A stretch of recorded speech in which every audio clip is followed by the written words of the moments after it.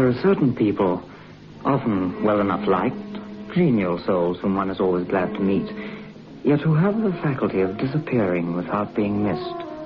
Crutchley was one of them. It wasn't until his name was mentioned casually that evening at the Stour gates that most of us remembered we hadn't seen him for the last year or two. Yes, I remember. I was talking to old Crutchley at the time. Oh, he's awfully sweet. I always liked him. Wasn't it queer he seemed to have dropped completely out of things? For the last year or two, he's been living very quietly with his people in Norfolk. Really? I heard from him only the other day, as a matter of fact. Oh, I never. I wonder why he's chosen to efface himself. He was rather a lamb in his way. I used to adore that shiny black hair of his, which always made me think of patent leather. It's as white as the ceiling now. Pardon? I said it's as white as the ceiling now. Oh, no. We're speaking of Simon Crutchley. Simon Crutchley. I mean Simon Crutchley. But that lovely, sleek hair. What happened? Did he have a nervous breakdown? Something like that. Biotex, the new soak and pre-wash powder, presents Beyond Midnight by Michael McCabe.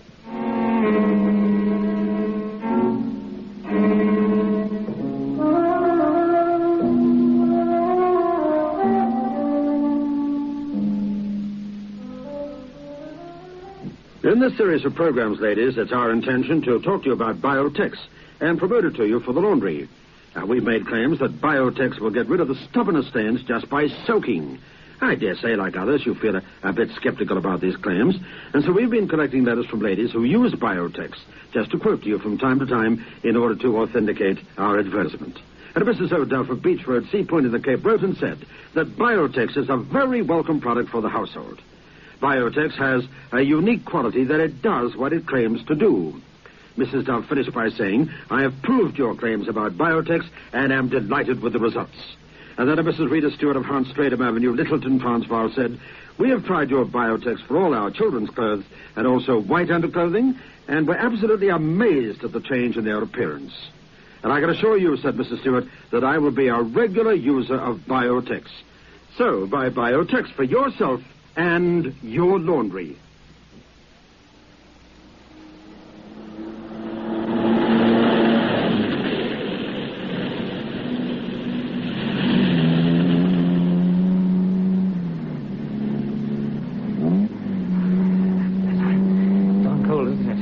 Good of you, Andy. Share your cab like this. Our ways lie in the same direction. There was a method in my madness, though, Price, old man. I wanted to ask you about Crutchley. Oh. I smell a story. Yes. It's a queer and rather terrible story. There's even one bit that he couldn't or wouldn't tell.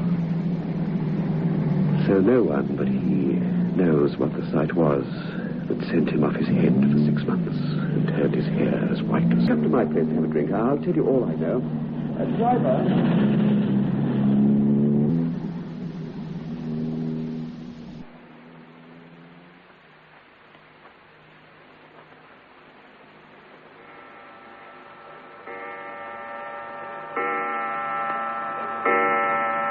Anyway, he was greatly interested in Joan of Arc, you see, and decided to go over to France to work, as it were, on the spot.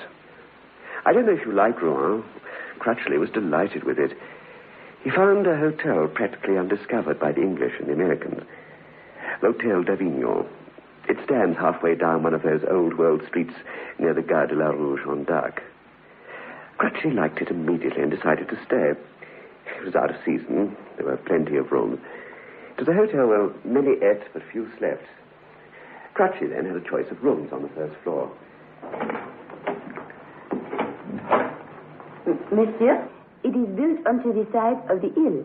The garden... And the garden's a story about the street. Oh, I care for this. It won't get much sun, will it, though? Oh, that's a plane tree, isn't it? Monsieur? Yes, I think it is. It's so quiet. Reminds me of some of the little squares in the court. Oui, monsieur. Yes, please. I should like this rent up.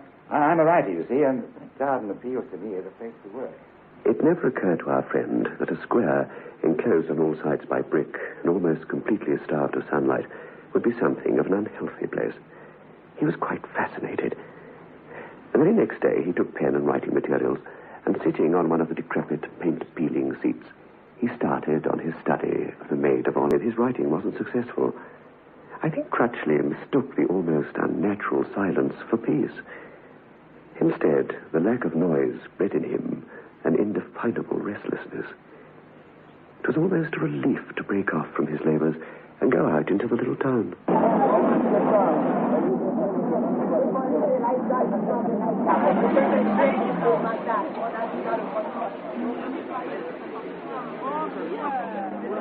Crutchley had 5 days at the hotel, 5 fruitless days as far as work went, when something strange happened.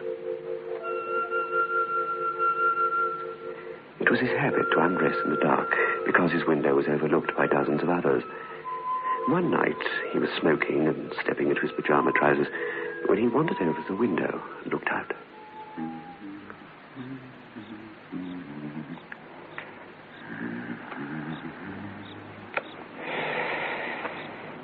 Plane tree might be carved out of jade. Nothing stirring at all.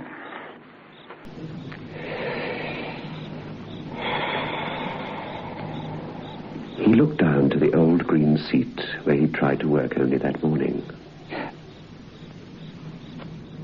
With a faint, unreasonable thrill and a slight tingling of the nostrils, he realized that someone was sitting there. It's a woman. Yes, a woman. She sat with her head turned away. One arm was thrown along the sloping back of the seat. He said that her attitude was one of extreme dejection, of abject and complete despair. Well, this time of night? I could never see her face. Not even from one of the windows on the western side.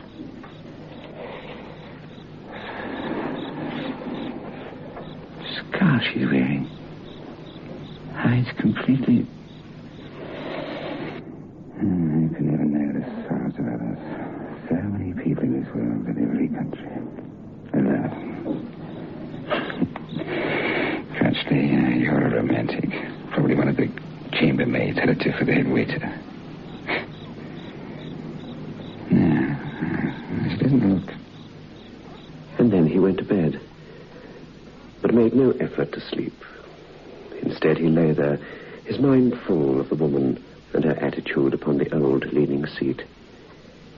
He had a definite and urgent temptation to go out and look at her, to use force, if necessary, in turning her face, so that he might look into her eyes.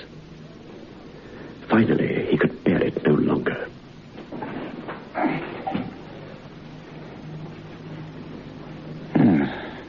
She's gone. Yes, well, you didn't expect her to sit there all night, did you, Crutchley?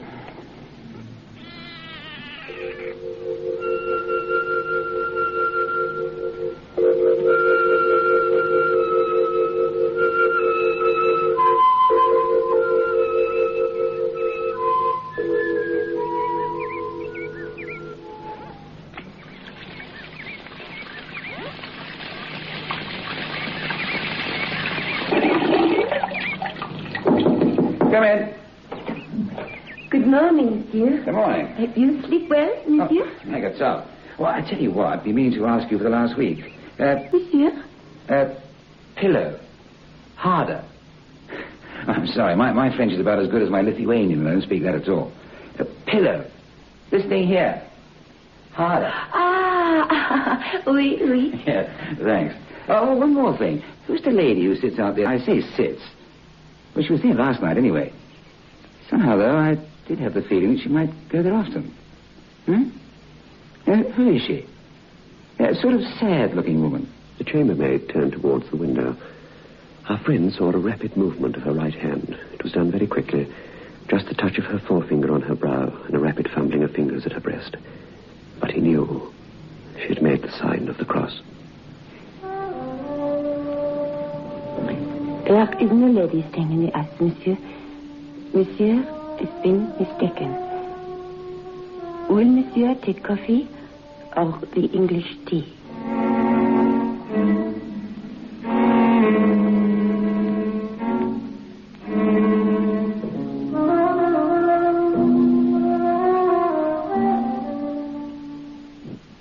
Darling, let's go out and paint the town red. But what about your headache? Oh, that's gone.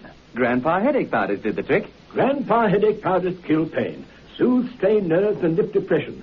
Grandpa headache powders are extra effective because they have a triple action. Grandpa headache powders work extra fast because they dissolve almost immediately. Get fast, effective relief from any pain, all pain. Get Grandpa headache powders. Grandpa. Soak, that's all you have to do. Soak, just for an hour or two you'll find things look as good as new when you use new Biotex. With a biological action to soak out the stubbornest stains and loosen dirt. New Biotex is great for all textiles and synthetics, whites and colors. It contains no bleach. Get amazing new Biotex today and let soaking do the washing.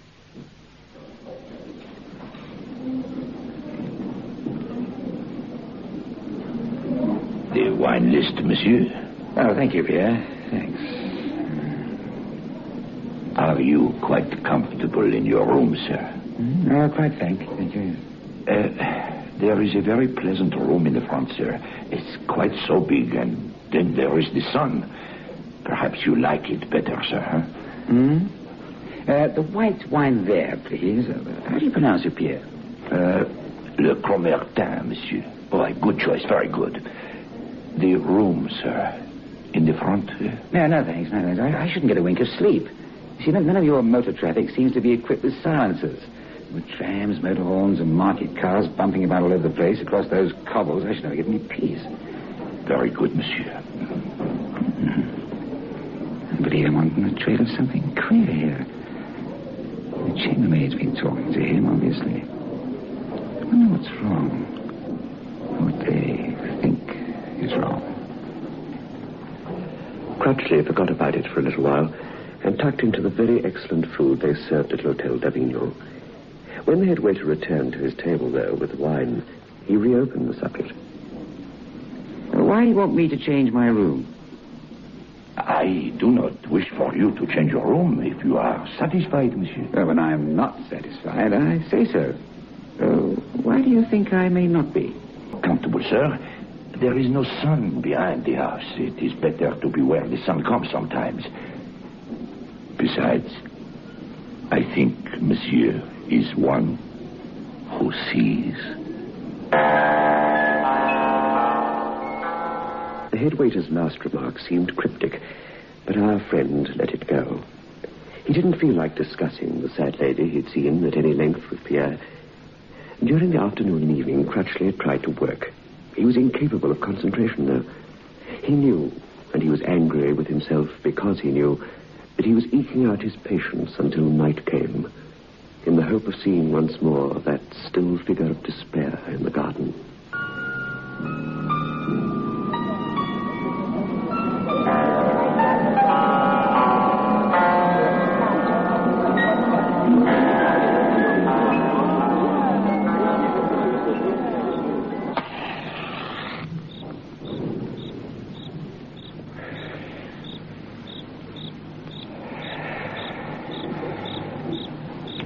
Before he even reached the window, he knew he would see her sitting in the same place.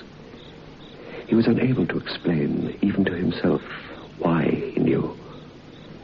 It was midnight.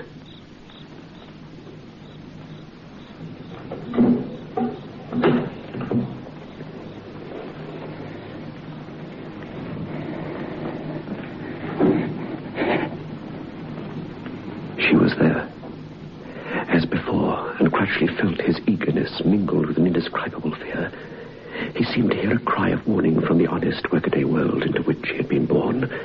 He said it was like starting on a voyage, feeling no motion from the ship, and then being suddenly aware of a spreading space of water between the vessel and the quay.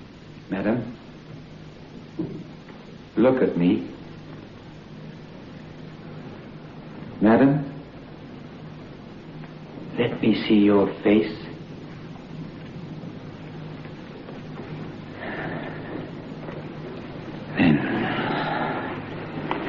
must come to you.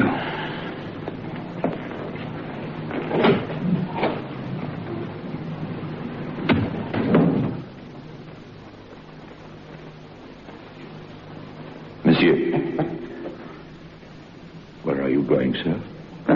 What the devil's got to do with you? The devil, eh? Bien, monsieur. I think perhaps he has something to do with it. You will please have the goodness to return to your room. No, not the room which you have left, sir. That is not a good room. But come with me, I shall show you another. What do you mean by interfering with me? It's not a prison or an asylum. I'm going to the garden for a breath of fresh air before I go to sleep. That, sir, is impossible. The air of the garden is not good at night. Besides, the doors are locked, and the patron, he have the keys. You're blasted insolent, that's what you are. Tomorrow I'll report you. Now get out of my way. Take me for a thief because I leave my room at midnight? Never mind. I can reach the garden from my window. What do you think you're doing, man? Monsieur. Monsieur, bon Dieu has sent me to save you. I have waited tonight because I know you must try to enter the garden. Have I your permission to enter your room with you and speak with you a little while? This is bedlam. Oh, if you must.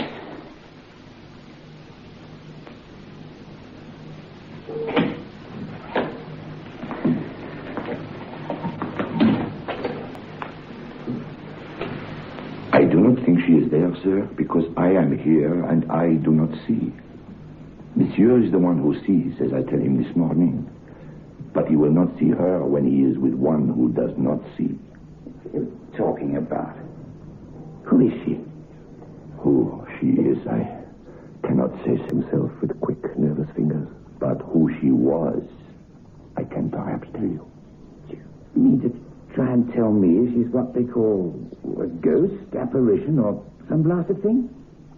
It does not matter what one calls her, monsieur. She is here sometimes for certain who are able to see her. Monsieur wishes very much to see her face. Monsieur must not see it. A year ago, and another perhaps 7, 8. The first he make die after 2-3 days. The other, he is still mad. That is why I come to save you, monsieur. There was in this town a notary of the name Lebrun. And in a village halfway from here to Dieppe is a grand chateau in which there lived a lady, une jeune fille, with her father and mother. And the lady was very beautiful, but not very good, monsieur. Well, go on. But I don't quite see what this has to do with... You will. Eh bien, Monsieur Lebrun fell in love with her. I think she loved him too, better as all the others. So he make application for her hand. But he was bourgeois and she was aristocrat. He had not so very much money, and the application, it was refused. And so they find for her another husband who she loved not, and she find herself someone else, and there is divorce. And she have many lovers, for she was very beautiful, but not so very good. For 10 years, perhaps, she make her beauty to make slaves of men. And one he made kill himself because of her. But she does not mind. And all the time, Monsieur Lebrun, he does not marry because he could not love another woman. But at last, this lady, she have a dreadful accident. It is a lamp which blow up and hurt her face. In those days, the surgeons did not know how to make new features. Oh, it was dreadful, monsieur. She had been so lovely, and now she have nothing left except eyes. And she go about wearing a long, thick veil because she have become terrible to see. And her lovers, they no longer love. And she have no husband because she have been divorced.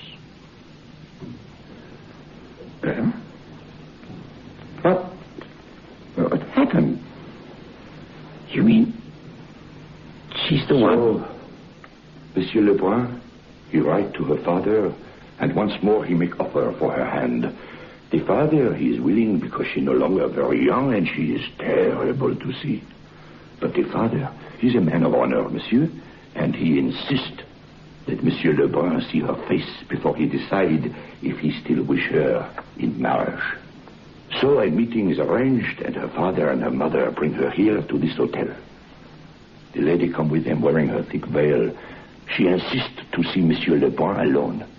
So she wait out there in the garden. Love is not always what we think it. Well, perhaps Monsieur Lebrun think all the time that his love goes deeper than her beauty, and when he see her dreadful, changed face, he find out the truth. Perhaps when she put aside the veil, she see that he flinch. But Monsieur Lebrun, he walk out alone, and she stays sitting on the seat down there. And presently her mother and her father come, but she does not speak or move. And in her hand they find a little empty bottle, monsieur. She... Oh, my. Well, all her life she lived for love. Lebrun is the last of her lovers. When he no longer love, then that is the last of everything. She have bring the bottle with her in case he does not love. So, it happened a long time ago. And now perhaps Monsieur understand why perhaps it is better he sleep in the front of the building tonight and change his hotel tomorrow. But why does she come back? How do we know, monsieur? She's a thing of evil. When her face was lovely while she lived, she used it to destroy men. Now she still uses it to destroy, but otherwise. She has some great evil power which draw those who can see her. They feel they must not rest until they have looked upon her face. And that face is not good to look upon.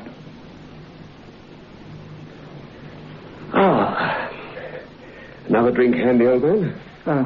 No, thanks. Listen, that can't be all. Poor old Crutchley. But that can't be all. No, it isn't quite all. I wish that it were. Crutchley was scared. He changed his room, and the next day he moved out. He went to another hotel, tried to work, but couldn't. The horror of the thing had a fascination for him. And the next night, as it started to get dark, he asked himself why he shouldn't go and look. He was compelled. Why shouldn't I go and see? It couldn't hurt me. Not if I look from a distance. He didn't realize that she was drawing him to her. He went to the L'Hotel d'Avignon. He walked around the building twice and then walked straight in through the swing doors as if he still stayed there. He went to the first floor and found one of the doors that led into the walled garden. It was late and the door was unlocked.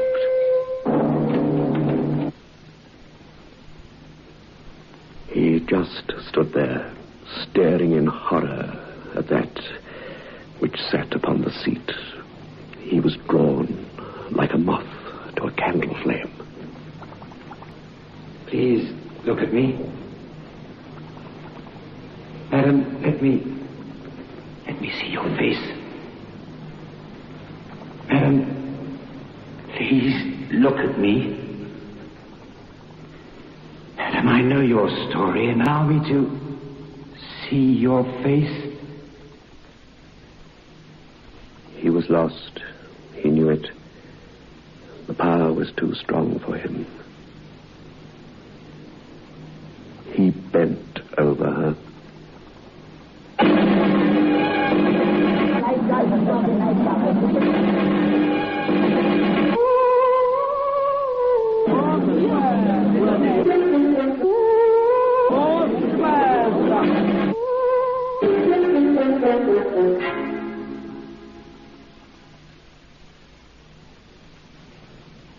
What? I mean... That's the part Crutchley can't really describe. There weren't any features left in her face. But it wasn't just that. It was something much worse, much more subtle. Something happened, I know, before his sense left him. Poor devil, he couldn't tell me. He's getting better, though. Nerves still in shreds, of course. And he has one or two peculiar aversions. What are they? He can't bear to be touched. Or to hear anybody laugh.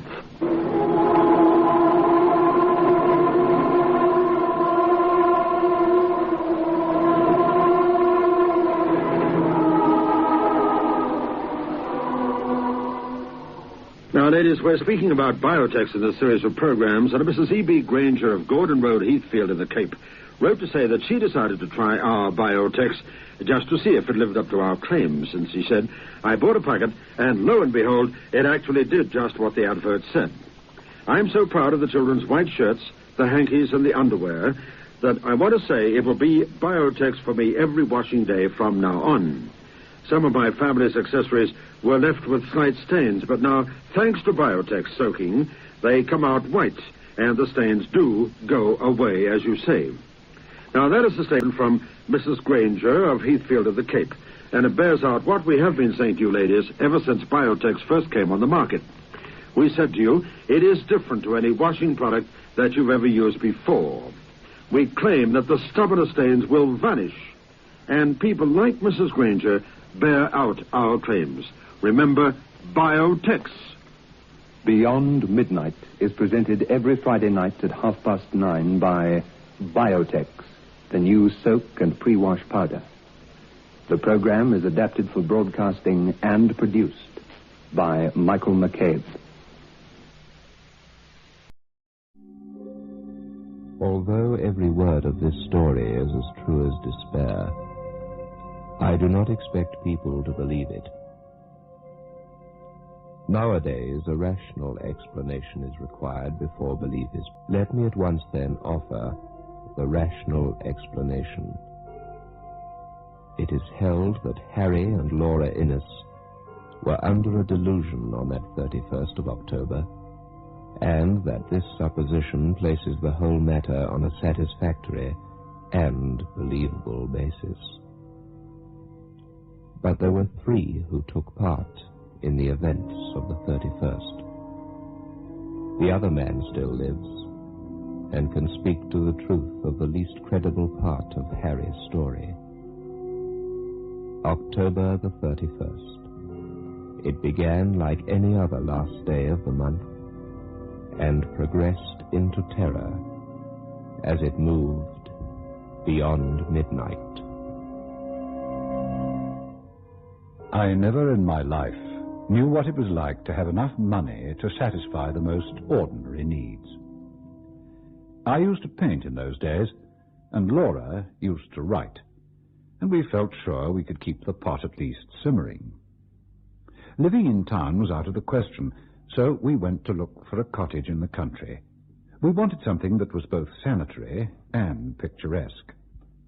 So rarely do these two qualities meet in one cottage that for a long time our search was fruitless. We were lucky in the end, though. 2 days before our honeymoon started, we discovered the ideal thing on the outskirts of the village of Brenzett, near the marshes.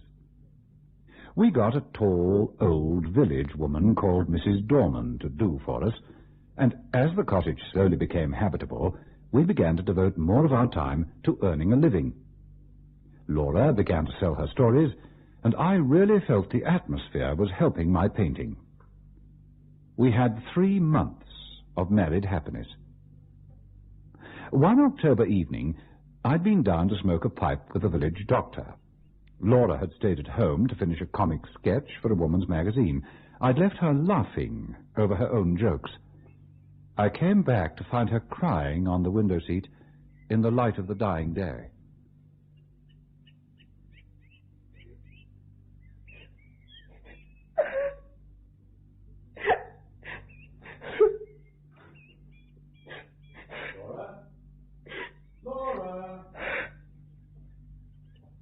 Laura, what's the matter? Darling, what is it? Oh, please, darling. Mrs. Dorman. What? What's she done? She says she's got to go before the end of the month. She says her niece is ill. She's gone down to see her now, but I don't believe that's the reason. Her niece is always ill. I think someone's been saying something against us. She was acting so queerly. Oh, come on, darling. Never mind. It's all right. Don't cry. Don't you see it's serious? We'll have to work all day. We'll only be able to rest while we're waiting for the kettle to boil. We won't have time to earn any money. Listen. There'll be plenty of time, even if we do have to... Laura, listen to me. I'll speak to Mrs. Dorman when she comes back and see if I can't make her change her mind. She probably wants more money or something. It'll be all right, you see. Oh, come on, love. It's a beautiful evening, not dark yet. Let's take a walk up to the church, Come on, darling, fetch your coat. I don't need a coat. It's not cold out. Harry, I will learn to cook soon. Oh, don't worry. We walked under the yew trees up to the little old church. The path was called the Bier Walk, because years before it had been the way by which the corpses had been carried to burial. I didn't tell Laura this, though. She was impressionable. The church was Norman and was only used on Sundays.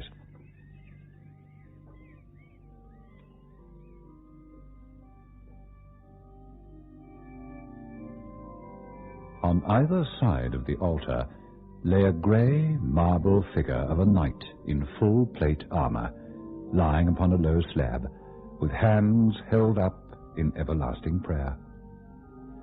Their names were lost, but the villagers said they'd been murderers, marauders by land and sea. They'd been guilty of deeds so foul that the house they had lived in, the big house, by the way, that had stood on the site of our cottage, had been stricken by lightning and the vengeance of heaven. I didn't tell Laura this either. She wasn't so engrossed in folklore as I was. We walked to the chancel, looked for a while at the sleeping warriors, and then slowly made our way home.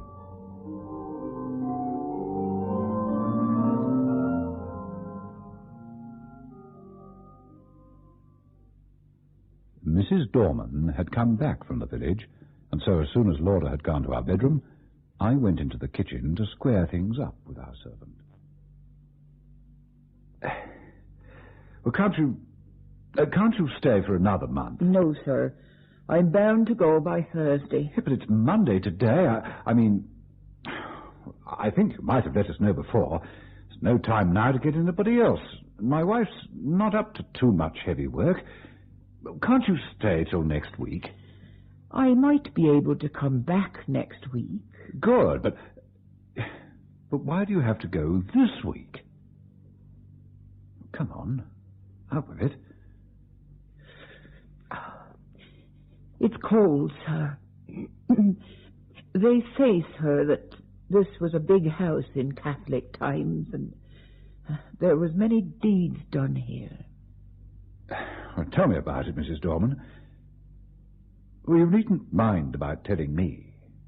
I won't make fun or anything. Would you like to sit down? No, sir, thank you. Well? Well, sir, you may have seen in the church, beside the altar, two shapes. The knights in armour. Effigies. I mean them two bodies, drawed out, man-size in marble. Man-size in marble. I thought then that her description was 1,000 times more graphic than mine. They do say, as on All Saints' Eve, them two bodies sit up on their slabs and gets off them, and then walks down the aisle in their marble. And as the church clock strikes 11, they walks out of the church door and over the graves and along the bier walk. And if it's a wet night, there's the marks of their feet in the morning. And, where do they go? They come back here to their home, sir. And if anyone meets them... Well, what then? I'm sorry. I've got to go, sir. But my niece, she's sick. I've got to go. It's all right, Mrs. Dorman. If you promise to come back afterwards again, we don't want to lose you. The knights, the legend, after they've arrived here, what are they supposed to do then?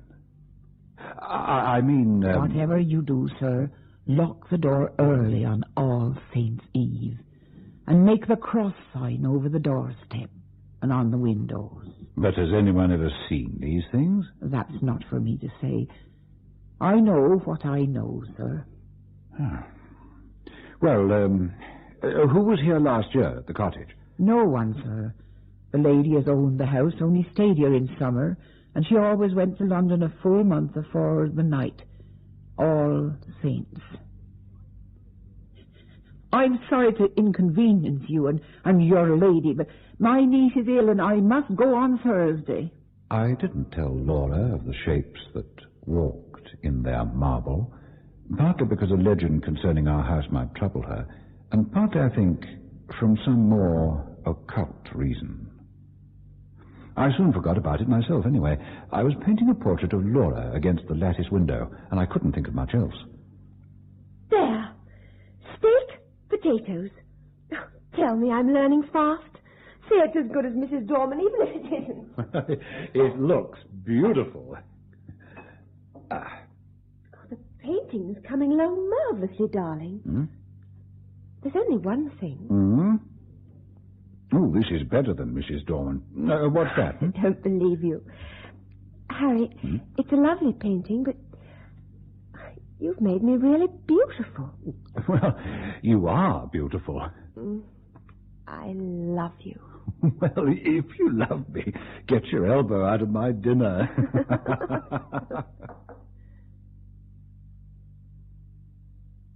Thursday passed off pretty well. Actually, the steak was like boots, and the potatoes were hardly cooked at all. But I loved her. I loved my darling. Friday came, and it's about what happened that Friday that I'm telling you now. I'll tell my story of it as quickly as I can. Everything that happened that day is burnt into my brain. I shall not forget anything, not leave anything out. You look sad, my darling. Hmm? Yes, I think I am. Oh, uneasy. I don't think I'm very well. It's not cold, is it? What's the matter? No, not cold. I've shivered lots of times this morning. Do you ever have presentiments of evil? Hmm? No. I shouldn't believe in them if I had. I do. The night my father died, I knew it. He was right away in the north of Scotland. But I knew. Harry! We haven't played the gramophone since we've been here. Oh, let's play it now. What shall we have? She sorted through our record collection, and she looked like a small child.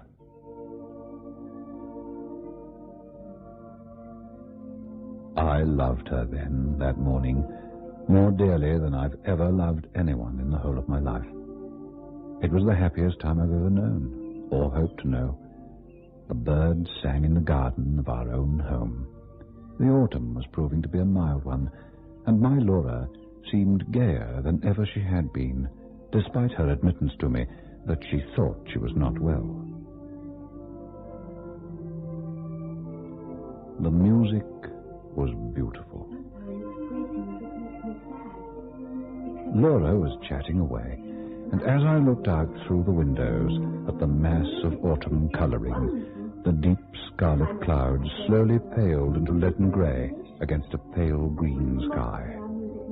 It was Friday, and Mrs. Dorman had gone off to look after a niece she swore was sick the day before, Thursday.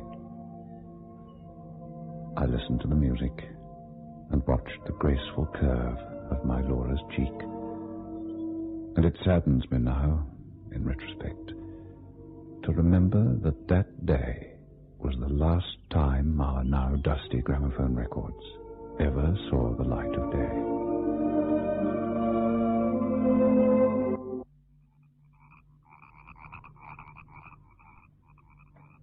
There must be millions of them in those marshes.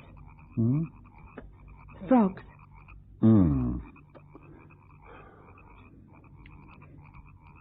Harry, shall we get a little dog?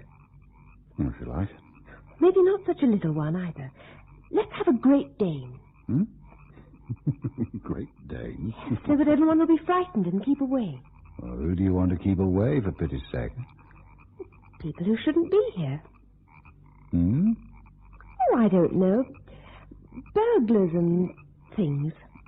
Well, I think any self-respecting burglar looking around this place would go away in disgust. Well, we might have something worth stealing one day, but not at the moment, my lovely. Anyway, Great Danes are awful cowards. Oh, they're not. They're huge. Sure they are. All feet and great lolloping head. All bluff, though. Pekingese would be more likely to create a din and scare away unwanted visitors. Anyway, shall we get a dog? Not a Dane, then. A little mongrel or something. With one eye black and one eye brown. Call it Wag or Patch. A dog called Wag or Patch shall be delivered here by the end of the week. Oh, I promise. Wonderful. I'd love a canary, too. Oh, then a canary you'll have, my darling. I'll give you anything in the world within my power. You know that. I used to have a tortoise when I was a girl. Are you trying to turn the place into a zoo?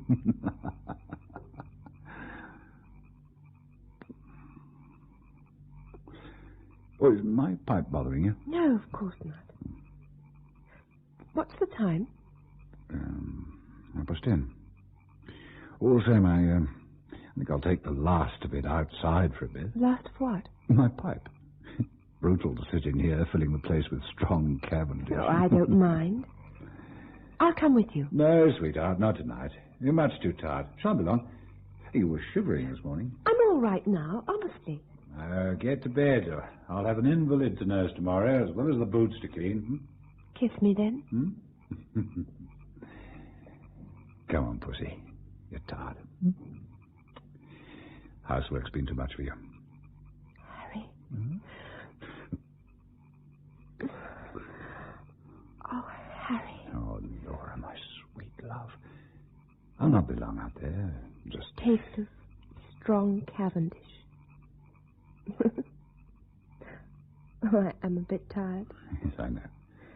We've been very happy today, haven't we, darling? Don't stay out too long. I won't.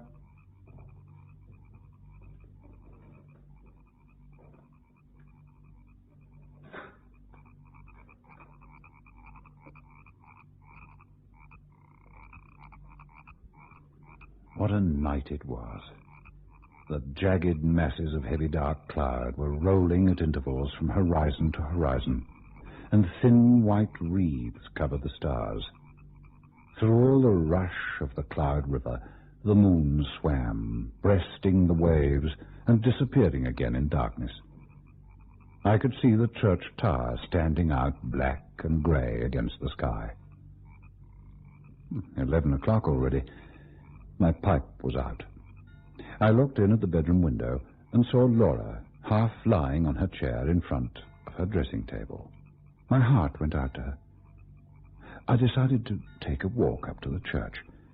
So, with a last look at my dearest wife, I left our cottage and began my walk. There must be a God, I thought to myself, and a God who was good. How otherwise could anything as sweet as Laura ever have been imagined?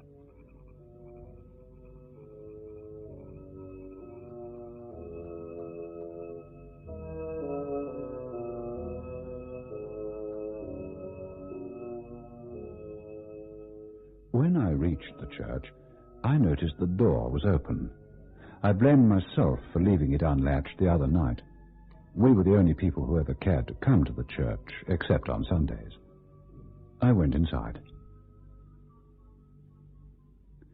It seems strange, perhaps, that I should have gone halfway up the aisle before I remembered, with a sudden chill, followed by as sudden a rush of self-contempt, that this was the very day and hour when, according to tradition, the shapes drawed out man-size in marble began to walk.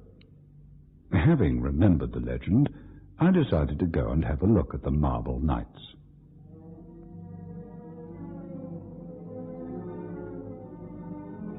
I thought how pleasant it would be to tell Mrs. Dorman how ridiculous her fancies were, and how peacefully the marble figures slept on through the ghastly hour. With my hands in my pockets, I passed up the aisle. In the grey, dim light, the eastern end of the church looked larger than usual, and the arches above the two tombs looked larger too. And then the moon came out and showed me the reason. I stopped short, and my heart gave a leap that nearly choked me. The bodies were gone.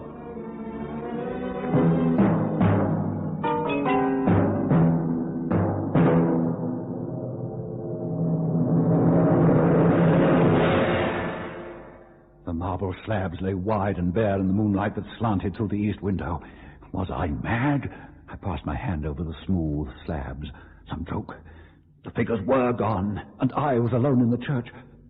Or was I? And then a horror seized me, a horror indefinable and indescribable, an overwhelming certainty of supreme and accomplished calamity. Laura!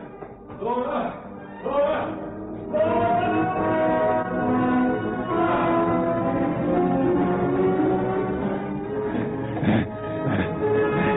Hold it. Get out of my way! Hey, what are you... Hurry! Let go! Let go! The marble figures have gone from the church. They've gone. Oh, I'll have to give you a draft tomorrow, I see. You've been listening to old wives' tales. I've seen the bare slabs, man. Let go! Now, hurry, man. Listen to me, will you? Now, listen. You get me scared, Doctor. I'm going to old Palmer's place. His daughter's sick. I'll go by way of the church. Show me the bare slabs. Well, you go if you like. I'm going home to my wife. Look, will you let go my arm? Oh, rubbish, man. Do you think I'll permit that? I used to go saying all your life that you've seen marble endowed with vitality, and me to go all my life saying you're a coward? No, sir, you shan't do it. Now, come on. Come on now. I'll prove to you were dreaming. We went back to that terrible church and walked up the aisle, walked to the marble slabs. The doctor produced matches. I admit I closed my eyes. I knew the figures would not be there.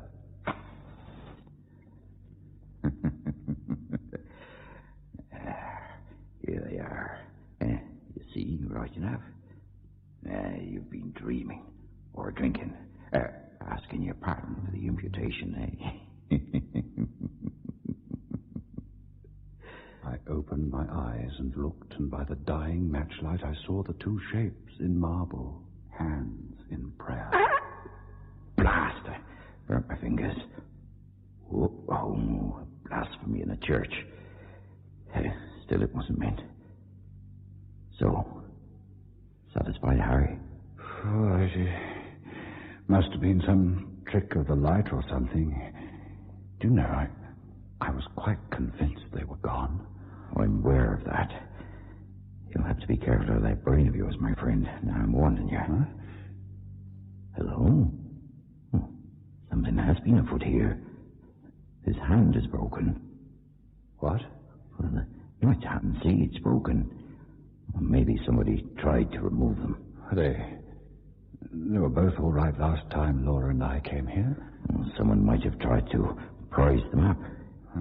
That wouldn't account for my impression. Well, too much painting and tobacco, and maybe indulgence in some of the hard stuff, too, perhaps. Never. Oh, look, come on, man, or my wife will be getting anxious.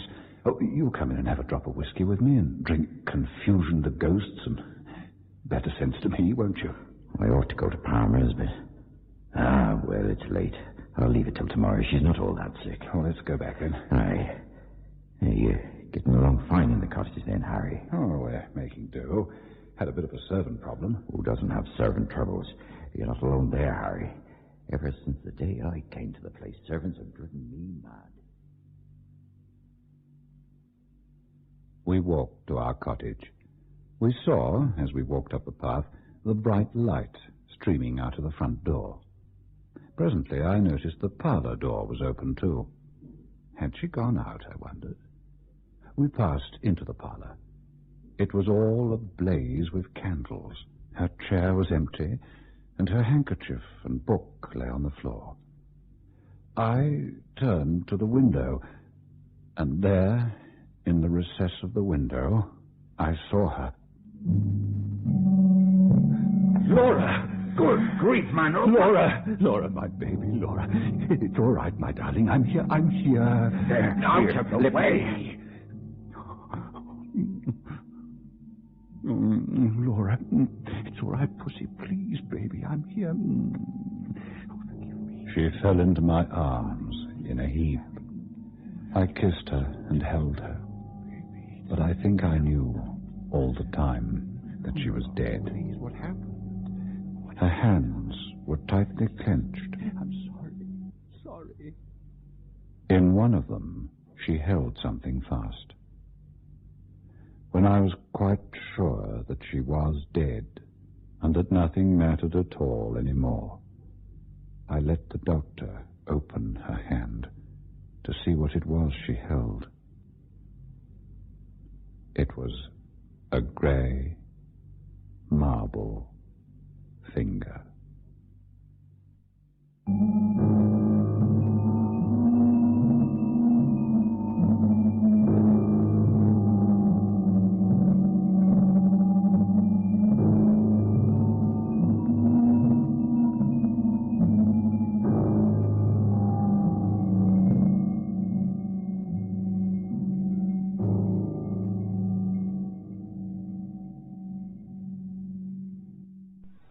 Beyond Midnight is presented every Friday night at 9:30 by Biotex, the new soak and pre-wash powder.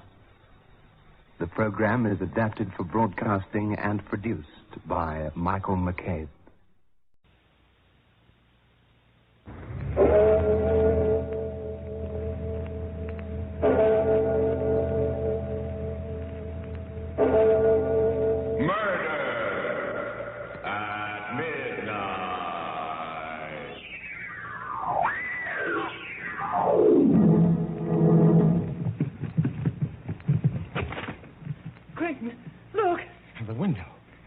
Out of its frame. No, they're on the floor.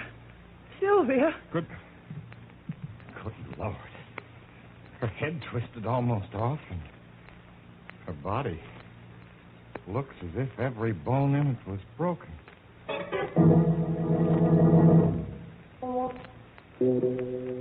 Midnight, the witching hour when the night is darkest, our fears the strongest, and our strength at its lowest ebb. Midnight, when the graves gape open and death strikes. How? You'll learn the answer in just a moment in Death's Worshipper.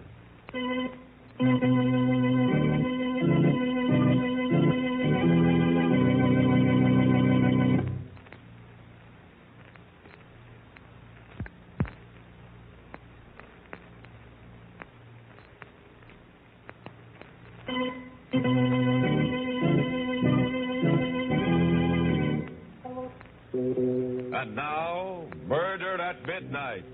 Tales of mystery and terror by radio's masters of the macabre. Our story by J. Williams is a tale of fear from afar called Death's Worshipper. On the surface, It's a New York apartment like thousands of others, in a house with a brownstone front on a dark little street. But to Kate Bonney, living here with her brother Peter, it has become a prison cell, a place of menace, a house of terror. I can't explain, Peter. It's as though I were caught in a spider's web, waiting helplessly while the spider comes closer. But, Kate, you still haven't told me just exactly what's troubling you. It's real, Peter. It's a feeling that, well, like in a nightmare when you know something awful is after you and you can't escape. It's drawing closer. It's coming here to this room to find me. What'll I do, Peter? What shall I do? Please, Kate, pull yourself together. You've got to. I'm sorry, Peter. I'll try. Ah, that's better. Now then, let's have it. I can't come home every night to a sister who's afraid of the dark. What's it all about? Do you remember the weekend I spent at Quentin's place in the country? Just after he got back from India? Yes, of course. You couldn't make it and I went alone. The conference in Chicago, I remember. Reminds me, I wonder why I haven't heard from him since. Those letters he wrote about some discoveries he made. Discoveries? Don't mention them. Why not? Because I have an idea that they're behind everything that happened. What do you mean? He didn't even mention the expedition until after dinner that first night. There were just the three of us, Quentin, Sylvia, and myself. He went into quite a bit of detail describing his reasons for going, the long trip through the jungle. Finally came to a little gone village and tackled what I was sure was the last belt of jungle. That last stretch took us 6 hours. At last we broke out into a clearing, and there it was, towering above us, the temple of Shiva the Destroyer. Oh, that must have been a thrilling moment. Thrilling? You can't possibly know what that meant to me. I was just frightened. Sylvia frightens rather easily. That's not true, Quentin. It's just that it looked like some kind of crouching beast with a single devil's horn. Rubbish. It was breathtaking, Kate. Imagine a great square block of stone set in a riot of jungle foliage. Out of it rises a tremendous three-cornered spire fully 100 feet high. Oh, that must have been magnificent. Yes, and the whole thing covered with a lace tracery of stone carving. And this is what you had set out to find? This was it. Oh. You see, the Hindu Trimurti, or Trinity, is composed of three deities. Brahma, the creator, Vishnu, the preserver, and Shiva, the destroyer. Yes. Well, in this tiny district in the hills, there had once been a local cult which worshipped only the destroyer. In a curious and perverted way, well, the worshippers became their god. I don't understand. When they prayed to Shiva, the god himself entered and took possession of them. They were Shiva, with all the powers and all the frightful energy of the god. Good heaven. No, not a very good heaven. For you see, the heaven of these worshippers was nothingness. Nothingness? Yes. For them, the ultimate goal of man was destruction, the merging of oneself into a kind of cosmic non-existence. Now you can understand how I felt, Kate, when I first looked at that temple. Yes. I suppose that, yes, even a greater mind than yours, Sylvia, might well shrink before the majesty of a concept like that. Well, I know I would have been frightened, too. But India is a place where just such a concept would originate. Life means nothing there. Death flourishes in 1,000 forms. I climbed the spire of the temple and looked down over the sea of jungle to the brown river in the distance and the thread of smoke that marked the village. I was a midget, an ant, crawling over the surface of a giant's house. Shiva is the giant, and humanity, we're so insignificant, so worthless. I wonder if they weren't right after all, those worshippers of the destroyer. Quentin. Perhaps death, nothingness, is the greatest goal. Stop it, Quentin. Stop it. Stop it. Do you hear? Sylvia. Oh, don't worry, Kate, and don't bother. Oh, but I don't... I'm all right. No. Sorry, Kate. I think I'd better go to bed. Yes, you're tired, Sylvia. I am tired. These wild ideas of yours. Of all this talk about Shiva, destruction. I wish you'd get those thoughts out of your head, Quentin. You haven't been the same man since... Good night, Sylvia. Sylvia, are you sure you're all right now? Yes. Yes, Kate. I'm fine. But she wasn't fine, Peter. And it wasn't just fatigue that was bothering her. She was frightened, I could see that. Frightened out of her wits by something. And Quentin was different. When Sylvia had left us, he sat looking at me silently for a long while. And when at last he spoke, it was on another note. You know, Kate, all this talk of nothingness and death makes me believe more firmly than ever that man must try for happiness while he's alive. I agree. At least it's a pleasanter subject than what we've just been talking about. I'm glad you think so. Because I'm not happy now, Kate. But I thought you and Sylvia... There's nothing between us, nothing. Hasn't been for years. But I... No, not even when we first got married. But you... When I first met you with your brother Peter years ago, something happened to me. My heart sang. It was as though I had burst out my shell. I knew then. Quentin, you don't know what you're saying. I do. For the first time in years, I know exactly what I'm saying. I found a philosophy I can believe in, Kate, in a troubled world.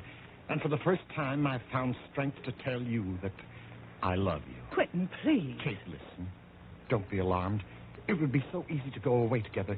Anything is possible for me now. Anything. We will go away. It doesn't matter where. No. We'll find a new life together. The power I know can be yours, too. I love you, Kate. We can make a new world for ourselves. We can be the gods of that world. Quentin, stop. I see. I didn't really expect you to say yes immediately. It is quite a decision. But perhaps I can get you to change your mind. Quentin, you mustn't think... You're right. I mustn't think. I must act. I knew I wouldn't be able to sleep after that. I didn't even try. I went out for a walk. And when I got back, about a half hour later, there was a light in the studio at the far end of the garden. I was curious enough to walk over and look in the window. The room within was hung with oriental tapestries, with odd, crooked Eastern swords. Quentin sat alone, staring at a figure on the table before him. I could hear him through the window.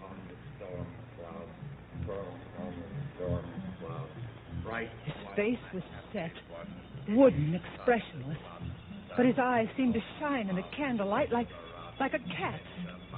And the figure before him, it was horrible. It was a bronze statuette with a serene but awful smile on his face, a smile of hellish triumph. A dozen arms sprang from each shoulder. It bore a club with a skull at its tip, and it seemed to dance upon the back of a crouching dwarf. And Quentin, staring at it, was speaking to it. Approach not the Raja. I didn't know what it meant. I only knew that it was awful. That in some dreadful way, Quentin was trying to make his belief come alive. I ran up the lawn, and the clouds that spread over the moon seemed like dark shapes rising from some infernal pit. Wings seemed to be beating about the house as the wind rose. And in my ears rang Quentin's chanting. Even in my room I could hear it, mingled with the moaning of the wind. The moon had disappeared. I couldn't see the light in the studio. I was too far to hear it, but the chanting went on. I don't know. I seemed to hear voices in the wind, many voices chanting with Quentin. Thunder growled up from the darkness. Then there was a single flash of lightning and a clap of thunder, and on the heels of the thunder...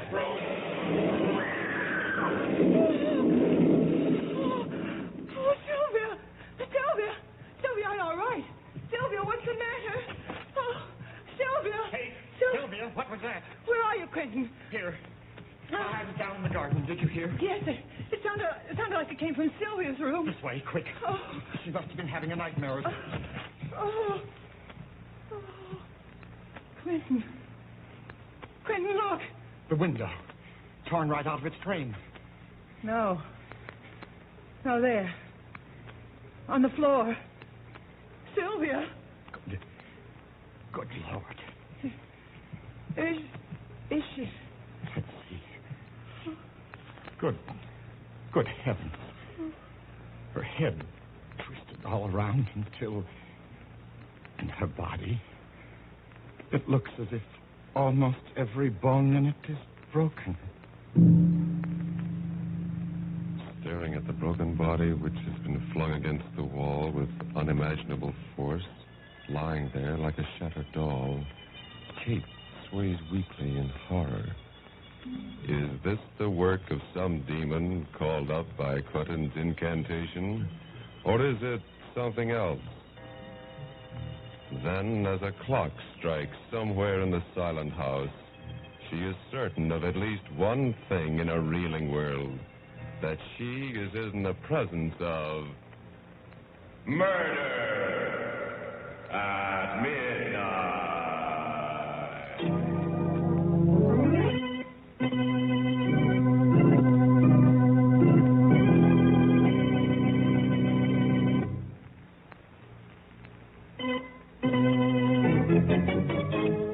And now, back to Murder at Midnight and Death's Worshipper. Pale and shaking, Kate Bonney continues telling her story to her brother. It was as though something with superhuman strength had twisted her head around and then just tossed her aside against the wall. Every bone in her body was broken. It must have been pretty ghastly, but surely you're not going to let the memory of that... It has nothing to do with memory. Something that's more than human. I don't know what killed Sylvia. And now it's after me. After you? Haven't you seen the papers in the last few days? No, you know I've been up to my neck in work. What's that got to do with it? Oh, look here. These clippings, I've been saving them. Let's see. Another unsolved murder. Police admit bafflement. No motive. Well? Go on. Read the rest of it. Middle-aged man, identified as J.D. Brathwaite, broker. Neck was wrung, apparently, by someone with tremendous physical strength. Yes, and this one. An unidentified woman, neck wrung and the body thrown against the wall. And this, and this, and this. All the same. Kate, darling, this is all perfectly ridiculous. No, look. Here's a map of our neighborhood. The first death took place up here. The next 2 blocks further south.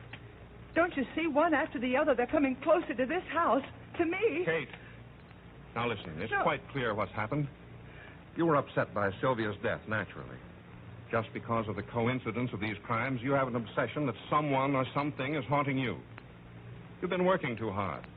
And I suppose you've been having nightmares, too. They're not nightmares. I'm going to run across the street to Dr. Sanford. No, Peter. You lie down and try to rest. I'll bring Sanford over and have him take a look at you.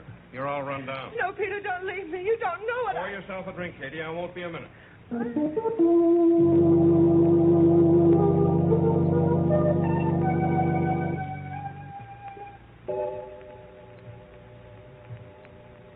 Who's that? Peter. Is that you? Peter, answer me. Is that... Who is it?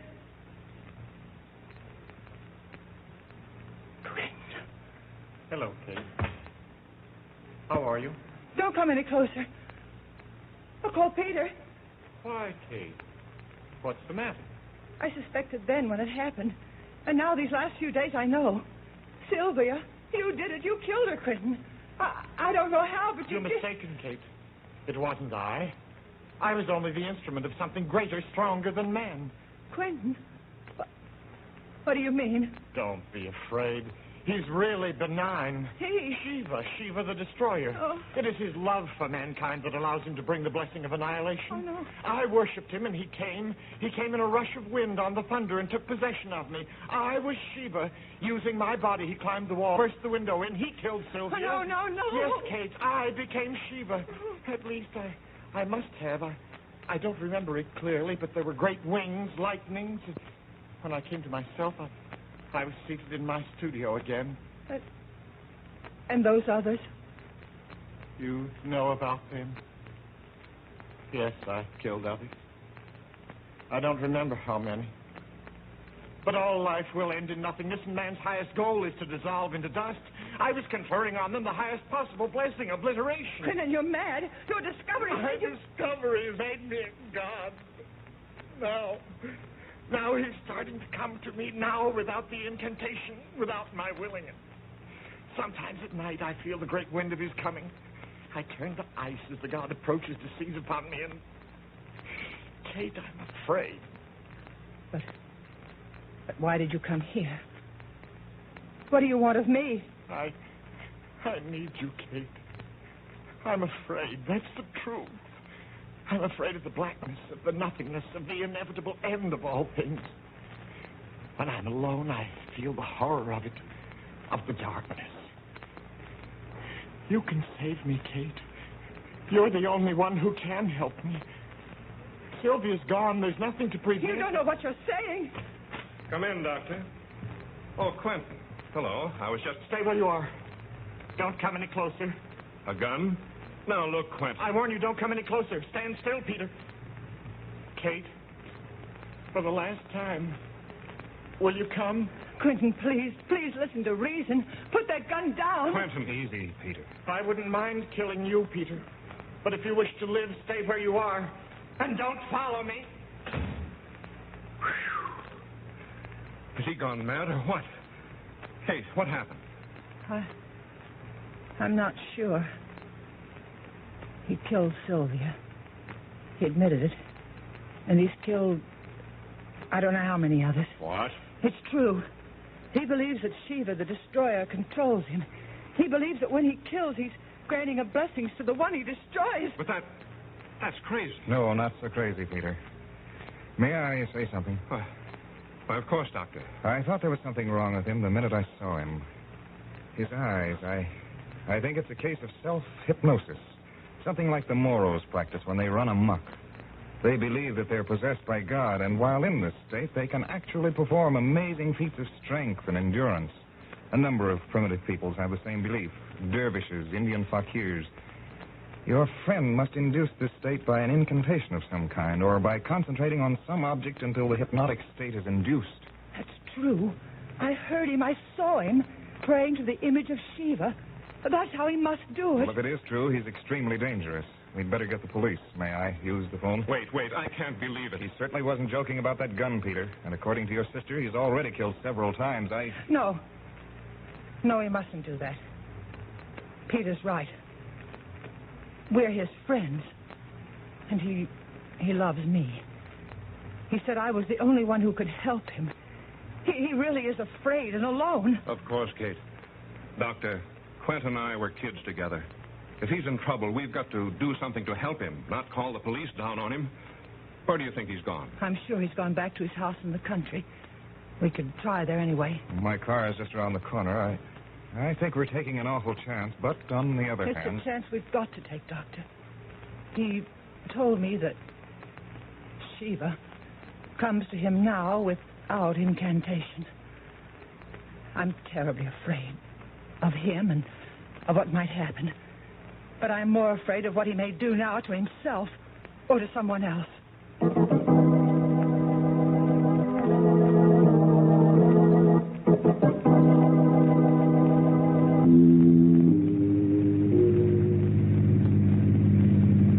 We turn right here below the toll gate. That dirt road? Yes.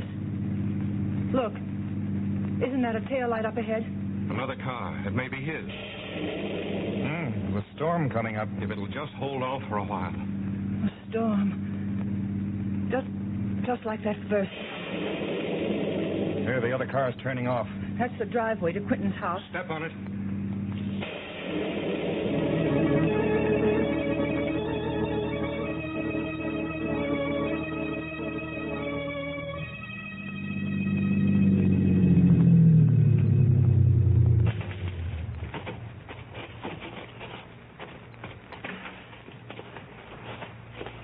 The house is dark. Perhaps we were wrong. No. I know where he is. This way around to the back.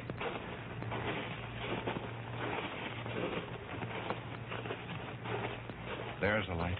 That's the studio. Quiet. Let's have a look first.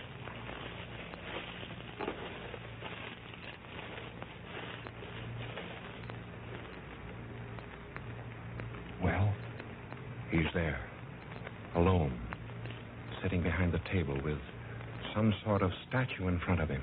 Statue of Shiva. The door's open. Come on.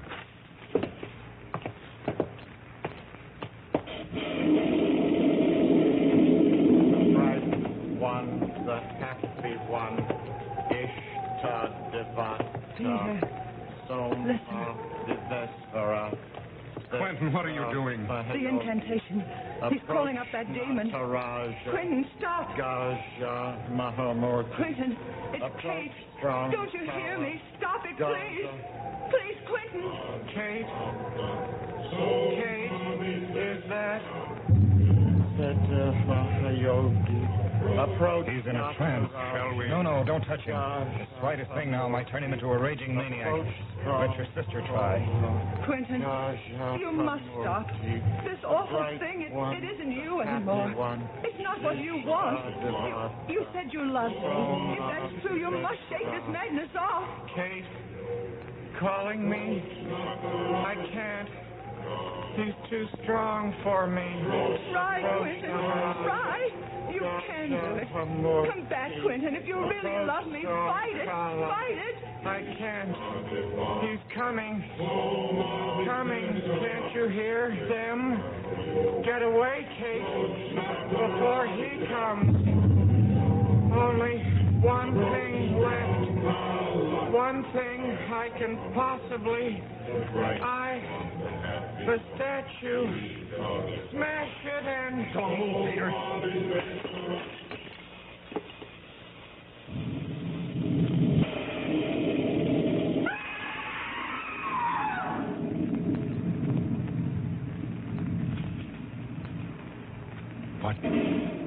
What was it? I can't see. That flash. Lightning. It must have struck. Quentin. Quentin. Let me look, Kate. He's dead. That lightning bolt killed him immediately. Dr. Sanford. Hmm? What's that on his forehead? Burned. Lightning does curious things. Yes, but there. The head of the statue he smashed. The same mark on its brow.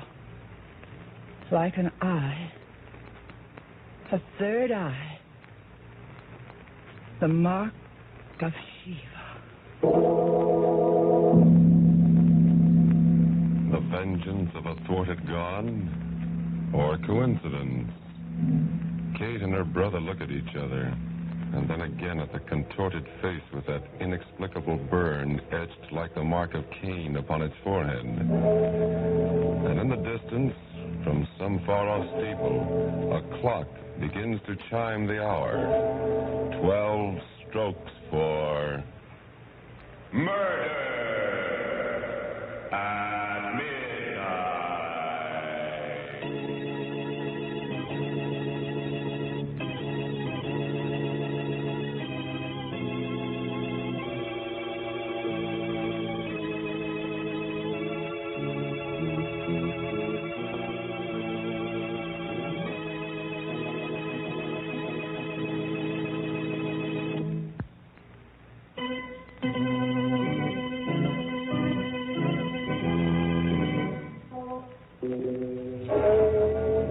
Remember to be with us again when death hovers on dark bat wings and the clocks strike 12 for murder at midnight.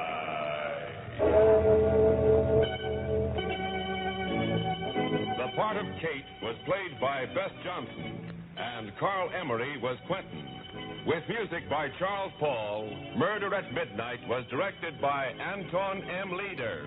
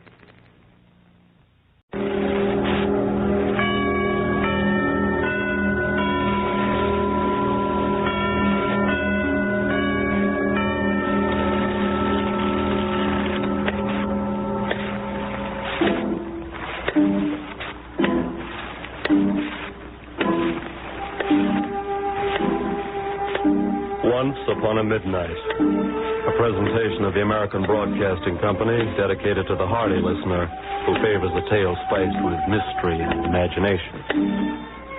What time is it in your house? 8, 9, 10? Set the clock ahead. Make it 12. Midnight's the time for these stories. And now here's your host, the noted director and producer, an expert guide along the path of dark adventure, Mr. Alfred Hitchcock. It was not until several weeks after he had decided to murder his wife that Dr. Bickley took any active steps in the matter. Murder is a serious business. The tiniest slip may be disastrous, and Dr. Bickley had no intention of risking disaster. This was to be the most delicately perfect of all perfect crimes.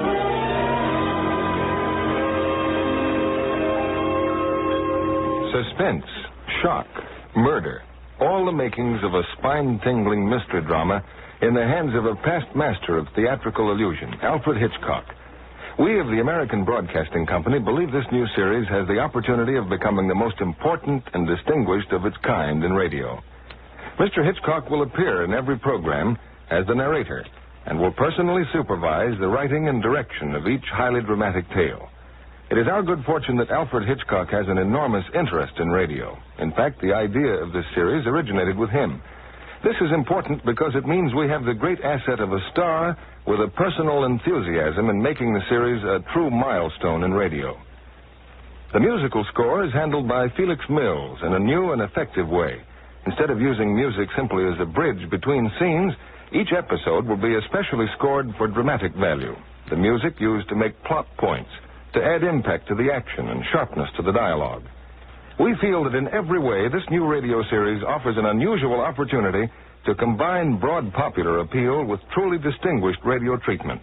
We leave it to you to judge. You were saying, Mr. Hitchcock, that murder is a serious business. Oh, yes, and murderers are serious people. You know, one thing that has always fascinated me about criminals is that when you walk down a street, any passerby might be a murderer. They don't all wear black mustaches. I imagine most murderers behave just like mild, ordinary people, until suddenly one day they turn and stab you in the back, or drop a lump of cyanide in a friend's tea. I think this idea must have intrigued Francis Iles too, for the murderer in his story, Malice Aforethought, the Dr. Bickley I mentioned, was certainly an ordinary person. A little fellow, lightly built, around 38, I imagine. Sandy hair, a bit thin on top, small sandy mustache. You've seen him. On top of a bus, perhaps. Or you've met him on a train. Or if you lived near Wyvern Cross in England a few years back, you might have met him in the village, starting out on the morning rounds of his patients. Good morning, Dr. Bigley. Good morning, Mrs. Templar. Morning, Doctor. Morning, Miss Dean. Lovely morning. Lovely. Oh, Bickley. Mr. Torr, good morning. Oh, morning. Good morning, Dr. Bickley. Good morning. How's your mother? Better, thank you. Ah, splendid. Morning, Doctor. Good morning. Morning, Mrs. Cheevy. Mrs. Harvard. Lovely morning. Lovely. Listen to the way he says lovely morning. I must say I do enjoy a cheerful murderer, although when he got home, Dr. Bickley wasn't always quite as cheery. I suppose his wife, Julia, was what you would call a battle axe. Anyway, she was a lot older than Bickley, almost an old maid type, I suppose. Probably would have been if Bickley hadn't married her. Really, Edmund, really. You might have been considerate enough to come home a little earlier, today of all days. How can Florence get on with her work if you keep her waiting to wash up your lunch things like this? Sorry, Julia. Had to get through my patients, you know. Well, of course. Do you want some more of that cold joint? Just a glass of beer, I think. Edmund, you have far too much to do to sit here drinking beer. Have you forgotten we're having guests? No, my sweet. Besides, you know how beer makes you perspire. Oh, the Torrs will play tennis, of course. You better put the net up first. You know how it sags during the first half hour. Mm-hmm. Then there are the 2 tables to be taken out and the chairs. And I think you better put the awning up in this sun. And after that, you'll have to... My dear, I don't think I should be able to get all those things done. My dear Edmund, they've got to be done. Have you finished? I'm waiting. A bit of cheese, I think. There's no time for cheese. And I suppose I'm finished. Just as well we don't give tennis parties every day, isn't it? Oh, I'm glad you mentioned it. The court will have to be rolled. What? The tennis court, Edmund. Wet it down and roll it. But then I'll have to remark all the lines. Well, of course, Edmund. But I don't... Now, Edmund, don't stand there. Get about it. Dear me, it's a pity I can't be in a dozen places at once to see to everything myself. Yes, dear. Well, that was a typical day at the Bickleys. Except on this particular day, the weather and tempers were hotter than usual. Game, isn't it? Edmund, Mr. Tor has nothing to eat. Oh, here we are. Sandwich, Mr. Tor? Oh, I believe I will. And how is old Mrs. Parrott these days, Doctor? Yes, she's been ailing, eh? Well, Mrs. Parrott, I might say. Edmund, Miss Rattery will have a sandwich. Of course. Miss Rattray? Thank you, Doctor. You were asking about Mrs. Parrott. Oh, yes. As a physician, it's my opinion... Edmund, not there, please. Don't sit there. That's Winfred's seat. She'll be back in a moment. Oh. Game, set, back. Try another. Edmund, they're a ball short. Benji's hit one into the gooseberry bushes. Oh, did he? Well, go and look for it, Edmund. Don't let your guests It's do all it. right. I'll get Mrs. Bickley. No, Benji. Let Edmund. Oh, hurry, dear. Yes, dear. And so Gooseberry Bush looking for a tennis ball. Just as he was about to grab it with a hot and clammy hand, he heard himself a subject of conversation. Did you hear the way she orders him about? Awful, isn't it? I'm hanged if I'd speak to a dog like that. But then I imagine a fellow like Bickley rather enjoys it, eh? Oh, Benji. Well, you know as well as I do, he didn't enjoy it, especially when people laughed. All he could do was to clench his teeth and stare down into the bush. I can't stand this. Not much longer. Can't stand it. I wish Julia were dead. I wish I could kill her. By the way, I'd like to stop a moment and tell you about a secret little weakness Bickley had. Every night he would soothe himself to sleep with what he called his visions, little extravagant pieces of imagination in which Bickley was always a person of supreme importance. Sometimes it was Bickley the great painter, or Bickley the great composer. Regardless of the role, he was always great, always a hero. He'd pull up his knees under the blanket, snuggle his head deeper into the pillow, and then say to himself, well, what shall we do tonight? I think I'll play for England. I think I'll beat Australia. Bickley, the great cricket player, was his favorite vision. At bat for more than 10 hours. Amazing. Australia trying every bowler they had. No use. The man's too good. The match went on until Bickley had broken the world's record by scoring 501 runs. Stupendous. At the finish, he was carried from the field on the shoulders of his fellow players, the idol of the cheering thousands, the man of the hour, but always smiling and modest, when the Prime Minister said solemnly, Bickley, you have saved England.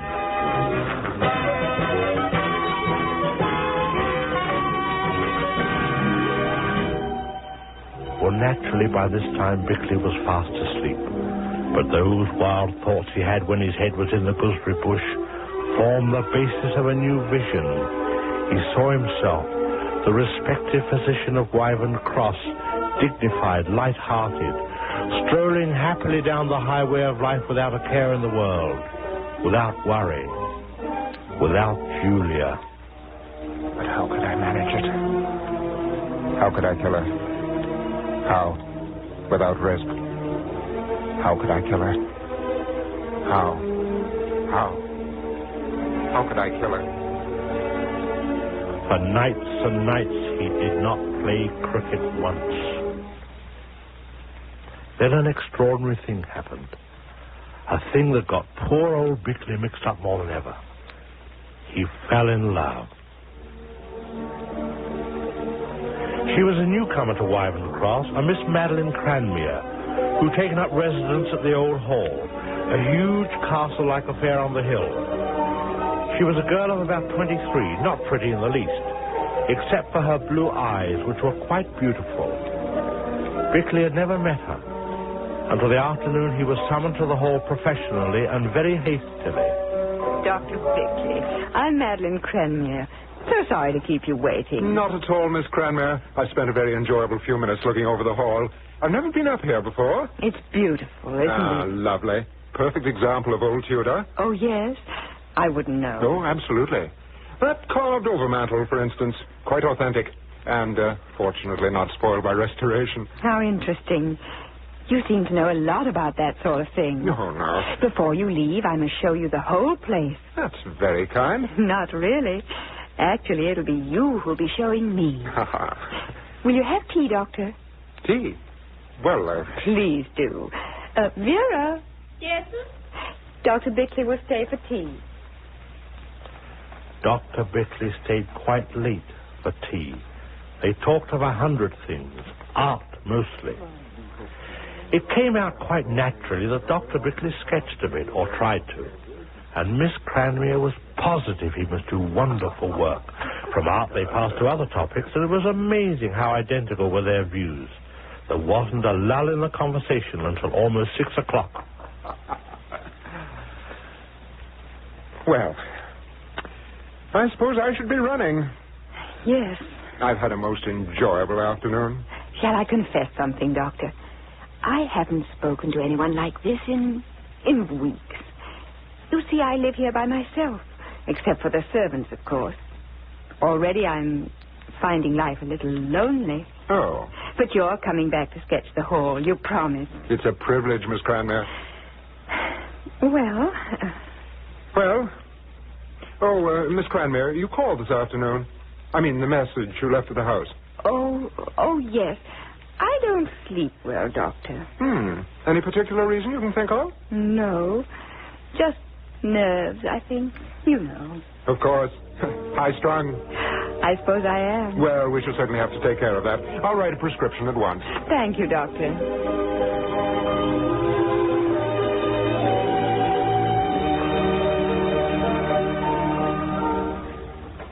Dr. Bickley came away from the hall that evening, and other evenings too, feeling 10 years younger. These nights as Bickley snuggled into his pillow to begin the happy journey into imagination, he had a new vision to lull him to sleep. Not merely life without Julia, but life with Madeline Cranmere.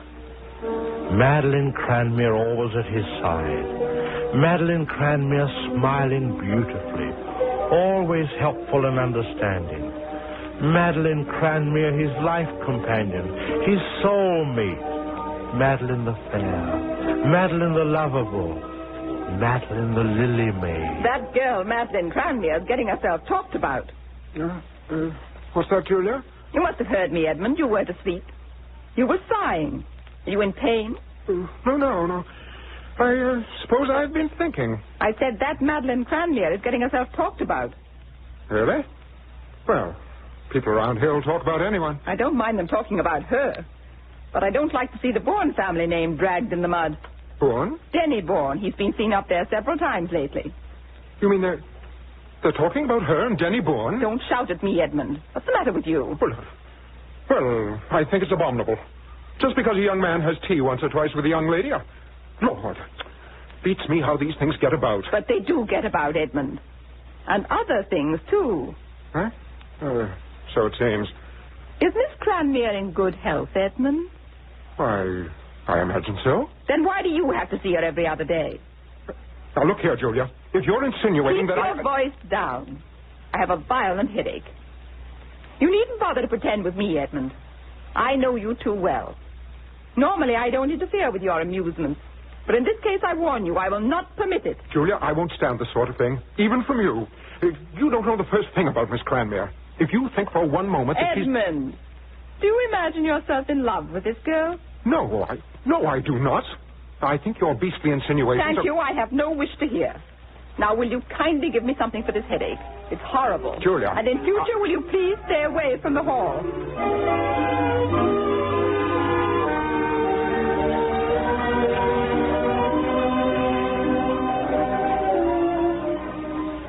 This was awkward. Bickley had to go up to the hall that next afternoon. Otherwise, he couldn't finish that portrait he was making of Madeline. He certainly found himself between the devil and her deep blue eyes.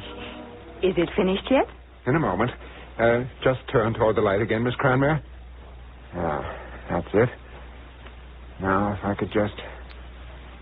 Oh, Lord. What is it? It's no good. I can't get at you. Not the real you. I'll throw it in the fire. No, please. May I see it? If you want to. But it's not good, really. Clever. Do you really think so? I say that. It's wonderful to hear you say that. Very clever. Oh, I say. I don't see what you mean by not being able to get me. I think it's exactly like me. Oh, yes, it's like you, but that isn't the point. I was trying to get at you. I mean, show where you differ from everyone else. I mean, your expression, the way you hold your head, that lovely, deep look in your eyes, your wonderful... I think I understand. Madeline, I suppose you know what I'm doing? Yes, I know. I'm making love to you. Yes. Madeline. Oh, Edmund. Edmund, please go. Go at once. Not now. Oh, please. Don't you see how wrong it is? How stupidly, inalterably wrong. You have a wife, Edmund. Yes. Yes, I have a wife. That night in bed, Bickley had the most important of all his visions. He began to see very clearly how Julia would die.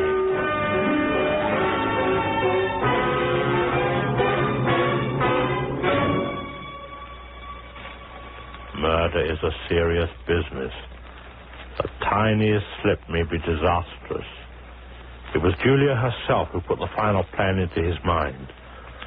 For the past 5 years, Julia had been subject to headaches, which the doctor sometimes treated with a mild injection of morphine. The first part of his plan was almost childlike in its simplicity. He would give Julia her headaches with the aid of a drug he had read about in a medical journal. Corrective for uric acid diathesis.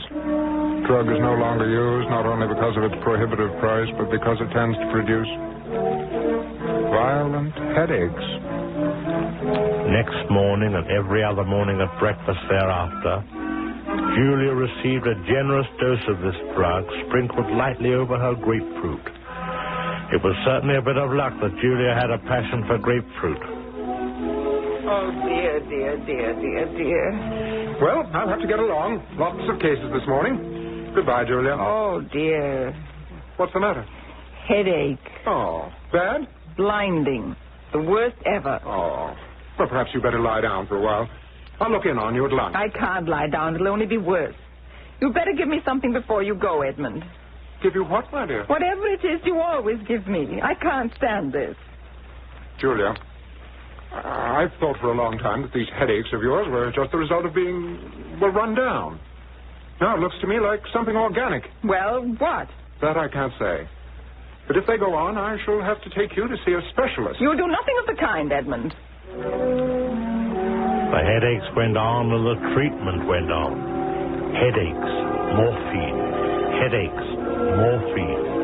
By the middle of January, Julia was getting a good 5 grains a day. So far, so good.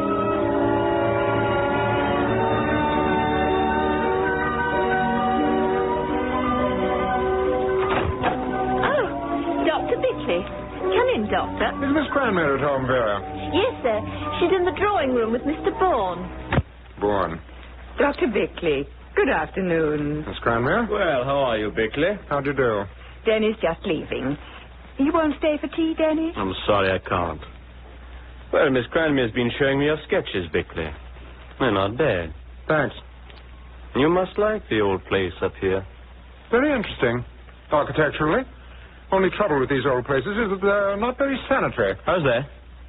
Plumbing's very bad. Oh, Dr. Bickley, really? Well, it is. Regular typhoid trap up here. Doctor. Well, thank you, Miss Cranmer. I've had a marvelous afternoon. Come again soon, Dennis. Right. Dr. Bickley? Afternoon. Edmund, that wasn't very clever of you. Wasn't it? What's he doing up here? I don't like him. Come and sit down, Edmund. You haven't answered me, Madeline. This is the 10th time I've run into him in the last month. Edmund, are you so blind? Blind to what? All I see is that you've constantly encouraged Denny Bourne to make this place a sort of... Of course I've encouraged him. Because of you, Edmund, don't you see? I have to let him come. I don't mind people talking about him and me. Let them say what they want. But I couldn't stand it if they talked about us, Edmund. Madeline, forgive me. Darling, don't ever be cross with me, please, darling. Madeline. I don't think you realize how difficult it is, Edmund. A girl like me in love with a married man. I know. It's difficult for me, too. I've tried to think it out clearly. I even spoke to Julia. When? Oh, a long time ago. You told her about us? No, certainly not. I should hope you wouldn't. What did you say to her? I asked her for a divorce. She wouldn't give it to you. She refused absolutely. You see, Edmund. You see how hopeless it is. No, it isn't hopeless. Give me time, that's all. Time? I seem to have a great deal of time, don't I? Madeline, look at me. You love me, don't you? You know I do, Edmund. How much do you love me? Edmund, what a strange question. How can you ask? Because I've got to know. I've got to know, Madeline. I love you. More than I could ever tell. Thank you, Madeline. Well, that satisfied Bickley, but he realized now he'd better get a move on. My dear, I can't do it. I just can't. I merely asked for relief, Edmund. But I gave you a grain, my dear, just before dinner. I know. Now my head's worse than ever. But it can't go on, Julia. What can't? All this morphia. Very bad for you, you know. You're coming to rely on it. Will you kindly put what you mean into plain words, Edmund? Well, to put it bluntly, it'll become a habit. If you're hinting that I'll become a drug fiend... Really, Edmund, what nonsense. Kindly come to the surgery and give me an injection at once. No. If you want any more injections, you'll have to change your doctor. I can't administer any more. For your own sake, Julia. Well, that night, Julia slept very soundly. Bickley crept slowly down the stairs to the surgery. Quietly, he opened the drawer which contained the morphia syringe. It had recently been used. Julia was following the course prescribed. She was now addicted to morphine, self-administered. Part 1 of the plan was complete. Now for Part 2. He sent a letter to Julia's brother and sister in a nearby town. Just what is this all about, Edmund? Is Julia ill? I'm afraid it's more serious than that, Hilda. Well, let's hear the worst and get it over with. What's the matter with Julia? Well, not easy for me to tell you this. But I felt as her brother and sister, you had a right to know. She's addicted to morphine. Morphine? What? You mean Julia takes dope? While you're visiting here, make some excuse to see her forearm. You can manage it, Hilda. You'll notice that the arm's almost covered with tiny punctures. Morphine. It's incredible. A dope fiend. Well, that would be a nice thing to get around, wouldn't it? We'll have to keep this hushed up, Edmund. Naturally. But I wanted someone else to know. I feel better somehow. You must admit that Bickley had done a very neat job up to now. By the time the brother and sister left, they were ready to swear that Julia was a drug addict.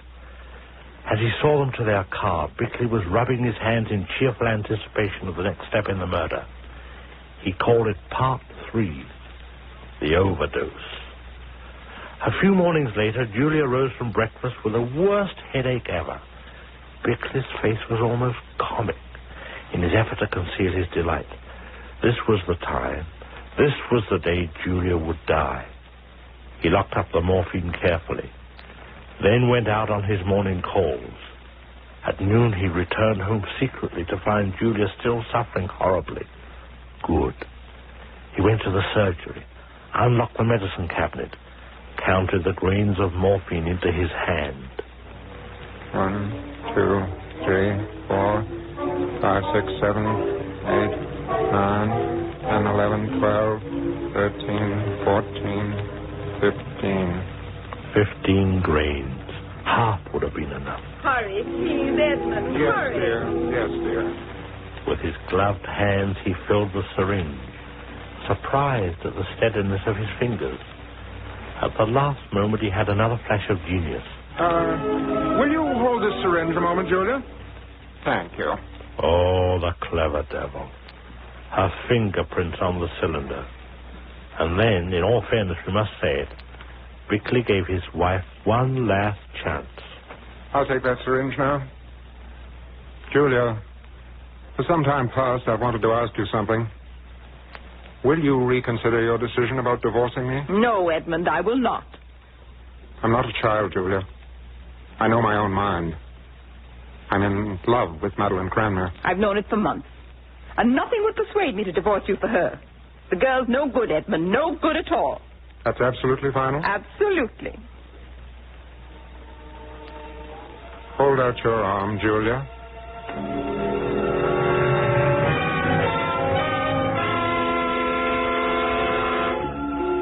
Oh, thank you, Edmund. Go upstairs, Julia. Go up and lie down.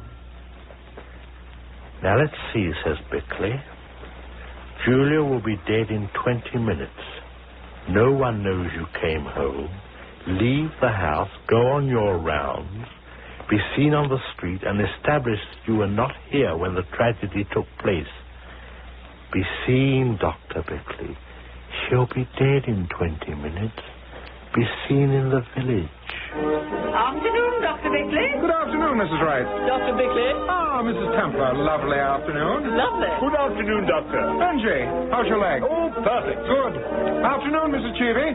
Mrs. Harford. Lovely day, isn't it? At the precise moment that Julia left this world, Dr. Bickley was at the other end of the village, sounding old Mr. Tracy's heart. He wished Mr. Tracy's heart didn't sound so much like a clock ticking. It made him nervous. 20 minutes from 12:30. That's 10 minutes of 1. She's dying. She's dying right now. Julia's dying. His heart is beating, living, beating. And hers is stopping. Dying. Stopping. What's wrong, Doctor? Is the old ticker on the blink, huh? Oh, no. No, Mr. Tracy. It's fine. You'll live, I think. Bickley didn't go home. Better let his maid make the discovery. What to do in the meantime? What about going up to the hall to see Madeline? When he arrived, he found another guest barring the doorway. It was Denny Bourne. I don't understand this, Danny. Where is Madeline? Isn't she here? Well, she isn't feeling well, that's all. She's up in her room, lying down. Well, go up and see her. I don't think you should. As a matter of fact, old boy, I think we'd better not come up here at all from now on. Really? Then why not? Well, it's only decent, you know. After all, with Madeline and I just becoming engaged. Engaged? You and Madeline? Engaged? Well, then she didn't tell you. Oh, she promised she would. I don't believe it. Why, you young fool. Now, let's not, after all. Get out of my way. Now, see here, Bickley. Get out of my way.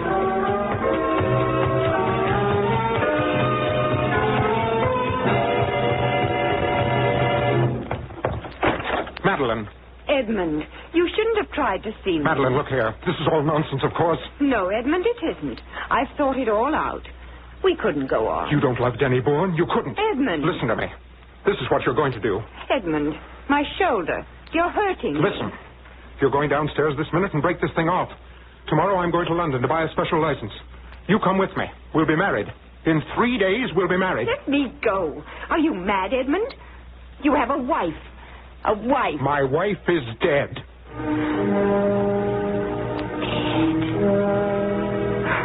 Danny? Danny? Danny? Shut up. Danny? Shut up, do you hear? Dr. Bickley! Dr. Bickley! Vera, Miss Cranmer's hysterical. Get me some cold water. Yes, sir, but the telephone, sir. Go on it at once. Mrs. Bickley, sir, she's... Oh, it's very bad news, sir. I'll take the call.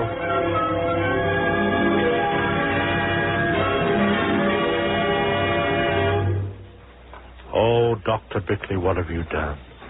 Have you put a noose around your neck, Doctor? You were not supposed to know your wife was dead. You hadn't been home. Are those nights and nights of wonderful visions to be wasted? Thrown away by one careless word? Dr. Bickley, oh, how could you?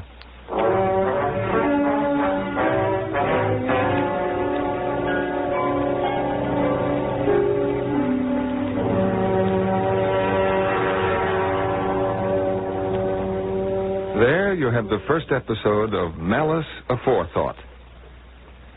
We'd like to leave you with one more fact which makes us feel that this series is destined for a really outstanding success.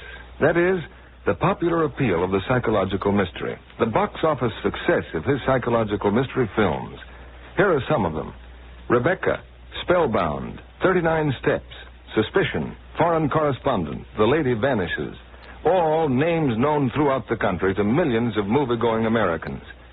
The consistent success of the Hitchcock films is not accidental. It is based on two things. One, Hitchcock's creative genius as a director and interpreter. Two, and this we believe is important to you, the obvious trend of public interest today in the psychological mystery. Well, I'm terribly sorry we're not able to finish the story this week.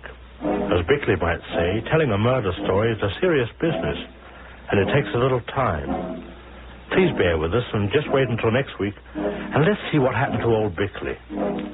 You think he'll get away with it? I wonder.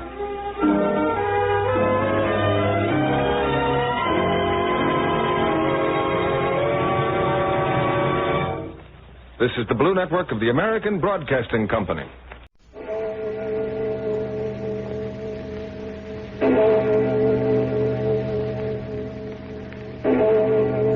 Murder at midnight. No, Betty, no. Don't make me... I say yes. It's got to be. And now and here, she's got to die. Betty. I say yes. Here. I'll hold her arm. All right, Betty, but... No, don't. I don't want to die.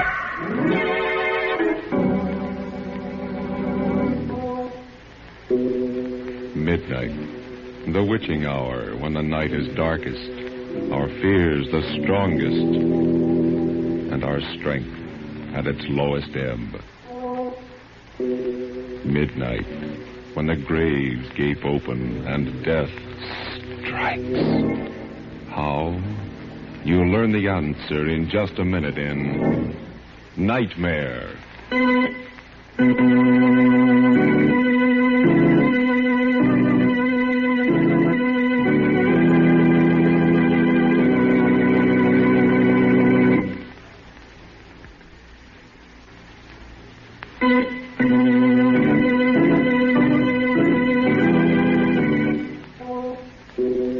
And now, Murder at Midnight. Tales of mystery and terror by radio's Masters of the Macabre. Our story by Joseph Ruskall is one of the most terrifying and fantastic nightmares we've ever heard. Its title, Nightmare.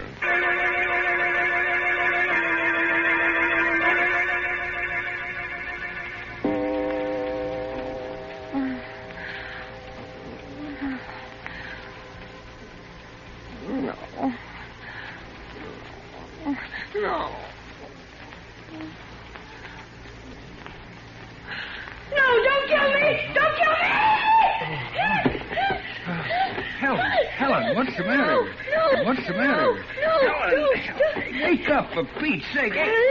Stop it, Helen, stop it. It's me, it's Ernie. What?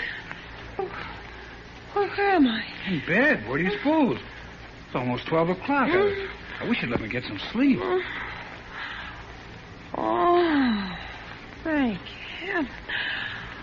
Oh, it must have been just a dream. Oh, thank the Lord. Oh, Ernie, it was so real. I dreamed somebody was leaning over me just now with a pillow. Oh, it was horrible. They were trying to smother me to death.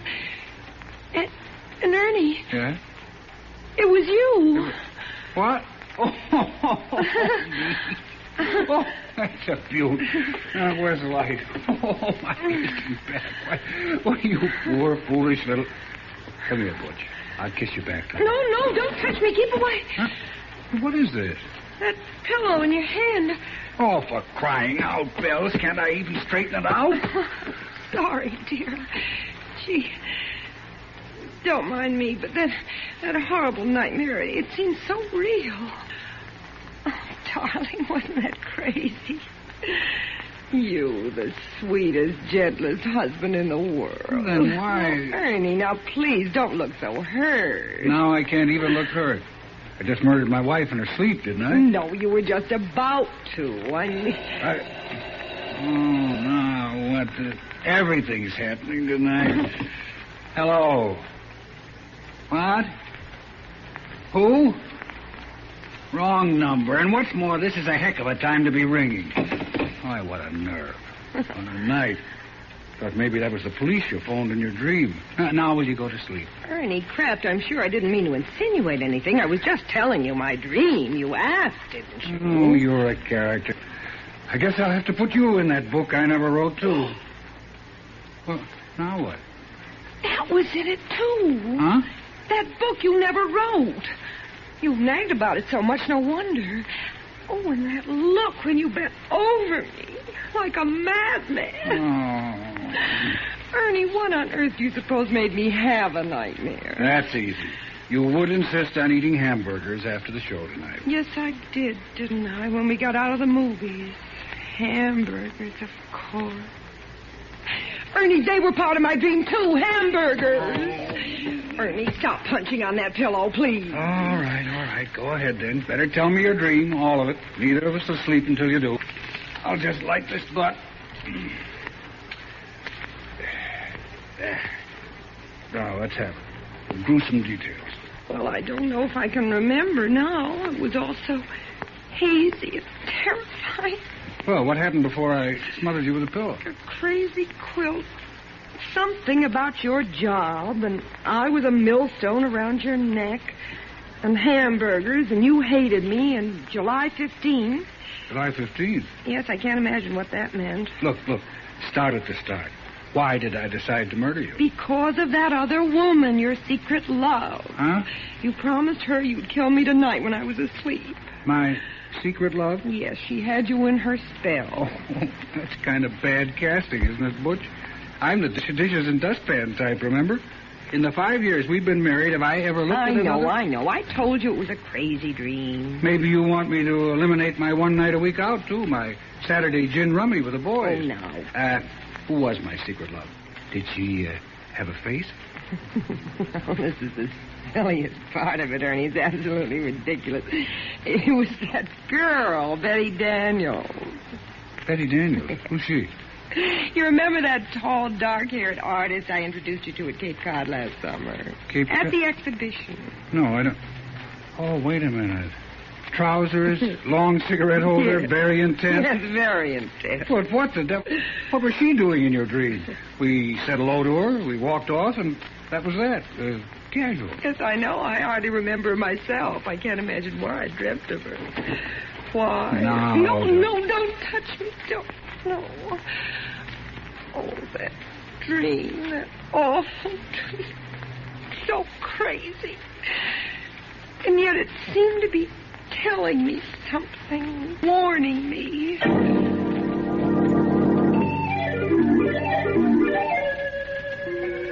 Strange and weird. You know how dreams are. First thing I remember is Provincetown and us looking at the art exhibition just the way we did last summer. Only now the picture was about 10 feet tall and hanging crooked. And then she came along. Betty Daniels. Just the way she did then. Hello, Helen. And I introduced you the same as I did then. Only not exactly the same. Like in a dream. You know, silly. Betty Daniels, this is my husband, Ernest. He is very faithful to me. How do you do? How do you do? We've never met. That's a marvelous Goya painting, Helen, don't you think? Or do you prefer hamburgers? Well, My wife prefers hamburgers, Miss Daniels. Oh, I didn't know. Only after a movie, though. Anyway, I'm sure I can't tell one painting from another. My husband's the art lover in the family, I guess, and I just tag along for the fish. Only I don't like fish. I like hamburgers. I know. You don't wear trousers like I do. You're fluffy. Betty and I met on the beach here, and she's a painter. Our rowboats got tangled. That's how we met. Yes, it was all very casual. I hardly remember. Well. Ernie and I are going back to New York today. Isn't that a shame? I wish you two wouldn't stare at each other so. Well, we better run along, Helen. Lots of packing to do. Ernie has got to get back to his silly old job. He's a reporter. A reporter? Shouldn't he write a book he never wrote? Well, imagine. That's what he always says.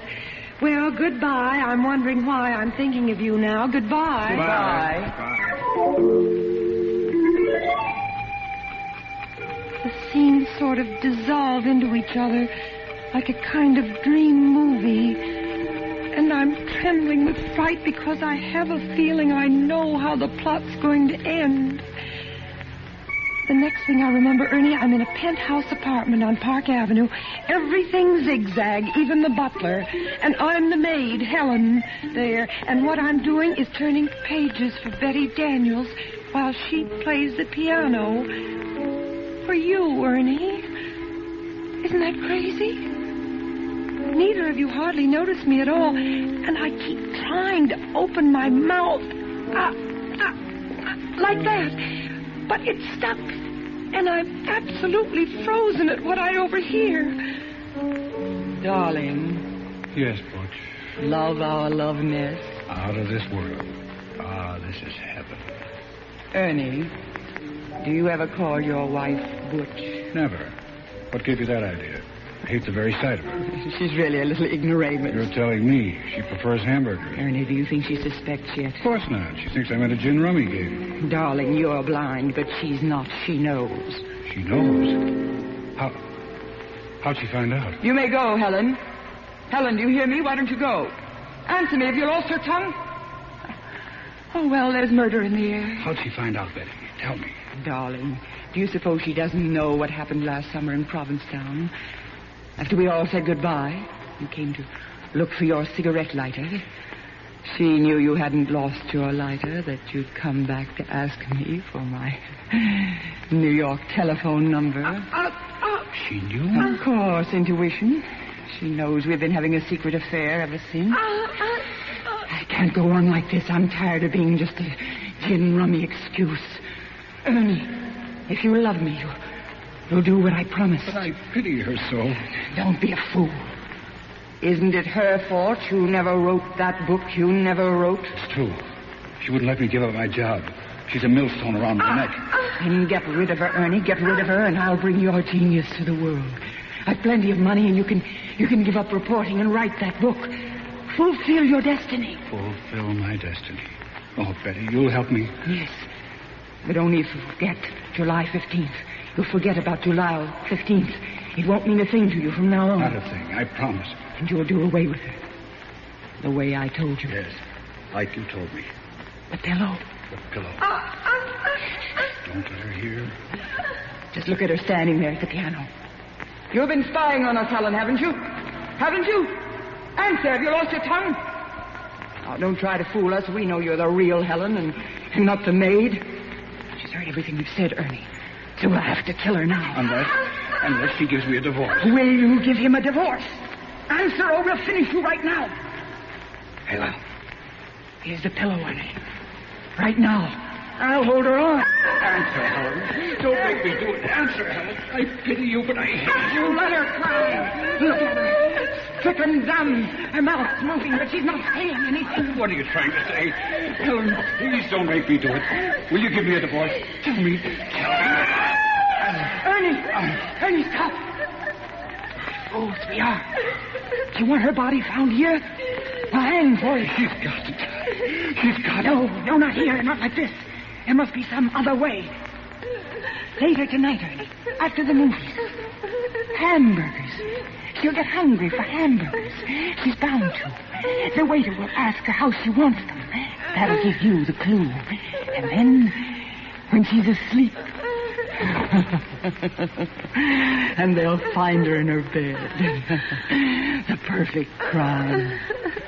Don't you see, Ernie? Hamburgers.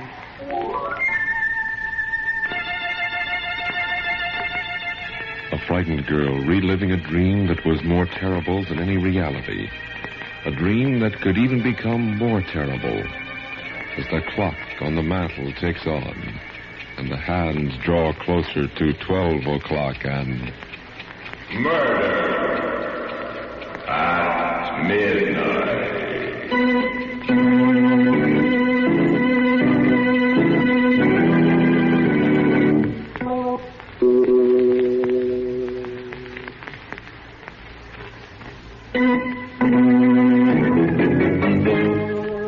And now back to Murder at Midnight and Nightmare. Well, let's hear the rest of this dream of yours, Helen. What happened after that? Well, it was after that it really got bad. It was so crazy, but so real. I don't know what stopped you, Ernie, kept you from killing me then, but you didn't. And still I knew you were going to. You dragged me out into the street and then into a movie and then out again. And I looked at you and you were crying because you'd made up your mind to finish me off when we got home. You should have let me write that book, Helen. You should have. And I kept crying, I love you, Ernie. Don't kill me, please. Don't kill me tonight. But I've got to. I've got to. I pity you, but I've got to. And you pulled me along through the streets again. I was terrified. And then I saw a policeman and I cried to him, "Officer!" Yes? What is it, lady? Please save me. My husband here wants to kill me. Oh, wants to kill you, eh? Why, that's a crime. A felony. Why are you joking? Don't joke about it. Do something, please. I'm frightened to death. Don't pay any attention to her, officer. She's dreaming. I'm not. Don't believe him. He wants to wait till I go to sleep tonight. And then as soon as I fall asleep... Oh, come now, lady. He wouldn't do it to you in your sleep. Why, you're cute. Not in her sleep now. Would you, mister? Of course not, officer. Not in her sleep. As a matter of fact, we're stopping off first for a hamburger. She's hungry. No, I'm not. I mean, I am, but I don't dare. I'm starving, but I don't dare. He's just waiting for me to order one, officer, to see what I'll say. And then he'll take me home and kill me. Oh, lady, stop. Sure, and you're breaking me heart. Come along, dear. No, officer, please protect me. Don't let him take me, please. Come along, I say, darling. And then we were in the little lunchroom in our neighborhood, around the corner from our house, sitting on stools. The counterman came over to us. He winked at you, Ernie, and you winked back at him, and he said... Evening, folks. What do you have? You looked at me, but I shook my head. I shook my head, and the tears were streaming down my face. I tell you what, Joe. Make it 2 hamburgers. Right. Rare, medium, or well? Medium, Joe. Make mine medium. Right. And the little lady? How do you have yours, Helen? How do you like yours? Make hers medium, too. 2 hamburgers, medium. 2 medium. Coming out. And what do you have on them, folks? Relish or onion? Relish. Make mine with relish, Joe. Right. And the little lady? Man's talking to you, Helen. How'll you have yours?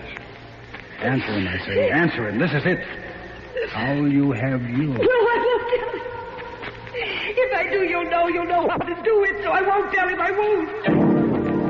The next thing I dreamt, we were home again, sitting in the parlor, everything exactly the same, Ernie, just like tonight before we went to bed. But in my dream, I was sitting paralyzed in a cold sweat, waiting for the word from you that meant my death. Well, Butch, I guess we better hit the hay. What do you say?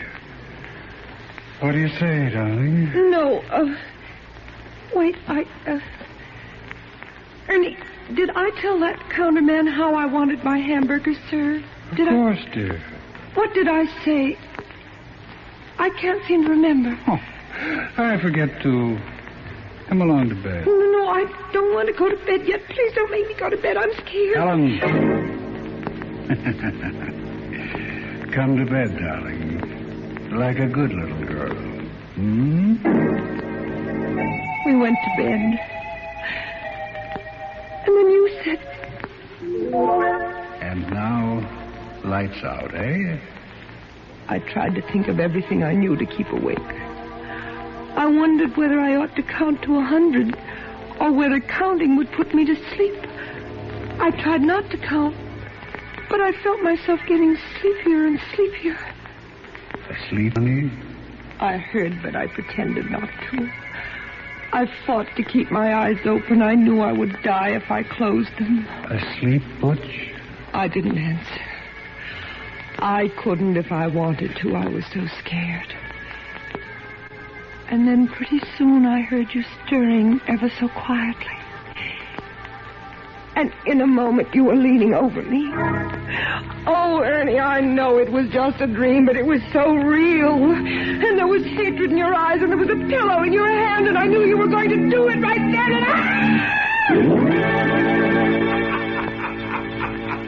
Oh, that's a beaut, that's a honey.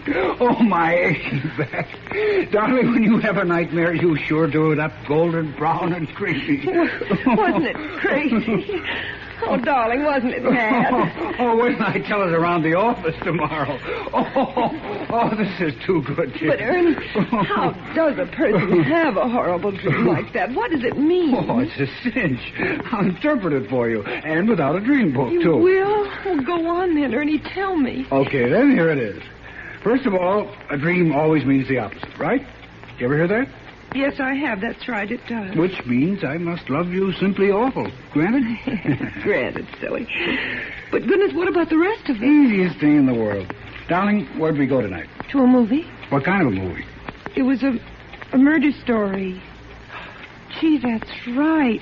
Do you think that was... Now, don't interrupt, Butch. Who was starring in the movie? Betty Davis? Repeat the first name. Betty. And the villainess in the dream, my secret love, the girl we met last summer, was also Betty. Betty Daniels. Oh! Well, that gave you Betty on the brain when you went to sleep tonight, and movies and murder, and those hamburgers you did stop to eat after the show wrapped up the whole sequence. And no wonder. They're still lying on my stomach, too. Well, what was the pillow doing in it? Sweetness in life, what were you talking about early this evening? That chore you intend to get after someday? Oh, yes, I've got to stuff the pillows. They're caved in the way the feathers have come out. Right, that's your pillow you had on the brain, which brings me back to the hamburgers. Yes, I was going to ask you. I mean, that nonsense of how did I want my hamburgers, what did all that mean, for heaven's sake? Precious, how did you order your hamburgers done tonight? Remember? No, I can't recall. Of course you can. Think now. How do you almost always order your hamburgers? Smothered in onions. Oh, Ernie, of course. Smothered in onions. Smother, pillow, smother with a pillow. Check. Oh, my heaven sakes alive. Oh, my gosh. So that was it. Oh, if that doesn't beat... Ernie, that was wonderful. Really. The way you did that, figured that all out. I think you'd make a terrific detective. So I'm a police reporter. Close enough. Darling, it's made me think so. But maybe I have been a little bit selfish. What do you mean? Well, that book you always want to write. Maybe I ought to let you give up your job and try. Oh, and have us both starve? Nuts. Anyway, in my sane moments, Helen, I've always known the truth. I'm no writer. If I had it in me, it would have come out of me, job or no job. I could go back to work again, you know. I could take up nursing again. It was pretty hard, No, nonsense. I won't have it. I won't say any more about it, and that's fine. You're a swell guy, though, Butch, to offer to. Oh, there was one thing more, Ernie. Yeah? What do you suppose that was all that about July 15th, about your forgetting July 15th? What did that mean, do you know? Yes. Don't you? No, I can't. It does seem familiar, but I can't seem to... Where are you going? Get something out of my wallet. Wait a minute. What's the date of our anniversary, Helen? July 15th, of course. Tomorrow.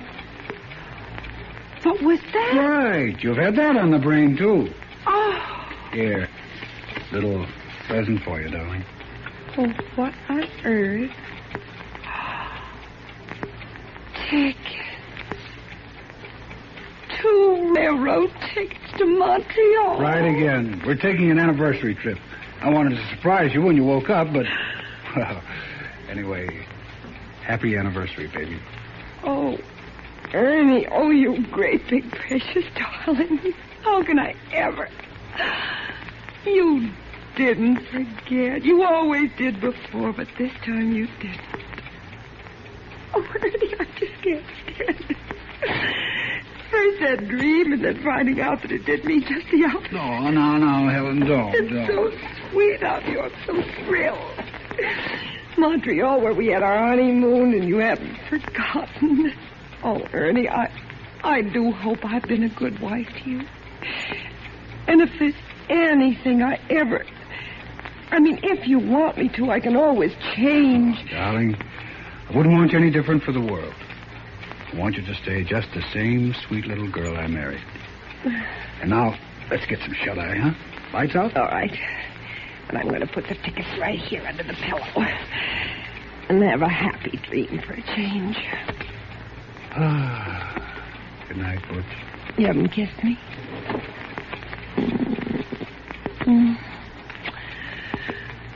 Good night, dear.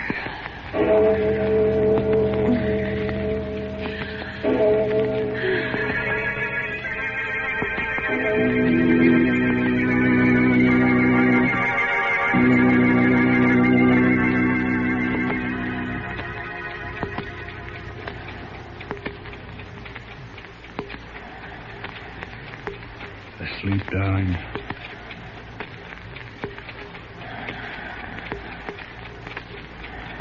Darling, are you asleep?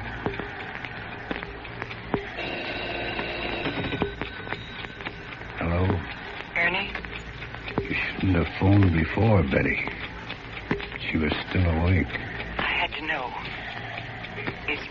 Is it done? Not yet.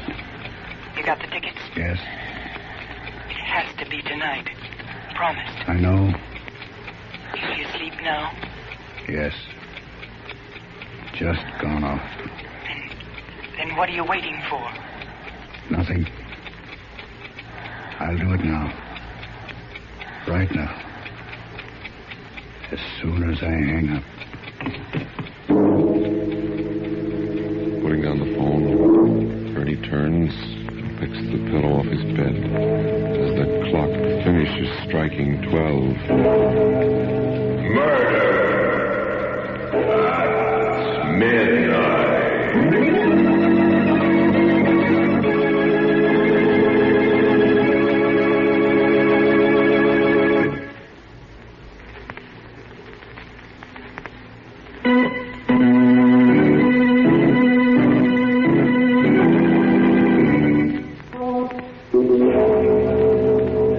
Remember to be with us again when death appears out of the darkness, wearing the face of one you know, and the clocks strike 12 for Murder at Midnight. Martha Helen was played by Elspeth Eric. Walter Vaughn was Ernie. With music by Charles Paul, Murder at Midnight was directed by Anton M. Leader.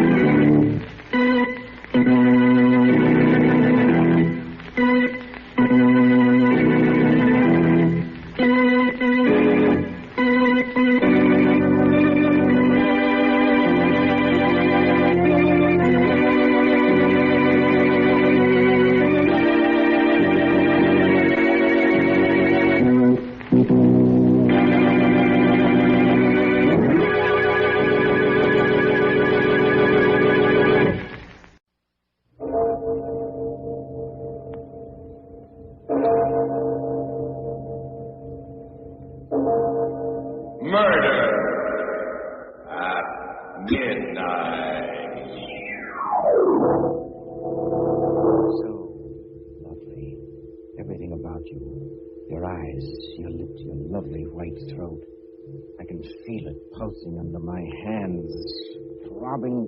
Don't, Frank, you're hurting me. You're choking me. No!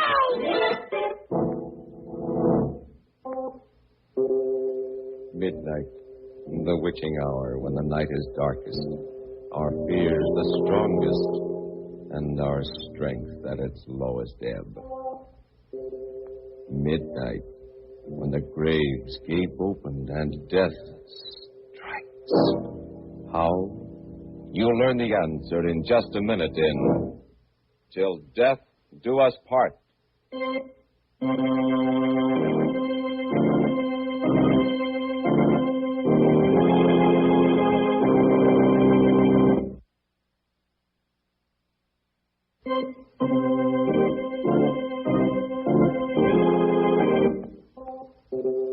And now, Murder at Midnight. Tales of mystery and terror by radio's masters of the macabre.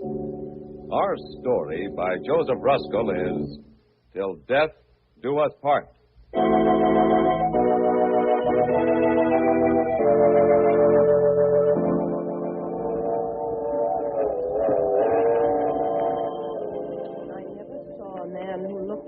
Wistful eye upon that little tint of blue which prisoners call the sky. Ruth, I want to tell you something. Put down that book and listen. I love you.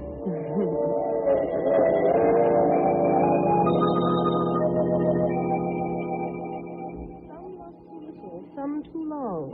Some sell and others buy. Some do the deed with many tears and some without a sigh. You hear me, Ruth? I love you. Some do it with a bitter look. Some with a flattering word. Professor Clark. Yes, Professor Clark. Love me, darling. Wildly? Put the book away. Almost there now. Bridal suite waiting. Oh, Frank. Promise you'll always love me. Till death do us part.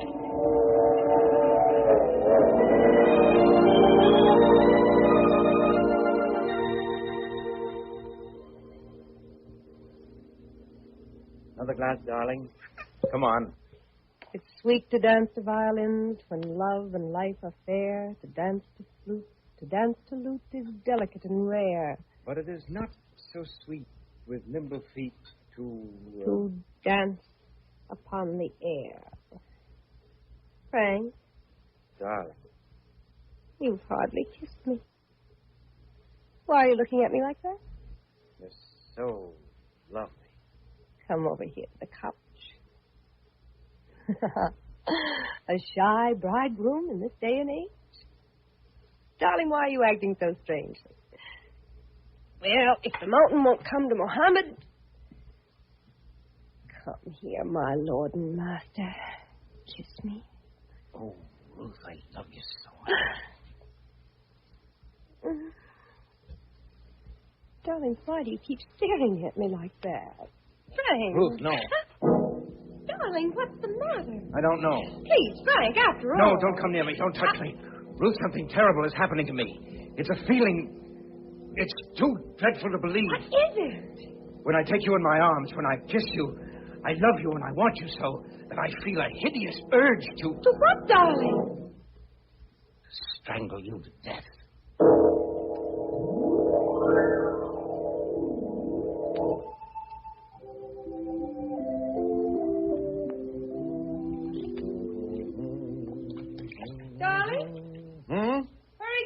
Just brought in breakfast. What are you doing? Shaving. Finishing up now. Morning, Professor. Morning, Professor. Life is wonderful. Wonderful. How? Thank you. Leave us enter the parlor, husband. Yes. Leave us eat, my bride. Ah! What feast is this that tempts me palate? Fall to, spouse. Ah! Citrus, my favorite ice squirt. I'm so happy I feel like dancing. It's sweet to dance to violin. Yes, that's right. How's it go? It's sweet to dance to violin. When love and life are fair. Eat, dear. What's wrong? I guess I'm not very hungry. Frank, you're thinking of that incident last night again. You are, aren't you? How could I have said that to you? I can't understand it. What got into me? Now, darling, you're to forget it. Don't talk about it anymore. Don't even think of it. It was just your little joke. Some joke. Wonder I didn't frighten you to death. Well... The funny thing is, the next minute I was laughing at myself, and so were you. But when I said it, Ruth, I can't explain it. I can't eat now. Frank. It was like an obsession. Yes, that's it. It was an obsession. Ruth, you're a psychologist. What does it mean? To have felt that horrible urge to do that to you. To you, I must have been mad. Now, darling, don't say that. Don't spoil our honeymoon with this nonsense. You'll be talking things into yourself. I don't know what it is. Your nerves are on edge from your accident, that terrible crash just 3 months ago. Please, Ruth, please. I don't want to think about it. I can still see it, that horrible, twisted wreckage. Well, you're lucky you're alive. Be thankful I am. She was hitting 80, showing off. I couldn't stop her, that daffy little sister of yours. Darling. I'm sorry, dear. I'm sorry. I guess I felt as awful about it as you did. Brilliant student, could have been one of my best if she'd ever opened a book. The poor kid, what a way to die. Maybe if I hadn't accepted a lift to town, who knows, she might still be... Now, please, darling, let's forget it. It's not good for you. You haven't been at all yourself ever since then. No, I haven't. Have I? Well, everything has its compensation, dear. After all, that's what brought us together. Closely, I mean. Yes, that's right. In the hospital. What? You were an angel. Oh. Well, you were just an angel from heaven, the way you helped to nurse me through all that time. When I was only half conscious. Nursed me and read to me. Read to me? Yes. The way you read to me. Why do you say it like that, Frank? Well, I don't know. There's something you read to me over and over when I was barely conscious. I've heard it ever since, deep down. I can't seem to recall it, but I feel that it had something to do with my crazy behavior last night. A line. It's still with me. It never seems to leave me. Seems to make me want to do something horrible. Now, Frank, stop talking. You're ill again. You're pale as a ghost. What is that line? I've got to know. Please, darling, please, stop shouting. I'm with you. Your love is with you. Now kiss me, dear. Hold me tight. Oh, so lovely. Everything about you. Your eyes, your lips, your lovely white throat. I feel it pulsing. I can feel your throat pulsing, darling, in my hands. Pulsing. No, Frank, you're hurting me. Oh, you're choking me. No!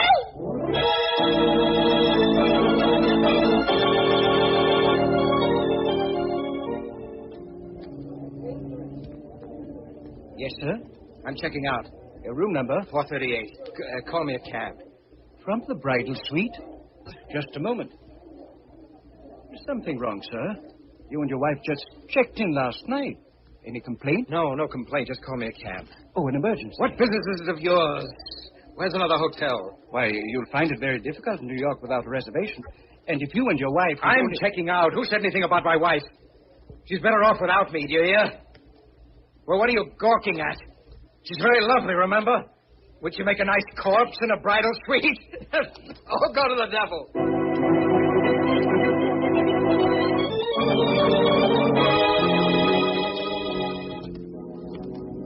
Where to now, mister? Where now? Just shake off that other cab. I did. 3 hours ago. I told you 10 times. What now? Just drive around the park. We've been around and around and around. How long can this go on? That line. What was that line? What was it? Huh? What was that line? Look, pal, we going over that again, too. What line? You want the 7th Avenue line? If I'm not talking out of turn, Bud, you must have lifted quite a few today. Get me to a hotel. We tried a dozen. Remember, they're full up. Hey, just who are you, mister? What's your racket?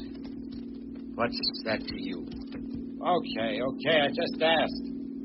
I was a teacher, cabby, in a woman's college. But that's only a blind. My name is Jack the Ripper, see? But some people just call me Bluebeard. Huh? This is the end of my line, chum. Pay up and get out. No, I won't. You can't make me get out. You can't. I can't, huh? No, because if I do get out, I may go back. And if I go back, don't you understand? I'll kill her.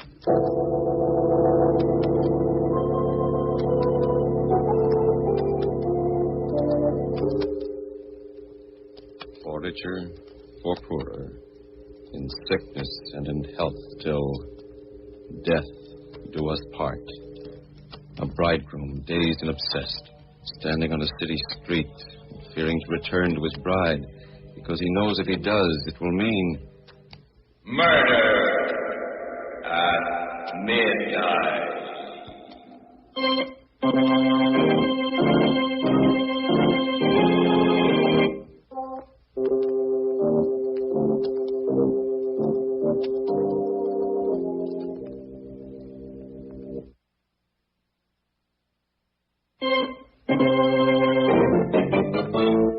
And now, back to Murder at Midnight and Till Death Do Us Part.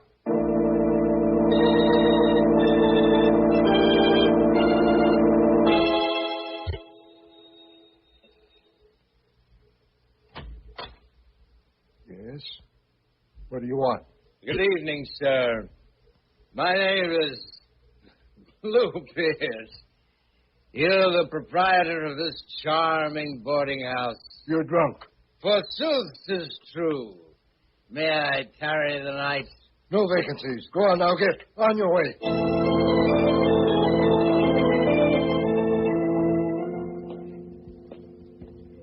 Where's his room? Top floor, rear, Mrs. Clark. He came in about an hour ago. Drunk as you please. He asked for a single. I'm not one to rent to drunks, mind you, but I can see he's really educated. And a gentleman, though a queer one, if you ask me, with his eyes all bloodshot. Here it is. Did he say when he'll be back? He said he was going for his bags. I'll just wait in his room if you don't mind. Hmm. It's all right. I'm his wife, I tell you. Well, I don't know. Something mighty fishy about all this. Well, excuse me, there's the hall phone. If it's not one thing, it's another. All right, all right. Hello? Yes? Who? Who? Oh, just a minute. It's him, ma'am. He wants to talk to the lady who just came in. Let me speak to him. Hello, Frank. I saw you go in. What are you doing in my house? Darling, it's so good to hear your voice again. I was so worried. Answer me. What are you doing there? How did you know where to find me? I've been following you everywhere. I don't want you to leave me, darling. I love you. Get out of there. Stop haunting me. I'm no good for you. Haven't you had enough? Go away. I won't. You need me. I'm your wife. Come back to me, Frank. Back? How can you still want me? What are you inviting? Why don't you take a train home? Do you want to die? You know I'll kill you the next time we're alone. You know I've gone mad. Now, don't say that. You're just ill, and I'll nurse you back to health. Oh, Frank, this is your wife talking. What sort of spineless thing do you suppose you've married? What would you have me do? Run to the police and ask them to protect me from my husband? Run to the police and cry that the man I love wants to kill me? Run to the police and tell them... That's right. Of course. Why didn't I think of that before? No, Frank! Frank! Frank, what are you going to do?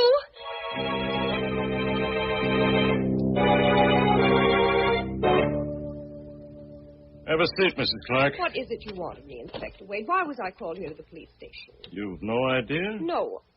Oh. Is he here, my husband? He told you? But I thought he was just drunk. Oh, I told him not to come here. I told him not to. Then it's all true? Yes. This beats anything I've ever heard. Man loves wife so much he wants to strangle her. Kisses her. Gets an irresistible yen to choke her to death. And on their honeymoon. You want to prefer charges? Prefer charges? What for? Well, attempted homicide ought to cover it. I won't. He's my husband. I love him. I'll stick by him no matter what. But he ought to at least be sent to Bellevue for a mental... Oh, no, you won't. There's nothing mentally wrong with Frank. Nothing at all. It's simply nerves, the result of an accident he had recently. This really takes the cake. Mrs. Clark, another thing that puzzles me. Yes? He kept raving about a line when he staggered in here, as if it were life or death. A line of poetry he couldn't remember. Wanted me to tell him what it was. Confidentially, I've only read one poem in my life. Now, what's that all about? I haven't the vaguest notion, Inspector. Just part of his neurotic state, I suppose. When we get back to our hotel room... What? You want him back after what happened? Yes. Don't you see, I must cure him of that awful obsession. Who else can do it but me? I'd like to see him now, Inspector. Please release him to me. I'll take the consequences. He's not here. Not here? No. We held him overnight just to let him sober up like we would any other drunk. Thought it was just all boozy eyewash. Well, this morning he seemed a new man and laughed it all off. So we released him. Just a few minutes ago. Oh, wonderful. But then I had a hunch I ought to warn you anyway. Just a hunch. Warn me? Yeah. He said he was going to call on you tonight at the hotel for a little reunion. Oh, how marvelous. Maybe he's all cured. I don't know. I didn't like the way he smiled when he said it.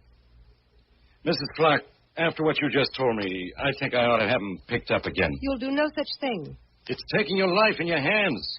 I think he's got wheels in his head. I don't care. I love him. You die just as dead when you're in love. I'm not afraid. I'll never leave him. Certainly not now when he needs me more than ever. Is that all, Inspector? Okay, lady. You're 14 carat. He sure doesn't deserve a wife like you. And don't say I didn't warn you. It's your funeral. Thank you, Inspector. Goodbye. Oh, Mrs. Clark, there's one more thing perhaps I ought to tell you. Yes? When I released him just a while ago, he said something else that puzzled me. That being in jail had suddenly given him revelation. He smiled very queerly when he said it. Oh? I think maybe he found that line of poetry, Mrs. Clark.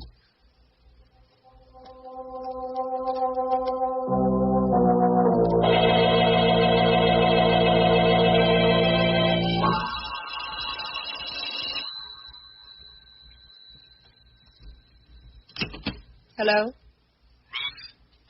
Where are you, Frank? In the lobby. Come up. I don't know exactly what your game is, my sweet bride. But I'm warning you. I've had revelation. I know. It's high time. I'm going to finish it, Ruth, this time. You asked for it. Come up, Frank. Sure? Sure. Your funeral.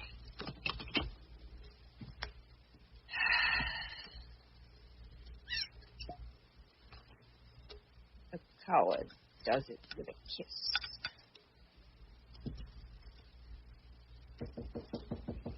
Come in, Frank. The door's open. Throwing a party, my dear? Yes, Who's invited? you and I. What are we celebrating? An uninvited guest at our honeymoon. Death has come with you, hasn't it, this time? Yes. Shall we drink to him? Why not? Do you still love me, Frank? Yes, I still love you. But I love you better when you're dead for what you've done. How much do you know? Not enough. It came to me in jail last night. The jail had something to do with it. How, I still don't know, but enough to make me remember something you whispered in the hospital when I was just coming to. You said, "I'll get my revenge, Frank. Do you hear me? I'll get my revenge." Splendid. Hey, from memory. What else? Enough to make me realize that you hate me and have always hated me, although you pretended otherwise. Brilliant. Say loved and hated you. Go on. And that somehow, I don't know myself in what way, but I'm sure it must be a very clever way, as your psychology students would agree. You've been coldly, deliberately torturing me, trying to make me think myself a maniac, or have others think so. Close enough. Why, what I can't understand is why you did it, or why you weren't afraid that I'd really murder you. You'll soon find out. And I'm convinced now that you've done it all with a single line. A single line of poetry. In my jail cell, I was sure of it. The very walls seemed to tell me, I don't know why, that it was a line that you kept reading to me at the hospital. Over and over and over again. That made me think I wanted to kill you. And what was that line? That's what I'm going to find out. Right now. Don't come any closer, Professor. You know, it's perfectly ridiculous. Looking at you now, close to you where I can almost touch you, that crazy obsession is still with me. I laugh at it intellectually. I know that you've tricked me into it by some very obvious power of suggestion, but I still feel that way. Don't come any nearer. I'm warning you. Isn't it eerie? I still love you and can strangle you for my love. And will. Stay where you are. You're not going to kill me, darling. I'm going to kill you. Now, do you see why I wasn't afraid of you? That gun. You've had it all the time. Correct, my love. Right here in the wine table drawer. I've planned this all along, Angel. From the very first. Before we were even married. Yes, your intuition was right. From the day you and my little sister were brought to the hospital after the accident. From the day she died. And the doctor said you'd pull through. I planned it all. And it's worked out like a perfect equation every step of the way. Why? Why? I had to commit the perfect crime, and I've done it. Even the police will testify that it was self-defense against a homicidal maniac. And when they find you here with a bullet in your head, they'll congratulate me. But what's this all? I still don't It had to be the perfect crime because I must go free. You see, one life has already paid for yours. And quart for quart, your blood is worth no more than my family. I don't understand this at all. What did I ever do? You killed my sister. I killed her? You told me before she left on that drive with you that she was going to crash the car. She left before I could stop her. She told me everything, Frank, including what you'd done to her. Everything. I see. So that's it. Well, I don't suppose it would be of any use my trying to convince you. No use. I've waited a long time for this moment. Revenge is sweet. And it was such fun to torture you. I used a weapon I knew. Of course, it was power of suggestion. Sure, you guessed it. But what a pity you don't know the line yet. What was it? What was it? Tell me. Tell me. Don't keep me in torture. Keep back. Think hard, Frank. Think all around it. What about a jail and the revelation it gave you? What about a famous poet who wrote a famous poem while in jail? Why? Yes? Oscar Wilde. That's it. Yes, that's it from Oscar Wilde, a ballad. Of course, the ballad. The ballad of Reading Jail. How could it ever have escaped me? Why, you witch, you've even been reading from it on our honeymoon. But what part? What verse? What line? What was the line? Don't take another step or I'll pull the trigger. Give me the line. I say I still can't think of the line. Keep back or I'll shoot. Oh, no, you won't. One more step and I'll shoot. Tell me that line or I'll kill you.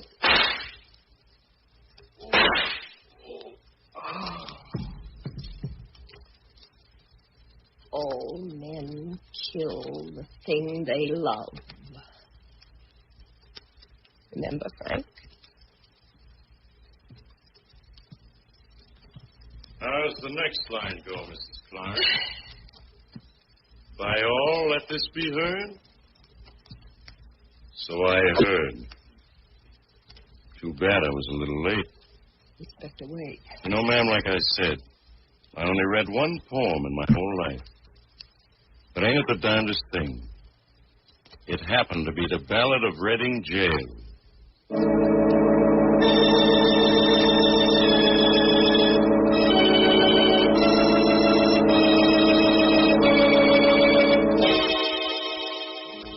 Till death do us part. A honeymoon in the bridal suite. Red wine spilled on the table. And red blood on the floor as the clock strikes 12 for murder at midnight.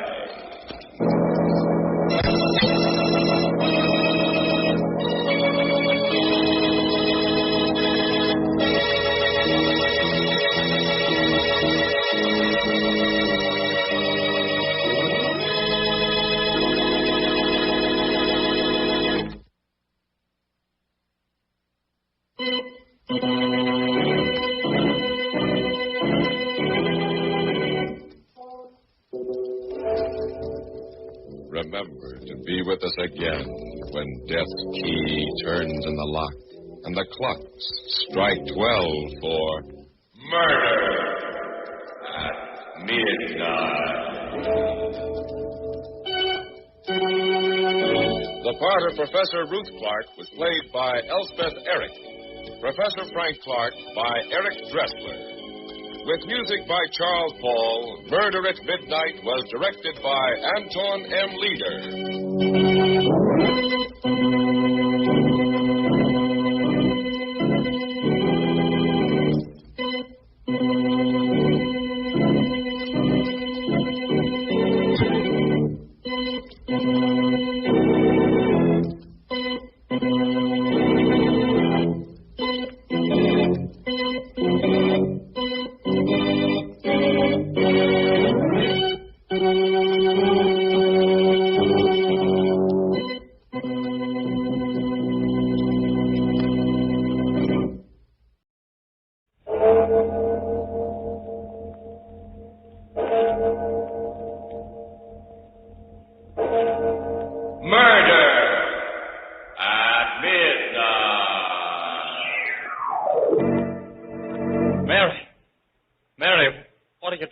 Knife. Knife? Why, this isn't a knife, Carl. It's a letter. Can't you see that it's a letter? You're just imagining things again. Put it down. Put Either it down, that do or you you're hear? trying to make me believe I'm imagining things. All I want to do is read it to you. Keep away from me. Keep away. But I'm telling you, all I want to do is show it to you. Show it to you like...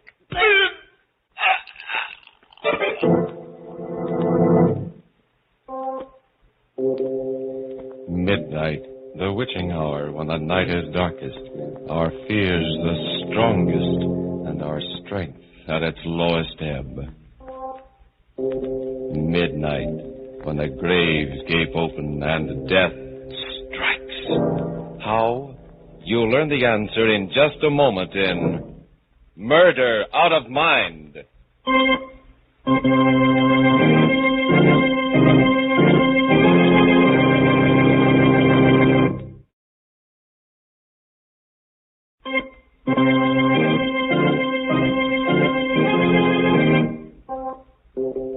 And now, Murder at Midnight.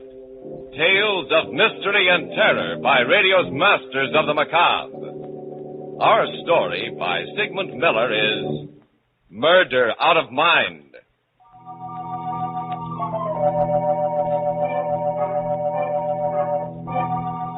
$12:00, midnight.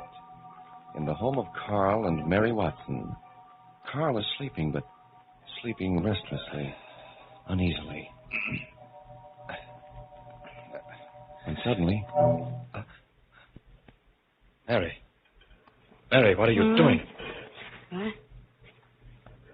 Doing? What? That knife. There in your hand. A knife? I don't understand. What am I doing with a knife? My guess would be that you were about to kill me. Oh, no, I couldn't. Wait till I put on the light.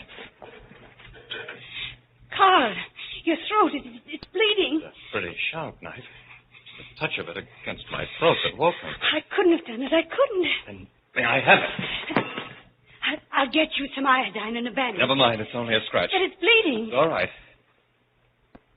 Why did you want to kill me? I didn't want to kill you, Carl, darling. I don't know how the knife got in my hand. I was asleep. I don't remember getting it. I don't remember anything. You do believe me, don't you, Carl? You know I wouldn't hurt you for anything. I do believe you, Mary, but... Why should I do such a thing? Possibly because you hate me and wish I was dead. What? Oh, but I don't, Carl. I love you. I always have. It's possible to hate someone and not even realize that you No. hate them subconsciously. You haven't been feeling too well lately, have you, darling? Oh, only since George's accident, when he was killed. That could be the reason, you know. Because I lent your brother the car, you could hate me for that. No, that isn't so. It wasn't your fault. Of course it wasn't my fault. Your brother was reckless and foolhardy. Don't say that. You see? Carl, you think I'm going crazy? No, but I think it might be a good idea for us to see a doctor. A doctor? A psychiatrist. Oh, I don't need a doctor. It won't happen again. I swear it won't. You can't tell, darling. It wasn't something you did deliberately. You might do it again still without knowing it. Next time you might succeed. I think we'd both feel safer if we did see a doctor.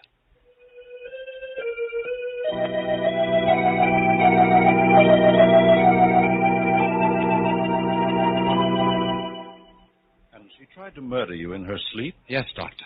And she was asleep, really asleep. Well, has there been any other manifestation of erratic behavior? Yes, lots of little things. She's abstracted, often hears things that aren't there, very forgetful. Well, the other day she forgot to make dinner for me. Of course, she was abject about it, but they all seem to point to an unconscious hostility toward me. Well, let's call her in. Mrs. Watson, will you come in, please? Good morning, Dr. Heller. Good morning, Mrs. Watson. Has my husband told you? Yes, he did. Won't you sit down? Yes, thank you. Tell me, were you very much attached to your brother?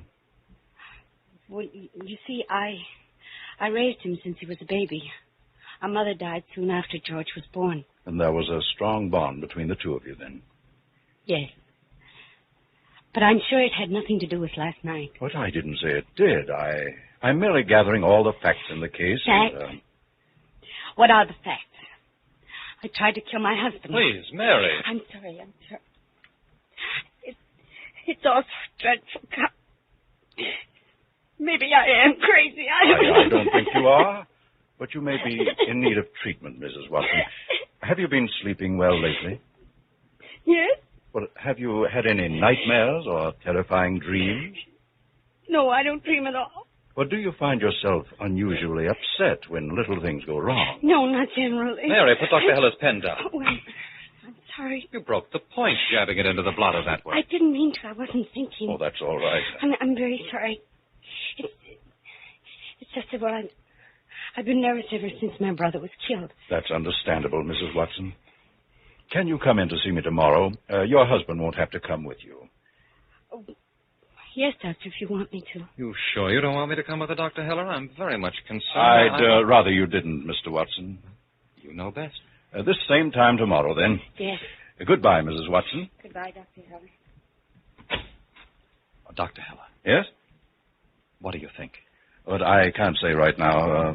This was just a superficial examination.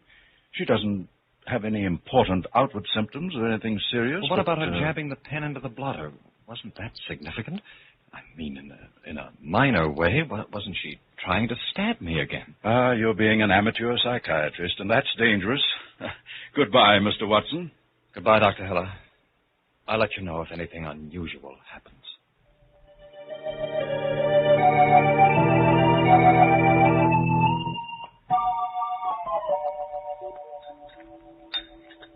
Do you want another cup of coffee, Carl? No, darling. Why don't you go to bed? I'll do the dishes. No, I can do them. I feel fine. I'm not tired at all. Put the knife down, Mary. I was just going to cut some cake. Oh. I guess I'm just a little jumpy. You're afraid of me. Oh, don't put it that way. It's just that, well, we should be careful. Yes, Carl. I'll sleep in the living room tonight. Well, perhaps that would be best. Then...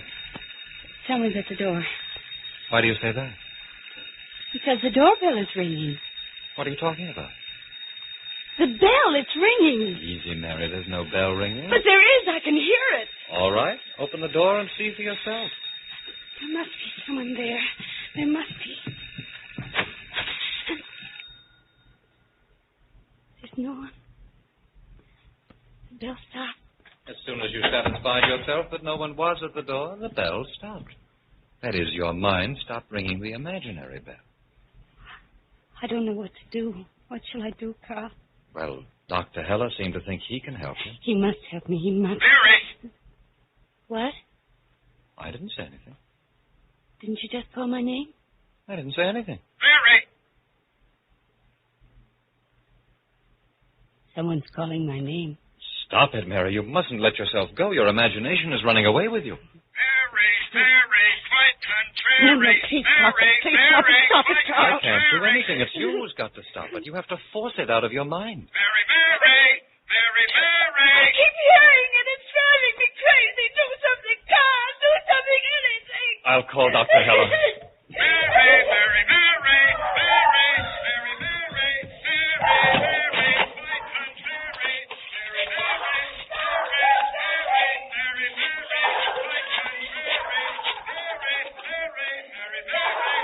Dr. Heller. Carl Watson. Can you come over right away? Yes, she's bad. Very bad.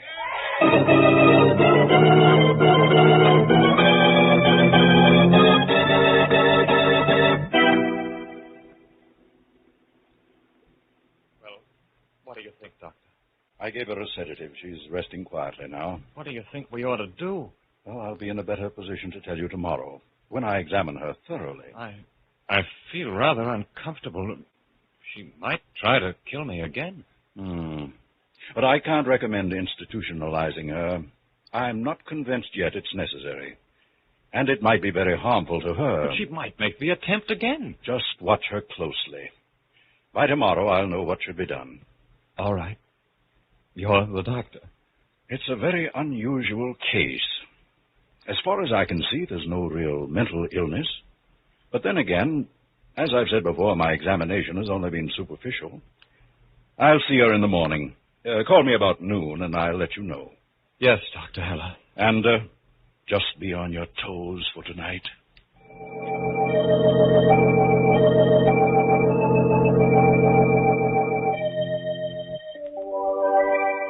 You have a good night's rest, Mary? Yes, dear. I slept very soundly after that stuff Dr. Heller gave me. Oh, that's wonderful.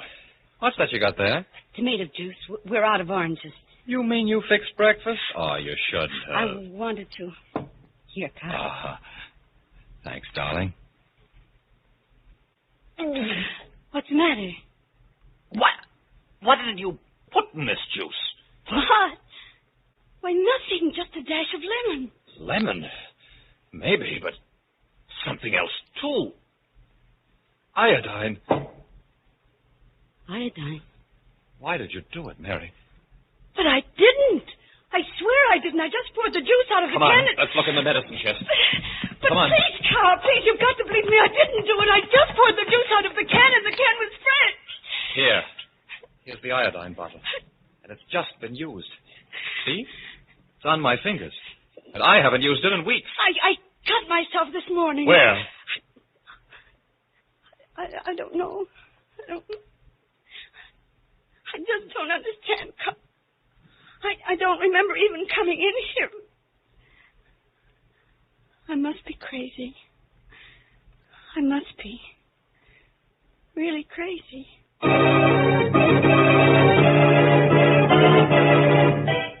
A pen stabbed into a blotter and poison for breakfast. Are these both repeat performances of that first attempt to commit murder at midnight?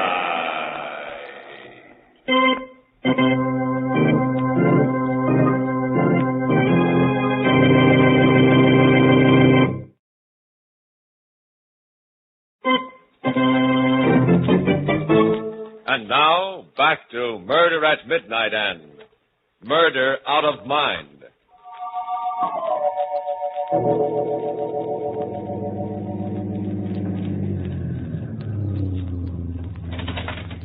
Irene, over here. Get in quickly.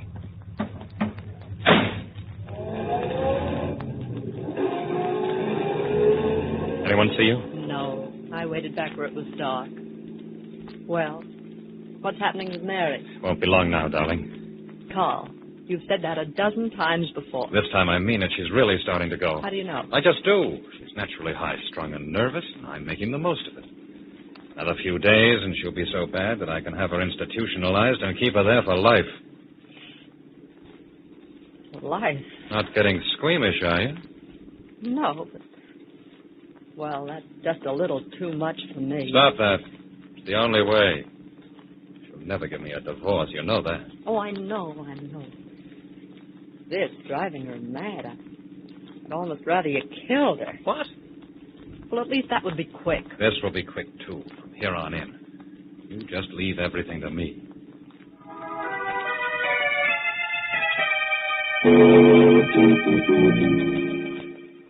What happened to Dr. Heller's, Mary? He asked me a lot of questions for over an hour. What did he say? He said I seemed to be all right. He wants to see me again tomorrow. Did you tell him about the iodine? Yes. What did he say about that? He tried to make me remember it, but I couldn't. I just couldn't remember doing anything like that, Carl. I spoke to him a little while ago, called him after you left. What did he tell you? He thought perhaps you needed a rest. But I am resting. I'm not doing much work. You need a rest at a rest home. What kind of home? There are nice, quiet, private places where you'll be very comfortable. After all, you'll probably only have to be there for a short time. No, I won't. I won't go to an institution. You mustn't get yourself upset about it. Dr. Heller didn't tell me that. Naturally not. I won't go, Carl. Mary, something must be done about you. You're ill, seriously ill. Twice in 2 days you tried to kill me. I know. You hear things that aren't there. You've completely lost control of yourself. If you don't have the proper care, you may get worse. You may become stark, staring mad. No, don't say that. Look at you. You can't keep your eyes steady. They dart around like a bird. I can. I keep them steady. Look at me. I am. You're not looking. You've dropped your eyes. You can't look at me because you feel guilty. You hate me. You want to kill me. No, I don't hate you at all, Carl. I love you. I really do. I'll be all right. I know I will. You're getting worse. You keep forgetting things. I don't forget. What's today's date? You see, you can't remember the date. How many days in this month?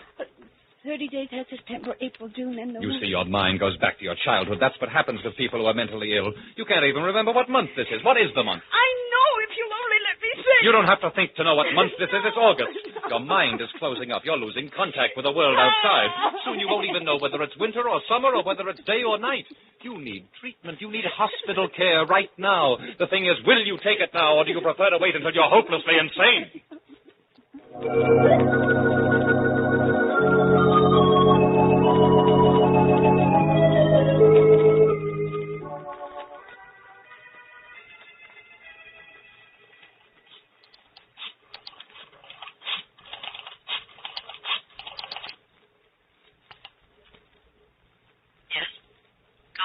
Yes, darling.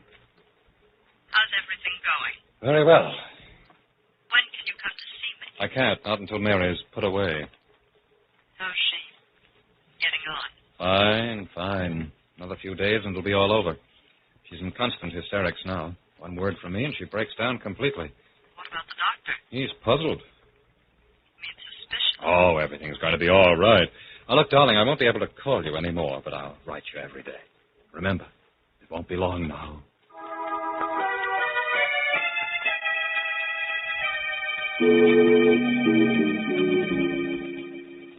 Please don't wash the dishes, Mary. I want to, Carl. I've got to do something. Well, look, you can't even hold a dish in your hands. Watch out! It slipped. Yes, so it did.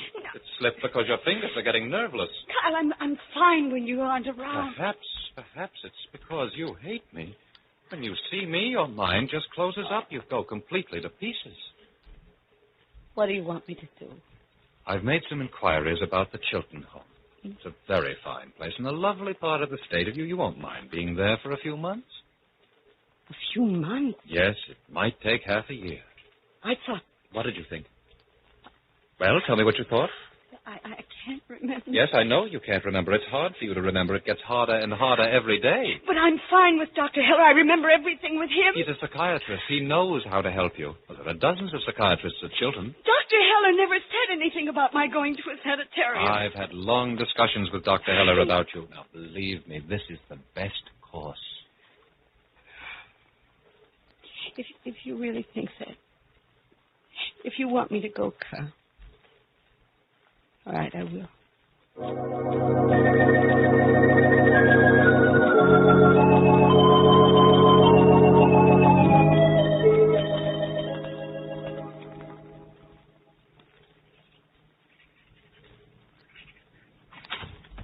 Who's that? It's me, Mary. Can I come in, Carl? I'm just finishing a letter, dear, to Chilton. I'll be right out.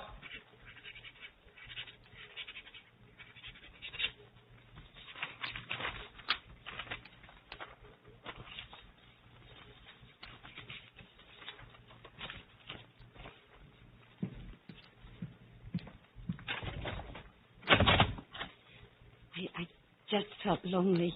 I didn't mean to interrupt you. That's all right, Mary. I'll be back in a few minutes. I'm just going to mail this. I'll mail it for you. No, I don't want you to leave the house anymore. Not alone. It's not safe for you.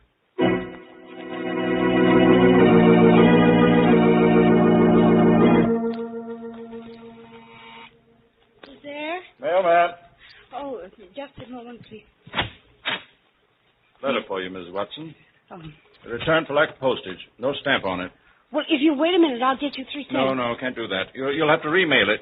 Oh, I see. Thank you. To Irene Craig. Who's Irene Craig? Irene Craig. Irene Craig. Dearest Irene, I've done it at last. Mary is committing herself voluntarily to an asylum. Once she's there, I'll be able to keep her there for as long as I want. Today I frightened her so that she forgot her own name. Just a few more days and she'll be a raving lunatic. Have patience, darling Irene, just a few days longer. Love, Carl. Love, Carl.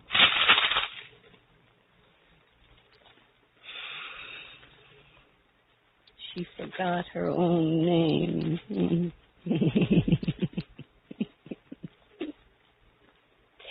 My name is Mary. It's Mary, M-A-R-Y. I'm sure there's nothing wrong with me. I'm sane, completely sane. My name is Sane. S-A-N-E, Mary Sane.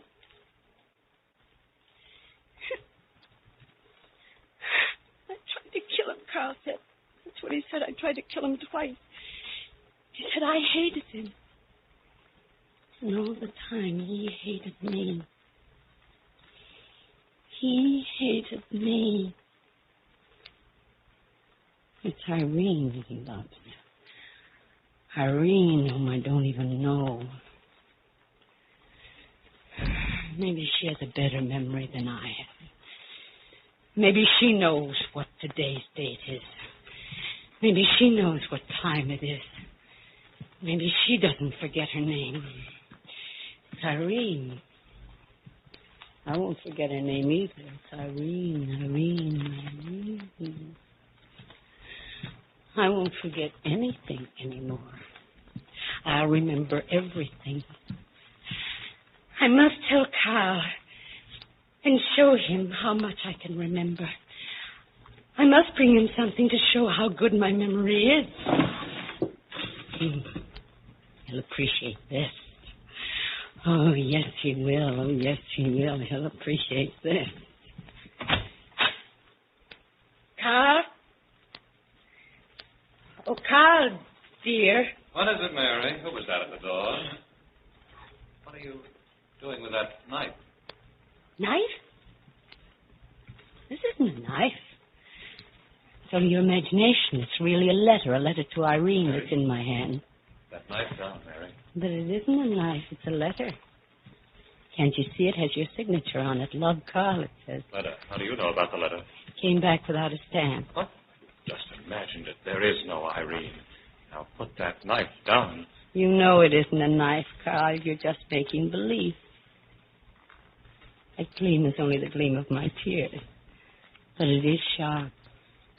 When I read it, it stabbed me. Keep away from me now. Dr. Heller said I was perfectly sane. He asked me a lot of questions about No, you. he didn't. Yes, you. He thought there was something the matter with you more than with me. He caught on to you fast, he did. Remember what you told me, Carl. You told me that soon I wouldn't know whether it was winter or summer outside, but you made a mistake. It was you who won't know about the weather. Mary. You won't care. You'll be satisfied with just this letter close in your heart. I hate you. I hate you the way you hated me. Love, Carl. You see, I can look straight in your eye now. I can.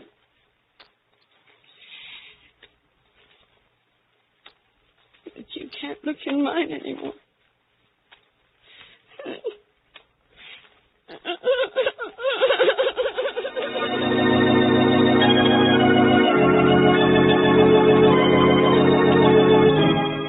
And so the pattern is played out, and the knife that Carl Watson first placed in his sleeping wife's hand ended up in his own heart.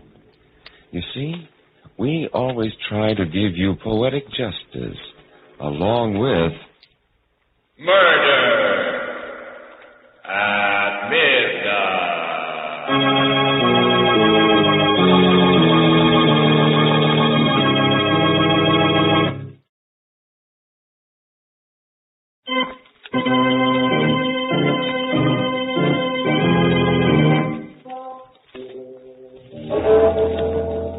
Remember to be with us again when death steals into a tortured mind and the clocks strike 12 for Murder at Midnight.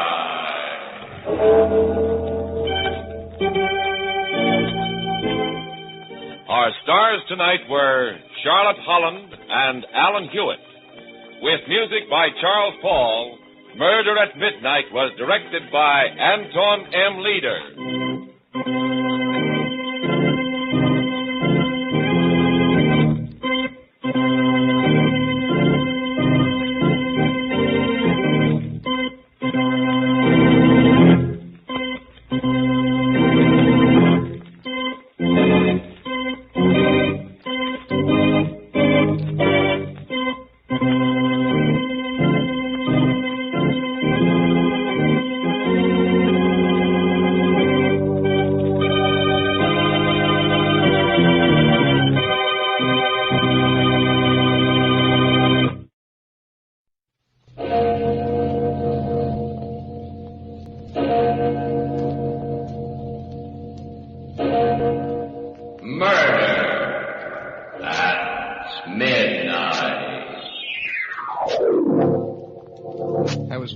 Dead tired. But I kept on walking through the mist. And suddenly I started hearing footsteps behind me. I turned around, and then I saw him. He was walking along slow, dragging his feet, walking as if he couldn't see. His face was all covered with blood. But I knew who it was. It was Miller, the guy I'd killed. Midnight, the witching hour when the night is darkest, our fears the strongest, and our strength at its lowest ebb. Midnight, when the graves gape open and death strikes. How?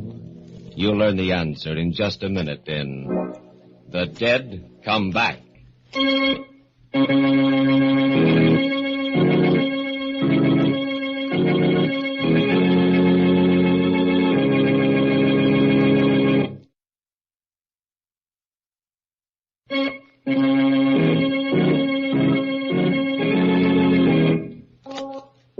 And now, Murder at Midnight. Tales of mystery and terror by radio's masters of the macabre. Our story by William Morwood will threaten your sanity. Its title, The Dead Come Back.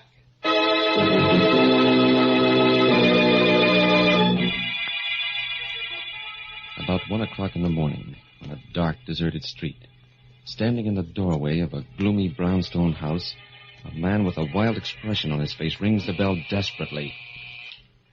There is no answer, and he rings again. Then...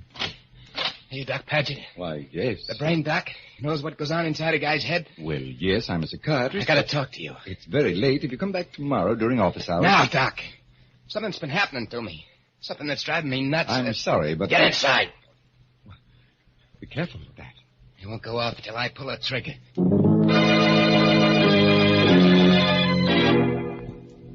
Better sit down, Doc. Very well. Just to make sure we understand each other, I'll put this gun here on the desk. And my watch. We got just half an hour to get everything cleared up. And then? And then, I got a guy to kill. Suppose we start at the beginning. Your name? Lefty O'Connor. O'Connor? So you heard of me, huh? I'm not sure, but the Tilson murder case. That's right. But as I remember That's right. He decided I was nuts, put me away. But get this straight, Doc. Yes? I wasn't ever out of my head, and I ain't now. I see. Insanity was something that I cooked up to keep from burning.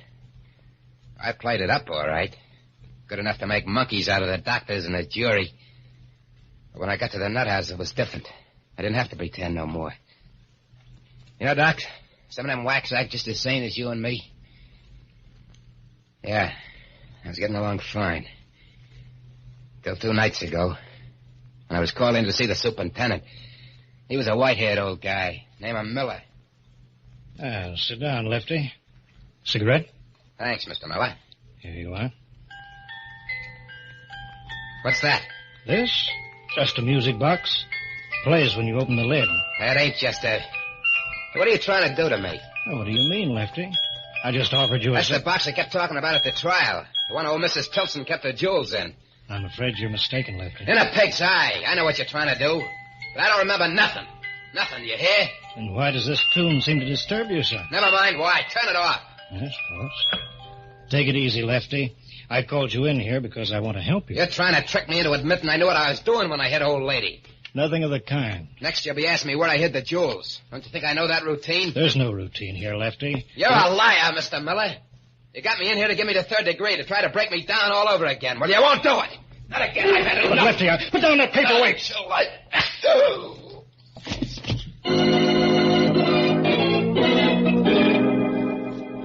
I didn't have no idea of escaping when I hit him, Doc. I was just scared. I was scared of what would happen if he kept after me. When I found a gun in his desk drawer, I began making plans fast. I brought him around. I told him exactly what he had to do. We went out, got into his car, started for the gate. Okay, Miller, it's up to you now. I understand. Now remember, I'll be lying back here with this gun against your spine. Evening, Mr. Miller. Hello, George. Going out kind of late, aren't you, sir? Yes. Something unexpected came up. You wouldn't be smuggling out anyone under that rug and back, sir, huh? I might. Yep, looks suspicious. Just the right shape for a man. But I'll take a chance on you, sir. Okay, Charlie. Open up for the super. Okay, open it up. Good night, Mr. Miller.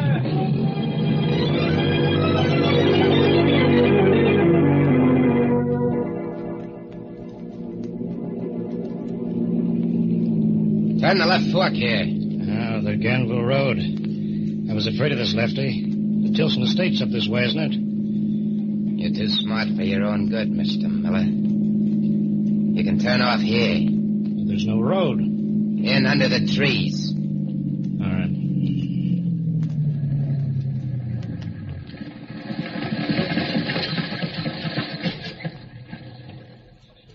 What happens now? Do we walk the rest of the way? One of us does. Get out.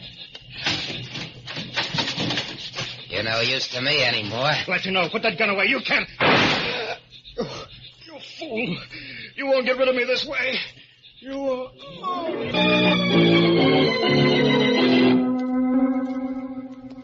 I left him there beside his car and started walking. I don't know how long I was at it. Maybe an hour when I hit the outskirts of town. The light was kind of funny. It was different from anything I'd ever seen. It was kind of yellow. Kind of yellow mixed with a mist that was curling up. Maybe I was tired, I don't know. But suddenly I began to hear footsteps behind me. I looked around, and then I saw him. He was walking on the other side of the road, blind, as if he couldn't see where he was going. And his feet were kind of dragging along. His face was covered with blood. But through the blood, I could see that it was him. Miller.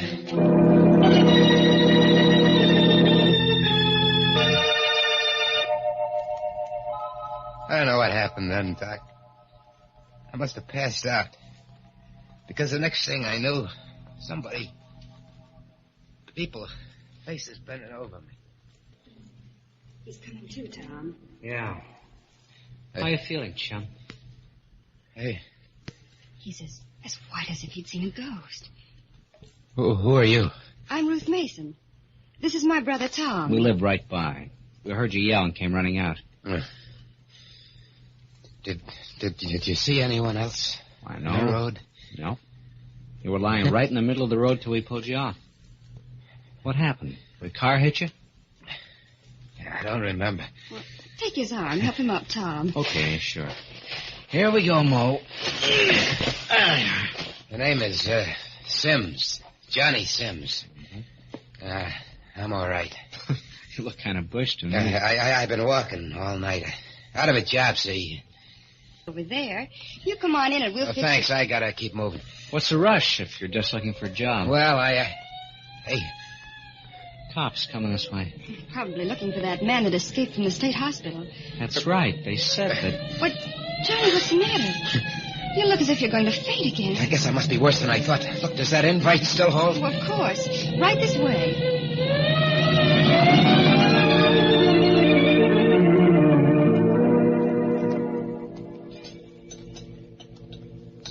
Anything more, Johnny? No, thanks, Ruth. Couldn't manage another thing. Full up. Oh, well, then you lie right down on that sofa. That is, if Tom will get off with his paper. Oh, sure. I was just reading some more about that guy, Lefty O'Connor, that broke out of the asylum. Seems he forced the superintendent to drive him out in a car. Please, Tom, let's not threaten anyone like that being loose. Maybe he ain't so bad. He's a murderer, Johnny. A homicidal maniac. How do you know? Maybe the super deserved killing. The super? Yeah. But the paper doesn't say anything about the super being killed. Well, Ruth said... I meant the old lady, Mrs. Tilson. Oh. Yeah, I guess I must have heard. Maybe I just thought... I'll try the radio. Maybe there's some late news on it. Though you're probably right, Johnny. The super wouldn't stand a chance. Sure. The way I figured... What's the matter, Johnny? Turn that off. What? I said turn it off. Why? Johnny. Hey, what gives? Well, I'm sorry. I don't like radios. Oh, it's all right, Johnny. We understand. Now suppose we show you to your room and you take a good long sleep.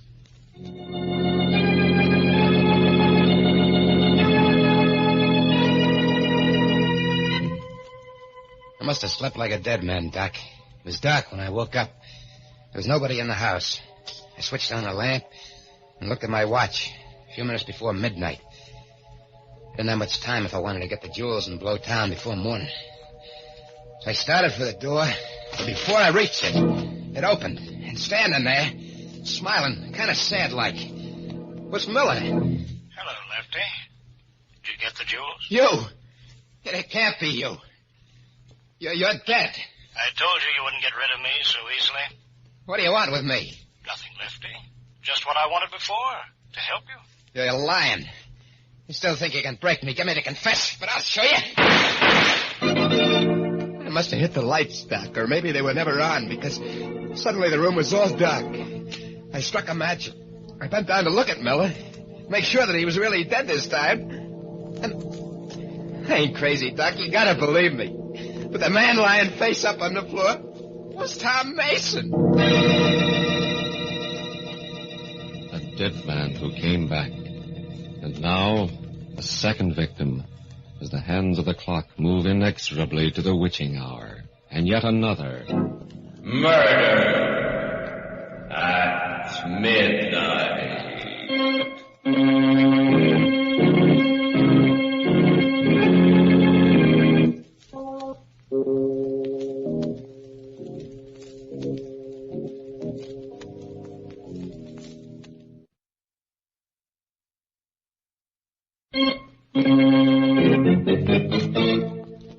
And now, back to Murder at Midnight. To Lefty O'Connor, sitting in a psychiatrist's office with a gun in front of him, trying to convince the doctor and himself that he is sane. My hand was shaking so much that the match went out. It was Tom, all right. Tom Mason, dead. But it was better that way than what I'd thought, because it meant that Miller hadn't come back from the grave. I'd probably just imagined I heard him talking to me. I frisked Mason, I got the keys to his car, and went out. It was a little coupe parked in the driveway. I opened the door. I was just getting in when... Hello, Johnny. Huh? Ruth. You look a little better than you did before. How do you feel? Oh, fine. Oh, that's good. You were sleeping so soundly when I left it. Are you going somewhere? Well, yeah. There was something I had to do, and Tom told me I could borrow his car. Oh, all right. I'll go inside. No, you can't go in there. Oh, what do you mean? Why not? Well, I mean, such a swell night. How about a little drive, Ruth? But what about your errand? Well, that'll just take a minute. It'll be swell having you along. Well, I don't know. I don't suppose Tom will mind. I'm sure he won't. Well, then, all right. I guess that's one of the wonderful things about life. You just never know when something completely unexpected will happen. That's right, baby. You just never know.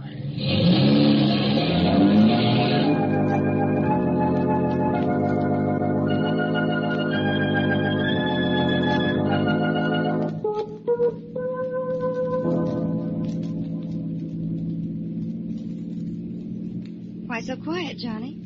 Huh? You asked me to come driving with you, and I do. You don't say a thing to me. What should I be saying? Well, you might start by telling me something about yourself. Like I said, I'm just a guy looking for work. What kind of a job did you have before? Chauffeur? Well, that sounds interesting. Did you work around here? Why? I just wondered. You seem to know the roads so well. Listen, baby, let's not talk about me.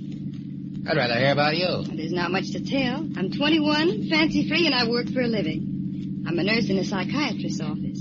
A what? Psychiatrist. A doctor who, well, helps people who are disturbed mentally. Like people who, see things that ain't there? Oh, yes, he gets a lot of those kind of cases. What does he do? Talks to the patients, explains away the hallucination.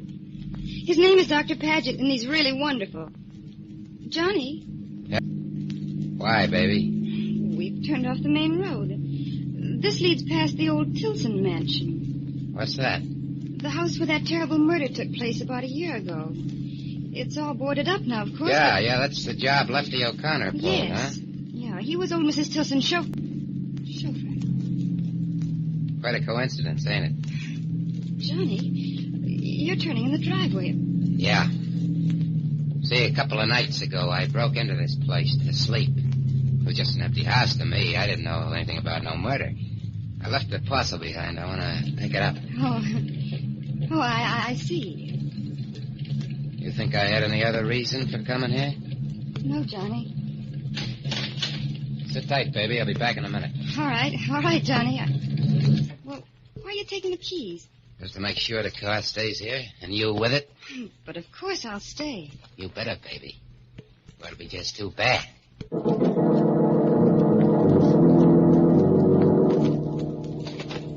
pulled the board loose from one of the windows, climbed into the old house. It was black as pitch inside.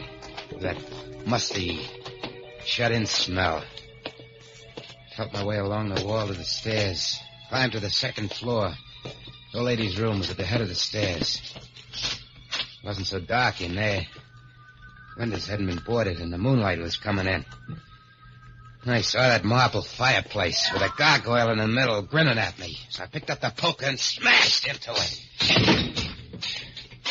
And there, behind where I pushed it past a loose brick, was a paper bag containing the jewels. I looked inside to make sure that everything was safe.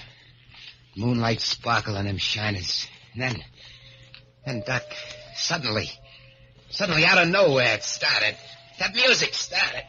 Stop it! Johnny, where are you? What? Oh, Ruth! Ruth, get her to stop. Get her to stop. Get her to stop. Mrs. Tilson, that tune. What tune? You mean you don't hear nothing? Well, no, Johnny. But you must. It's gone now. Johnny, you're shaking all over. Johnny, what's that? What's what? Well, they're all over the floor. They look like diamonds, jewels. Didn't I tell you to stay in the car? What are you doing up here? I heard noises and you were yelled. spying on me. No, I wasn't, Lefty. What did you call me? Nothing. So you guessed it, huh? Okay. I am Lefty O'Connor, and I came back for the jewels. But that information ain't traveling far. Not with you, anyway. What do you mean? No! Don't touch me! Oh, yeah. Oh!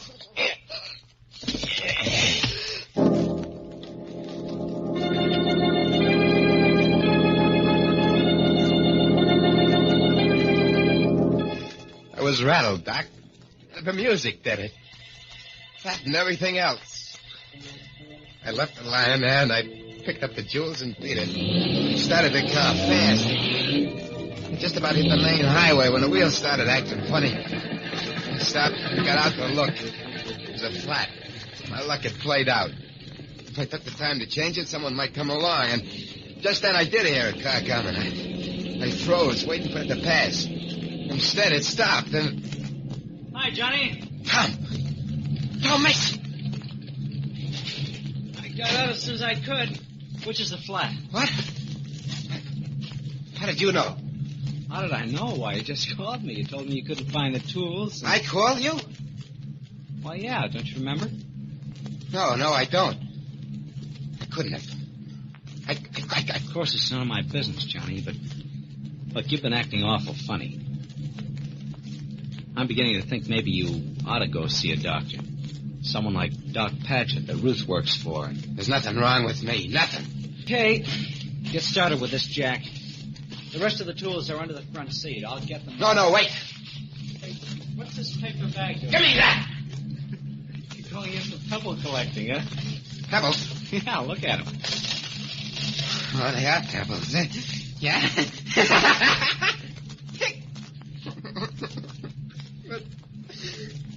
What's happening to me? Oh. I don't know.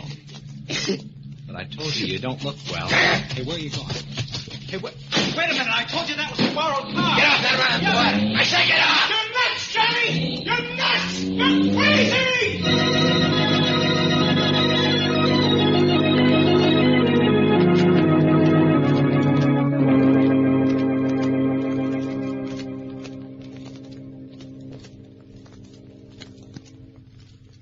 Well, there it is, Doc. Yeah, huh? That's his story. I kept hearing what he said. Tom. Over and over again. I'm nuts. I'm crazy. I couldn't stand it anymore. So I looked you up in the phone book and I come over. Well, what do you expect me to do, Lefty? Do? You're a brain doc. I'm not nuts. I know I'm not. Why am I seeing these things? What's happening to me? Well, it's rather difficult to make a diagnosis this quickly, but I'd say that you were suffering from hallucinations because of a sense of guilt. Guilt? About what? Well, it probably started with... And it's been weighing, preying on your mind ever since. Now, if you could extrovert that, get it out of your system. But I did. That's true, but not as a confession, with all the details. That's the only way you can achieve a complete catharsis. Well, that's crazy. All right. You wanted my advice, but you don't have to take it. And you think... Okay, I did kill her.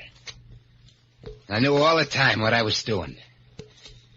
I waited for a night when there was only the two of us in the house, and then I beat her brains out with a tire iron. There, I said it, I told you. Yes, Lefty. And I think that now I can promise you you'll never be troubled by hallucinations again. You sure, Doc? Quite sure. That's good. Because... Remember I said that in half an hour I was going to kill someone? Yes. Well, a half hour is up. And you're the man. Am I, Lefty? Yeah. I'm sorry, Doc, but you know too much now. You're the only one who does. So... I wouldn't, Lefty. Why are you sitting there like that? I shot you. Yes, Lefty, with blanks in your gun. All right, boy. Take it easy, Lefty. We got you covered. No. And Mason. Did you get it? Uh-huh. Every Now, word. You're cops. No kidding. Then the whole thing, letting me escape and everything that happened afterwards was just a trick. That's right. You wanted to show I wasn't nuts, get me to confess. Smart boy. We made just one mistake, Lefty. Or rather, Ruth did. Following you into the Tilson mansion. She paid for that with her life. But now you're going to pay. No. Shut up. Yes, Lefty, for that and for the Tilson murder. And my only regret is that rats like you can only burn once.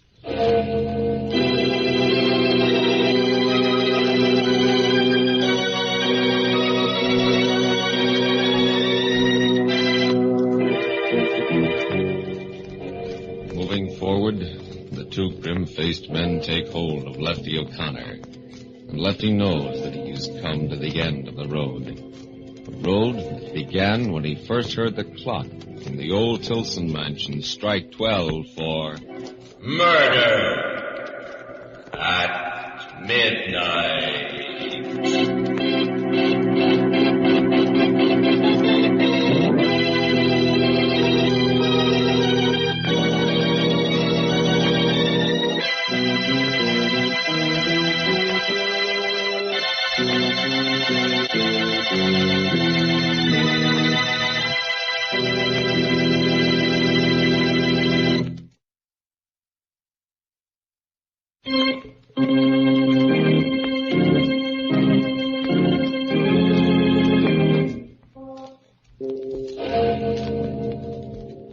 Remember to be with us again when death's face peers out of the darkened windows of deserted houses and the clocks strike 12 for Murder at Midnight.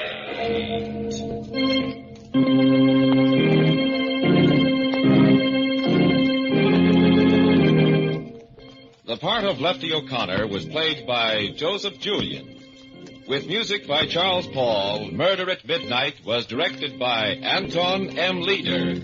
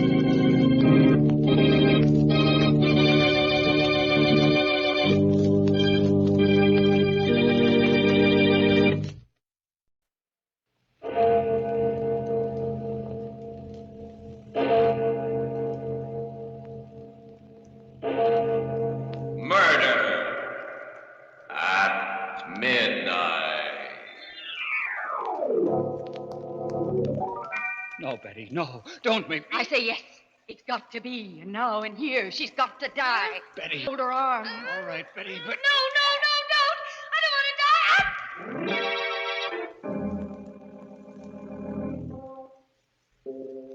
Midnight, the witching hour when the night is darkest, our fears the strongest, and our strength at its lowest ebb.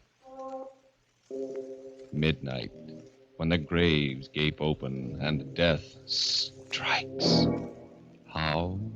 You'll learn the answer in just a minute in Nightmare.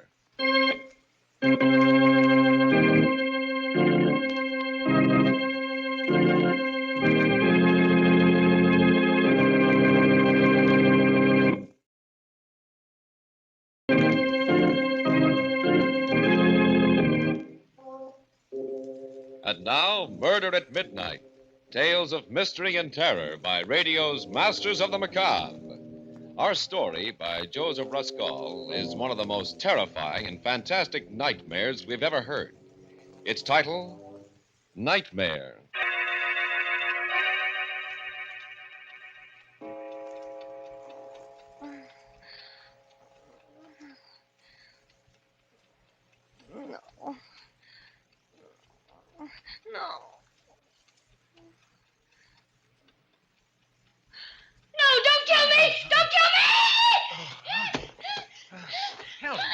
What's the matter? No, Helen, wake up, for Pete's sake. Hey, stop it, Helen, stop it. It's me, it's Ernie. What?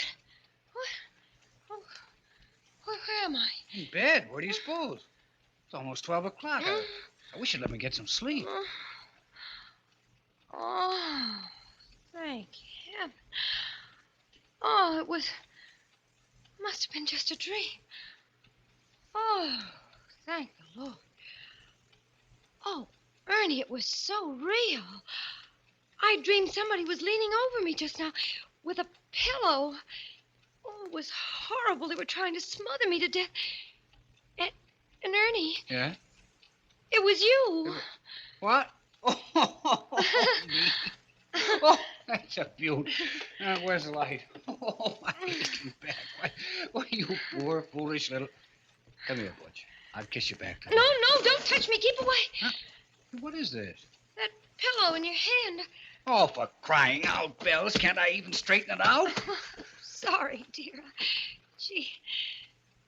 don't mind me, but that horrible nightmare, it seemed so real. Oh, darling, wasn't that crazy? You, the sweetest, gentlest husband in the world. Then why? Oh, Ernie, now please don't look so hurt. Now I can't even look hurt. I just murdered my wife in her sleep, didn't I? No, you were just about to. I mean... Oh, now what the... Everything's happening tonight. Hello. What? Who? Wrong number. And what's more, this is a heck of a time to be ringing. Why, what a nerve. On a night. Thought maybe that was the police you phoned in your dream. Now will you go to sleep? Ernie Kraft, I'm sure I didn't mean to insinuate anything. I was just telling you my dream. You asked, didn't you? Oh, you're a character. I guess I'll have to put you in that book I never wrote, too. Well, now what? That was in it, too. Huh? That book you never wrote. You've nagged about it so much, no wonder. Oh, and that look when you bent over me like a madman. Oh.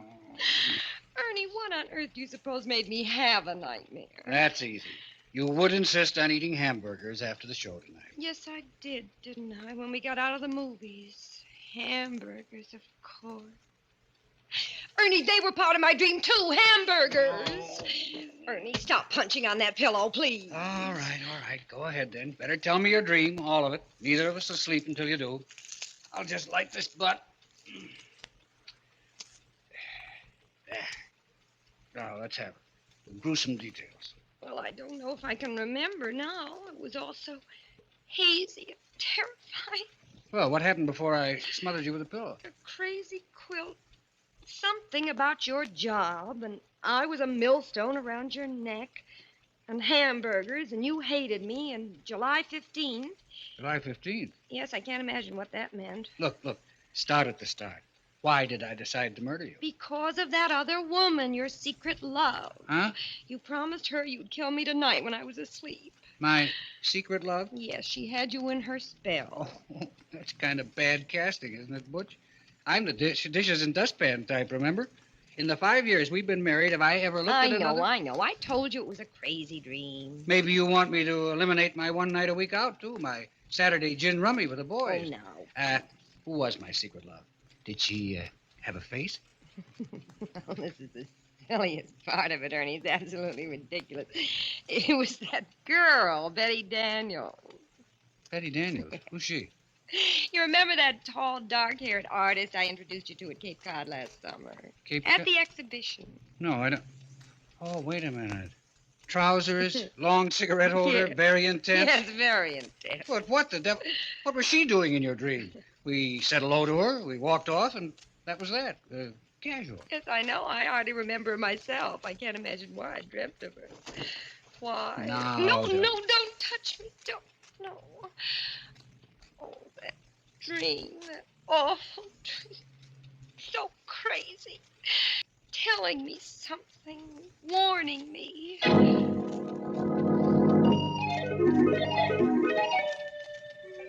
Strange and weird. You know how dreams are.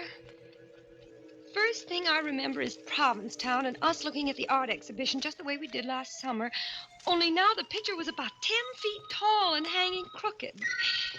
And then she came along. Betty Daniels. Just the way she did then. Hello, Helen?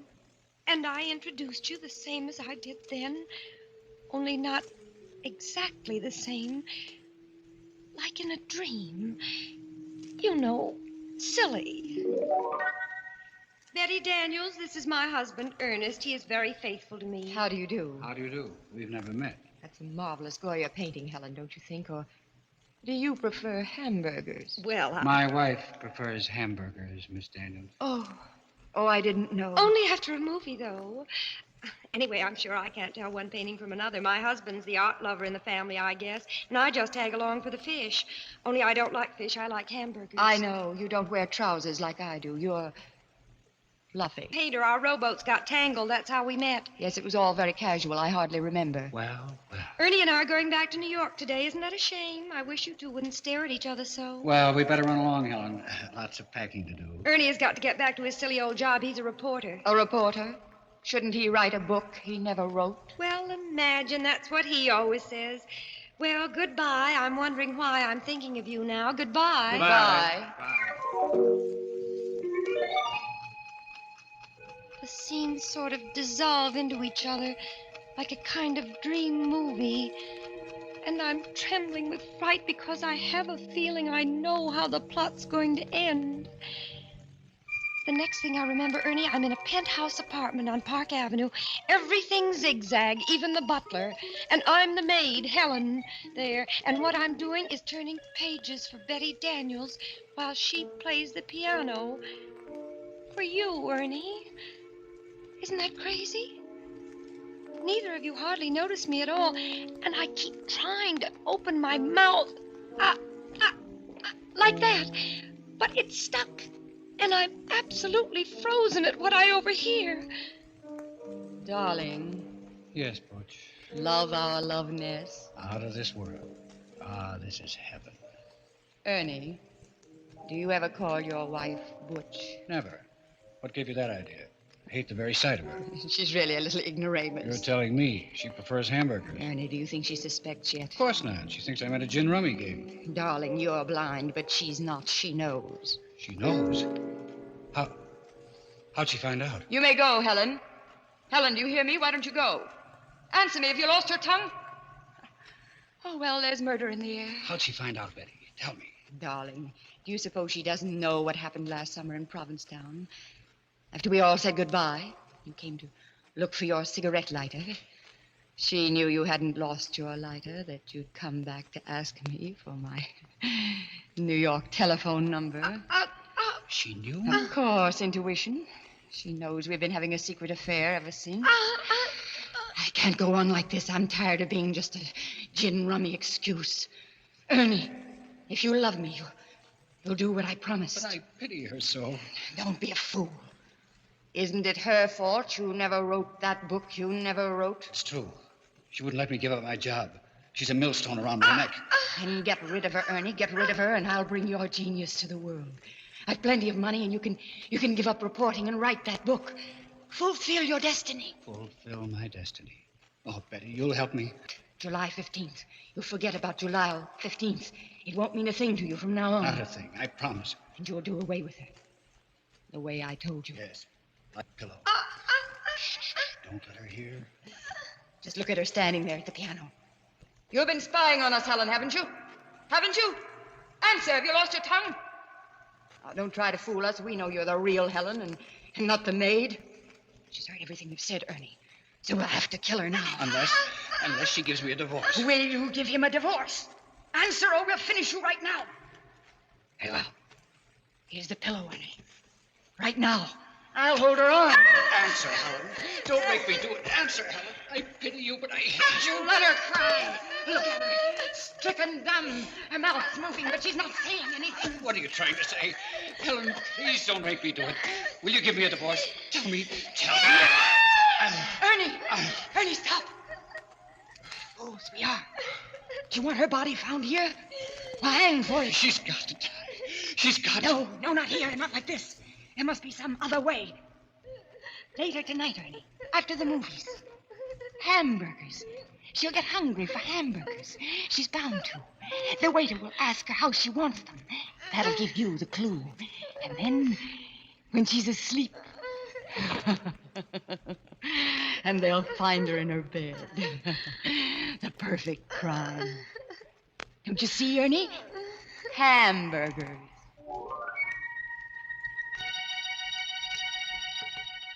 A frightened girl reliving a dream that was more terrible than any reality. A dream that could even become more terrible as the clock on the mantel ticks on and the hands draw closer to 12 o'clock and... Murder at midnight.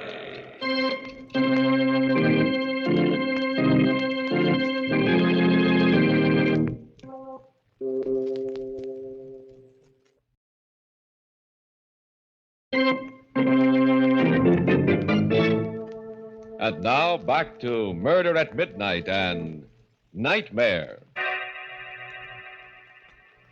Well, let's hear the rest of this dream of yours, Helen. What happened after that? Well, it was after that it really got bad. It was so crazy, but so real. I don't know what stopped you, Ernie. Kept you from killing me then, but you didn't. And still, I knew you were going to. You dragged me out into the street and then into a movie and then out again. And I looked at you and you were crying because you'd made up your mind to finish me off when we got home. You should have let me write that book, Helen. You should have. And I kept crying, I love you, Ernie. Don't kill me, please. Don't kill me tonight. But I've got to. I've got to. I pity you, but I've got to. And you pulled me along through the streets again. I was terrified. And then I saw a policeman and I cried to him, Officer! Yes? What is it, lady? Please save me. My husband here wants to kill me. Oh, wants to kill you, eh? Why, that's a crime. A felony. Oh, why are you joking? Don't joke about it. Do something, please. I'm frightened to death. Don't pay any attention to her, officer. She's dreaming. I'm not. Don't believe him. He wants to wait till I go to sleep tonight. And then as soon as I fall asleep... Oh, come now, lady. He wouldn't do it to you in your sleep. Why, you're cute. Not in her sleep now. Would you, mister? Of course not, officer. Not in her sleep. As a matter of fact, we're stopping off first for a hamburger. She's hungry. No, I'm not. I don't dare. He's just waiting for me to order one, officer, to see what I'll say. And then he'll take me home and kill me. Oh, lady, stop. Sure, and you're breaking me heart. Come along, dear. No, officer, please protect me. Don't let him take me, please. Come along, I say. Darling. And then we were in the little lunchroom in our neighborhood, around the corner from our house, sitting on stools. The counterman came over to us. He winked at you, Ernie, and you winked back at him, and he said... Evening, folks. What do you have? You looked at me, but I shook my head. I shook my head, and the tears were streaming down my face. I tell you what, Joe. Make it 2 hamburgers. Right. Rare, medium, or well? Medium, Joe. Make mine medium. Right. And the little lady? How do you have yours, Helen? How do you like yours? Make hers medium, too. 2 hamburgers, medium. 2 medium. Coming out. And what do you have on them, folks? Relish or onion? Relish. Make mine with relish, Joe. Right. And the little lady? The man's talking to you, Helen. How'll you have yours? Answer him, I say. Answer him. This is it. How'll you have yours? No, I won't tell him. If I do, you'll know how to do it, so I won't tell him. I won't. The next thing I dreamt, we were home again, sitting in the parlor, everything exactly the same, Ernie, just like tonight before we went to bed.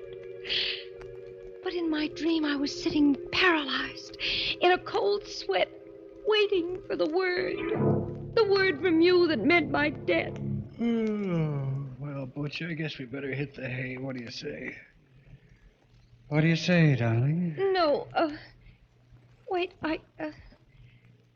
Ernie, did I tell that counterman how I wanted my hamburgers served?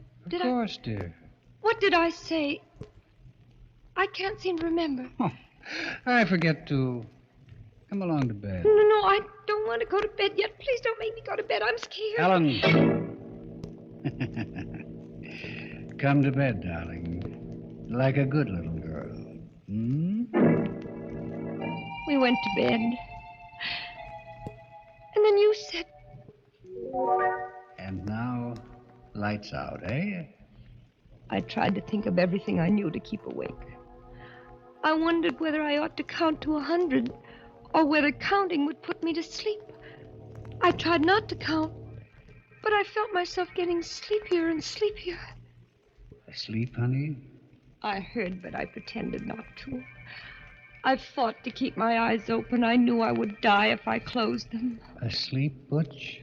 I didn't answer. I couldn't if I wanted to. I was so scared. And then pretty soon I heard you stirring ever so quietly. And in a moment you were leaning over me. Oh, Ernie, I know it was just a dream, but it was so real. And there was hatred in your eyes, and there was a pillow in your hand, and I knew you were going to do it right then, and Oh, that's a beaut, that's a honey. Oh, my aching back. Darling, when you have a nightmare, you sure do it up golden brown and creamy. Wasn't it crazy?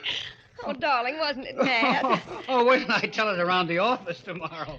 Oh, this is too good, kid. But, Ernie, how does a person have a horrible dream like that? What does it mean? Oh, it's a cinch. I'll interpret it for you, and without a dream book, You too. will? Well, go on then, Ernie. Tell me. Okay, then here it is. First of all, a dream always means the opposite, right? You ever hear that? Yes, I have. That's right, it does. Which means I must love you simply awful. Granted? Granted, silly. But goodness, what about the rest of it? Easiest thing in the world. Darling, where'd we go tonight? To a movie? What kind of a movie? It was a murder story. Gee, that's right. Do you think that was Now, fun? don't interrupt, Butch. Who was starring in the movie? Betty Davis? Repeat the first name. Betty. And the villainess in the dream, my secret love, the girl we met last summer, was also Betty. Betty Daniels. Oh! Well, that gave you Betty on the brain when you went to sleep tonight, and movies and murder, and those hamburgers you did stop to eat after the show wrapped up the whole sequence. And no wonder. They're still lying on my stomach, too. Well, what was the pillow doing in it? Sweetness and light, what were you talking about early this evening? That chore you intend to get after someday? Oh, yes, I've got to stuff the pillows. They're caved in the way the feathers have come out. Right, that's your pillow you had on the brain, which brings me back to the hamburgers. Yes, I was going to ask you. I mean, that nonsense of how did I want my hamburgers. What did all that mean, for heaven's sake? Precious, how did you order your hamburgers done tonight? Remember? No, I can't recall. Of course you can. Think now. How do you almost always order your hamburgers? Oh, smothered in onions. Oh, Ernie, of course. Smothered in onions. Smother, pillow, smother with a pillow. Yes, Jack. Oh, my heaven sakes alive. Oh, my gosh. So that was it. Oh, if that doesn't beat. Ernie, that was wonderful. Really. The way you did that, figured that all out. I think you'd make a terrific detective. Yeah, so I'm a police reporter. Close enough. Darling, it's made me think, though, about maybe I have been a little bit selfish. What do you mean? Well, that book you always want to write. Maybe I ought to let you give up your job and try. Oh, and have us both starve? Nuts. Anyway, in my sane moments, Helen, I've always known the truth. I'm no writer. If I had it in me, it would have come out of me, job or no job. I could go back to work again, you know. I could take up nursing again. It was pretty hard, but No, nonsense. I won't have it. I won't say any more about it, and that's fine. You're a swell guy, though, Butch. So offer to. Oh, there was one thing more, Ernie. Yeah? What do you suppose that was all that about July 15th, about your forgetting July 15th? What did that mean, you know? Yeah. Don't you? Well, no, I can't. It does seem familiar, but I can't seem to... Where are you going? Get something out of my wallet. Wait a minute. What's the date of our anniversary, Helen? July 15th, of course. Tomorrow. What was that? Right. You've had that on the brain, too. Oh. Here. Little present for you, darling. Oh, what on earth? Tickets. 2 railroad tickets to Montreal. Right again. We're taking an anniversary trip. I wanted to surprise you when you woke up, but... Well, anyway, happy anniversary, baby. Oh, Ernie, oh, you great big precious darling. How can I ever... You didn't forget. You always did before, but this time you didn't. Oh, Ernie, I just can't stand it. First that dream, and then finding out that it did me just the opposite. No, Helen, don't. It's so sweet of you. I'm so thrilled. Montreal, where we had our honeymoon, and you haven't forgotten. Oh, Ernie, I do hope I've been a good wife to you. And if there's anything I ever...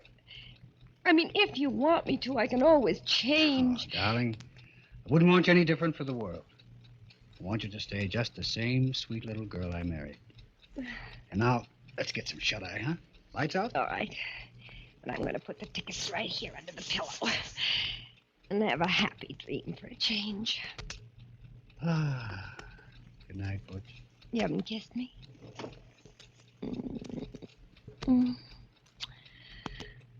Good night, dear.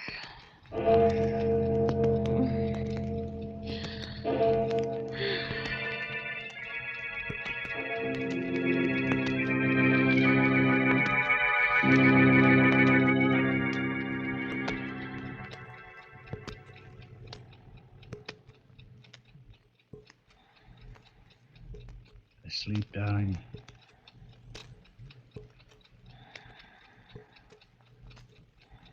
Darling, are you asleep?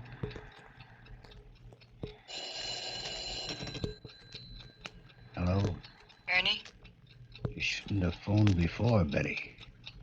She was still awake. I had to know. Is it done? Not yet. You got the tickets? Yes, It has to be tonight. You promised. I know. Is she asleep now? Yes. Just gone off. Then what are you waiting for? Nothing. I'll do it now. Right now. As soon as I hang up. Putting down the phone, Ernie turns and picks the pillow off his bed as the clock finishes striking 12. Murder at midnight.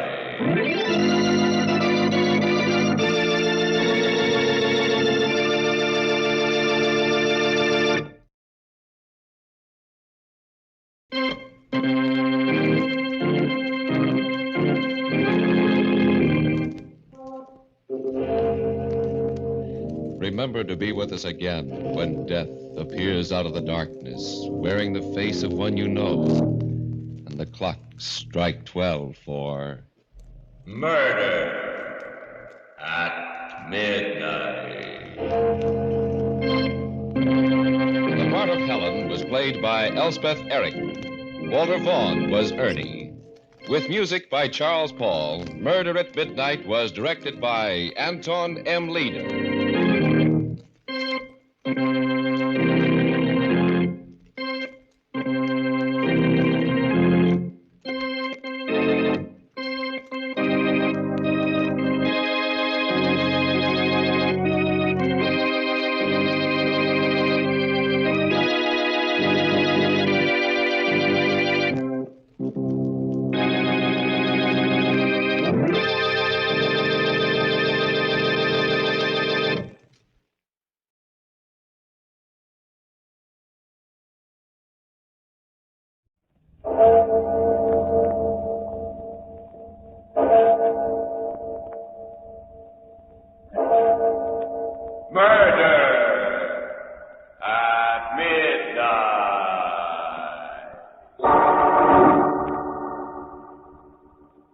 You're lying, Donna. You know you're lying. And you know it won't do you any good. Because this time I'm going to pass judgment. Myself. 15 years. I've been thinking about this.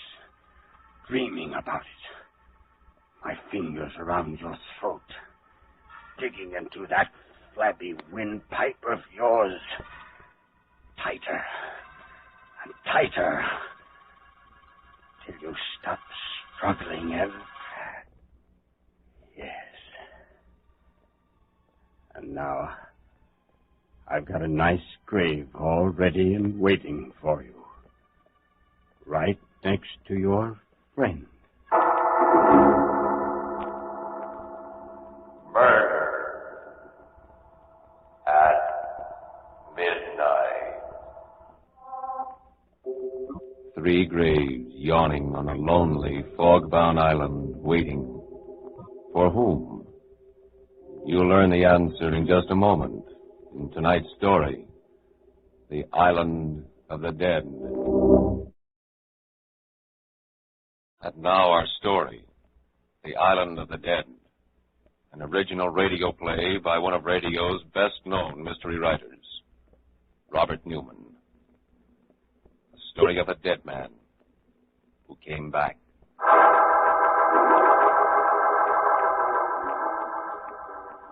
It's a small island, flat and barren, lying in the middle of the river. And it's truly an island of the dead, for it's the city's potter's field.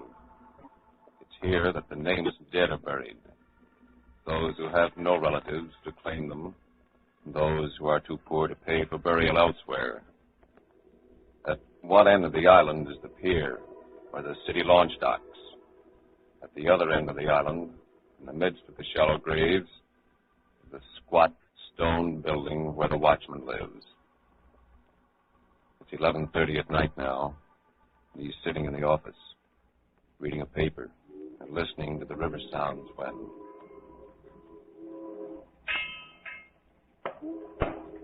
Who's there? Who's that? I said, who's there? Who the devil are you? What do you want? I think that this is where I'm supposed to come. What do you mean? Hey, wait a minute. Are you the new relief man? My name is Simon. I'm Halliday. From now on, lay off that stuff, will you? This place is bad enough without you spooking around, not answering when someone talks to you. Bad? The crying bells, you know what the job is, don't you? Receiving the stiffs that they send out, keeping the records and digging the graves. You'd be all alone, except for Joe, the guy that runs the launch up at the other end of the island. He only comes out when he has to. Yes, I know. Well, I'll go change me shirt and blow. I didn't think they were going to be able to get a relief man until next week. I'm sure glad you got out here tonight. This place was really starting to get me down. And I'll be out in a couple of minutes.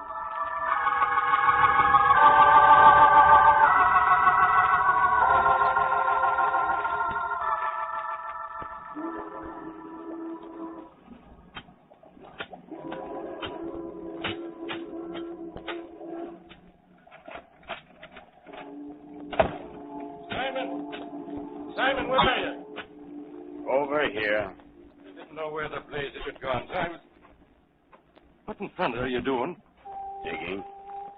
Digging some graves. I see that. 3 of them. What for? Because they'll be needed before the night is over. Huh?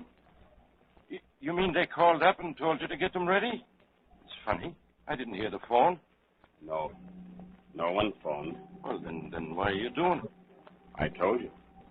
I think they'll be needed. You think? Look, I'm going right now. I'll be back tomorrow night. Unless I decide not to come back at all.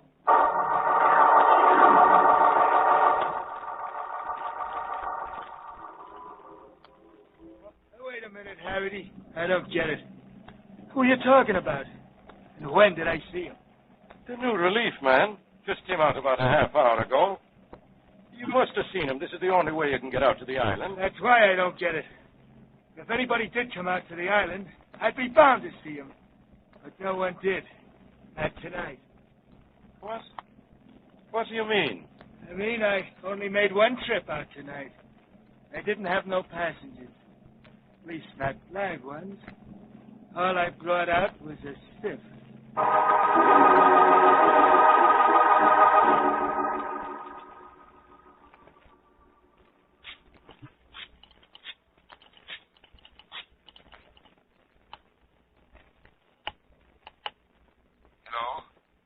Marsh?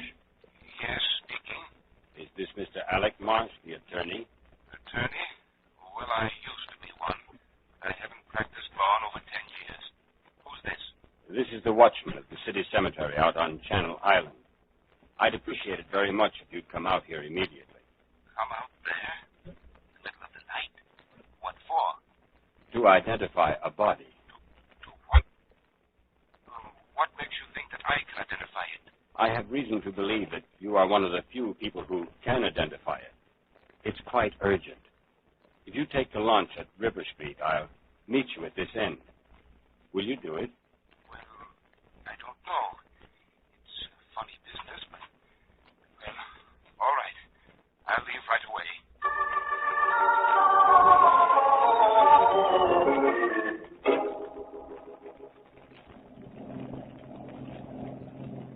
Is it much further to the island? Nope. You can't see it because of the fog, but it's right ahead there. Is this something new? Getting people to go out to the island to identify bodies? Don't they usually do it down at the morgue? Yeah, mostly, but once in a while I get some dope after the body's been shipped out to the island.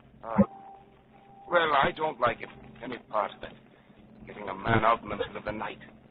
This trip, especially with a river like this, not being able to see anything.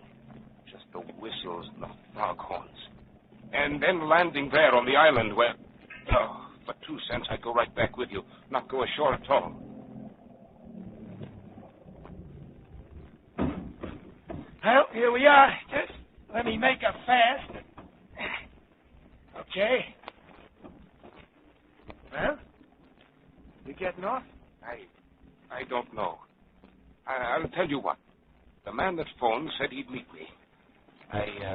I'll go up to the end of the dock. If he's not there, I'll come back. Okay.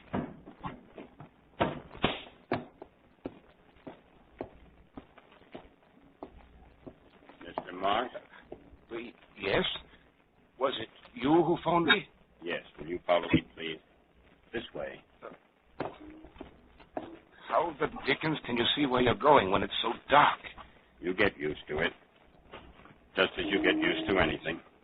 As a matter of fact, it's probably just as well it is so dark. Why? It couldn't be worse even in daylight, when you can see the grades. But how did you happen to call me on this business anyway? I told you. Because you're one of the very few people who can be of any help. Weren't you the attorney for the defense in the Sloan case? Sloan? Sloan? I can't remember. Simon Sloan. Yes. I'm not sure. If I was, it was a long time ago. More than 15 years. But you should remember. Yes, I think I was. He was convicted on a charge of murder in the 2nd degree and got 20 years. With time off for good behavior, he's probably out now and... Wait a minute. Is that who you want me to identify? Is he dead? Here we are.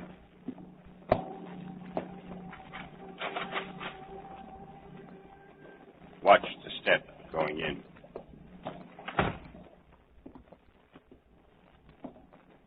Well, what are you waiting for? Aren't you going to put on the light? No, not yet. What was that? The door. You locked the door. What's the idea? What are you trying to do? That's just so we won't be disturbed. Disturbed? Well, who's going to disturb us? I insist you put on the light. Open that door immediately. We were talking about the Sloan case. You admitted that you were the attorney for the defense. Do you feel that you did a good job of defending him? How do I know? How do you expect me to remember? The fact that he was convicted doesn't mean that it was my fault. Besides, what's that got to do with you? Did you think that he was guilty? How do I know what I thought? What difference does it make? He pleaded guilty. He wasn't guilty. He didn't want to plead guilty. Who made him change his plea? I did, so what? Very well. There. Where it... You. It's you. You're Simon Sloan.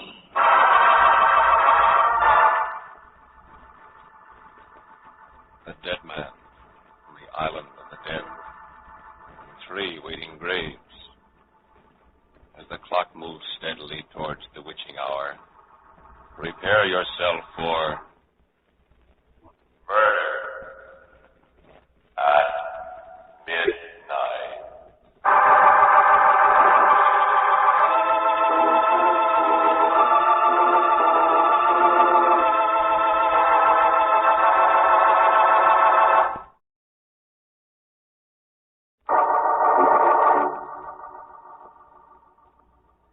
Now, to go on with the story of the island of the dead.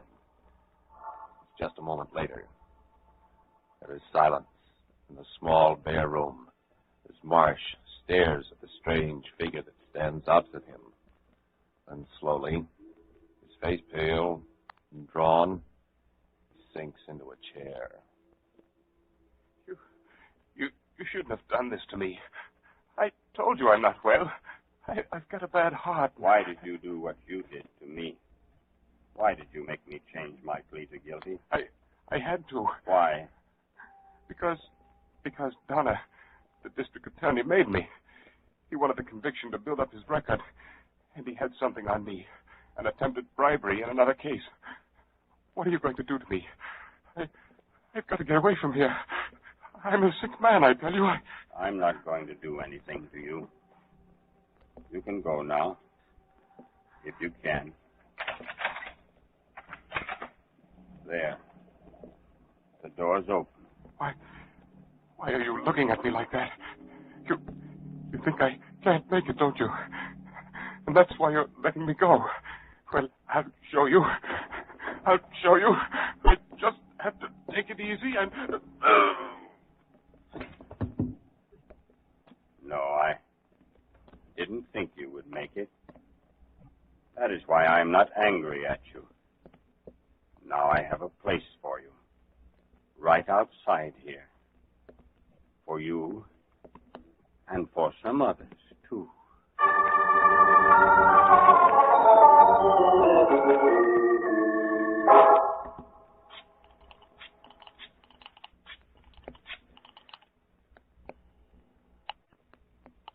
Hello? Mr. Donner? Yes, who's this? This is the watchman at the city cemetery out on Channel Island. We have a body out here that we'd very much like you to look at. A body? What for? We think that possibly you may be able to identify it. And what makes you think that? Well, after all, you were district attorney for several years. What? Why, I haven't been DA for... What's that got to do with it? It may have a great deal to do with it. Will you come? The launch leaves from the foot of River Street. Yes, I know. Something very strange about this, but... All right, I'll come. Will there be someone to meet me at the other end? Yes, Mr. Donner. I'll meet you. I'll be waiting for you.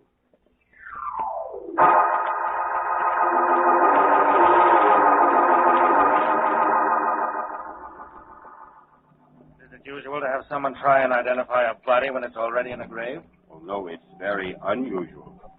But this was a rather special case. I'm sorry I haven't any flashlight, but I do have a candle. There. Good Lord. Then you do know him? Yes, I know him. His name is Marsh. Alex, 10 years ago. About an hour ago. But that's impossible. He couldn't have gotten here so quickly. Not if he was dead. But when he came here, he was still alive. I don't understand. Why should he have come out here in the first place?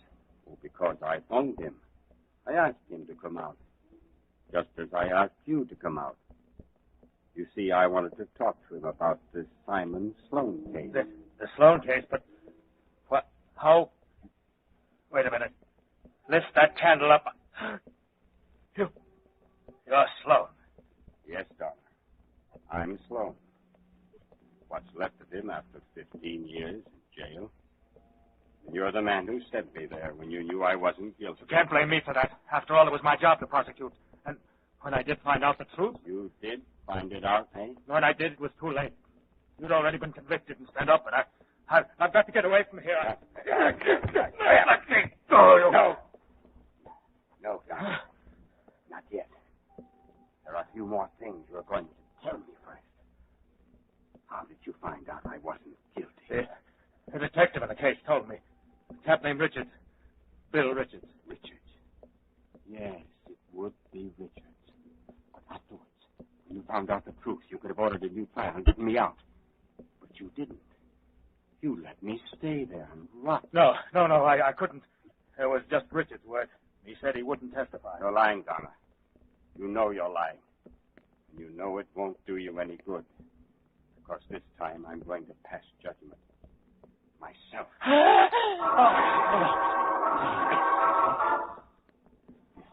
years. I've been thinking about this. Dreaming about it. My fingers around your throat.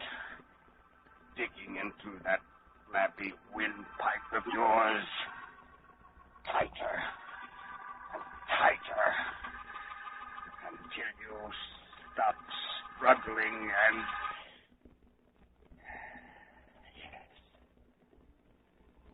Now I've got a nice grave all ready and waiting for you.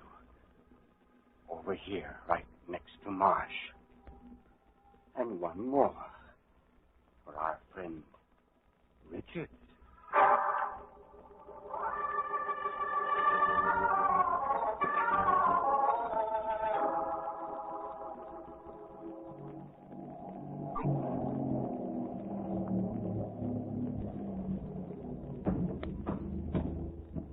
Guess when we get out? Yes.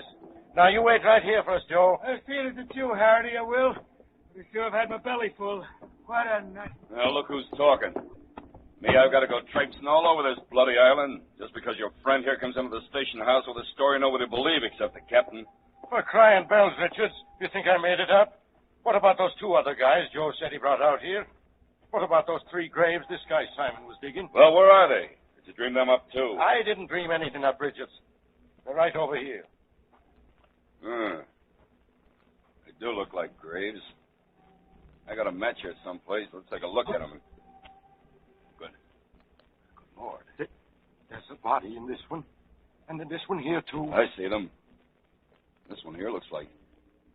Why, it is Marsh. Alec Marsh. And that's John Donner. Well, now am I crazy? Now was I making things up? Shut up. This guy that came out here. You said his name was Simon? Yes. Was he, let's see. He must be about 50, 55 now. Probably looks older. Tall, thin face, gray hair. That's right, that's him.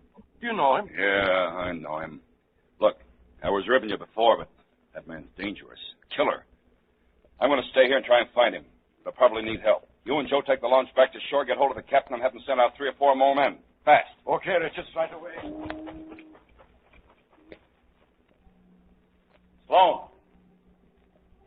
Sloan! Where are you? I know it's you. And you know you can't get away.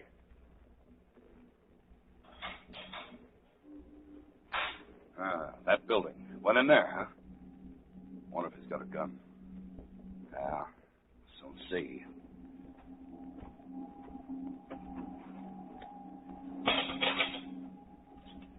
Stick 'em up, Sloan. I'll let you have it. Reach, did you hear me?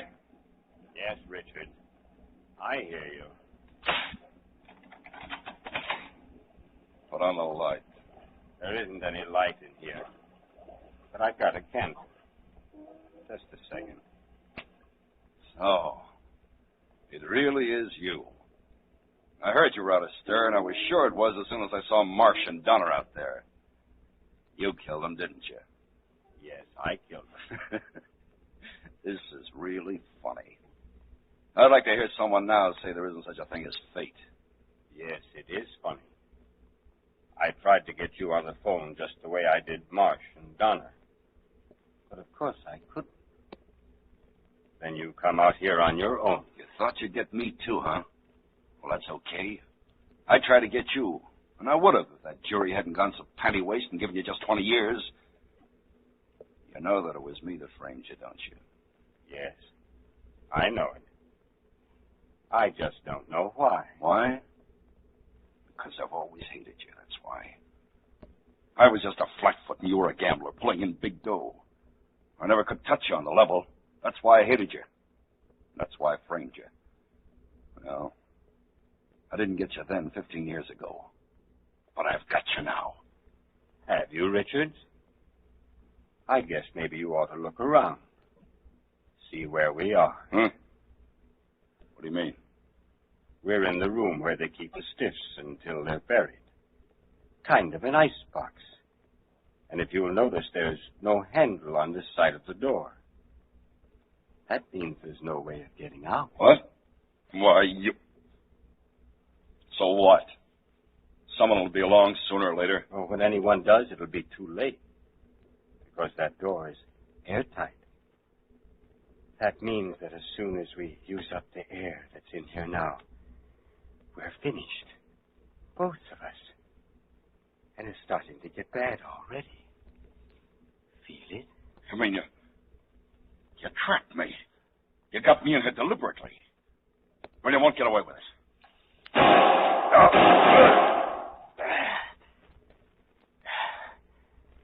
No good, Richards.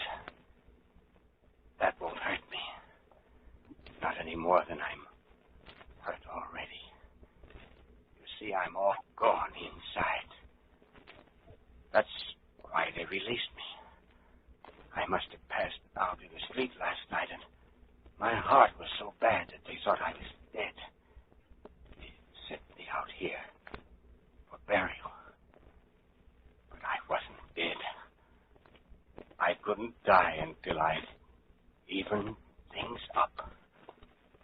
The boat, they waited till they put me ashore. Now I've done it. Gotten all three of you. No. No. There must be some way out.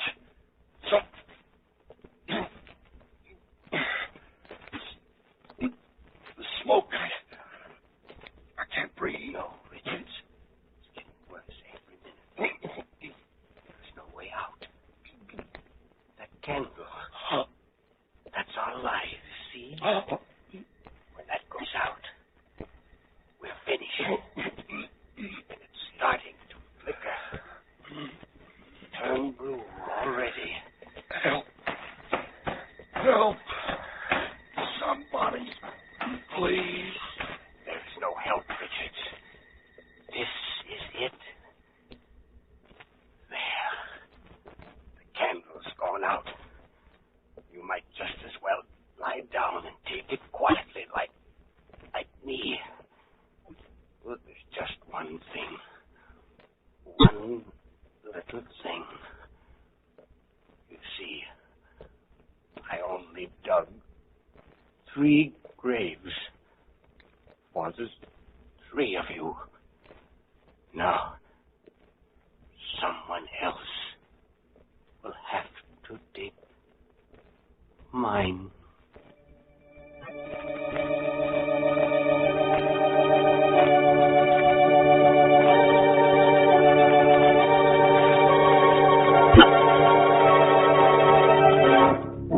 And so, as 2 gasping bodies drop to the floor, the mission of Simon Sloan is completed.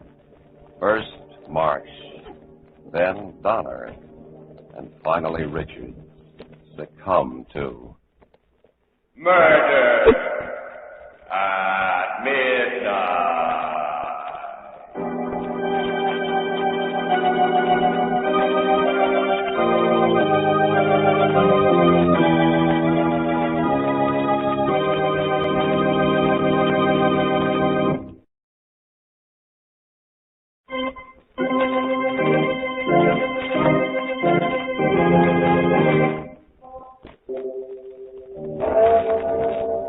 Remember to be with us again when death stalks the wicked, as the clocks strike 12 for Murder at midnight.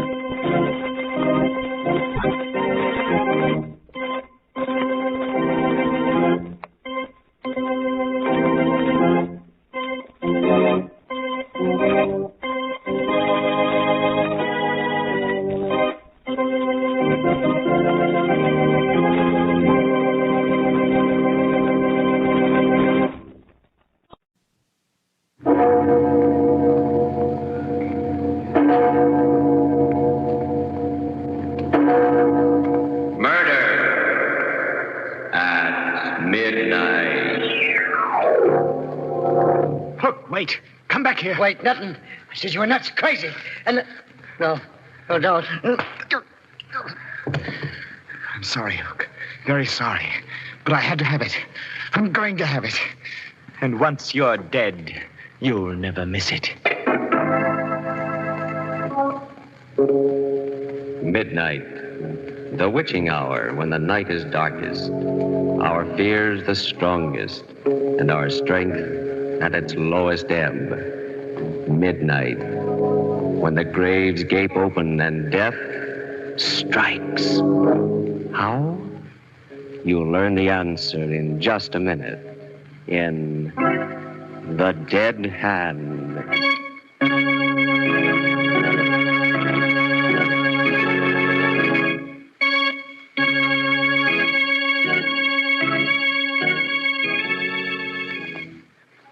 And now, Murder at Midnight. Tales of terror and retribution by one of radio's best-known mystery writers, Robert Newman. Its title, The Dead Hand.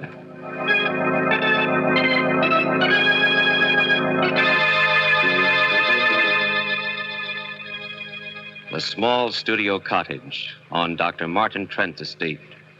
Seated at the piano, alone in the gathering darkness, is Roger Blaine, the famous pianist, and playing as only he can play.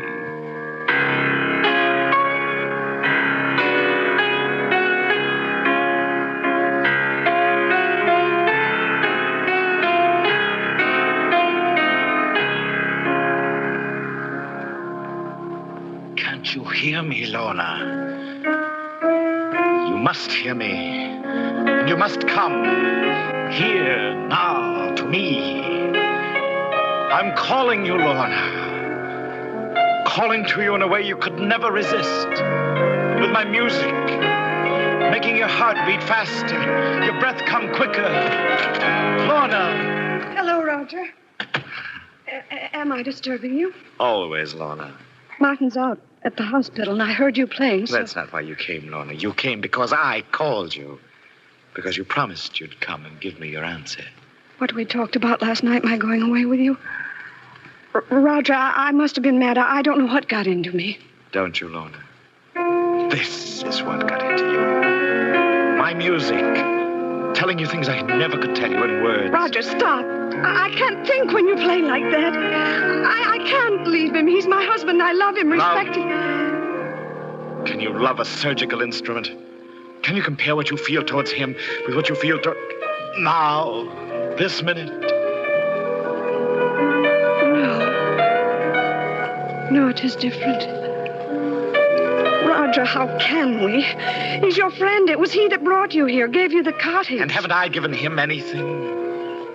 Music like this. Music such as no one has ever heard before. Roger, Lorna, listen to me. To what I'm saying here. I love you. I need you.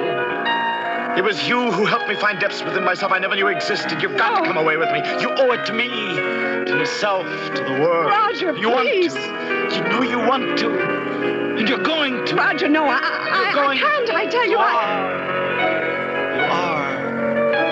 All right. Lorna. We can talk to Martin when he gets home tonight. Tell him. I think he'll No, Lorna, understand. there'll be no talking, no explaining. My car's outside and we're leaving right now.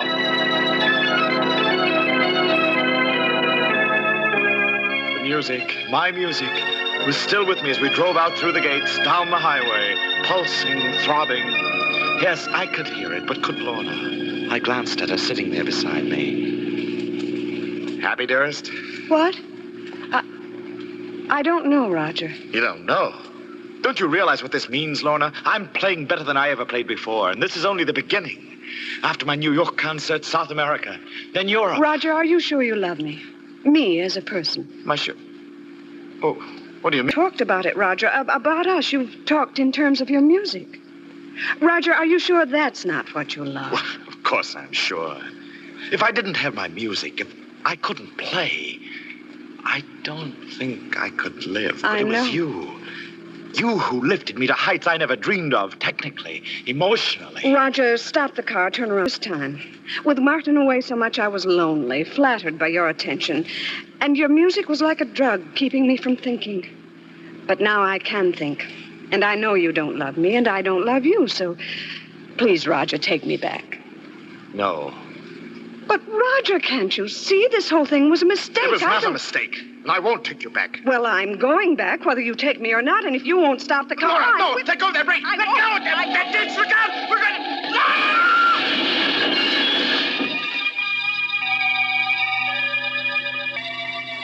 When I opened my eyes, I was in a bare white room, in a hospital. Standing next to the bed are Lorna and Martin. Hello, Roger. How are you feeling? What? I don't know. What happened? You were out driving with Lorna. The car got out of control and you had a smash-up. They rushed you here to the hospital and, well, you've been here for 2 days. Smash-up? Yes, I remember. Are you all right, Lorna? Yes, Roger, I was shaken up, cut a little bit. My hand hurts, especially the fingers. Nothing happened to it, did it, Martin? I've got a concert in a few weeks, you know. Roger, don't stop it.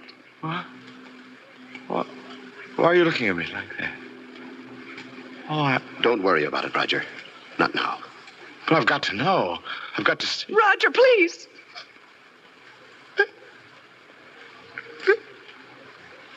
It's gone.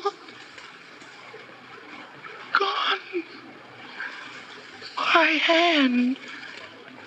My left hand. Martin, what did you do to me? Roger, I think you know how I feel about you, about your music.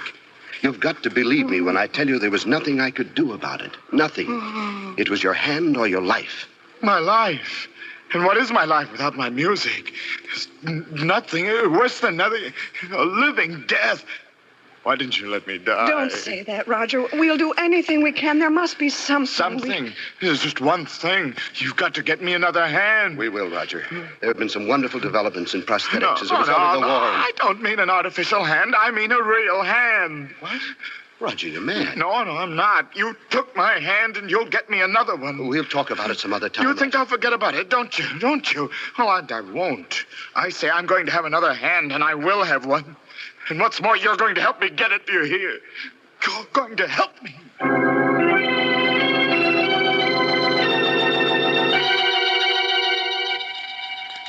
I was able to get up and around a few days later.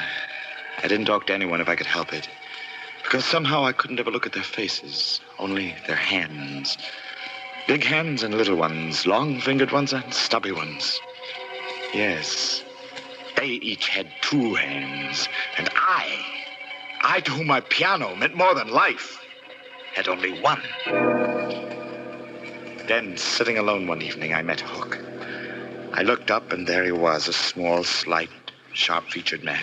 Hello. Nice evening. Yes, I suppose it is. You mind if I sit down for a couple of minutes? No. I wouldn't usually bust in on anybody except that, well, I'm getting out of here tomorrow, and I feel pretty good about it. Oh? What was wrong with you? Bad heart. I'm going to have to take it easy from now on. It's going to make it kind of tough in some ways, but you don't happen to have a cigarette on you, do you? Well, yes, I do have. It's there. Well, at least I did have a silver cigarette case. Can't see. Is, Find this it? What? Oh, yeah. Where did you find it? In your pocket. You mean you took it? My name's Harris, Joe Harris. You usually call me the Hook. This is my racket. Or rather, it was until You're a pickpocket. Well, one of the best in the business. But now with my ticket going bad, I guess I'll have to lay off, except like now for a gag. You didn't mind, did you? Mind? Well, certainly not. I'm very impressed. As a matter of fact, do you mind if I look at your hands? Look at them? What for? They're beautiful. As beautiful a pair of hands as I've ever seen. It occurs to me that you say that you don't know what you're going to do when you leave the hospital here. Well, I just hadn't thought about it much. Why? I've got a proposition that might possibly interest you. No kidding. What? Well, I'd rather not discuss it with you here and now, but I expect to be leaving here myself on Friday. If you'd like to come and see me sometime after that. You say where and when? Well, I've been staying at a little cottage on Dr. Martin Trent's estate. I'll probably be going back there. How about Saturday night, late, around 11:30? Fine. Okay with me. Then it's a date. I left him there, hurried back to my room. I wanted to be alone. Had to be alone, for I was afraid that what was on my mind might show in my face. It certainly was a date. A date with death. A man obsessed half mad, and his unsuspecting victim. Will both of them still be alive to hear it when the clock strikes 12 for murder at midnight?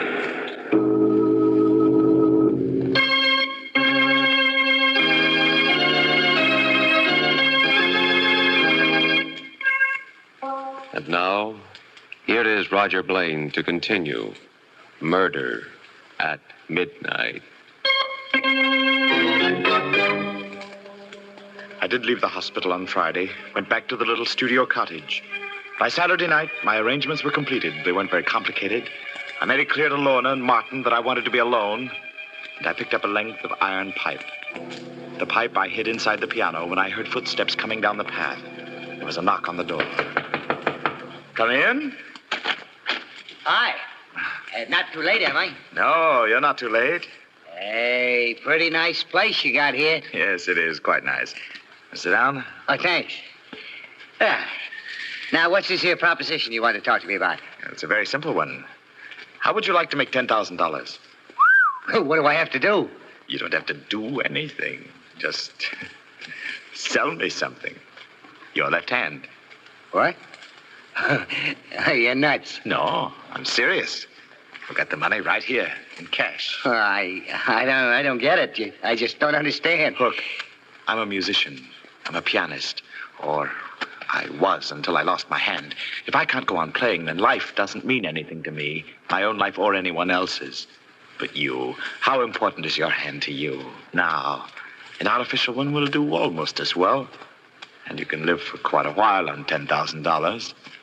You mean you really thought I'd sell you my hand? Let you cut it off? I'm getting out of here. Look, wait. Wait, nothing. I said you was nuts, but I didn't really think... Oh, what are you going to do with that? No, don't. You can't. Some way. Somehow I'll get you for this. I swear. I'm sorry, Hook. Very sorry. But I have to have it.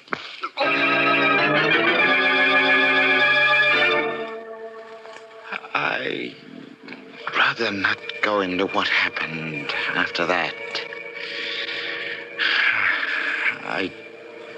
I got rid of the body, and then I went to see Martin.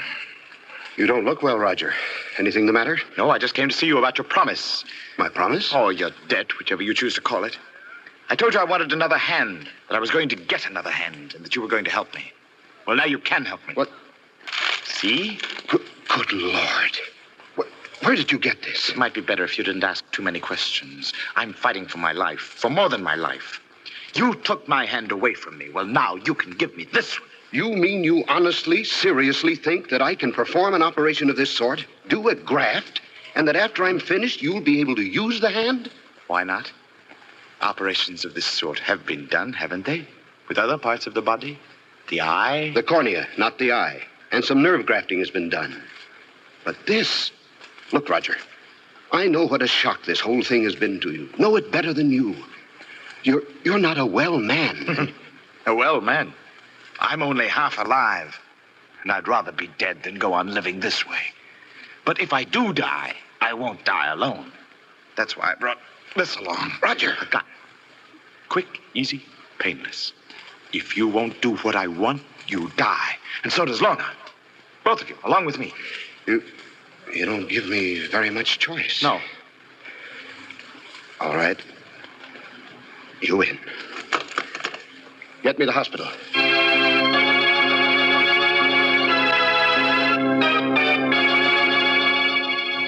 Even before I became fully conscious, before I opened my eyes, I knew that it had been done.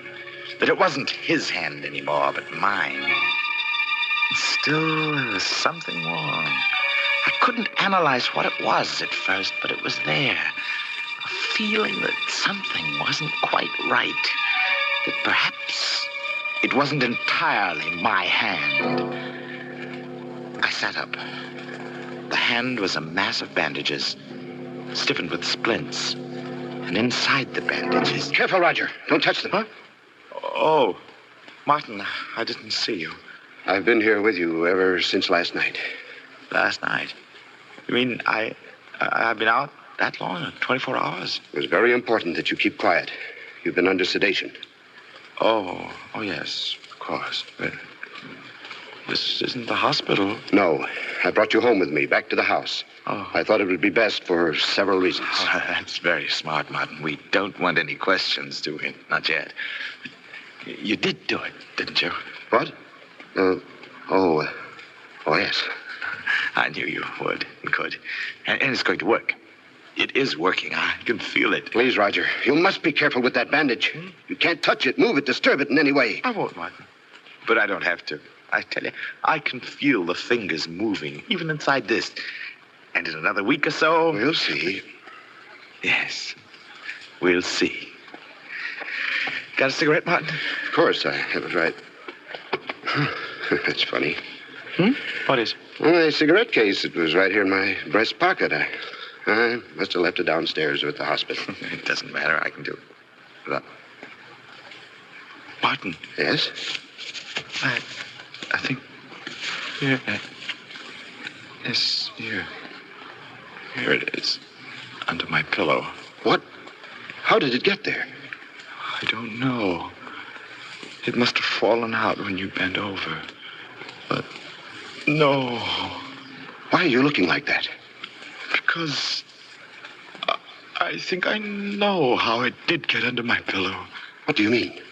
When fingers learn something, a special skill, they don't forget it, ever. Mine never have. Even when I'm not thinking of what I'm doing, they go on playing by themselves. These fingers here, they haven't forgotten either. You understand? I'm afraid Forget it. I'm awfully tired all of a sudden, Martin. Would you mind? No, Roger. I'd like you to get as much rest as possible. There's a friend of mine coming here tomorrow to see you. Another doctor. That's fine, Martin. I'll see you in the morning.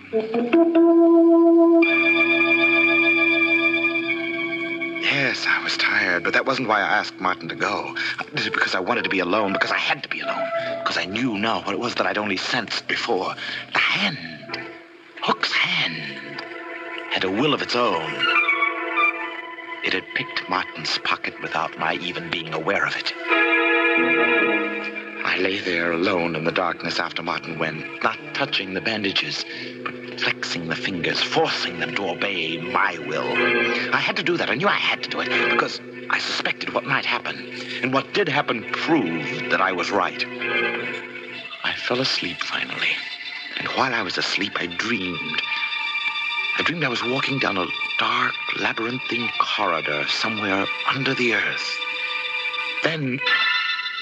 A little closer, Roger. Huh? Just a little closer. Who's there? Who's there? Just me. Waiting for you. Hook! Yeah, Hook. I said it'd get you. Out of the darkness came a hand that clutched me by the throat, gripped it tighter, tighter, tighter. I fought against it, tried to scream, and woke up. Yes, I woke up. And my waking was more horrible than the dream, for the hand was there, gripping me by the throat, moaning, exerting every ounce of my strength and will. I fought it off and pulled it down. I lay there, bathed in a cold sweat, staring at it, feeling the fingers quivering inside the bandages. My hand or his, I was tied to it now. Tied to a thing that was seeking to destroy me. Shaking convulsively, I leaped out of bed. I ran out into the hall and down the stairs to the living room. The piano. That was the one thing that might save me, save my reason. Seating myself at the piano, I started to play, using only my right hand at first. But I tried to force my left hand, his hand, to join in. Then suddenly... No, Roger. No. That won't work. No music. Stop it. Stop it. Do you hear it? It's my hand now. It's mine. No, Roger. Never. But it is. I'm stronger than you are. Nothing is stronger than I am. Nothing in the world. And there's no escape. Because we're one now, Roger. And wherever you go, I'll be there too. It's not true. It's not. What are you doing? Just a little closer to the desk, Roger. No. A little closer. That paper knife? No, you can't. But I can, Roger. I told you I'd get you somehow, some way. Put it down. Drop it. You can't fight against me, Roger. I told you. I'm too strong. Martha! Martha! Quick! For heaven's sake! The hand! Where is he, Martin? The living room. I heard the piano and... Good Lord. Roger. He's dead. Why? How? He was saying something about a hand. He was in a completely psychotic state as a result of shock and a sense of guilt. The state psychiatrist was coming tomorrow to commit him. Oh, Martin. That hand he brought me wanted me to graft on. I don't know where he got it, but I suspect that was behind the whole thing. Behind it? Yes. Well, what do you mean? You don't really think I did graft it on, do you? Well, He was desperate, and I had to do something to quiet him. I splinted his left wrist, wrapped it in bandages, and told him not to touch them. But, Martin, that paper knife in his chest. Which hand is holding it? His right one, his good one. Yes. And still, in a way, it's possible that the dead hand, the one he was so concerned about, did guide it. Her eyes wide with awful comprehension, Lorna stares at her husband, then down at Roger Blaine's body as somewhere in the silent house, a clock starts chiming for murder at midnight.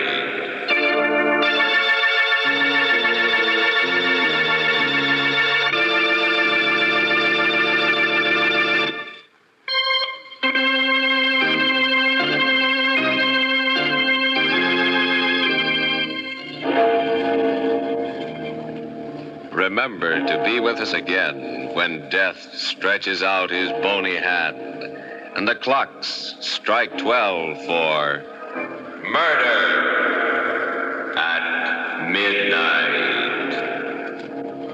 With music by Charles Paul, Murder at Midnight is directed by Anton M. Leader.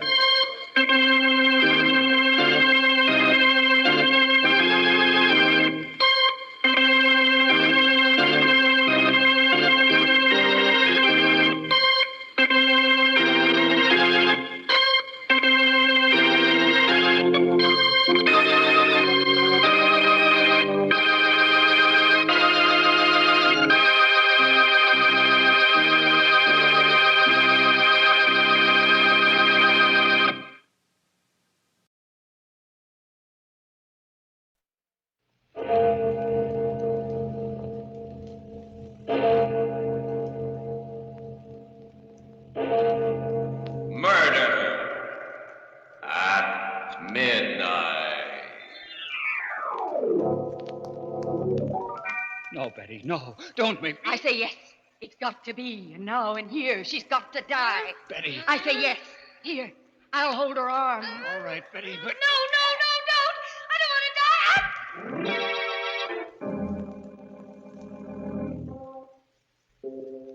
Midnight, the witching hour when the night is darkest, our fears the strongest, and our strength at its lowest ebb.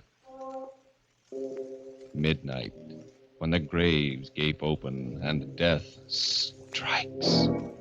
How? You'll learn the answer in just a minute in Nightmare.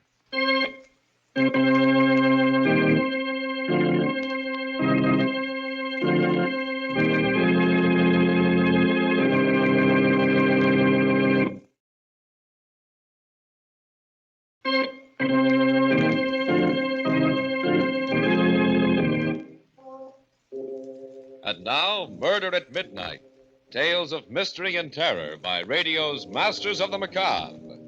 Our story by Joseph Ruskall is one of the most terrifying and fantastic nightmares we've ever heard. Its title, Nightmare.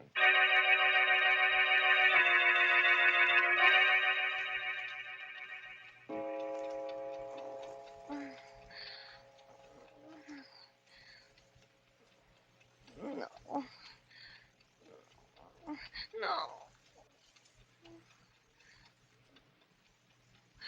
No, don't kill me! Don't kill me! Helen, what's the matter? Helen, wake up, for Pete's sake. Hey, stop it, Helen, stop it. It's me, it's Ernie. What? Oh, where am I? In bed. Where do you suppose? It's almost 12 o'clock. I wish you'd let me get some sleep. Oh, thank heaven. Oh, must have been just a dream. Oh, thank the Lord. Oh, Ernie, it was so real. I dreamed somebody was leaning over me just now with a pillow. Oh, it was horrible. They were trying to smother me to death. And Ernie. Yeah? It was you. What? Oh, that's a beaut. Where's the light? Oh, my aching back. Why, you poor, foolish little... Come here, Butch. I'll kiss you back. No, don't touch me. Keep away. Huh?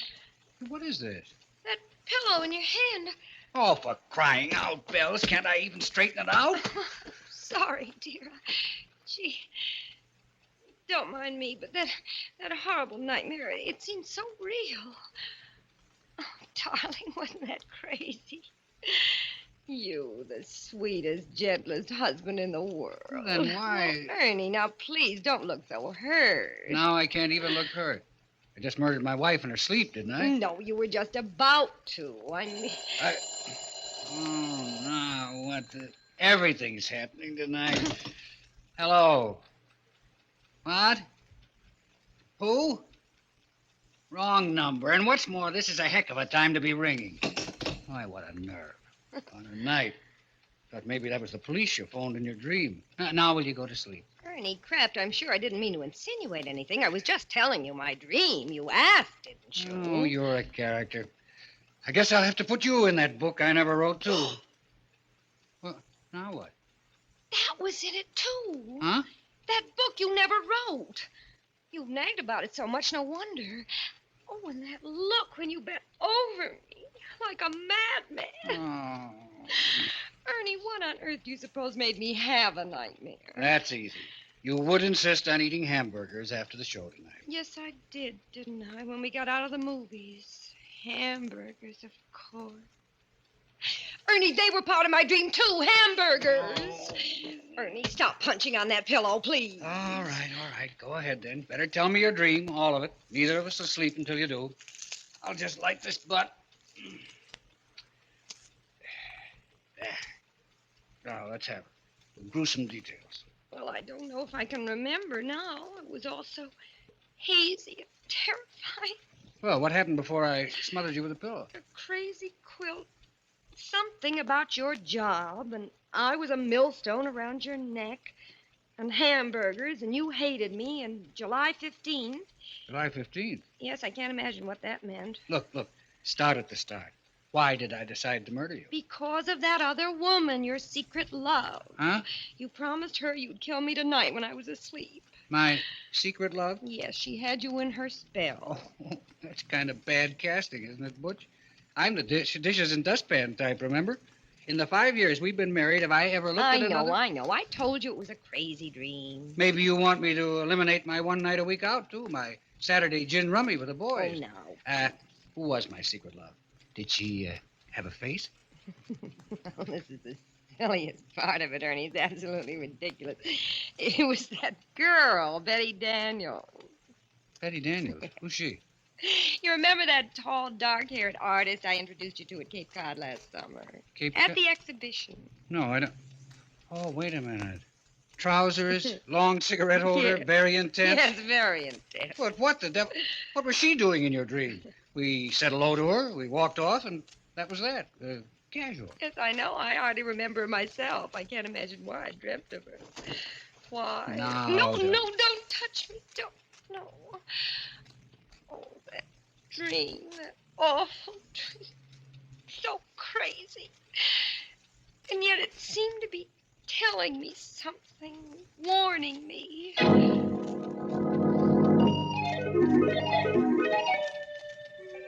Strange and weird. You know how dreams are. First thing I remember is Provincetown and us looking at the art exhibition just the way we did last summer.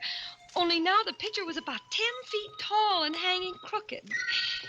And then she came along, Betty Daniels, just the way she did then. Hello, Helen. And I introduced you the same as I did then, only not exactly the same. Like in a dream. You know, silly. Betty Daniels, this is my husband, Ernest. He is very faithful to me. How do you do? How do you do? We've never met. That's a marvelous Goya painting, Helen, don't you think? Or do you prefer hamburgers? Well, My wife prefers hamburgers, Miss Daniels. Oh, I didn't know. Only after a movie, though. Anyway, I'm sure I can't tell one painting from another. My husband's the art lover in the family, I guess, and I just tag along for the fish. Only I don't like fish. I like hamburgers. I know. You don't wear trousers like I do. You're fluffy. Betty and I met on the beach, Ernie. She's a painter. Our rowboats got tangled. That's how we met. Yes, it was all very casual. I hardly remember. Well. Ernie and I are going back to New York today. Isn't that a shame? I wish you two wouldn't stare at each other so. Well, we better run along, Helen. Lots of packing to do. Ernie has got to get back to his silly old job. He's a reporter. A reporter? Shouldn't he write a book he never wrote? Well, imagine. That's what he always says. Well, goodbye. I'm wondering why I'm thinking of you now. Goodbye. Goodbye. The scenes sort of dissolve into each other like a kind of dream movie.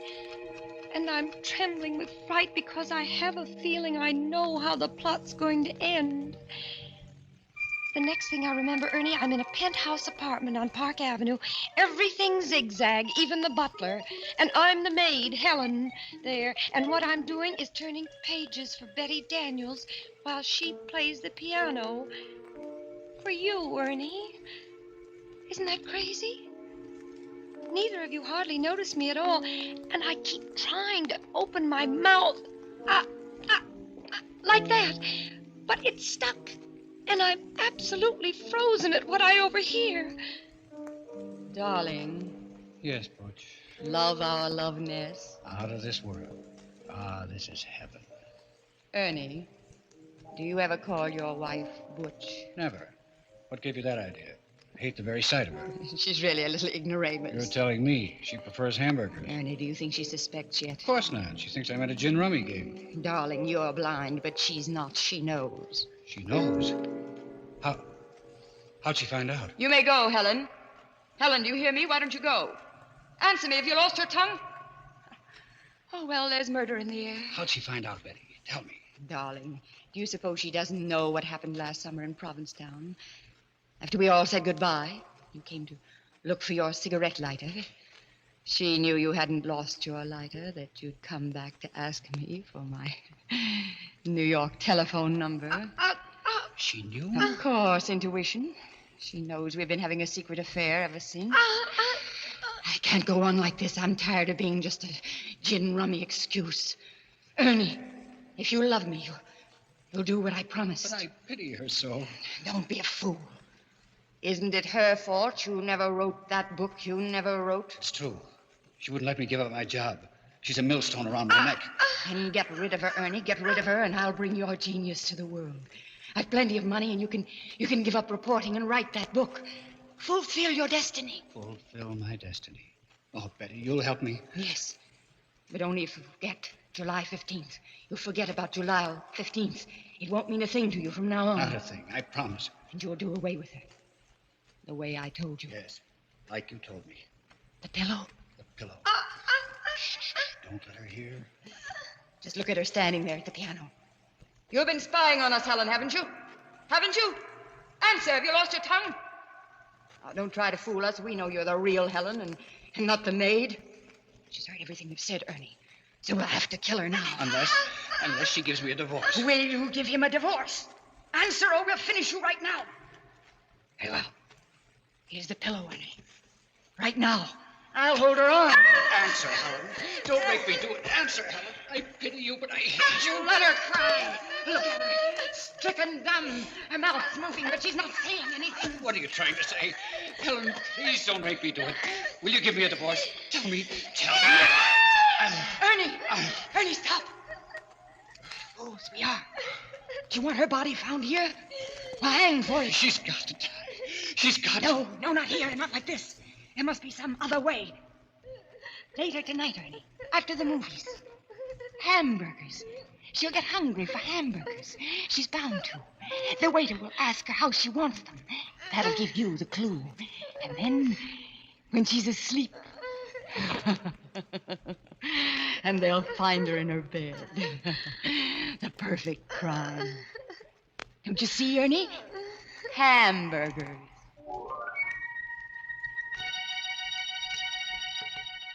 A frightened girl reliving a dream that was more terrible than any reality. A dream that could even become more terrible as the clock on the mantel takes on and the hands draw closer to 12 o'clock and... Murder at midnight.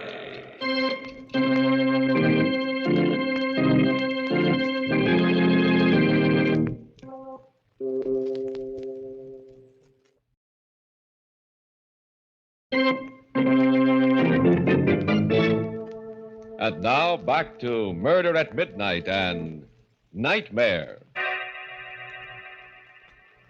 Well, let's hear the rest of this dream of yours, Helen. What happened after that? Well, it was after that it really got bad. It was so crazy, but so real. I don't know what stopped you, Ernie. Kept you from killing me then, but you didn't. And still, I knew you were going to. You dragged me out into the street and then into a movie and then out again. And I looked at you and you were crying because you'd made up your mind to finish me off when we got home. You should have let me write that book, Helen. You should have. And I kept crying, I love you, Ernie. Don't kill me, please. Don't kill me tonight. But I've got to. I've got to. I pity you, but I've got to. And you pulled me along through the streets again. I was terrified. And then I saw a policeman and I cried to him, "Officer!" Yes? What is it, lady? Please save me. My husband here wants to kill me. Oh, wants to kill you, eh? Why, that's a crime. A felony. Oh, why are you joking? Don't joke about it. Do something, please. I'm frightened to death. Don't pay any attention to her, officer. She's dreaming. I'm not. Don't believe him. He wants to wait till I go to sleep tonight. And then as soon as I fall asleep... Oh, come now, lady. He wouldn't do it to you in your sleep. Why, you're cute. Not in her sleep now. Would you, mister? Of course not, officer. Not in her sleep. As a matter of fact, we're stopping off first for a hamburger. She's hungry. No, I'm not. I mean, I am, but I don't dare. I'm starving, but I don't dare. He's just waiting for me to order one, officer, to see what I'll say. And then he'll take me home and kill me. Oh, lady, stop. Sure, and you're breaking me heart. Come along, dear. No, officer, please protect me. Don't let him take me, please. Come along, I say, darling. And then we were in the little lunchroom in our neighborhood, around the corner from our house, sitting on stools. The counterman came over to us. He winked at you, Ernie, and you winked back at him, and he said... Evening, folks. What do you have? You looked at me, but I shook my head. I shook my head, and the tears were streaming down my face. I tell you what, Joe. Make it 2 hamburgers. Right. Rare, medium, or well? Medium, Joe. Make mine medium. Right. And the little lady? How do you have yours, Helen? How do you like yours? Make hers medium, too, Joe. 2 hamburgers, medium. 2 medium. Coming out. And what do you have on them, folks? Relish or onion? Relish. Make mine with relish, Joe. Right. And the little lady? Man's talking to you, Helen. How'll you have yours? Answer him, I say. Answer him. This is it. How'll you have yours? No, I won't tell him. If I do, you'll know how to do it, so I won't tell him. I won't. The next thing I dreamt, we were home again, sitting in the parlor, everything exactly the same, Ernie, just like tonight before we went to bed. But in my dream, I was sitting paralyzed, in a cold sweat, waiting for the word from you that meant my death. Well, Butch, I guess we better hit the hay. What do you say? What do you say, darling? No, wait, Ernie, did I tell that counterman how I wanted my hamburgers served? Of course, dear. What did I say? I can't seem to remember. Oh, I forget to Come along to bed. No, I don't want to go to bed yet. Please don't make me go to bed. I'm scared. Helen. Come to bed, darling. Like a good little girl. Hmm? We went to bed. And then you said... And now, lights out, eh? I tried to think of everything I knew to keep awake. I wondered whether I ought to count to 100 or whether counting would put me to sleep. I tried not to count, but I felt myself getting sleepier and sleepier. Asleep, honey? I heard, but I pretended not to. I fought to keep my eyes open. I knew I would die if I closed them. Asleep, Butch? I didn't answer. I couldn't if I wanted to. I was so scared. And then pretty soon I heard you stirring ever so quietly. And in a moment you were leaning over me. Oh, Ernie, I know it was just a dream, but it was so real. And there was hatred in your eyes, and there was a pillow in your hand, and I knew you were going to do it right then, and Oh, that's a beaut, that's a honey. Oh, my aching back. Darling, when you have a nightmare, you sure do it up golden brown and creamy. Wasn't it crazy? Oh, darling, wasn't it mad? Oh, wait till I tell it around the office tomorrow. Oh, this is too good, dear. But, Ernie, how does a person have a horrible dream like that? What does it mean? Oh, it's a cinch. I'll interpret it for you, and without a dream book, You too. will? Well, go on then, Ernie. Tell me. Okay, then here it is. First of all, a dream always means the opposite, right? You ever hear that? Yes, I have. That's right, it does. Which means I must love you simply awful. Granted? Granted, silly. But goodness, what about the rest of it? Easiest thing in the world. Darling, where'd we go tonight? To a movie? What kind of a movie? It was a murder story. Gee, that's right. Do you think that was... Now, don't interrupt, Butch. Who was starring in the movie? Betty Davis? Repeat the first name. Betty. And the villainess in the dream, my secret love, the girl we met last summer, was also Betty. Betty Daniels. Oh!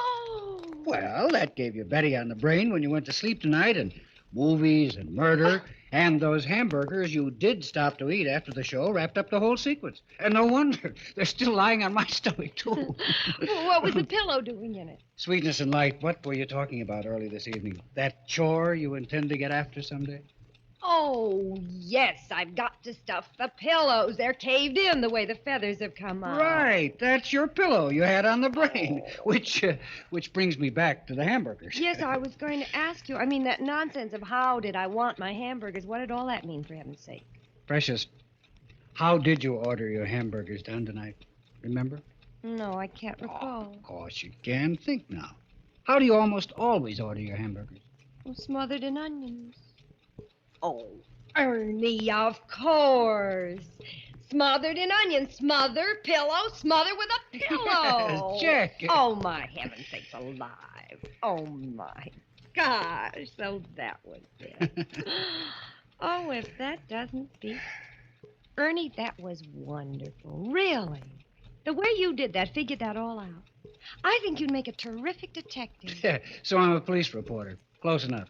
Darling, it's made me think, though, but maybe I have been a little bit selfish. What do you mean? Well, that book you always wonder, right? Maybe I ought to let you give up your job and try. Oh, and have us both starve? Nuts. Anyway, in my sane moments, Helen, I've always known the truth. I'm no writer.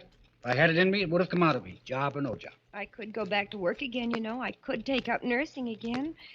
It was pretty hard, No, nonsense. I won't have it. I won't say any more about it, and that's fine. You're a swell guy, though, Butch, to offer to. Oh, there was one thing more, Ernie. Yeah? What do you suppose that was all that about July 15th, about your forgetting July 15th? What did that mean, you know? Yeah. Don't you? Well, no, I can't. It does seem familiar, but I can't seem to... Where are you going? Get something out of my wallet. Wait a minute. What's the date of our anniversary, Helen? July 15th, of course. Tomorrow. What was that? Right. You've had that on the brain, too. Oh. Here. Little present for you, darling. Oh, what on earth Tickets. 2 railroad tickets to Montreal. Right again. We're taking an anniversary trip. I wanted to surprise you when you woke up, but... Well, anyway, happy anniversary, baby. Oh, Ernie, oh, you great big precious darling. How can I ever? You didn't forget. You always did before, but this time you didn't. Oh, Ernie, I just can't stand it. First that dream, and then finding out that it did me just the opposite. No, Helen, don't. It's so sweet of you. I'm so thrilled. Montreal, where we had our honeymoon, and you haven't forgotten. Oh, Ernie, I do hope I've been a good wife to you. And if there's anything I ever... I mean, if you want me to, I can always change. Oh, darling, I wouldn't want you any different for the world. I want you to stay just the same sweet little girl I married. And now, let's get some shut-eye, huh? Lights out? All right. And I'm going to put the tickets right here under the pillow. And have a happy dream for a change. Ah. Good night, Butch. You haven't kissed me? Mm. Good night, dear.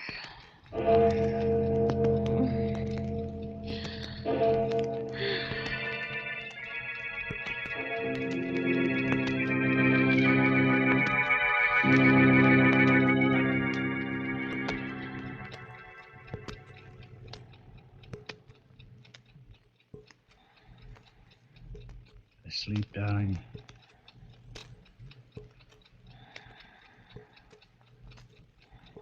Darling, are you asleep?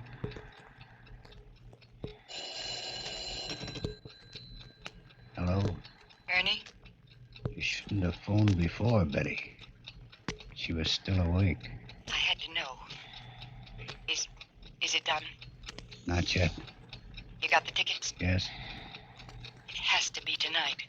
You promised. I know. Is she asleep now? Yes. Just gone off. Then what are you waiting for? Nothing. I'll do it now. Right now. As soon as I hang up. Putting down the phone, Ernie turns and picks the pillow off his bed as the clock finishes striking 12. Murder at midnight.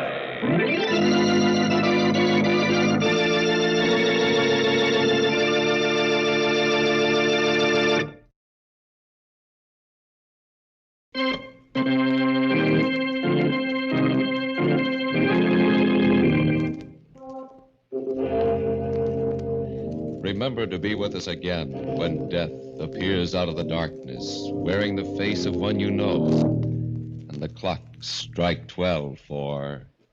Murder at midnight. The part of Helen was played by Elspeth Eric. Walter Vaughn was Ernie. With music by Charles Paul, Murder at Midnight was directed by Anton M. Leader.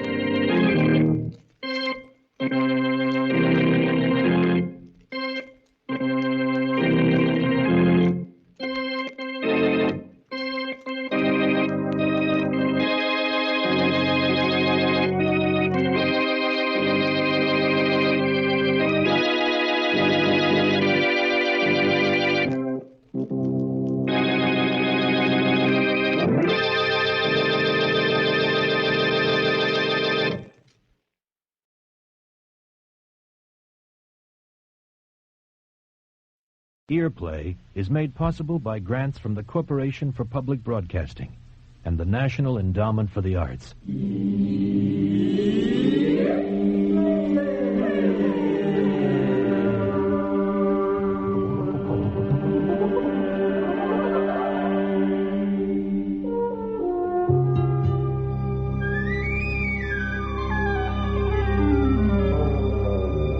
A play for radio. The Midnight Mocker by Leo Goldman.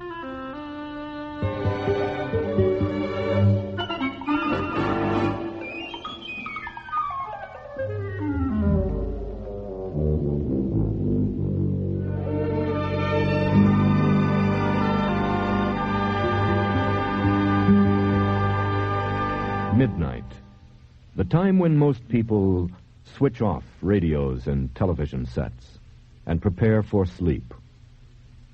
But midnight is also the time when the darkly flavored disc jockeys take to the airwaves, ready to cater to you should sleep elude you, ready to join you in insomnia, to help you while away the night, talking away darkly through the night, until replaced by the tinny brightness of the morning announcers, ready to cajole you with thoughts that the world is really all sugar and spice.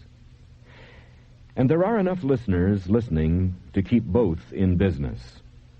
Radio playwright Leo Goldman uses this setting to comment on you and on me in his play, The Midnight Mocker. Bong, bong, bong, bong. Oh, forget it. You know it's midnight. Now, millions of you are demanding to know who I am. What do I look like? All right, I'll tell you. I have bad teeth, sign of a decayed actor. When I was young and ambitious, I brushed my teeth after every meal in order to brush away cavities. Instead, I brushed away my teeth.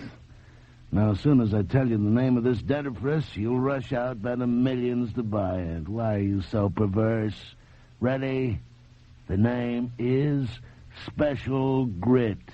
But one word, whatever you do tomorrow with your special grit, whether you employ it as a pumice to sand your old wood floor or to polish up the rear bumper of your old car, don't bring it even approximately within spitting range of your remaining teeth. Oh, what else am I selling tonight? Oh, yes, the usual K-Rap. Tomorrow morning, you run out to buy a fresh load of K-Rap. Tell them I sent you. I guess that's all for tonight. Go to sleep early for a change so you can wake up for that morning show with Miss X America and her own special brand of K-Rap. As for me, I'm taking a fast fade into the sack. Good morning. This is Marjorie Friend, your friend of the morning, bringing messages and greetings and morning cheer to all you shut-ins and vets and good people out there. Our morning songster is, of course, the robin, my very favorite bird. Oh, yes, when I was little, I used to think, how can Mr. Robin eat that breakfast food and then go hopping and singing all over the front lawn? Hopping, yes, but singing? Well, I thought if some of God's creatures have to eat worms and can sing about it, I guess I have nothing to complain about, especially when I can enjoy my favorite breakfast food, special crunchies. And you know, I still do enjoy them after all these years. Oh, here, I didn't mean to do a commercial there. It just popped right out because, you know, I really believe in the products that I tell you about. I really do. Now, early this morning I received many telephone calls from you good people.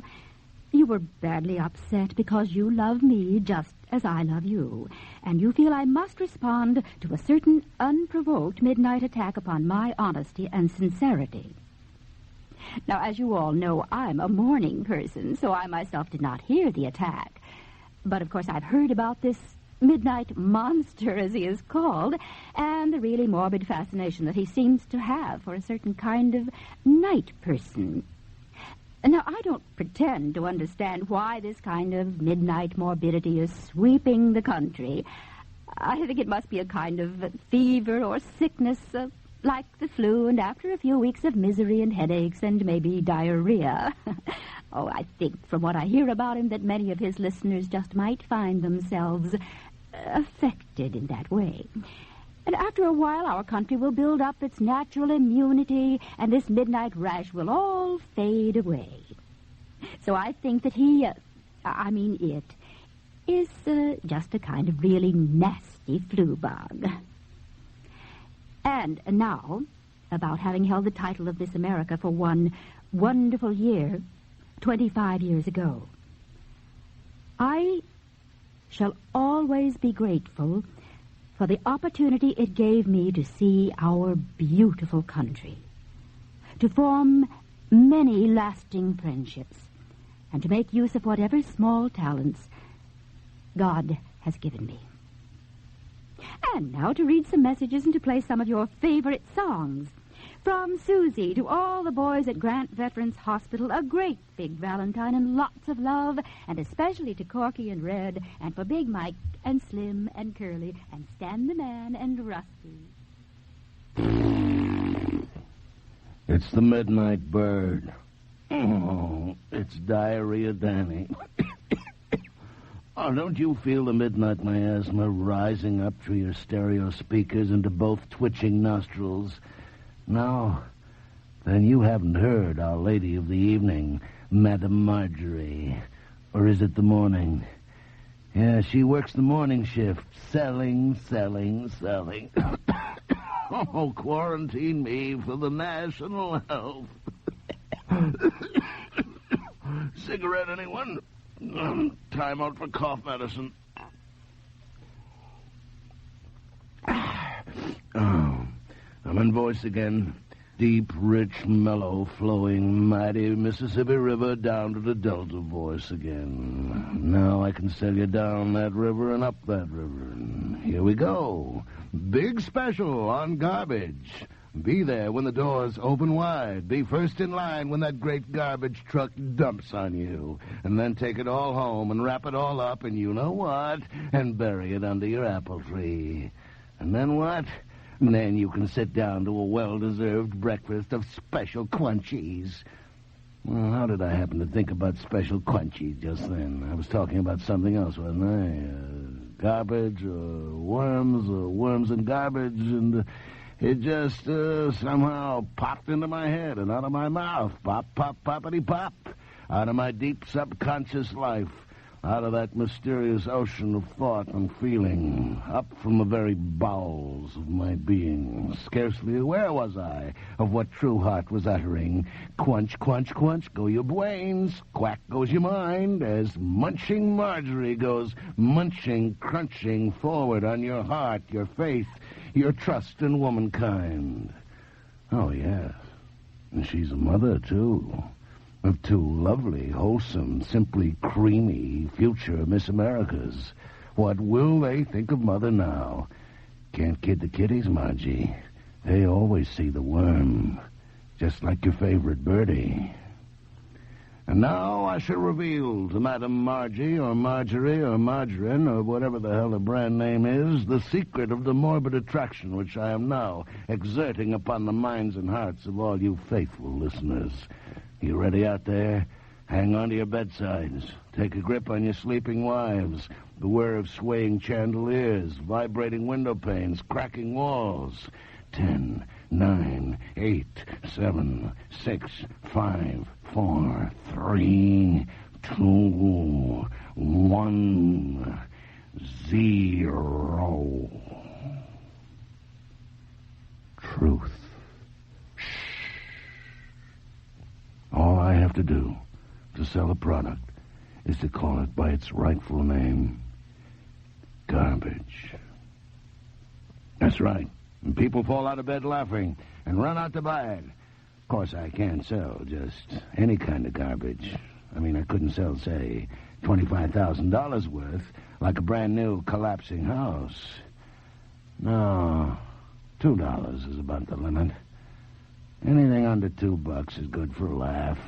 What are people doing with all that K-rap, I wonder? They must be wrapping it all up. The house, the wife, the car. I have a feeling if times are good, I might make it to $3. Times are bad, $1. What, half $1? 2 bits? A dime? How much garbage can you buy for a dime? Plenty. When you get down to 10 cents, it's pure. There's nothing good left in it. Did you hear that out there? Good night, America.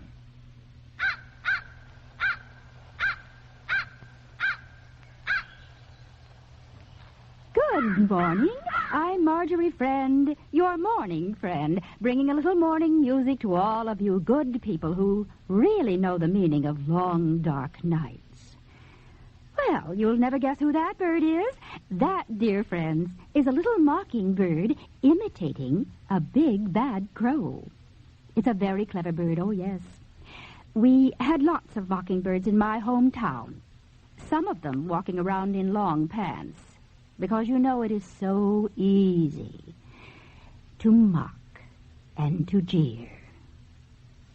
Now, I'm receiving so many telegrams and telephone calls and special delivery letters that my head is just going round and round.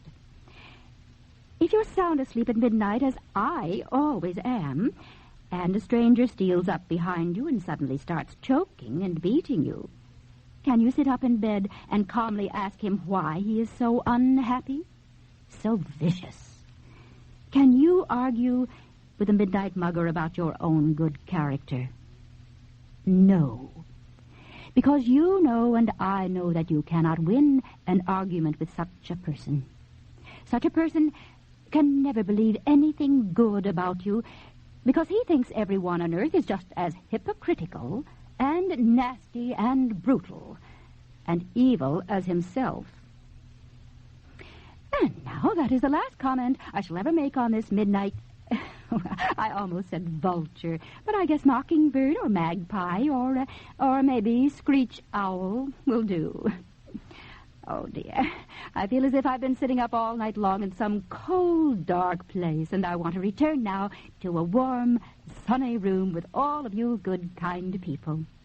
And now, from Harry and Betsy to Jimmy and Lucy, very best wishes on your golden wedding anniversary, and may all your loving family be around you as you celebrate this wonderful day. Ah! Ah! It's the midnight screecher.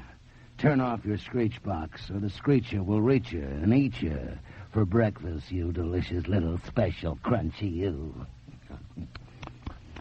Oh, I bet you think that was a real screech owl, don't you? Well, you're wrong. That was your very own midnight mockingbird. I can imitate anything. I can even imitate a live human being. And that's what I'm doing right now. But I'll tell you a secret. There's nobody here.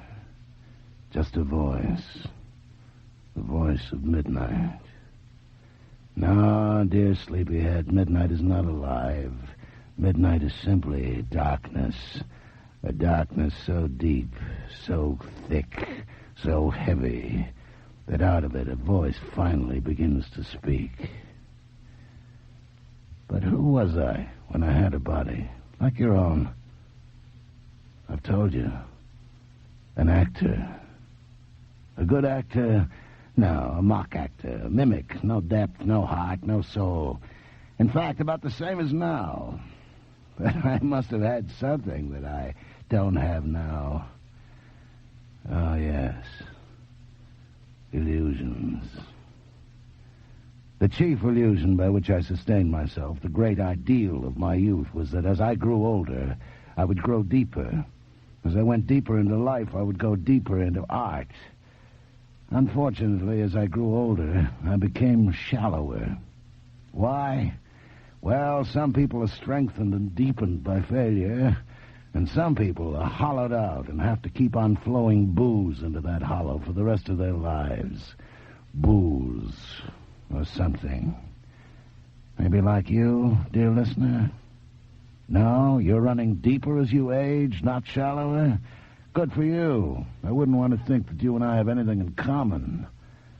As for myself, I began going deeper and deeper into drink, into debt, into despair. Deeper. Right. Okay, enough. Now, how did I finally get behind the microphone? Through an ex-friend of an ex-friend to get me off their hands. All I had to do was stay sober long enough to read the commercials. Hell, I could do that. Some actors are superb at imitating a drunk. I'm in a class by myself at imitating a sober. So there I was, 1, 2 o'clock in the morning, pitching used cars and cordon removers and dandruff killers. And then a funny thing happened.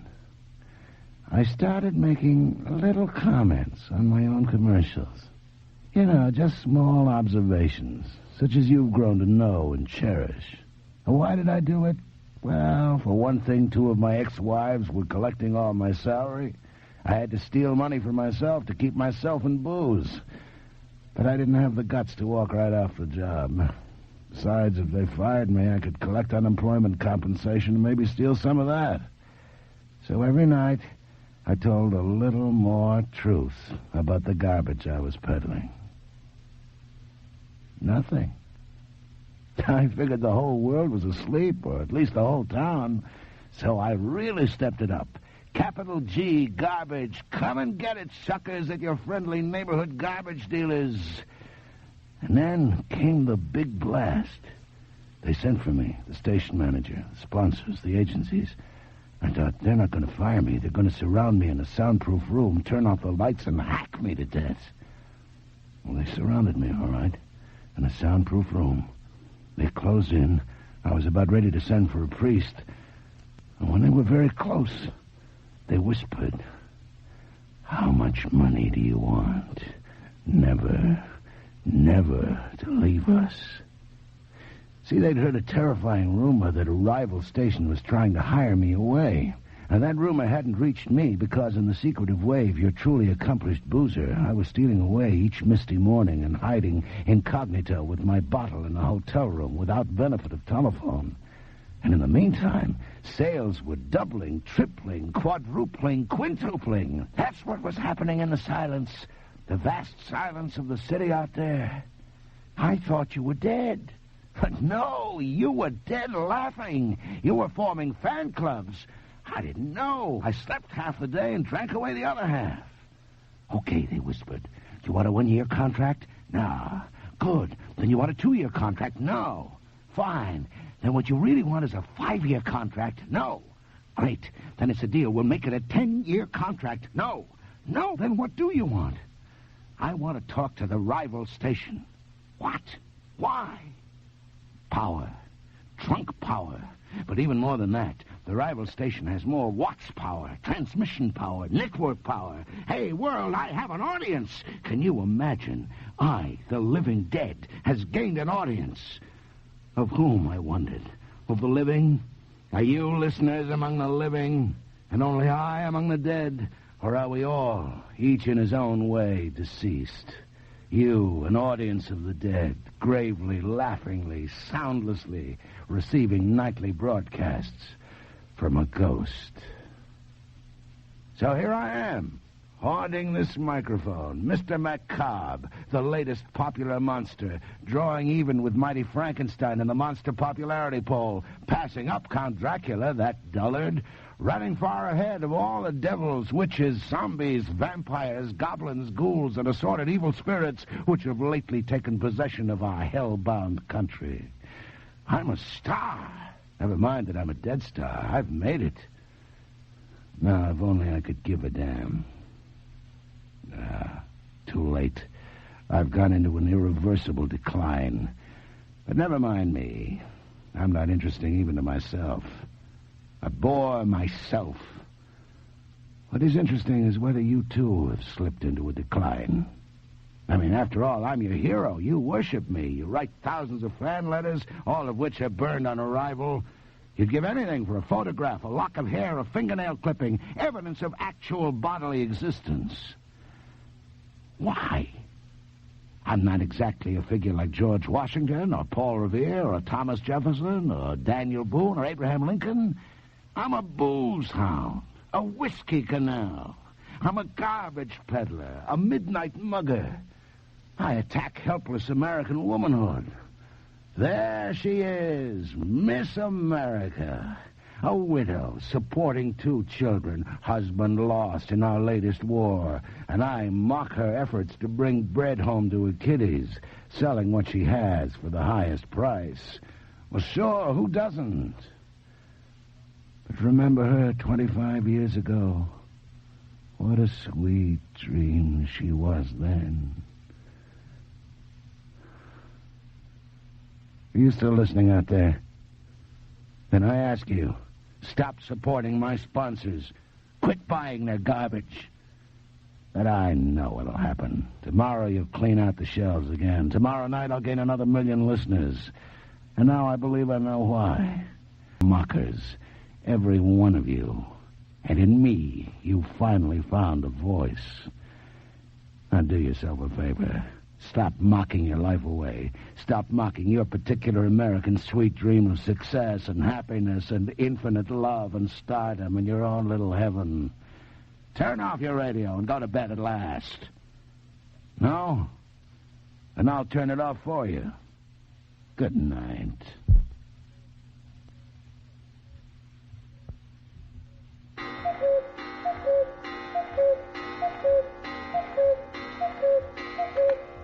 Good morning. I'm Marjorie Friend, hoping to share a morning hour with you. Now, what does a mechanical cuckoo do? Well, at midnight it cuckoos 12 times. It doesn't fly. It only says to all the world, "Cuckoo, you're crazy." Does it do any of the things that you good people do? Does it contribute thousands of dollars to help the ill? Does it send letters to shut-ins, to vets, to parents of stricken children? No, it is helpless. It is only a voice. Poor little whiskey baritone. How can a mere human voice offer a kind word to people who are really suffering? It can't. No, it can only moan and whine, pity its poor, miserable self, while all around people are dying for one word of comfort. Oh, but such people are too small. Only little people like you and me can see them. All right, I am little, and so I do what I can for other little people, which is little enough. But less than this I cannot do. Now, if he, that pathetic little drunken monster crying and whimpering into his bottle, if he would help one person, it would be more real. It would mean more than all of his malicious humor at the expense of those who do try to help. And if I appear foolish or weak or ridiculous, I don't care. I'm not interested in those appearances. The reality of helping someone is what I care about. And that is the wonderful part of being on radio, that my voice can reach others. But I am a person, not a disembodied voice. I don't throw my voice at you like a ventriloquist at a dummy. No, I talk to each one of you. And now to all of you people who have been insisting that I really tell him off once and for all, I hope this will satisfy you. And to all of you other people who are urging me to have a kind of public debate with him, I will say this. I have no desire at all to meet this midnight maniac. No, it would be like going to a police lineup to identify the man who has attacked you. I'm not even curious. Some people tell me he's a really horrible, disgusting, bloated creature, and some people say he isn't at all. So many women have been calling me up and claiming to be his ex-wives that he couldn't have married them all. Besides, they all give different descriptions. He probably sounds to hundreds of women just like their ex-husbands. But enough of him. To me, he no longer exists. And now to come back, thank God, to something human. From the parents of little Laura Jane, a world of thanks to all of the wonderful, understanding people who sent toys and cards and contributions. We cherish all of your letters. They were a real comfort. Coco, Coco, Coco, Coco, Coco, Coco, Coco, Coco, Coco, Coco, Coco, Coco. It's midnight in Cuckoo Land. Well, well, so hundreds of my ex-wives are telephoning you, eh? What do you mean I couldn't have married them all? Of course I married them all. But I wore a different face and used a different voice for each one of them. Shrewd move, I call that. Hey, old pal. Hey, old buddy out there. Don't you wish you were an actor? Think of the thousands of women you could marry, and they'd never be the wiser. Actually, friend, to the best of my recollection, I married only 3 or 4. Or was it 5? Oh, now it comes back to me. The reason I give completely different descriptions of me is I was in completely different shape for each one of them. For wife number 1, I was Mr. America. You don't believe that, do you? Well, it was a job requirement at the time, 25 years ago. I don't mean for marriage. I mean for the stage. That and a torn T-shirt. You could hardly get an audition if you went bulging through a torn T-shirt. Bulging muscle, that is, not flab. No, bulging flab through a torn T-shirt was my second marriage. You guessed it. I couldn't get a lead on stage, and I couldn't do much with it off stage either. I'm not only a failed actor, I'm a lousy lover. Once upon a time, naturally, I dreamed of being the world's most perfect lover. On stage, off stage, on screen, off screen, absolutely the world champion of tenderness yet firmness, and firmness yet tenderness, the tenderest, firmest, tempestuousest, tenderest tempest. Well, you know what I mean. And routing the villain. But a funny thing happened on the way to the bedroom. I became the villain. The boozing husband, the fat clown. Not the tragic clown, not the actor playing clown for all the world to mock while his own heart is breaking. Oh, just an ordinary, unfunny, everyday, drunken clown. Maybe a little bit like you there, old bar buddy. No? Well, good for you again. God knows the nation and the world needs sweet lovers like you, not to mention your lucky wives. I'll skip over wife number 3, mercifully, and over wife number 4, charitably, and over wife number 5, if there was a wife number 5. Does it matter? No. In the entire history of my marriages, only one thing matters now. Are you ready out there? Marjorie Friend was wife number 1. Yeah. She took my virginity, and my heart, and my soul. And left the voice you hear now. Can't hide the truth forever, Margie. Now, about hooking up with her again, by radio, that is, as all morning and midnight America are now demanding, I'll give it a try. But listen, Margie, if you're up past midnight, and I have a feeling you are, I could never make it to your early morning program. At that hour, not only do I have no body, I have no voice.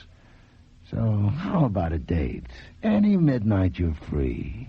You at your station, I at mine. Until then, good night, old number 1.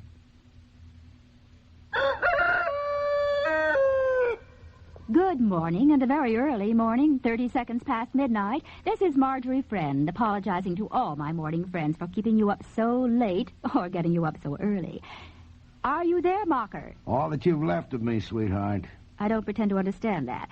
Now, you have made what many people consider to be a very grave charge. You have made a graver charge, that I no longer exist. No, Margie, you can banish me, but you can't vanish me. Oh, it's very late. I'll come right to the point.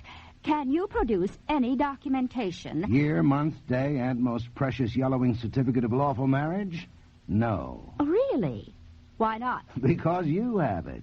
I? Sure. I always leave it to my ex-wives and their lawyers to latch onto those documents and file them in some time capsule or time bomb set to blow my brains out later in court. In what city were we married? Under what name? You know, records are kept. They could easily prove your case. Too easily. Producing my name could produce too many screaming X's hunting down fresh alimony. Oh, then what you are saying, besides a great deal of nonsense, is that you have no legal evidence at all. My evidence takes a more intimate and revealing form than any mere legal evidence. Then reveal it. What are you waiting for? I can describe it. Only you can reveal it. Exhibit A, birthmark, left cheek. Confess. I don't know what you're talking about. I'm talking about the mole on your left cheek. The birthmark, setting off the beauty of your otherwise perfect Snow-White prize-winning behind. That is the most grotesque and ridiculous thing I never thought it was grotesque and ridiculous. I always thought it was charming and delightful. And I'm sure any impartial jury to which you would submit Exhibit A for close inspection would have to agree with me. In the first place, everybody. It just isn't so. Oh, then you've given it away discreetly to a plastic surgeon. In the second place... One place at a time. If it were so... You wouldn't show, right? Right. Wrong. You let the judges check out your face, neck, arms, boobs, butt, legs, and every other bit of you they could spy out. But now you're just too desperately shy to reveal one additional 1/8 inch of quivering birthmark. That is too absurd and childish to dignify with any kind of comment.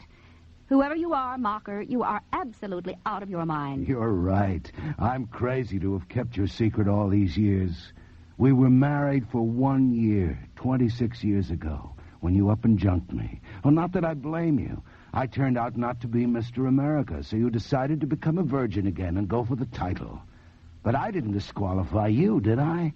When the judges said, is there any person present who can show cause why this woman should not be joined in holy matrimony as the virgin bride of all America, did I step forward to shout, that's no miss, that's my ex-missus? I'll grant you it was cheaper than alimony, a bargain all round, but you're safe now, Margie. No one can snatch off your crown, so fess up. Are you all through? And not quite. Body gone, liver gone, brain dissolved, but still retain voice and memory of you. I see. You conveniently blame your unfortunate first wife for your drinking and your failure. No, you know better than that. I was a half drunk when you married me and a whole drunk when you unmarried me. And now I'm about a drunk and a half. But you didn't drive me to drink. I wasn't your passenger. I did all my own driving. Now, what do you mean, failure? I'm the biggest draw in the history of nighttime radio. I send millions of people red-eyed to work every morning. Not booze, lack of sleep. And the money I'm making, if I had an ass, it would be sitting in a nest of $1,000 bills. And I owe it all to you, Margie, for having left me. How could I have made good without whole harems of ex-wives for comic material? 5 wives are a gas. 1 wife is no joke. May I speak? Shoot, unless your lawyers have clapped all 10 hands over your mouth. The only sense that I can make of all your gibbering is that you were married once upon a time to a Miss America contender, and in your drunken fantasy you have mistaken me for her. But Miss Americas are not interchangeable, Mr. Mocker. You said yourself your brain has dissolved in alcohol. Disappeared without a trace. I'm a voice from the other side. Good shot, Margie. Never claimed you were a fool. If you were, you wouldn't be where you are today. No, you'd still be married to me. I'm the fool. I don't deny it. I had you, then I lost you. But I'll tell you a little secret. You do still love a secret, don't you? And you do know how to keep one, too. Every red-blooded American boyo grows up dreaming of Miss America, and in his own drunken fantasy marries the princess. Oh? Yes. How can the poor lad help it? You are squirted directly into his brain until every intoxicated little brain cell is just a dripping and a quivering with your sweet promise. All American men have Miss America for an ex-wife. All but the bachelors, I suppose. They've stayed pure, faithful to the ideal. Oh, now I understand. You mean that I am your ex-wife symbolically. Yes, dear, and in every other way known to man. And now I'll tell you one last open secret. I still love you. You still there? Yes. I love the memory of you from a great, great distance, from millions and billions of miles away. It's as if I were falling farther and farther away from the sun, so far away that the sun has vanished forever. And yet, I haven't quite lost the memory of sunlight. Can't you hear my voice? You said yourself it is the voice of death. Yes, I did say something like that, didn't I? You've hit it. Imagine, dear listener, confessing your love after hearing your love reply that your voice is the voice of death. Imagine discovering that your own voice, which in your youth you considered to be the full-throated voice of love, the very bird song of love, has become unmistakably the last guttural, choking, whiskey baritone of death. You think I am the last one to be surprised? You're right. It's always a shock to discover your latest transformation on the way to complete monsterhood. Are you there, Marjorie? I hear your voice. So do I. Now. But let me tell all of you, the human voice is astonishing. Even after it has become the voice of death, even after it has chosen death, it calls out to life. To the very last moment, it cries out to be delivered from the death it yearns for. Oh, yes, life is very powerful. It can barely manage to pry loose its own grip on itself. Until tomorrow, midnight. Hello? Oh, well, I don't want to go on talking alone at this hour. So, to all my friends, it's very late. Good night. Bong, bong, bong, bong, bong, bong, bong, bong, bong, bong, bong, bong. It's midnight over the boneyard. Not everyone has the privilege of tolling himself all the way into his own grave. Another unexpected benefit of radio, dear invisible audience. Well, cannot one of you seated there in chapel find a good word to speak in praise of the departing? Silence. From all that listening throng, not one yea leaps forth to echo here at graveside. Last week, last month, you loved me. Tonight you have abandoned me. And why? Because last night, oh fateful midnight, I did declare my love. Well, monsters do love, you know. Think of the Hunchback of Notre Dame. Think of Frankenstein. Think of yourself. But no longer am I the midnight mocker. Tonight, I am the mocked. You were waiting for me to blast her, annihilate her, send her whimpering back to the protection of her mourning friends. Instead, I said, Miss Marjorie, Miss Ex-America, you, voice of morning light, I, voice of midnight darkness, love your sweet memory. My reward, a national kiss-off. I turned a midnight horror story into a morning soap opera. Women laugh at me. Men yawn. The nation has fallen out of love with me. Divorce has set in. Sponsors are withdrawing at the speed of light. The end has come. You've all heard of the overnight success. I'm the overday flop. Well, Midnight America, what can I sell you now that I'm a lover? The party's over. There's just one last sale I can make. If not to you, then to myself. And here we go. Big sale on bottled sleep. You can take it in tablet form, in capsule form, or in liquid form. But no matter how you take it, it has only one side effect. It kills you.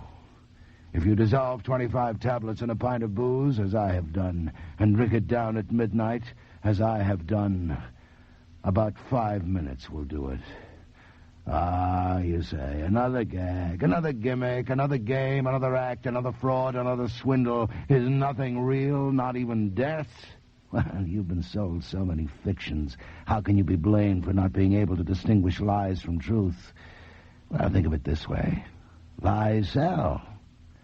Yes, but the truth could be even more sensational. It's all show business, right? We know that at curtain call, the dead hero jumps upright from the bloody stage, bows, waves, and trots off to the wings to count the receipts. Oh, how we do love death and profitable resurrection. The good actor dies like an acrobat. The bad actor dies awkwardly, a clown to the last. Dying with style. Now, that's the best of acts. Give me more light.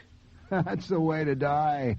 That's the cry of genius, of life, of love. But some cry or whisper, give me more darkness. There is still too much light by which I may see myself. Give me deep, eternal darkness. Give me that silence, that abiding silence, where I'll never again hear the sound of my own voice.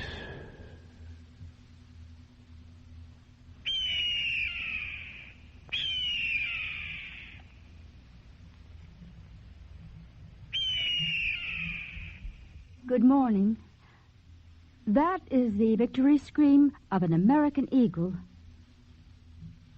People tell me I'm the winner in a great national contest.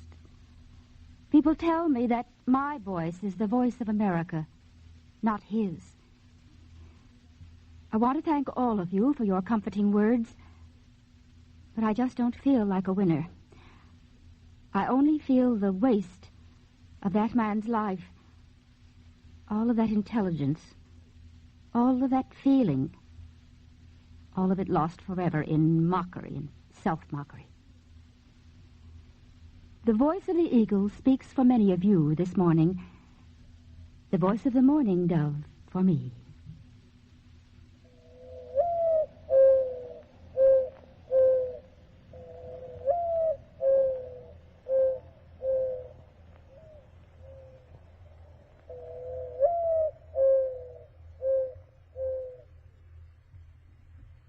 The Midnight Mocker by Leo Goldman.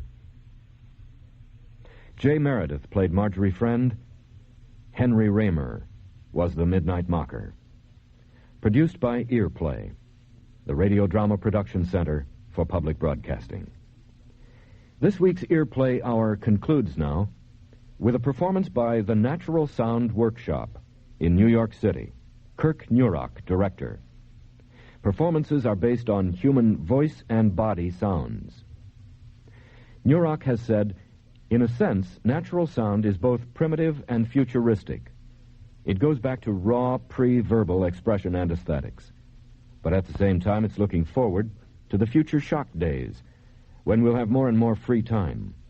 Participation in the arts will help fill those hours. And I believe that we are all natural musicians. The piece we're to hear now also has voice soloist Jay Clayton and saxophonist Roger Rosenberg, as well as piano and bass. Scat Melisma, with the Natural Sound Workshop, directed by Kirk Nurok.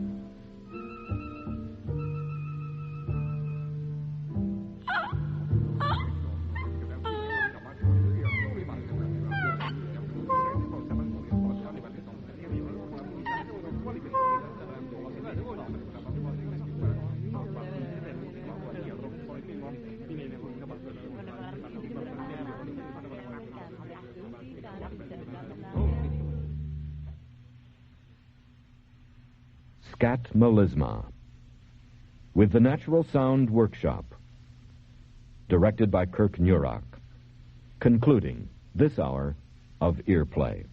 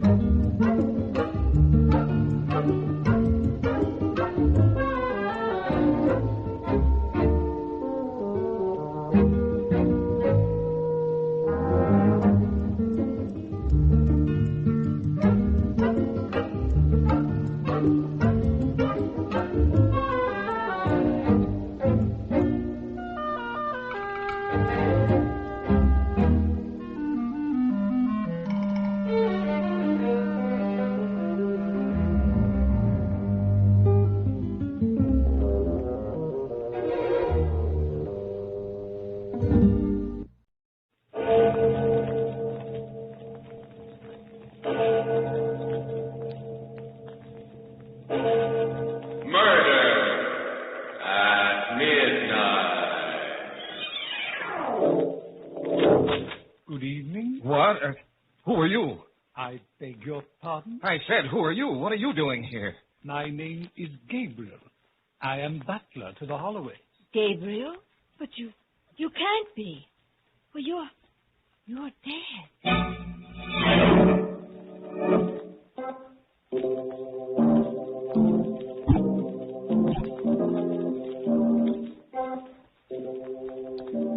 Midnight, the witching hour when the night is darkest, our fears the strongest, and our strength at its lowest ebb. Midnight, when the graves gape open and death strikes. How? You'll learn the answer in just a minute in The House That Time Forgot.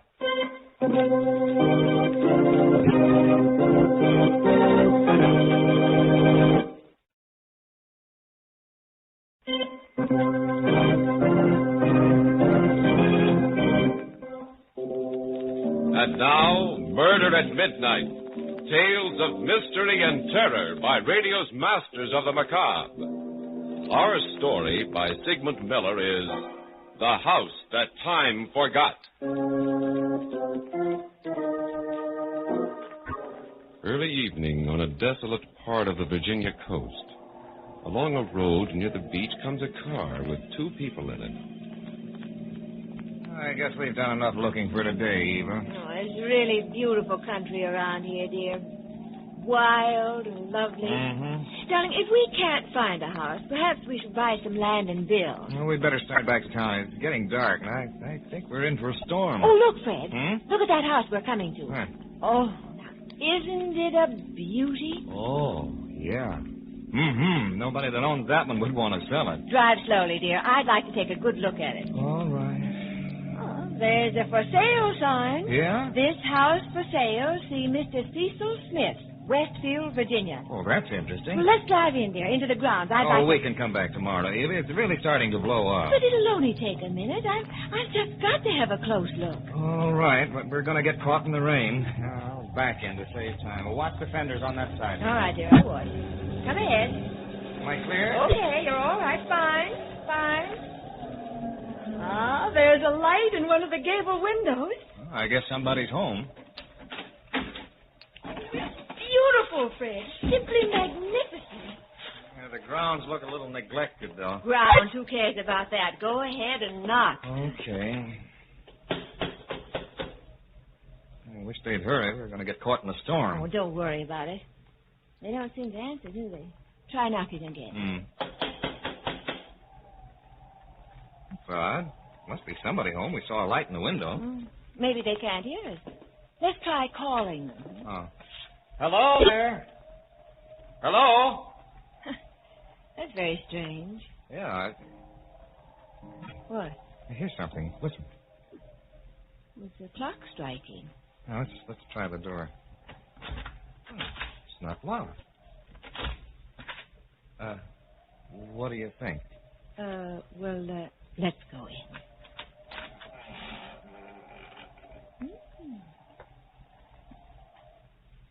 It's a big place, but lovely. Wait a minute, dear.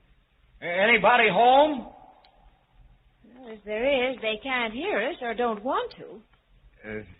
Come on, dear. We'll come back tomorrow. Place needs fixing up, but it's worth fixing. Shall we take it? Well, I don't know, Eva. We'll talk to the agent in Westfield, and then, well, we'll see.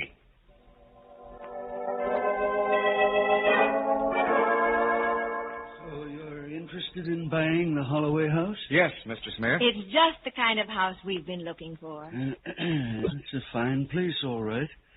Even got a private inlet to moor a large-sized boat. It's got everything except... Except what, sir? Well, it's only fair that I tell you all its defects. What defects, Mr. Smith? Well, you see, Mrs. Jordan, it's kind of hard to put your finger on it. There's something very queer about the house. Huh? Oh. You mean it's haunted? Well, I don't know exactly, Mr. Jordan. No one has seen a ghost there yet. Well, we don't mind ghosts, do we, Fred? No, we don't believe in them. Well, I didn't say it was haunted, but, well, people say that the house is alive, that it has a life and a will of its own. A life? Well, I don't know what you mean. Well, I've had 4 caretakers in the Holloway house since I took possession of it, and none of them stayed more than a few days. Well, why did they quit? I don't know. They didn't see any ghosts or apparitions, but they all felt the same way, that the house was alive. Every one of them. Oh, well, there must have been something that scared them away. Well, I'd better tell you the whole story. Yes, we'd like to hear it. Please do. Now, the house originally belonged to Richard Holloway. 7 years ago, in 1939, Richard and his wife, Diana, went on a short cruise in their yacht, the Viking II. That's an interesting name, isn't it? They never came back. Oh? They had 2 friends visiting them who refused to go with them. The strangest part about it is that these friends warned them that they'd never return alive from the cruise. The Holloways laughed at them. Oh, well, how did they know, these friends, that the Holloways wouldn't come back? I don't know. Nobody knows. Well, did you talk to these friends? No, I never saw them. I only know about it through John Gabriel. He was the Holloway's butler. Oh. He's been dead for 2 years now. As a matter of fact, even Gabriel didn't know these friends. He'd never seen them before. It's a mystery that I've thought about for years. I'm afraid it's going to be a mystery forever. Very interesting, but we'd still like to buy the house. Mr. Smith, there was a light shining in one of the windows when we were there yesterday. We also heard a clock chiming. That's funny. No one's been inside that house in over a year. Oh? Eva, perhaps we ought to think this over. Oh, huh? nonsense, darling. You're not going to let some old wives' tale bother you, are you? No. But how could a clock still be going if no one's been in that house for a year? Well, there's a life buoy not far from the house. You might have mistaken it for the clock. Now, you see, everything has a logical explanation. Yeah, what about the light in the window? Well, it was probably a reflection from the sun or something. We'd like to take the house, Mr. Smith. Well, if you wanted, I'd be glad to sell it to you. I just thought it fair to tell you all about it, so if anything happens, you can't blame me.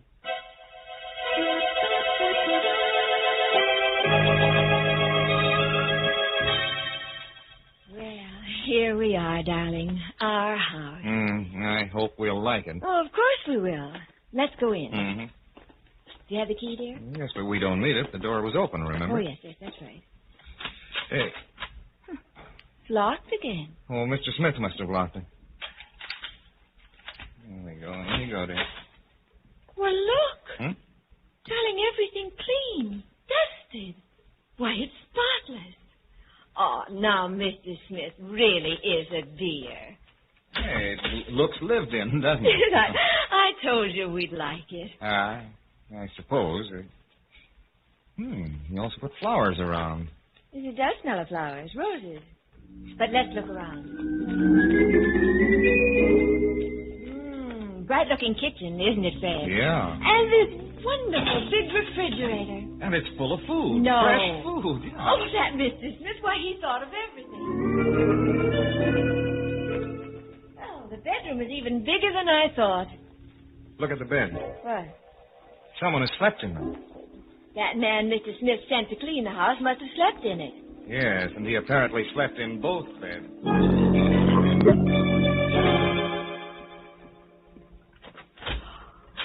This library. Darling, look at that paneling. Yeah, it's a very lovely room. Everything is charming. But what? Look at the fireplace.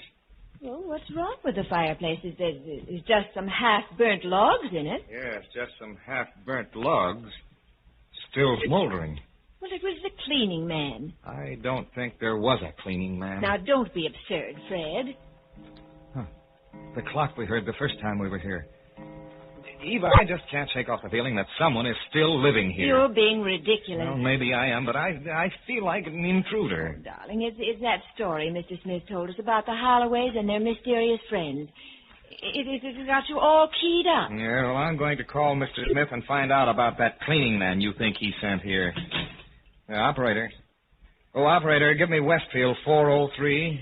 You're really being a fusspot, Fred. Yeah, we'll see. Hello, Mr. Smith? Yes? This is Fred Jordan. Oh, hello, Mr. Jordan. How's everything up at Holloway? Oh, everything seems fine. Thanks for having the house cleaned up. Cleaned up? I don't understand you. Didn't you send a cleaning man to straighten up the house? No, Mr. Jordan. The house was sold as is. I never sent anyone over. Might interest you to know we found the house in a spotless condition, cleaned and ready for occupancy. Oh. Thank you, Mr. Smith. I'll be in touch with you later.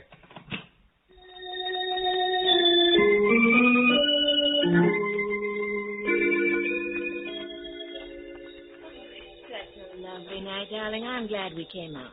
We'd better go back to the house. Oh, now, please don't be upset. There must be some logical explanation. Maybe somebody took advantage of a boarded-up house and was living in it rent-free. I'd like to correct you, dear. Someone is still living in it besides ourselves. Sometimes, Fred, you get very ridiculous. Maybe. Let's go back inside. Look. What? There's a fire burning in the fireplace. Well, now, what's wrong with that? I haven't touched this fireplace since we got here. You didn't? Look. The table is set for tea. Did you do this? No, I didn't. Ooh, the teapot is hot. Somebody must be hiding. If they are, I'll find them. Come on.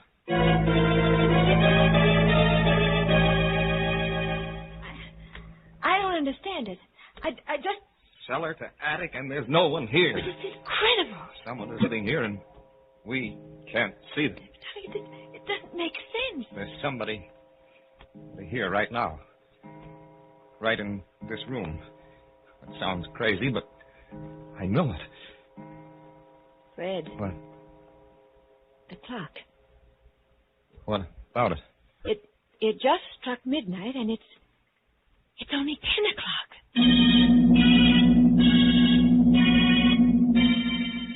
A house that is deserted, except for invisible tenants, and a clock that is running backwards. Has it just struck 12 for... Murder at midnight.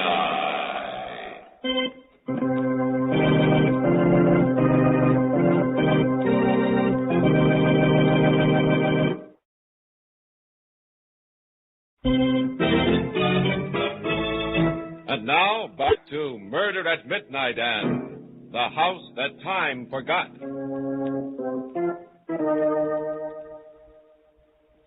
Fred. Fred, wake up. Huh? Get up. Huh? What? What is it, dear? What's the matter? Look out there, out the window. Why? Get up and take a look. Oh. That what? That boat out there in the inlet? It must have put in while we were sleepy. Can't you read the name, dear? Huh? It's the Viking Second. The Viking Second? Yes. Wasn't that the Holloway's yacht? The one that never came back? That's what Mr. Smith said. Either Mr. Smith is a fantastic liar or something very fantastic is happening to us. Perhaps the Holloways have finally come back. After 7 years? It doesn't make sense, none of it. Yeah, that's putting it mildly. Darling, we ought to take a close look at the boat. You don't sound very enthusiastic about it, but yes, I suppose we ought to. Whoever's on it might be able to tell us something.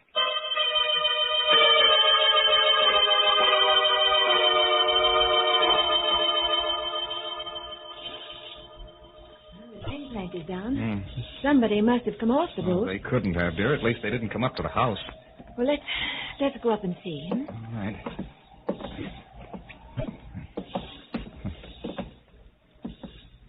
There's no one on deck. Anyone here? No answer. Maybe they're down below. They must be. I'd rather not go down there. Oh, we've got to find out. Let's both go down together.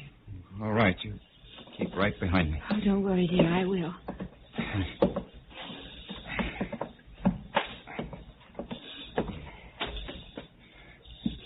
Here's the stateroom. Oh, there's nobody here either. Anybody here? No one. At least... Yeah, but the beds are still warm. But I just left the stateroom a little while ago. It seems so.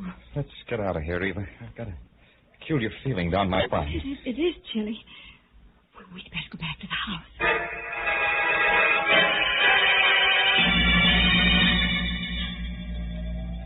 Lights are on in the living room. Did you put them on?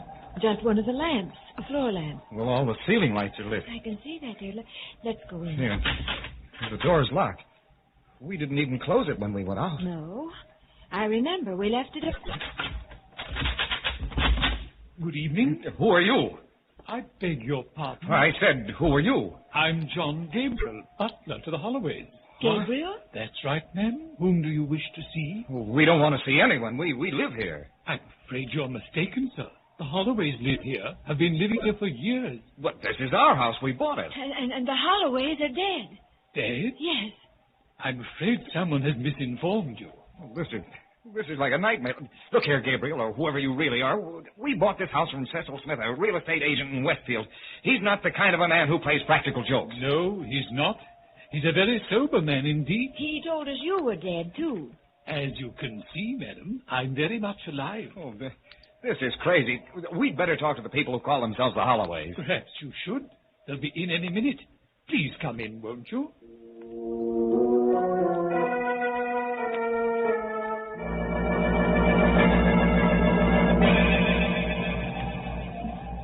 Will you excuse me if I close the windows? We're going to have a storm. Perfectly all right.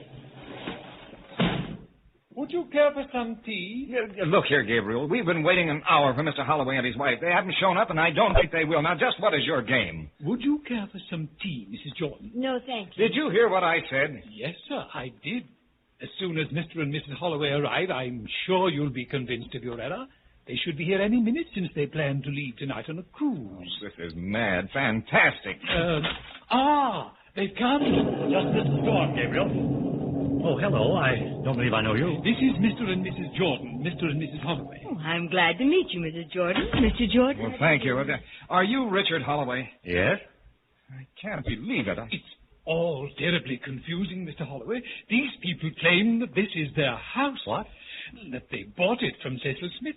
They also claim that you, Mrs. Holloway, and myself are dead. Somebody's playing some kind of a joke on them. Well, I'd say it was a very unpleasant joke, Dick. We've been living here for years and years, Mr. and Mrs. Jordan. Oh, before I forget, Gabriel, get our suitcases aboard the yacht, will you? We'll be leaving in a few minutes. Yes, sir, right away. Fred, do you suppose that maybe we're dreaming this? Well, if we are, we're dreaming it together. I'm sorry. I don't know how this happened to you. Perhaps you'd better stay here for the night. There's plenty of room. And we're delighted to have you. Would you mind if I called Mr. Smith? Oh, please do. The phone's right there on the table. I know, thanks. Operator, let me have Westfield 403. Never. Hello, Mr. Smith? That's right. This is Mr. Jordan. Who? Fred Jordan. Remember, you sold me the Holloway house? The Holloway house? Yes. You must be mistaken. I never sold it. That property's not for sale. What are you talking about? Who is this? Listen, Mr. Smith, you know very well who I am. You won't get away with it. I'll have you brought into court now. I never heard of you in my life. You must be crazy. Goodbye. Hello. Hello. He hung up. What did he say? Well, he said he never sold the house and he'd never even heard of me. You must have been taken in by someone who posed as Mr. Smith. That's really a shame. You have to be very careful these days. We'd be glad to have you stay here till you find other quarters. Well, As a matter of fact, you can stay for a few days until we get back. We're taking a trip on our boat. Perhaps you'll be able to get it all straightened out in the morning. I just don't understand it. The Mr. Smith we had dealings with wasn't a crook. I know he wasn't. Well, that was my feeling, too, but I... You're not going out to sea in this kind of weather. Oh, we don't mind a little rain. My husband's a very good sailor, Mrs. Jordan. He can handle the Viking second in any kind of weather. It sounds like a gale coming up. No, we like them. Exciting. Well, it's dangerous to set out in this weather. They're very dangerous. Oh, now, don't worry about us. We don't drown easily. Oh, darling, we'd better get started. Oh, yes. I'm all set. Are the suitcases aboard? Yes, Gabriel took them. Something's wrong with your grandfather clock. It only struck 8 times. Yes, it's correct. My watch says 8 o'clock, too. Well, how can that be? It's after midnight. You really are mixed up, Mr. Jordan. It's only 8 o'clock. Well, my watch says 1:30. Well, so does mine. I'm afraid ours is right, Mrs. Jordan. It's very old, but very accurate. Of course, there's a legend about it. The story is that it will sometimes go backwards in time. Has that ever happened? No, it's only a story.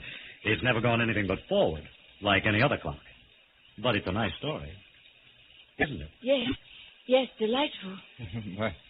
Might even be true. Mrs. Holloway. Yes? What is today's date? What? I believe it's September 10th. What year? 1939, of course. 1939? Yes, of course, Fred.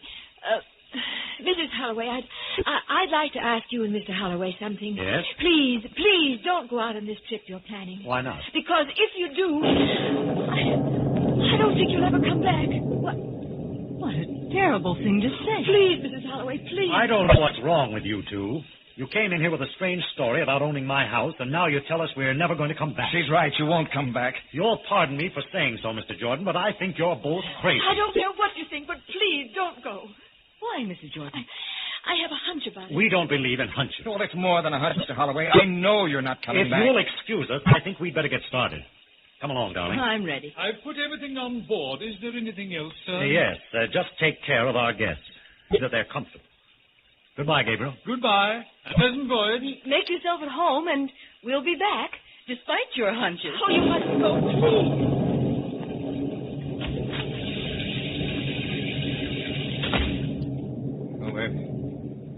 gone. If you wish, you can occupy the master bedroom. I'll go up and make it ready for you.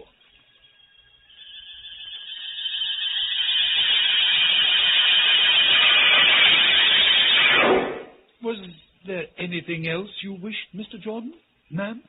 No, Gabriel. Just go to bed. We'll sit here for a while. It's rather late, sir. Nearly midnight. By your clock, Gabriel, but it seems to have stopped. So it has. It needs rewinding.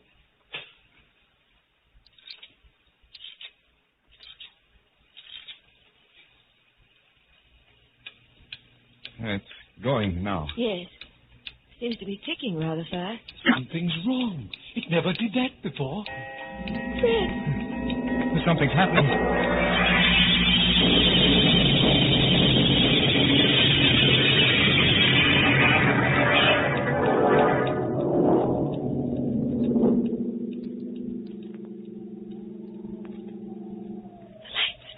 Switch them on, Fred. As soon as I find the switch. What happened? I don't know. Maybe the storm, lightning. Where's Gabriel? Oh. Gabriel. Gabriel. Never mind, dear. Can't you find the switch? Here it is. Oh. Fred! All that dust. Like the first time we saw the house. And it's just no one had been here for years. Where's Gabriel? There is no Gabriel. We're back in 1946. And that means he's dead. You mean the clock did go backwards? Something else. You understand, too, now, don't you?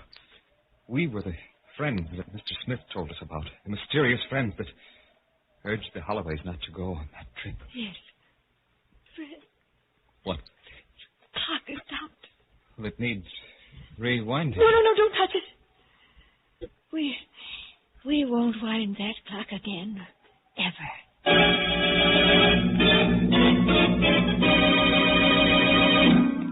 A house without tenants, except for the dead, and a clock that runs backward in time. If it was your clock, would you wind it? Or are you afraid it would keep you up nights while you waited for it to strike 12 for... Murder at midnight.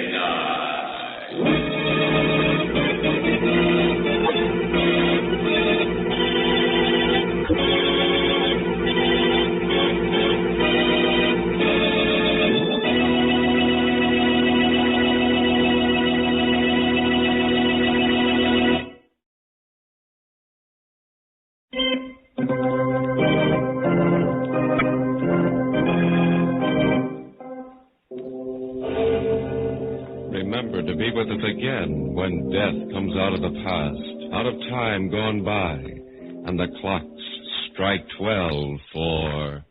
Murder at midnight. The Jordans, husband and wife, were played by Vinton Hayworth and Elsie Hitz. With music by Bert Berman, Murder at Midnight was directed by Anton M. Leader.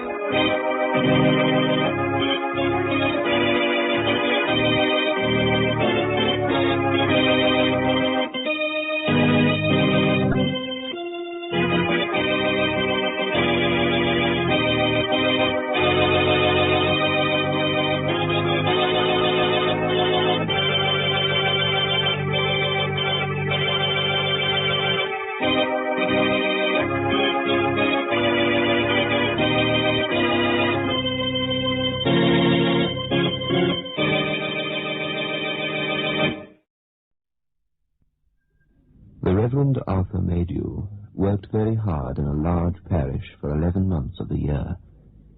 He was also a student and a man of no strong physique, so that when an opportunity was presented to him to take a holiday by exchanging his parsonage in a sprawling, dark, industrial town with the country living of another clergyman in the sunlit south, he was very glad to avail himself of it. Arthur Maydew had 2 daughters, the heroines of this story set in an English county shortly after the First World War. Both these girls rejoiced at the prospect of a period of quiet and rest in the pleasant country neighborhood of Overbury. But their dreams were shattered. From the gentle green acres, the Maydew sisters passed into the dark regions of terror that lie beyond midnight.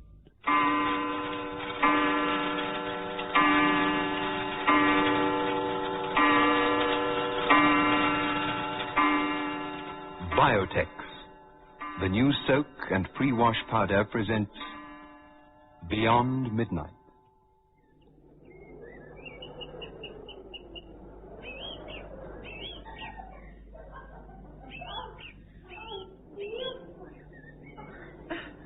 Quite lovely.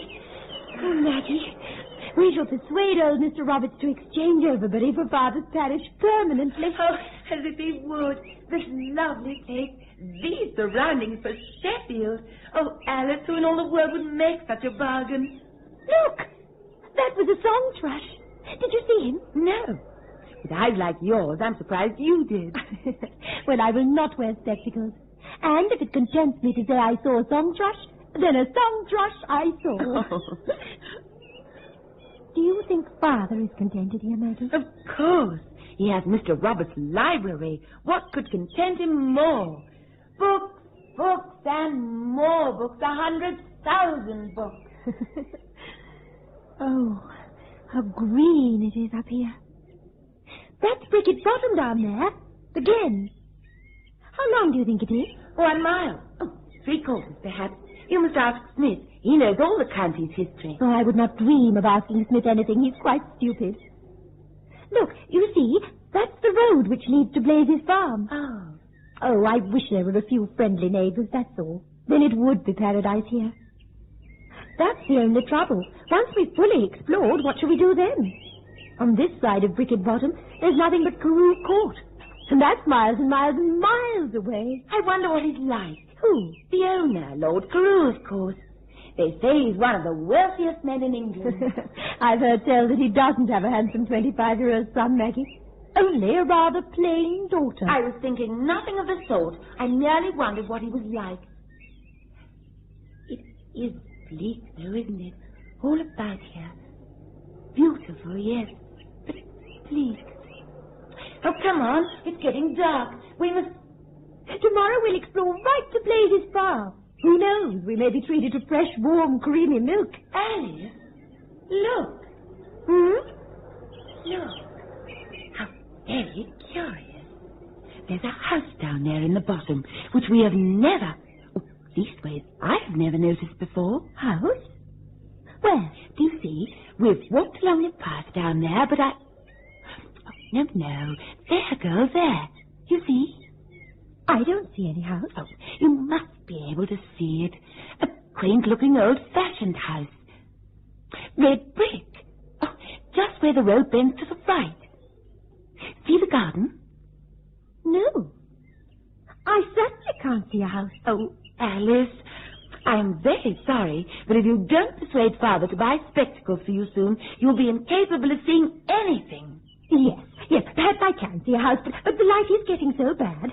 Oh, Maggie, we really must fly. All right, but tomorrow we shall come and explore it. Perhaps we shall meet some charming people, make new friends. Wait for me. Perhaps we may persuade Father to desert his books and come with us too. We must meet the people in the hospital, otherwise Father will be too shy. We can't go tomorrow, Maggie.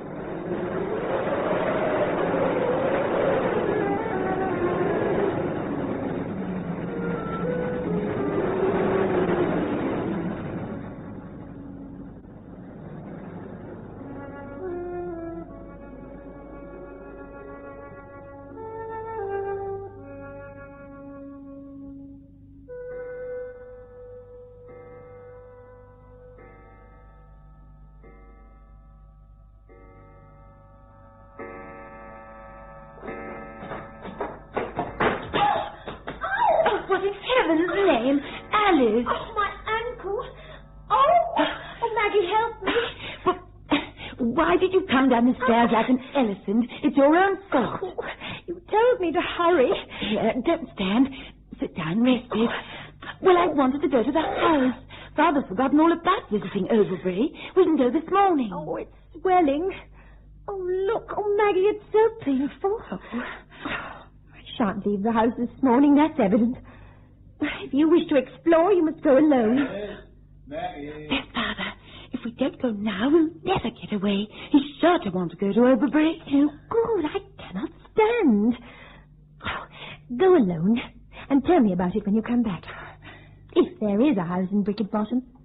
I swear I saw not. I shall see you soon. If they are pleasant people and we are invited to tea and your ankle still pains you tomorrow, we shall take the tap over. Maggie, you are so forward. Maggie, are you there? Now, don't try to walk. Preserve your ankle at all costs. I shall not be late. Tell Father I am just walking. He will be cross if he thinks I have gone to the house without me.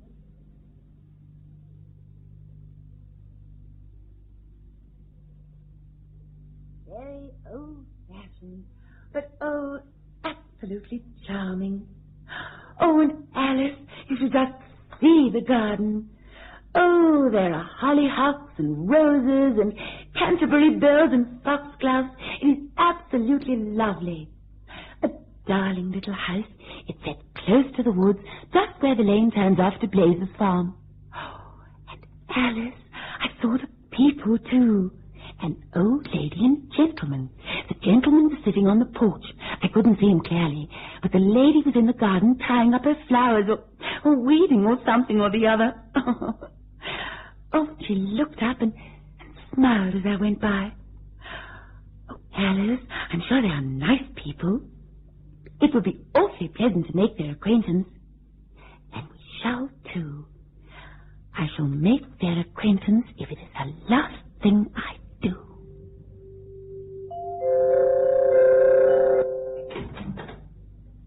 Hello. Hello. You're walking. The ankle is fully healed. I hobble. What's the matter? Matter? Yes, you don't look yourself this morning. Father was not angry yesterday, was he? I'm sure he was not awfully keen on going into Overbury. No, not angry. I'm all right. Only I did not sleep very well.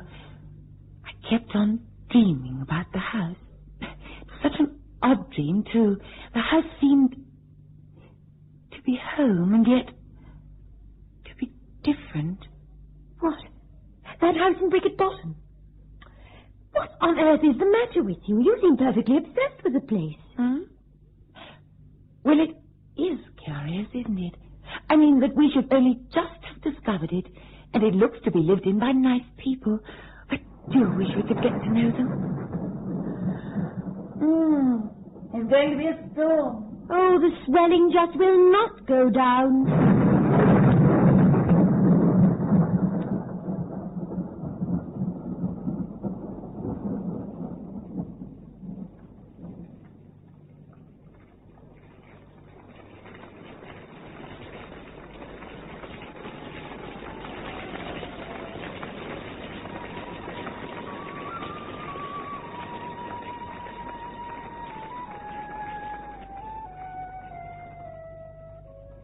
Alice, I went to the house. House? Oh, the house in Bricket Bottom. Well? I saw the old lady, and she's absolutely a darling. I believe she simply lives in that garden. Mind you, it's absolutely enchanting. Oh, anyway, she came to her gate and talked with me, and she asked me to look at her flowers. She's terribly keen on flowers. Anyway, the thing is, I was a little shy, I suppose, and she said, "You needn't be afraid of me, my dear. I like to see young ladies about me, and my husband finds their society quite necessary to him." Oh, she's awfully attractive, lovely silver hair. Anyway, she told me about herself and the Colonel. Oh, that's her husband. He used to be in India, in the army. Paxton's their name. Colonel and Mrs. Paxton. She said they were awfully lonely at times, and she asked me to meet the Colonel. I hope you didn't go in. Why not?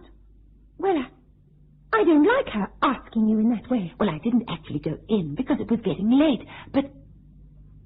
But what? I have accepted Mrs. Paxton's invitation to pay her a little visit tomorrow. Well, I do think you ought to find out a little more about them before you go calling, Maggie. Why? Oh, what on earth is the matter? They're lovely people. How do you know? Well, I'll tell you when I come home. Oh, you would have to go and hurt your ankle. Look, I'll go this afternoon just for a short visit. I'll be back for tea, and then we can have some croquet. You know how happy Father is when he plays croquet. Oh, Alice, don't look so disapproving. Maybe the Colonel and his lady have a handsome son. After all, you're getting awfully old, Alice. 20.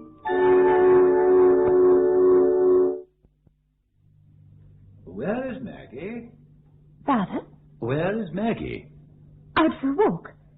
And she's gone to pay a call on some neighbours whom she has recently discovered. Neighbours? What neighbours? Mr. Roberts never spoke of any neighbours to me. Well, I don't know much about them. Maggie and I were out walking the other day before I hurt my ankle, and we saw, at least she saw, a house in Bricket Bottom. Honestly, Father, I am so blind I What can't... house? It belongs to Colonel and Mrs. Paxton, in Bricket Bottom, a little red brick house. Maggie has made the acquaintance of the Paxtons. Perfectly all right. He's a retired Indian Army officer. Maggie went along this afternoon, but she said she'd be back long before this. I am not too well pleased about this, Alice. Maggie should not be so impulsive and scrape acquaintance with unknown people. She said she'd be home early. Well, yes. Had there been nice neighbours at Bricket Bottom, I'm sure Mr. Roberts would have told us. It's getting late. Can have delayed her. You say she saw the house. You didn't. It was getting dark. And you know how short-sighted I am. But surely you must have seen it at some other time. That is the strangest part of the whole affair, Father. We have often walked along there, but neither of us have ever seen the house till that evening. And as I said, it was getting dark. Father, perhaps we should ask Smith to harness the pony and bring Maggie back. I am not happy about her. I'm rather afraid, I must confess. I don't know why. Afraid of what? What can have gone wrong in a quiet place like this? Still, I'll send Smith over for her. Yes. Smith? If you feel you can manage with that ankle of yours, perhaps you'll come too. Poor dear departed mother always swore she would have preferred sons. Less trouble. Not that she wasn't terribly fond of her two daughters, of course, bless her soul, but... Smith, I want you to harness a pony at once and go over to Colonel Paxton's house in Bricket Bottom and bring Miss Maydew home. Well, what are you waiting for, man? Go where, sir? To Colonel Paxton's house. Bring Miss Maggie home. I never heard of Colonel Paxton, sir. I don't know what else you mean. Alice, tell this fellow where your sister has gone to, and let us be off to fetch her. The Paxton's house, man, in Bricket Bottom. Colonel Paxton. Miss, you must know the house. You really must. Why, we saw it only the other day. At least Maggie saw it. Not too heavily on that ankle now, girl. Harness the pony at once. Yes, sir. Stupid man. Alice, is your ankle strong enough? Yes, Father. Then you must show Smith where this house is. I must own I'm worried, Alice. But why, Father? Maggie merely went to pay a visit to the Colonel and his wife. And why have I not heard of the Colonel? Roberts would have informed me if there had been pleasant neighbours hereabouts. Be that as it may. Come, let me help you. I shall find it difficult not to be stern with your sister when we meet her again.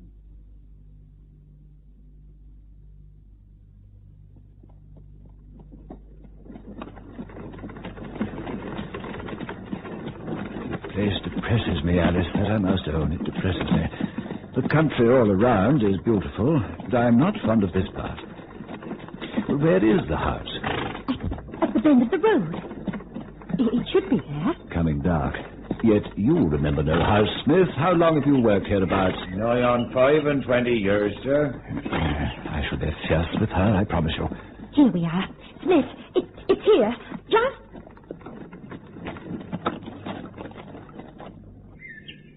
This is the place? Yes, Father. But there's no house here. Sir? Huh? Look, sir. What? Some part of a building. Here, and here, in the grass. There was a dwelling here at one time, a long time ago. There were terraces here running... what does it all mean, Alice? Are you sure of yourself, girl? You're not mistaken? Perhaps further... No, Father. I promise. It stood here, the house. Maggie pointed it out to me from up above. And she went to visit the Paxtons. Well, then where is Maggie?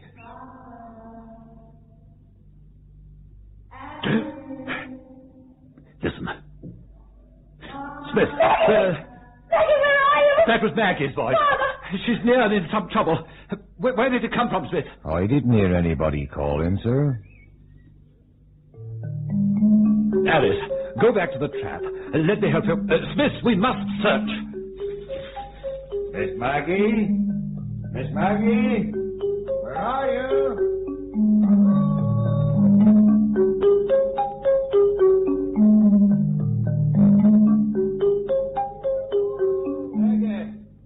Maggie, we heard you. Call again. Where are you? Alice, drive on to Blazes Farm, bring help, ask Mr. Rumbold to come and his sons too if they're at home, and ask them to fetch lanterns. Father, she might have returned over the downs while we were going by road. Perhaps she saw us and called out... Drive to Blazes Farm, girl. Maggie! Maggie! Maggie! Maggie!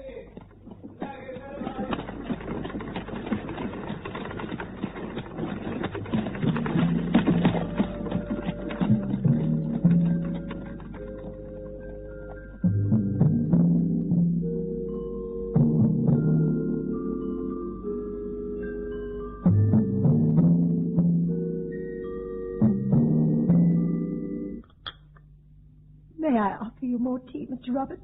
No, thank you, my child. No, thank you. Nothing. 4 days. Nothing. What can have happened to her, Roberts? The police have questioned the old woman. She saw her on the path to Bricket Bottom, but no one else has seen her since.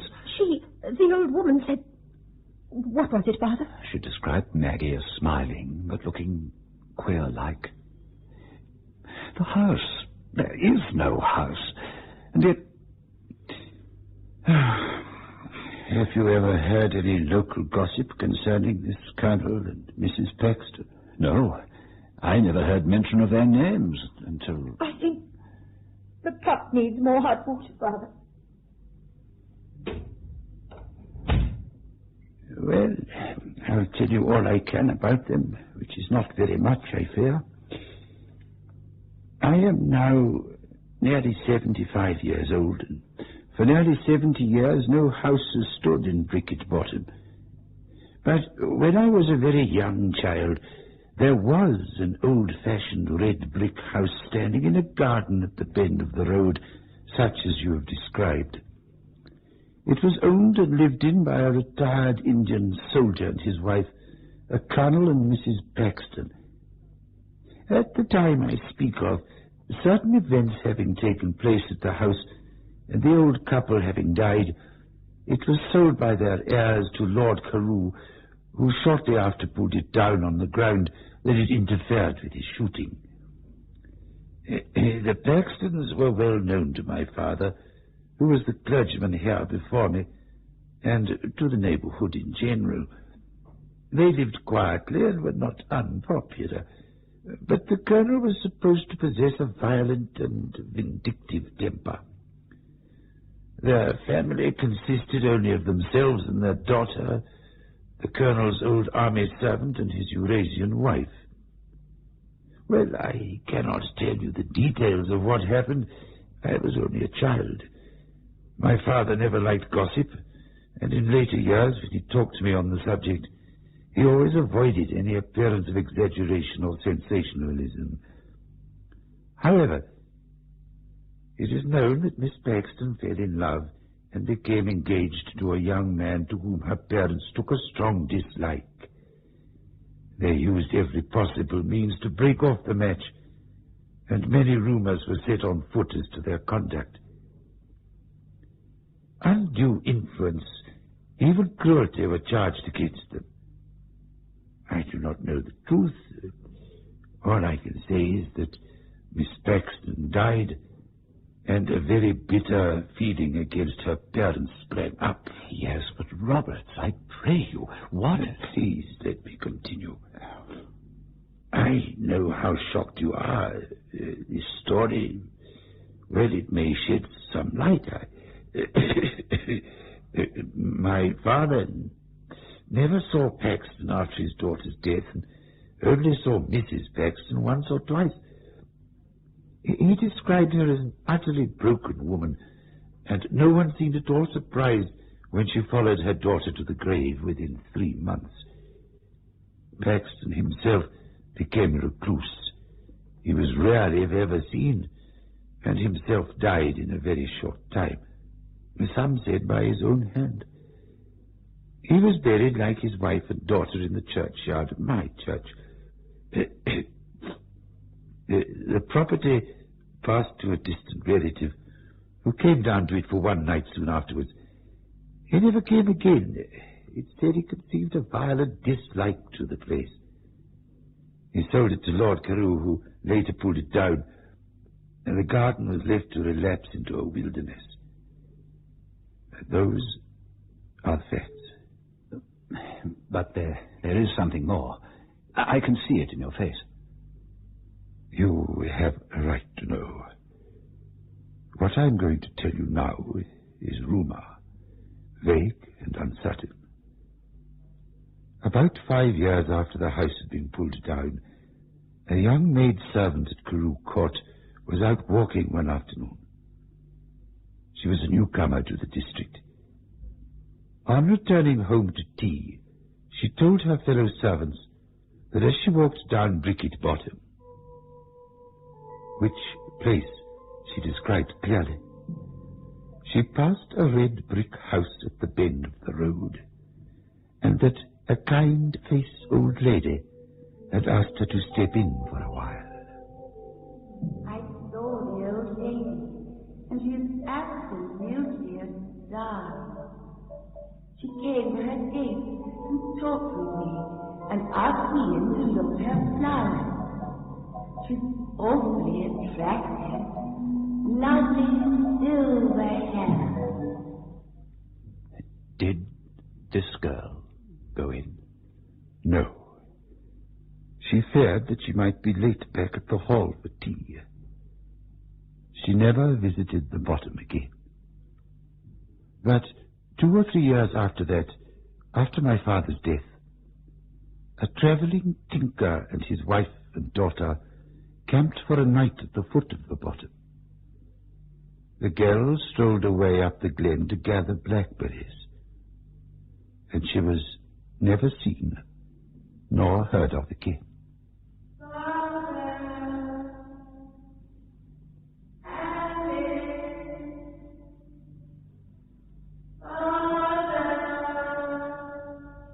Of course, one does not know the truth, and she may have run away voluntarily from her parents, although there was no known cause for her doing that. That is all I can tell you of either facts or rumors. All that I can do now is to pray for you and for her. Beyond Midnight is presented every Friday night at 9:30 by Biotex, the new soak and pre-wash powder. The program is adapted for broadcasting and produced by Michael McCabe. Lux presents Hollywood.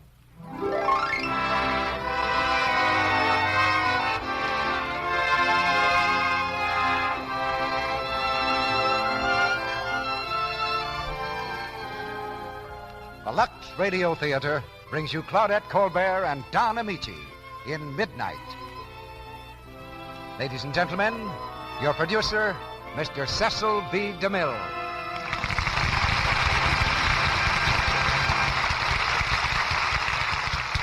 Greetings from Hollywood, ladies and gentlemen.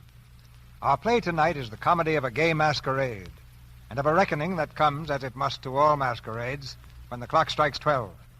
It's the story of a young lady who completely hoodwinks international society, but can't deceive her own heart, and that turns her adventure into a love story. The United States has entertained a good many counterfeit titles from Europe, so perhaps it's only squaring accounts if an American girl takes the title of Baroness and makes the more or less polite society of Europe entertain her. And when the bogus Baroness is Claudette Colbert, of course any sensible European would outdo himself to place the continent at her feet. Claudette and Don Amici starred together in Paramount's delightful motion picture production of Midnight, and we didn't even try to improve on that kind of casting. Claudette comes to us before going back to work at Paramount in the picture Arise, My Love. As her relentless pursuer, Don Amici takes the wheel of one of the most terrifying machines in the world, a French taxicab. And that's a perfect setup for a gay whirl through the boulevards and bright lights of the Paris of a few years ago. Midnight is a play that will banish worry from the living room tonight as efficiently as Lux Flakes always does from the kitchen. Millions of women already know that secret, but for the few who don't, Lux Flakes will be a wonderful discovery. Now, if your tickets are in order, we'll start for Paris. A trip that will take just about as long as it takes to raise the curtain here in the Lux Radio Theater. We begin Act One of Midnight, starring Claudette Colbert as Eve Peabody and Don Amici as Tibor Czerny.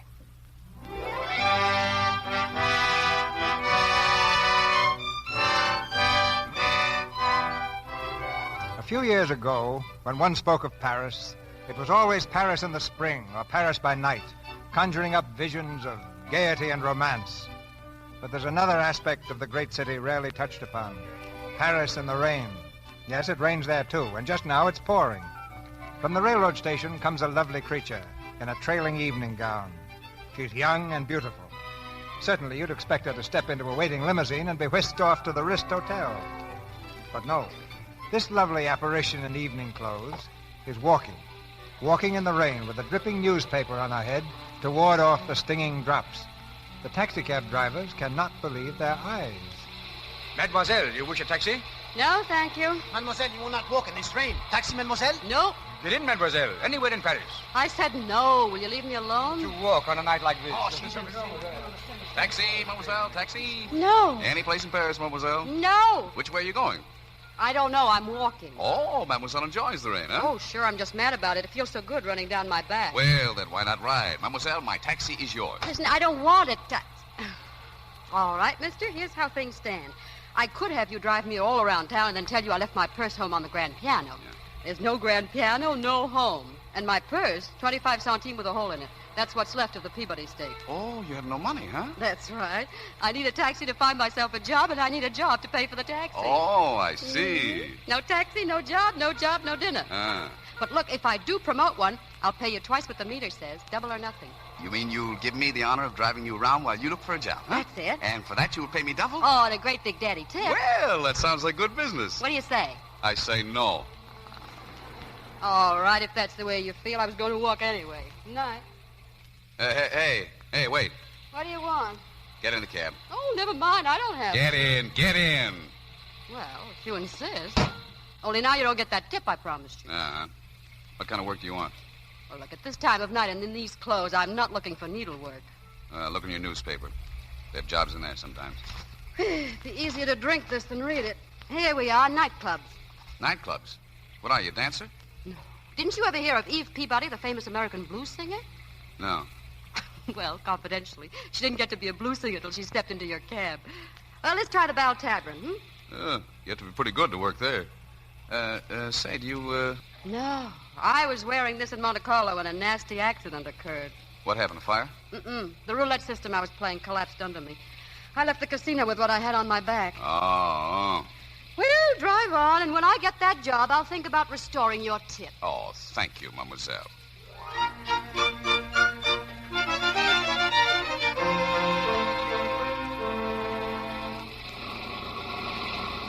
Belle Tabourine, no job. Club Big Al, no job. Bolero Club, no job. Moulin Rouge, no job. All right. I guess mine is strictly a bathtub voice. How much is on the meter? Oh, it's just a little matter of 80 francs.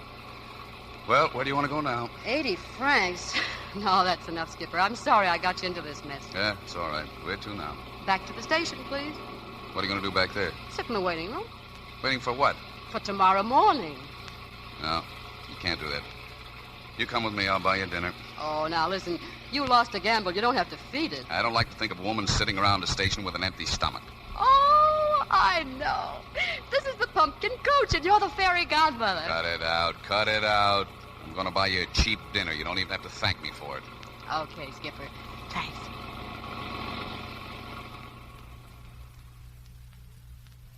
Sorry, Skipper. I wouldn't have taken oysters, only I thought they were on the regular dinner, honest. Forget it. No, it was a dirty trick, Skipper. Say, what's your name anyway? I'm tired of calling you Skipper. Cherny is the name. Tibor Cherny. T what? Tibor. Tibor Cherny. I'm Hungarian. Where I come from, they think Eve Peabody is a funny name. Oh, yeah? Yeah. Well, anyway, Mr. Cherny, I'm sorry I ordered oysters. I'm running into money. I wish you'd stop talking about money. I'm a rich man. You? Sure, I need 40 francs a day, and I make 40 francs. What about that rainy day when it comes? On a rainy day, I make double. No bank account, no real estate, no possessions. 3 handkerchiefs, 2 shirts, 1 tie, and no worries. Oh, you're talking like a fool. Listen, if you want peace of mind, get yourself a taxi cab. No woman ever found peace in a taxi. I'm looking for a limousine. They don't ride any better. They ride better than the subway. I spent most of my life in a Bronx local. Squeezed, trampled, stepped on. No, sir. One day I said to myself, that's enough, baby. You're going to get somewhere. So I came abroad. I shipped to London in a can of imported Corines. You know, most of those gals end up with a lord or something. Oh, is that what you call getting somewhere? It's a step in the right direction. I landed a lord, almost. Almost? Well, his family got between us. His mother came to my hotel and offered me a bribe. Offered a bribe? Well, you threw her out, I hope. But how could I with my hands full of money? You mean you took the money?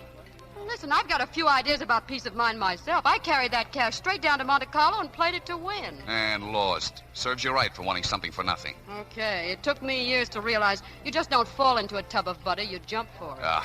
You're the one that's talking like a fool now. Oh, now. Oh, no hard feelings, Mr. Cherny. No, it's too bad, though. You want some more wine? Uh-huh, please.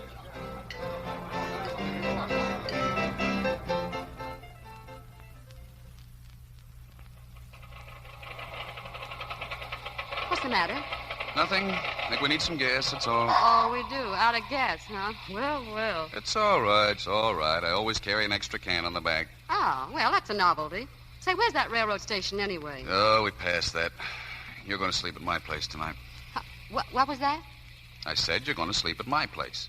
Oh, no, I'm not. Now, listen, I've got to drive this cab all night. How do you expect me to keep my mind on my business knowing you're having a roof over your head? No, thanks, Skipper. Here, here's the key. There's a shirt drying over the bathtub. You can sleep in that. But be out by 7 in the morning. No, Skipper, you'd better keep the key. Now, don't be a fool. Me? I've been a fool too long. Listen, back in New York, whenever I managed to crash a party full of luscious, big-hearted millionaires, there was sure to be some snub-faced kid in the orchestra playing traps. So around 4 in the morning, when the wise girls were skipping off to Connecticut to marry those millionaires, I'd be with him in some night spot learning tricks on the kettle drum. And he always had a nose like yours. Was there anything wrong with my nose? Mm-hmm. I like it. Do you mind? Oh, no, we're no good for each other, Skipper. We're going in different directions. Yeah, that's what you think. I'm going to get that gas in the tank, and then we're heading for my place. You just sit tight. Okay, Skipper. Be right back. You know, a girl like you shouldn't be running around Paris all alone. First thing you know, you'll be getting into trouble. Suppose you don't find a job. What do you do then? Can't sleep in the railroad station all the time. And what about those clothes? When you try walking around in the daytime with an evening dress? How far do you suppose you're going to get dressed up like that? Hey, what's the matter? You asleep? I said, how far do you suppose you're going to... Hey, where'd she go? Hey, Peabody. Eve, where are you? Hey, where are you? Eve, where are you?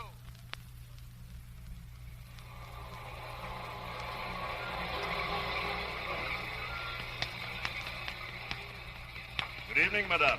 Oh, good evening, officer. Madame is going the wrong way. Oh, what did you say, officer? The house you're looking for, it's just down the street. 3 doors that way, madame. The house I'm looking for? You're going to the house of Madame Le Bon, no? Oh, is that where I'm going? Oh, yes. But of course. I knew at once when I saw the evening gown. Come, madame. I myself will show you that. Oh, well, thanks. Yeah, my car, I must have got out at the wrong house. One makes mistakes, madame. Oh, yes, one does. It's a musical evening at Madame Le Bon's, no? Yes, that's right. Of course. Here, madame. This is the house. Oh, well, thank you.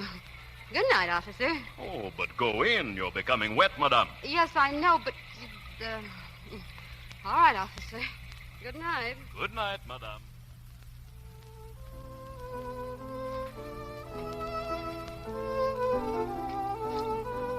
Good evening, madame. Oh, hello. Are you looking for a seat? I don't believe this one is taken. Thank you. I saw you come in. Yes, that was observing of you. My name is George Flammarion. George Flammarion? Dull evening, isn't it? Not up to now. I don't believe I've seen you here before, madame. Madame... I've never been invited here before. Oh, I see. Stuffy people, aren't they? I don't think so. Very. Someone once tried to come in under a false name.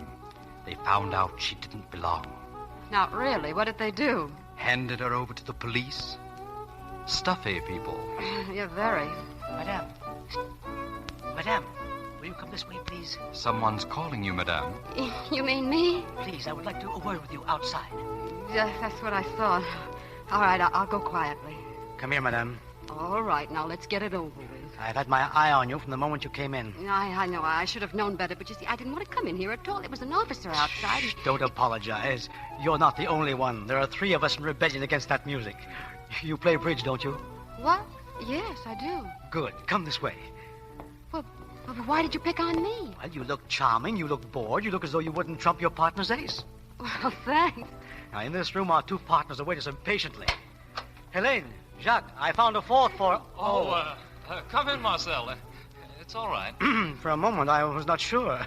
Jacques, wipe the lipstick off your face. Oh, come in, Marcel, please.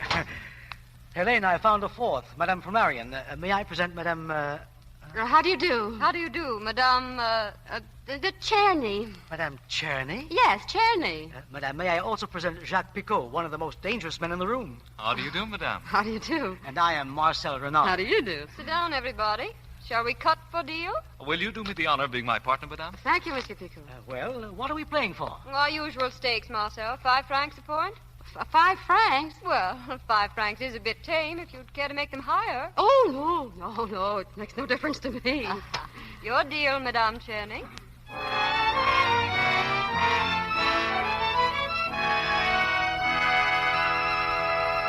Let me see. Not a very good showing, madame. I'm afraid we're down 900. Oh, is that all, monsieur? Only 900? I don't know whether you should be flattered or annoyed, Madame. Jacques usually plays an excellent game. Tennis or golf? Madame, please. At times I find it very difficult to concentrate on cards. You mean when you have a pretty partner, Jacques? Helene. Good evening. Oh, come in, George.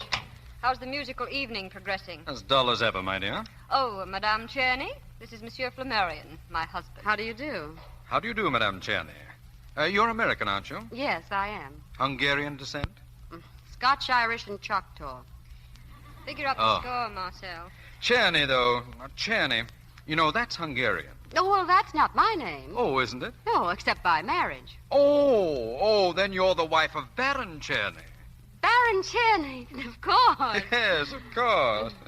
You know, the last time I saw him in St. Moritz, he talked about an American girl. Where is he now, Baroness? Back in Budapest. He's not very well. You know, the old trouble. Oh, too bad. Helene, you should see Budapest. It's the most enchanting city, except, of course, for the subway. Did they ever finish that, Baroness? The streets are still a little torn up. Here's the total. Want to check up your losings, Jacques? Very bad. I'm sorry, Baroness. We had the spirit even if we didn't have the cards. Well, how much did we lose? We're down 4,200 francs. Oh, where's my bag?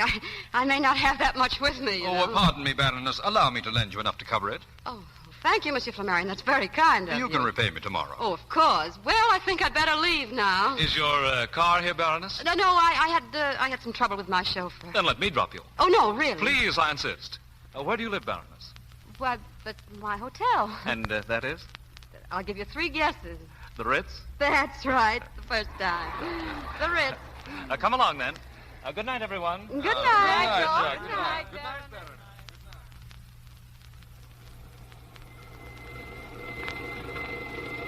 Well, this is it.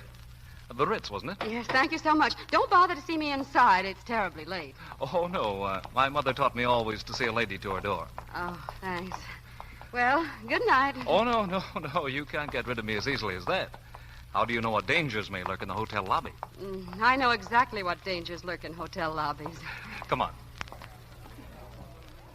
Look, now, I'm going to stay in the lobby for a while. I have something to do, a telegram back home. You see, my husband hasn't been well, a night letter. Well, write it out, Baroness. I'll get you a key. Oh, look, don't you know when to go home? No. Oh. Clerk, the key for Baroness Czerny, please. Yes, monsieur? It may be in the name of Smith. You know, my maid sometimes makes a mistake. Ah, here you are. The Baroness Czerny, room 217, 219. What did you say? The Baroness Czerny, room 217, 219. What's the matter, Baroness? Don't you know your own room number? Why, yes, of course. Now we'll send that wire. No, you needn't bother. I'll write it upstairs. Good night. No, to her door, my mother said. That means upstairs. Oh, Monsieur Picot, please. No. Come on, Baroness. Right to your door.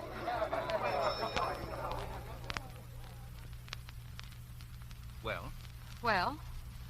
This is your door. Well, yes, I know. Good night. What? No nightcap? Now, look, my mother taught me a few things, too. Good night. Well, at least I don't have to ask for your telephone number. I'll be pestering you, Baroness. Oh, won't you please go? Not until you go in. Go ahead now. All right. Well, good night. Good night.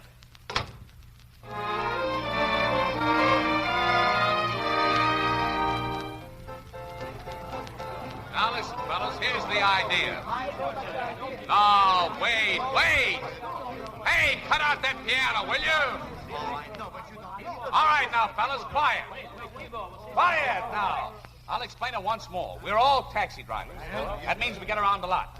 All right, now, each of us puts in 5 francs, and the guy that finds it gets the whole thing. Now, say we get 1,000 of us. That's a purse of 5,000 francs to the winner.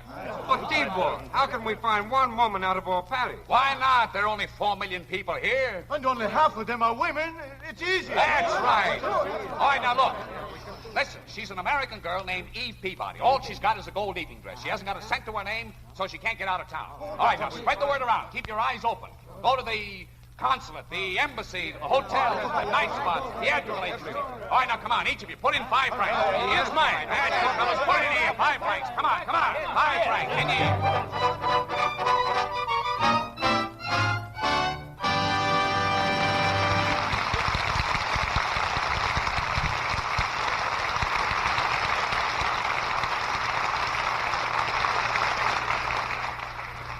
In just a moment, Mr. DeMille brings you Don Amici and Claudette Colbert in Act 2 of Midnight. During our brief intermission... The time has come, the walrus said, to speak of many things. Wedding dresses, for one thing. And particularly cotton wedding dresses. They're big news in 1940. Oh, but Sally, that's not just a 1940 fashion. Oh, no? Well, what is it then? It's an 1840 fashion. Back in 1848, Daniel Boone's great-great-niece was married in a cotton wedding dress. A very beautiful one, too. Now, how in the world do you know that? Because the dress is on exhibition in New York at the Museum of Costume Art right now. Oh, what's it like? Well, here's our fashion scout, Libby Collins, to tell us about it. It's tucked white organdy with an off-the-shoulder neckline, tiny waist, and very full skirt. It's trimmed with yards and yards of fine lace. It sounds like a dream. You know, I should think they keep it all wrapped up in tissue paper. Oh, not all the time. It's often on exhibition. And, of course, it has to be washed sometimes. Washed? A dress like that? Why, it's nearly 100 years old. Certainly, but the Museum of Costume Art always washes it in Lux Flakes. They're so wonderfully gentle, and the dress looks simply exquisite. What else is in the exhibit, Libby? Well, there's a bridal robe worn by the Hopi Indian women. It's made of cotton, which is grown, gathered, spun, and woven by the relatives of the bridegroom. And what does the robe look like, Libby? It's a large, square, white blanket, very finely woven, with elaborate tassels at each corner, which represent ears of corn. Luxable? Well, in those days, I don't suppose the Hopi Indians luxed it, Sally, but the museum does. You know, they use lux for so many of their lovely things. Priceless treasures like that must have gentle care. And new Quick Lux gives them just that. It's so mild and pure, it's safe for everything, safe in water alone. That's why so many millions of women use Lux to guard the beauty of their own nice things. Silks, rayons, smart cottons. Speaking of cottons, Mr. Ruick, this is National Cotton Week. Paris says, wear cotton for everything, from play suits to evening dresses. So this is a grand time to plan an all-cotton wardrobe. The lovely new cottons are at your favorite store right now. And remember, these beautiful new cottons need gentle care, just like washable silks and rayons. Otherwise, you may spoil their finish and color.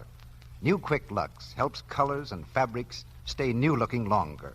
It's fast, it's thrifty, and above all, it's safe.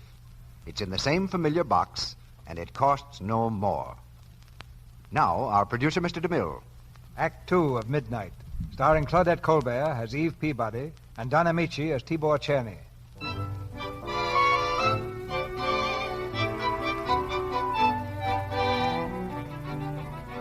Eve Peabody, the American blues singer, has been suddenly and mysteriously transformed into the Baroness Czerny. Early the following morning, the telephone rings in her luxurious apartment, awakening Eve to a bright new day.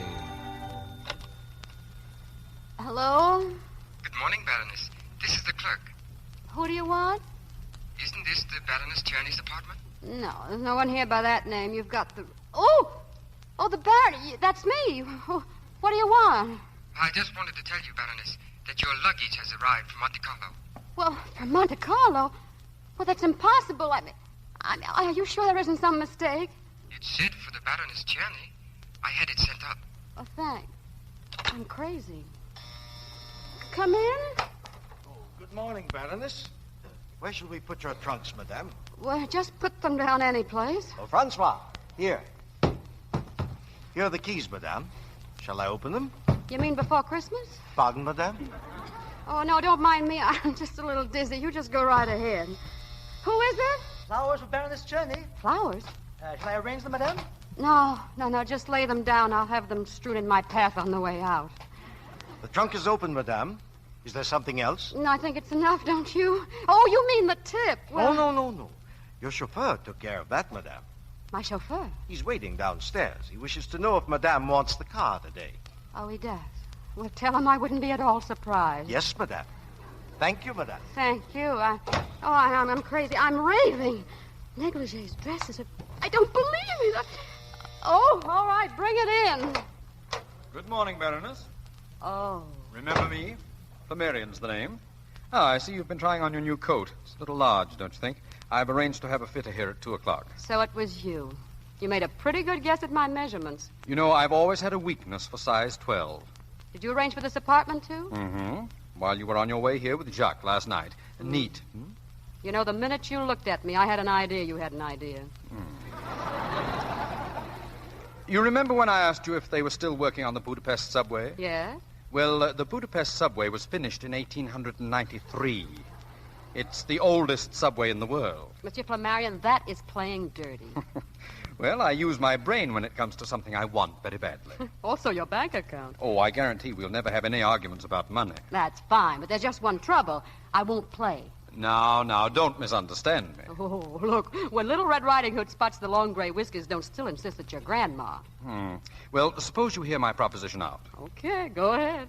What was your impression of Jacques Picot? Jacques? Well, he seems all right. Why? I'm afraid I can't agree with you. Of course, I may be a little bit prejudiced. You see, my wife and Jacques think they're in love. Oh, well, that's cozy. Why don't you punch him in the nose? Alluring, but impractical. He was top man on the boxing team of his university. Well, where do I come in? What you need is a lawyer. I'll never get a divorce. Never. I still don't see where I come in. Last night, for the first time, I saw a ray of hope. While he was laughing with you, my wife was in torment. When you drove away together, she was fighting tears. Now, your job, if you'll accept it, is just beginning. My wife will fight for him. Oh, and you want me to fight back? I want to bring her back to her senses. I want you to take over his attention before it's too late. You can name your own price. Say, you really love her, don't you? Of all the crazy plans. Perhaps not so crazy from your point of view. Jacques' family makes a very superior income from a very inferior champagne. Yes, you could do much worse. We're having a weekend party at our place in Versailles. Jacques will be there. You will arrive tomorrow in time for tea. Now, wait a minute. I haven't said yes. Oh, I'm sorry. I thought it was all settled. You would arrive tomorrow, spend as much time at the house as necessary to separate my wife and Jacques, and then depart. The richer by some, let's say 50,000 francs. Huh? But of course, if you have other plans, if you have some other offer... Oh, I have, but I'll take yours.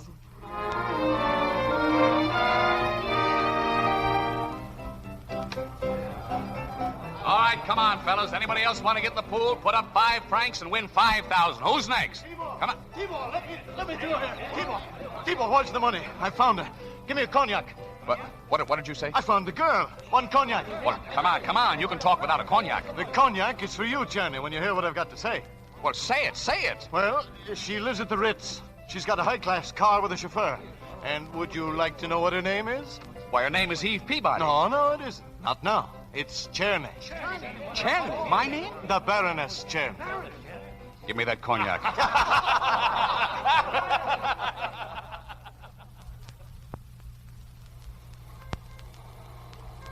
Here, you there, taxi driver. Where are you going? Let me alone. I'm going into the hotel to talk to the Baroness Czerny. I'm sorry, my man, but I've orders to allow no taxi drivers through this door. But I've got to speak to her. She ordered a taxi. The Baroness Czerny has not ordered a taxi. She is out of town for the weekend. Where? We do not give out information regarding our guests. Where? Move along, my good man. Are you going to tell me? No. All right, then. Here, stop blowing that horn. Stop it, I say. When I get done here, you won't have a guest in your whole hotel. Stop it. Where is the Baroness Czerny? I don't know. Then find out. If you don't, I'll blow this thing all day. All right, I'll tell you. She is at the Chateau Flammarion at Versailles. Where? At the Chateau Flammarion at Versailles. Thanks. That's all I wanted to know.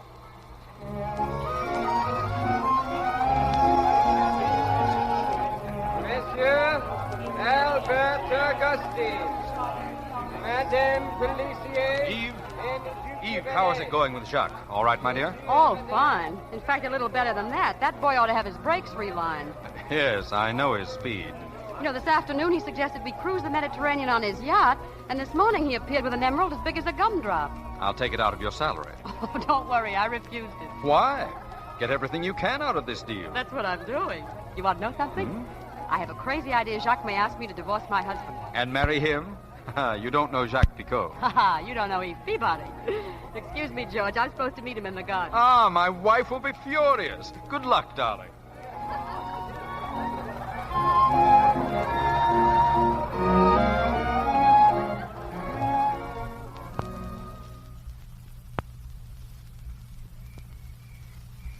Oh, now, Jacques, please. All right, but listen.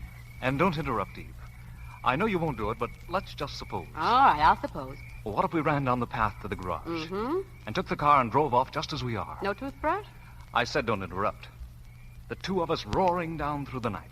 Let's see what time it is. It's 20 minutes of 12. We could get there just about dawn. Mm-hmm. You know, if it's that little wayside inn, let's save the gas. No.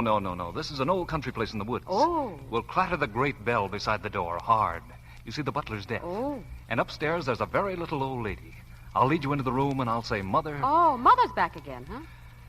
Mother, I'll say, here she is, I found her. And the dawn will be pale behind the oaks. It won't be as pale as Mother. Mother, I'll say, it's this one or no one. Baroness Czerny. Oh, yes, George. Baroness, you promised me a dance. Did I? Yes, a midnight dance. But they're not playing. Well, it's midnight. I've got to speak to you. Oh. Jacques, will you pardon us? Well, after all... I'll bring her right back, Jacques. Just wait right there. Well, don't be long. What is it? What's all the excitement? Listen, the ground has just opened up under our feet. Your husband has arrived. What'd you say? Your husband has arrived. I have no husband. I know it, but he just arrived. Well, what are you talking about? Listen, a man just came in. He was announced as the Baron Czerny. He's inside now. Well, what did he look like? I didn't stop to find out. Come on, you've got to meet him. Oh, now, wait a minute. I can't go in and meet a strange man and tell him I'm married to him. How can I? In the garden. Oh, thank you, madame. I'm sure I'll find Here he comes. It's the skipper. Oh, here you are, Eve. Look who's come. Oh, why, Tibor. Eve, my darling. Oh, Tibor, I'm so surprised. Yes. No kiss for your husband, darling? Oh, of course, darling. What's the idea? Oh, I've been so hungry to see my little wife. And of course, Baron, you know my husband. Oh, certainly. Certainly. It's a great pleasure to have you with us, Baron. You have such a gay wife. She simply captivated all my guests. Oh, how nice. I trust you've been behaving yourself, darling. Divinely. Of course, you must meet Jacques Picot. Oh, Jacques. Yes? Jacques, I know you want to meet the husband of the Baroness. How do you do? Oh, how do you do? They've been inseparable, Baron, Jacques and your wife. Helene, please. I warn you, Monsieur Picot, we Hungarians are very jealous husbands. Remember our honeymoon in Copenhagen, darling, that Danish officer? Oh, Olaf. Oh, I never even looked at him. Poor fellow, he's dead now. Heaven forgive me. Oh, you're that kind of a man. How wonderful. Now, if you'll excuse me, I'll see about putting you up. Eve, dear, we'll move you to a larger room where you can both be comfortable. Well, thank you, but if it's just as convenient... Oh, of course. Stay where you are. We Flammarion's plan, don't we, darling? Just as you say, Tibor. Good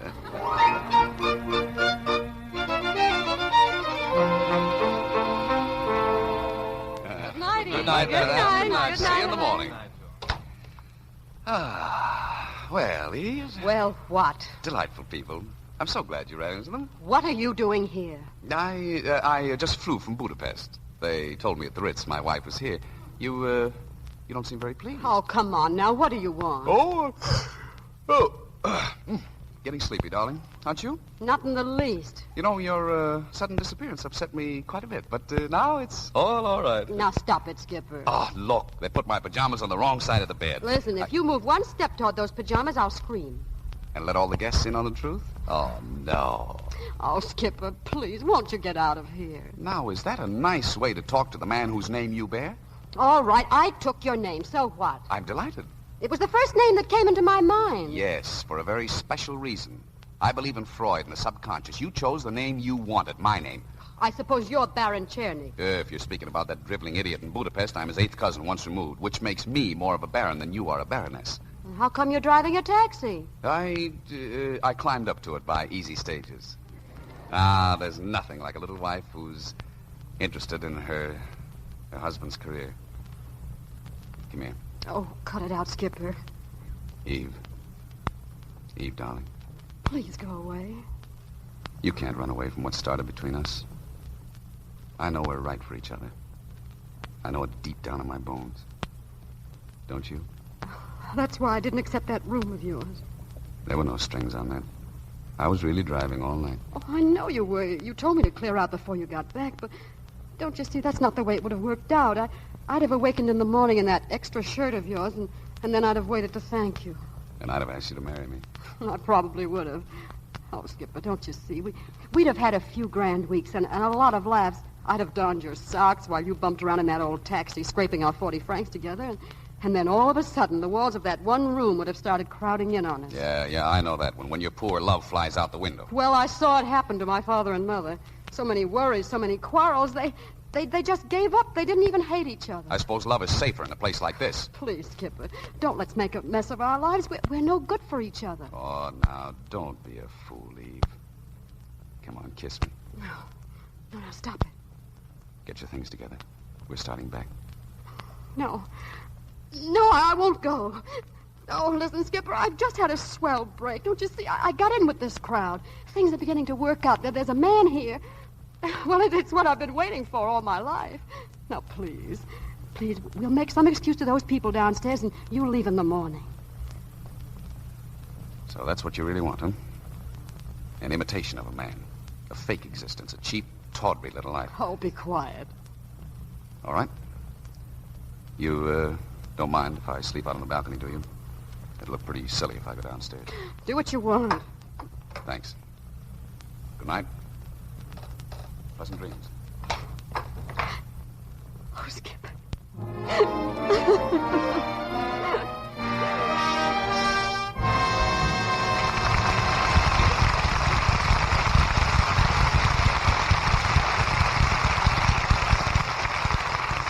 The curtain falls on Act 2 of Midnight with Claudette Colbert and Don Amici. During this brief intermission before Act 3, we present a musical portrait of Mary. Mary was as busy as a bee. All day she typed. She ran errands. And at night, she went dancing. She was very happy except for one thing. When she stooped or ran errands or went dancing, her stockings would often pop a run. She was so mad she just boiled. She didn't know what to do, but one day someone gave her a hint. Oh, Mary, it's new Quick Lux for you. It cuts down runs, saves money, too. Yes, New Quick Lux does cut down on runs. You see, stockings have to be elastic to stand the strain you give them every day. With gentle New Quick Lux, there's no harmful alkali, no cake soap rubbing to weaken threads. It saves their precious elasticity, so that when you kneel or stoop, your stockings stretch instead of breaking into runs so easily. They wear longer. Now, it's easy to give stockings Lux care because New Quick Lux is so fast. It's thrifty, too, goes further. Even in hard water, it gives you more suds, ounce for ounce, than any of 10 other leading soaps tested. New Quick Lux comes in the same familiar box, and it costs you no more. So get a big box tomorrow and Lux your stockings every night to cut down runs. We pause now for station identification. This is the Columbia Broadcasting System.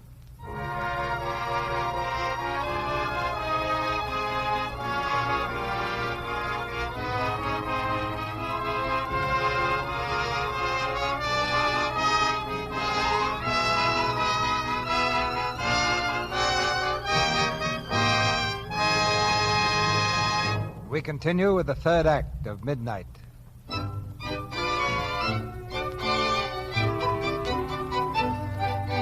It's early the following morning. In the bright sunshine on the terrace, Jacques Picot sits at the breakfast table, a perfect picture of dejection. As Eve comes from the house, his face brightens momentarily, then darkens again as he remembers her husband. Good morning, Jacques. Good morning. Oh, if your face was any longer, you could skip rope with it. Did you expect to find me all smiles? Oh, I must admit, it was very pleasant when he was in Budapest. But you always... The way you spoke of him... What about it? Eve, are you in love with your husband? With my husband? No, Jacques. Oh, Eve. Good morning, Baroness. Good morning, Marcel. Morning, Jacques. Morning. Oh, good morning, everyone. Good morning, Helene. You sleep well, Baroness? Oh, like a baby. Where's the Baron? Isn't he coming down? I am down. Good morning, everyone. Good morning, Baron. Good morning. Eve, dear, why didn't you wait for me? Oh, I'm so sorry, darling. I was too hungry. I'm afraid you'll have to hurry your breakfast. I've just had bad news from home.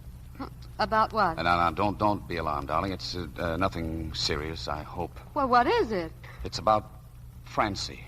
Francie? Who's Francie? Francie's our little daughter. She's 3 years old. Oh. T-Bar. You haven't told them anything about Francie, Eve?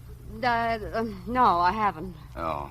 Well, I just had a wire from home, and she's very ill. Oh, is she? Oh, wretched. What is it? Measles. Why, that's nothing serious. T-Bar, Francie's the healthiest child in the world. Yes, but the strongest are often the hardest hit. Mother is very worried, dear. Oh, of course, your poor mother. I'd forgotten about her. George, where's the nearest telephone? Why, in the main hall. What are you going to do, Eve? I'm going to telephone Budapest. Well, now, wait. With a child dangerously ill, the telephone will be disconnected. T-Bar, please don't argue with me. Eve, I forbid you to telephone. My dear Baron, the day has passed when a man forbids his wife anything. You keep out of this. I will not. Oh, please, my nerves. What business is it of yours? I'm very fond of children. Oh, you are. George, will you please show me where the phone is? This way, my dear. Wait, Eve, listen. Why don't you let her alone? I told you to shut up.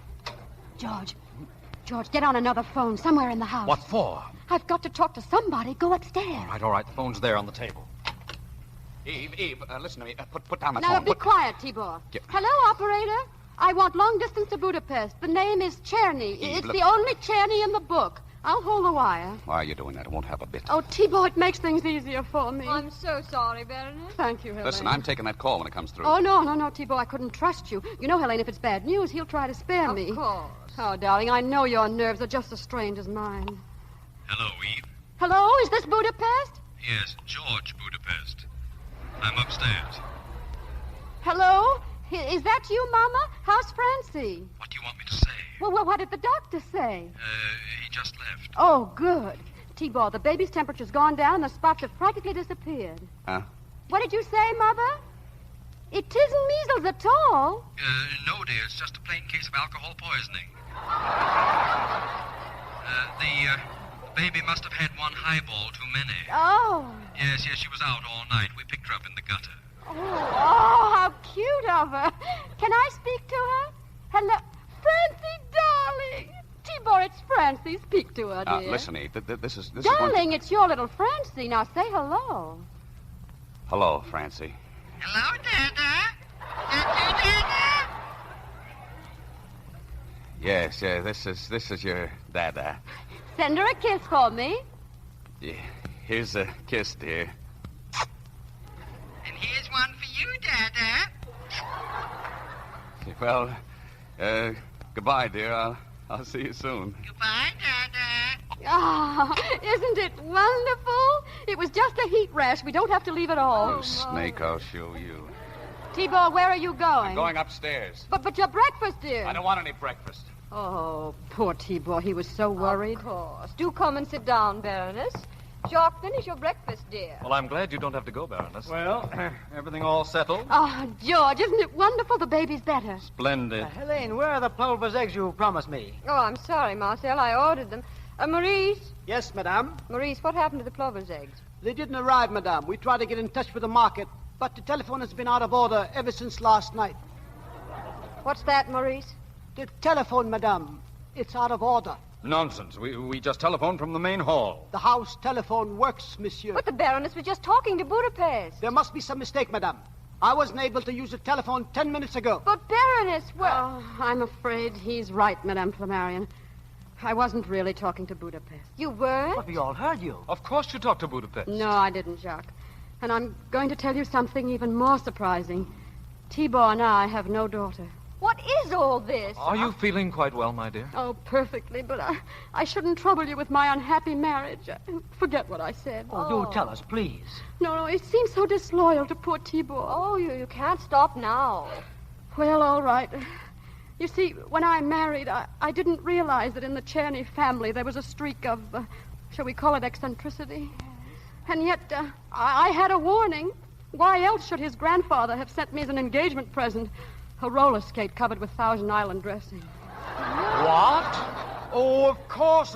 I'd forgotten the Czernys are all like that. Oh, but your husband seems quite normal. Oh, he is, Helene, for long stretches. And then comes one of his attacks. Now, this morning was typical. Waking up and imagining we had a daughter.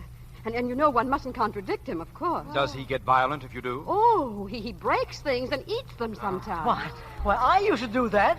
And you've put up with this for years? Yes, I came to Paris this time to get away, but you see, he followed me. Once before I tried. I was hiding in Capri. He made a violent entrance into the hotel, disguised as a fisherman, and tried to have me shot as a spy. At least he has imagination.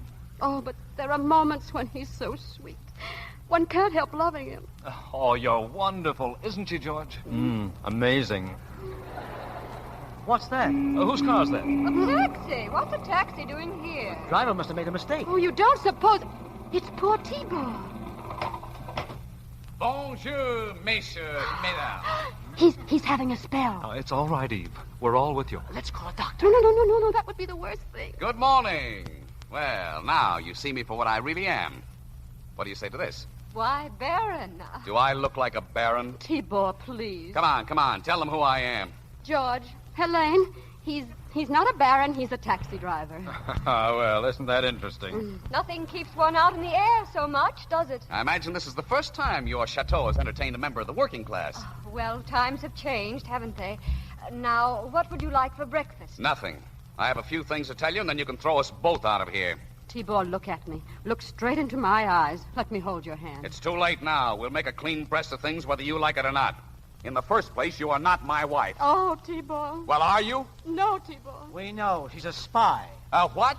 Spy. She's an American gold digger I picked up in Paris less than a week ago. Is that right? Yes, Tibor. Without a sou to her name. No, Tibor. But there was something about her nose and the way the raindrops trickled down it from that newspaper. Newspaper? Yeah, she was wearing one instead of a hat. Oh, yes. She twisted me around her finger and 2 minutes. I was crazy about her. She made me think she felt the same way about me, and until she remembered she had other fish to fry. Fish like you. Goldfish. Oh, please, Baron Cherry. I am not a baron. Say, what's the matter with all of you? Why, nothing at all. Well, you all act as though nothing had happened. Well, what has happened? Well, didn't you hear what I said? We're a pair of imposters. You don't want us around here. They're terribly broad-minded people, Tibor. What are you smirking about? Now stop it. Don't talk like that to your wife. She's not my wife. Are you all deaf or are you all crazy? You're the one who's crazy, Charlie. We all know about it. Your wife told us. Oh, so that's it. Oh, my God! Look out! He's eating! I'll take care of him. Take your hands off of me. Help me, George. Oh, don't hurt him, John! Don't hurt him! Oh, get up! What have you done to him? He hit his head. He's unconscious. Oh, Tibor, look at me. Get some water. Come inside, Eve. But Jacques, he's her husband. Not from now on. I'm taking care of that. She's going to marry me, aren't you, darling? He's cut. He's bleeding. Look. No, that's just gravy. You'll be all right. Help me carry him upstairs.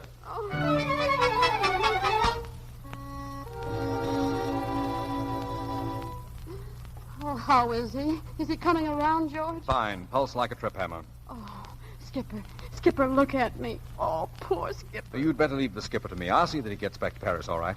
Oh, are you and Jacques planning an autumn wedding? Oh, nice kind of wedding. As we turn from the altar, I start explaining, I suppose. My dear, you know it's amazing how little one has to explain to a man in love. Mm-hmm. And when he stops being in love? Well, that's when the alimony will begin. Oh, listen. You've always heard how hard it is to be honest. Let me tell you, it's a cinch. What's tough is to be a good, competent crook. Oh, leave me alone with him. All right, I'll be outside if you need me. Skipper, are you feeling better? Oh. It's all right, darling. It's me. It's Eve. Where are we? In the chateau, you hit your head. Oh, yeah. You told him I was crazy. Yeah, you'll feel better on the way home. Home? It'll take 2 men pushing and 2 men pulling to get me away from here. Oh, but darling, I'm going with you. Going where? Back to Paris. Isn't that what you came here for, to take me away? Now what's the catch? Oh, now, Skipper, you can't back out now. You told me you wanted to marry me. So what's come over you? Well, I try to be practical, but it's no use. Oh, it didn't work, huh? What? Your little stunt downstairs. Oh, come on, Skipper. No, it's too bad you didn't land that fathead Jacques Picot. Oh, he's not a fathead. Why, because he found you out? I can tell when a baroness has had a swift kick. Listen, you big idiot. Jacques Picot just proposed to me. Are you surprised somebody else wants to marry me? You said no, I suppose. I said nothing, but if you keep on, I'll say yes. That's fine. That's where I step in. Oh, what can you do? Don't forget you're married to me. I'm not married to you. Well, Jacques Picot thinks you are. You're in a fine mess now. You are. You got to get a divorce from a man you aren't even married to. All right, I'll get a divorce. All right, just try it. Well, watch me. Well, is it settled? It's settled, except for a small formality. All we need now is a good divorce lawyer.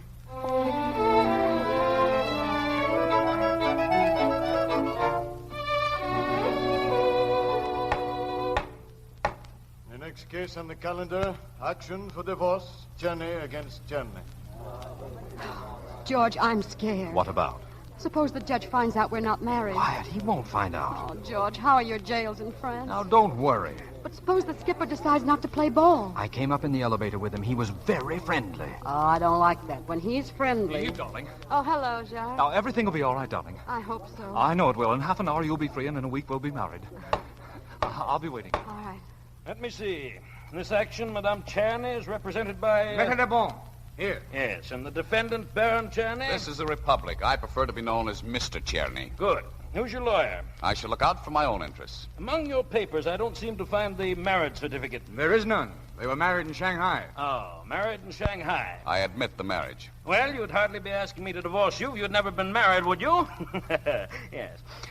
Your grounds for asking this divorce are... Mental cruelty. Oh, that again, huh? Suppose you describe this mental cruelty. May it please the court, my client can testify under oath that in all the time she and the defendant have been together, he has objected to every one of her actions. During that period, he tried to break up every friendship she formed. Yes. He used abusive language while alone with the plaintiff and in the presence of others. What language? He called her a gold digger, for one thing, and then... Wait! I've had enough. This is a familiar picture to me, and I find it deplorable that two grown-up people are unable to iron out their own childish squabbles. There's a very healthy law in Albania, I think it is, that a husband may bring his wife back to her senses by spanking her not more than 9 blows with any instrument not larger than a broomstick. What do you say to that, madame? Oh, I say it's a fine rule, Your Honor. A husband should have that privilege, and no wife would resent it if she knew he loved her. But, Your Honor, did he ever say, I love you? Not once. Not when I was ready to give up everything and scrub floors for him if that was necessary. Oh, now, I was wrong in the beginning, I admit that. But then I came to think he was the only thing that mattered. I didn't care what he had or who he was, a baron or a gutter sweep. Is that so incredible? Your Honor, wouldn't you believe a woman if she said it? If she stood like a beggar with a tin cup waiting for you to drop in 3 little words. I love you, or I believe you, or anything warm and human. But no, do you know what he said, Your Honor? He said, is that so? And he said it with a smirking, cynical grin. Now, do you know what I call that? Mental cruelty. Thank you, Your Honor. As a judge who has been sitting on this bench for 35 years, I want to say that is as sincere a plea as I've ever heard. Mr. Czerny, she's still your wife.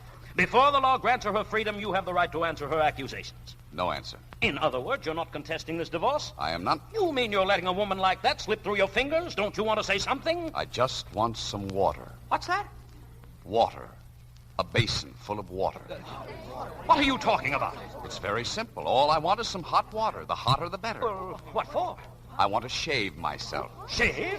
Shave here in this court? Sure, I always shave in court. I even brought my razor, see? Put that razor away. Why? I've shaved in better courts than this. I've shaved in courts all over Europe. Young man, are you insane? Ooh, I get very cross when people say that to me. I eat things. Hold that man. He's crazy. No, Your Honor, he's not crazy. That's an act. Quiet, or I'll have this courtroom cleared. Quiet. Essential information has been withheld from this court. I want witnesses as to the mental condition of the defendant. If it please the court, it's not a violent case. It's just that he thinks he's a taxi driver or a fisherman. Quiet! Young woman, you almost succeeded in wheedling this court into what would have been a serious miscarriage of justice. According to the wise provisions of the French law, no divorce can be granted where either party is mentally unstable. What? But Go home with your unfortunate husband, young woman, and get it out of your head that you can ever get rid of it. Divorce refused. Case dismissed. Don't worry, darling. We'll get you a divorce in Mexico or in Russia, anywhere. No, Jacques. Of course we can. It's simple. Jacques, you've had a stroke of luck. What do you mean? You mustn't ever get married. It would be unfair to so many women. You're turning me down? No, Jacques, I'm setting you free. Goodbye. Eve, wait. Well, George, it certainly was a flop, wasn't it? Well, not entirely. I'm sorry about your wife. Oh, that's all settled. She's through with Jacques. She's waiting for me at home. Oh, well, it's nice somebody got a break. Goodbye, George. Thanks for everything. If you need some money, I should be... No, thanks. I'll be all right. Goodbye. Hello, mademoiselle. Taxi, mademoiselle? Mm-hmm. That was a nice act you put on, Skipper. Yeah, I thought it was all right myself. Taxi, mademoiselle? No, thanks. Oh, step right in. We're just going around the corner. What for? To the license bureau. Oh, listen, Skipper, you'd better think it over. Oh, I have thought it over. I won't promise to manage on 40 francs a day. Who said 40? With you around, I'll make as much as we want. Anything is possible. Don't argue now. Come on. Well, I'm glad to see you took my advice, young woman. Oh, hello, Your Honor. You have been wonderful, Your Honor. We really didn't want a divorce, did we, darling? No, we didn't, Your Honor. Well, I'm glad to hear it. And where are you going now? To get married. Oh, yeah. What?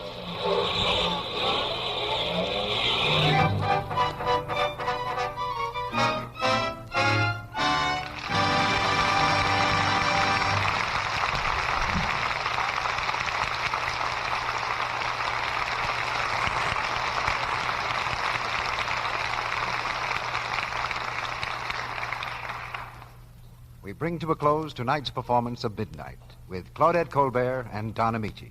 In a moment, our stars return for their curtain calls. But while we're waiting, listen to this.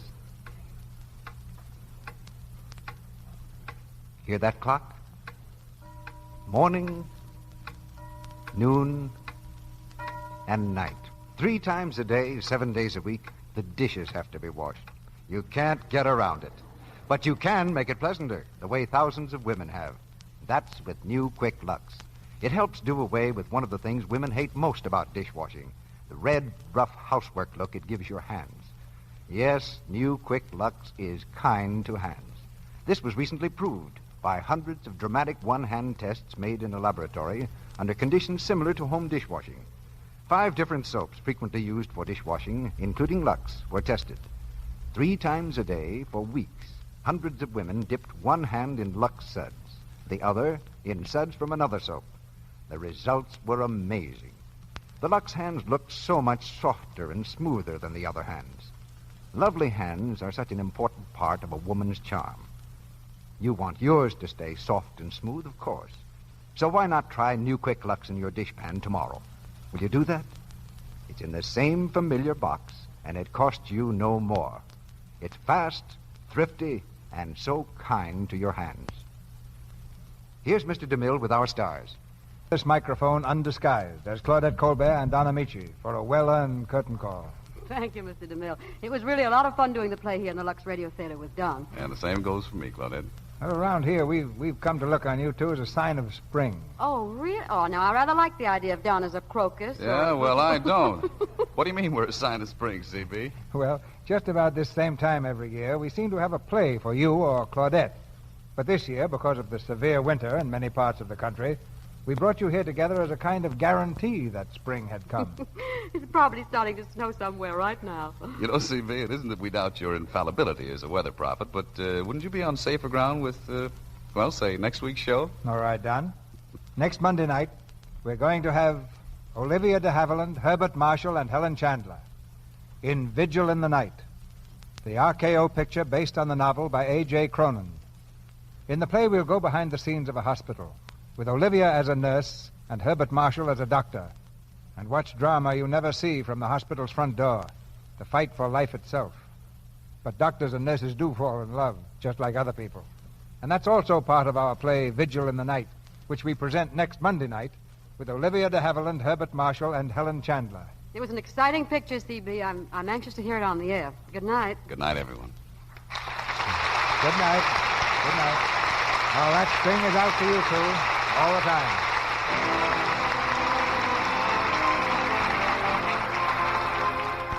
Our sponsors, the makers of Lux Flakes, join me in inviting you to be with us again next Monday night when the Lux Radio Theater presents Olivia de Havilland and Herbert Marshall in Vigil in the Night with Helen Chandler. This is Cecil B. DeMille saying good night to you from Hollywood.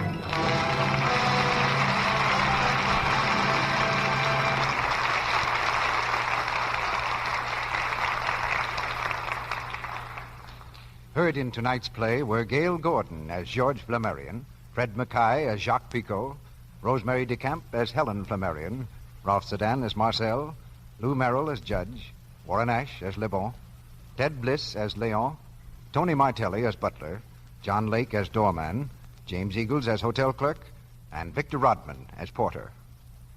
Claudette Colbert is now working in the MGM picture Boomtown. Don Amici's current picture is the 20th Century Fox production Lillian Russell. He appears tonight through the courtesy of the Old Gold program. Our music was directed by Louis Silvers.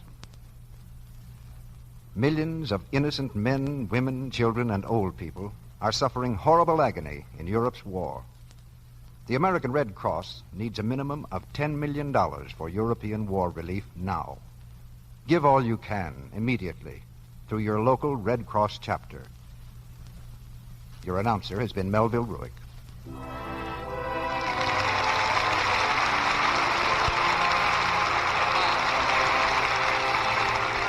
This is the Columbia Broadcasting System.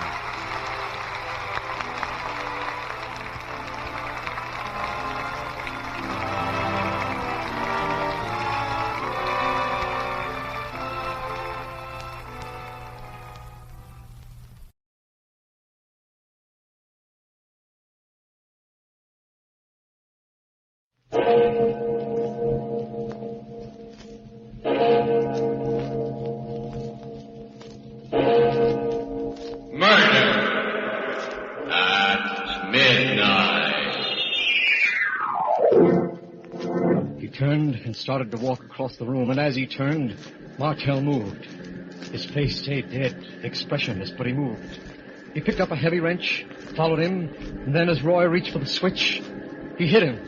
No! I heard his skull go like a rotten pumpkin shell, and he went down. Then Martell picked up a hacksaw and... No, I don't want to remember the rest. It was too awful, too horrible.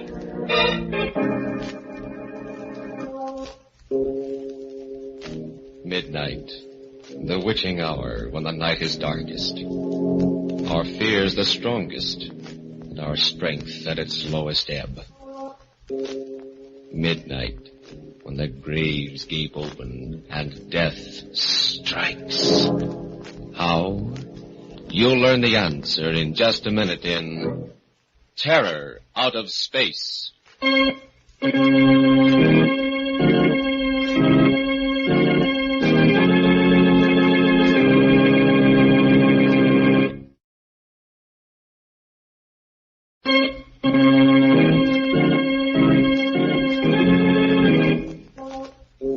And now, Murder at Midnight.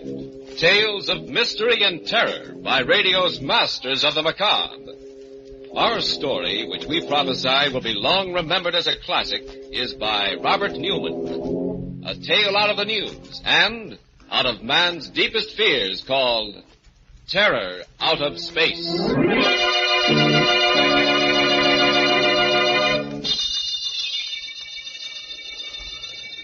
Larkin, Don, can you hear me? Can you hear me? You've got to hear me. I haven't got much time. They'll be coming back in a few minutes, and Don, try and get this. Try and remember. I sat up in bed, straining my ears, listening. The surf was rolling and pounding on the beach at the foot of the cliff.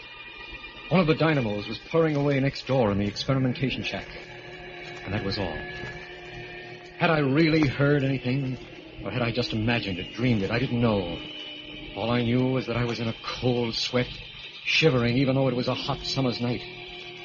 But that wasn't surprising after what had happened. Just what had happened. Maybe I could get it all straight, fill in the gaps that had been bothering me if I went back over it again from the beginning. I hadn't wanted to before this. I'd fought against even thinking about it. But now it was as if something was making me think about it. That's right, John. Start way back, in the beginning. Then maybe you will remember. You've got to. When was the beginning? When they assigned me here, I guess. Miles from anywhere on the Jersey coast. I knew it was some kind of hush-hush project, and I had some ideas, though. And when I walked into administration and found Professor Martell there, I was pretty sure they were right. Lieutenant Larkin reporting for duty, sir. Hello, John. How are you? Fine, Professor. Major. Well, let's forget the Major. I've been trying to. I think the Army... Well, that's not the way I heard it. Some of the things you've worked out in the last few years was something. Quite a break, my getting assigned here. You think it was an accident? You mean you requested me? Of course. What did I take you away from, by the way? Oh, nothing very much. Straight communications, a little radar. No chance to continue any of the research you started when you were at the university, huh? No. Afraid I've gotten rusty? Not really. But there are just going to be the three of us to do the bulk of the work. You, myself, and a chap named Roy Shields. He worked with Ramsey at Tech. And what's the project? Something big? I think so. We're going to try and establish radio contact with the moon. What? Theoretically, it shouldn't be too difficult, you know. Of course. And with the progress we've made during the war... Professor, it's terrific. One of the most exciting things I've ever heard of. Think so? Well, don't you? Don't you remember when we used to talk about it in the lab? What it would mean to the astronomers, the astrophysicists, measure... Do it? No, that's all cut and dried. What's going to happen when we do it? Well, what do you mean? We're reaching out, John. Reaching out into places where man has never been before. We're pretty close to the secret of matter, to the origin of life, and to the mystery of the universe. Sometimes I become a little afraid. Afraid that we may stumble on something that's too much for us, too big and... That's silly. Go pick out a bunk and get some rest, John. Tomorrow, we go to work. The work? I remember that all right, weeks of it. And finally, the big night, the night we were ready for our first test. It was clear and cool, the ocean still, not thundering but whispering at the base of the cliffs, as if it were waiting. Every star separate and distinct, like signposts on the road to the infinite. Martell at the table in the center of the laboratory with the charts and diagrams doing the computing.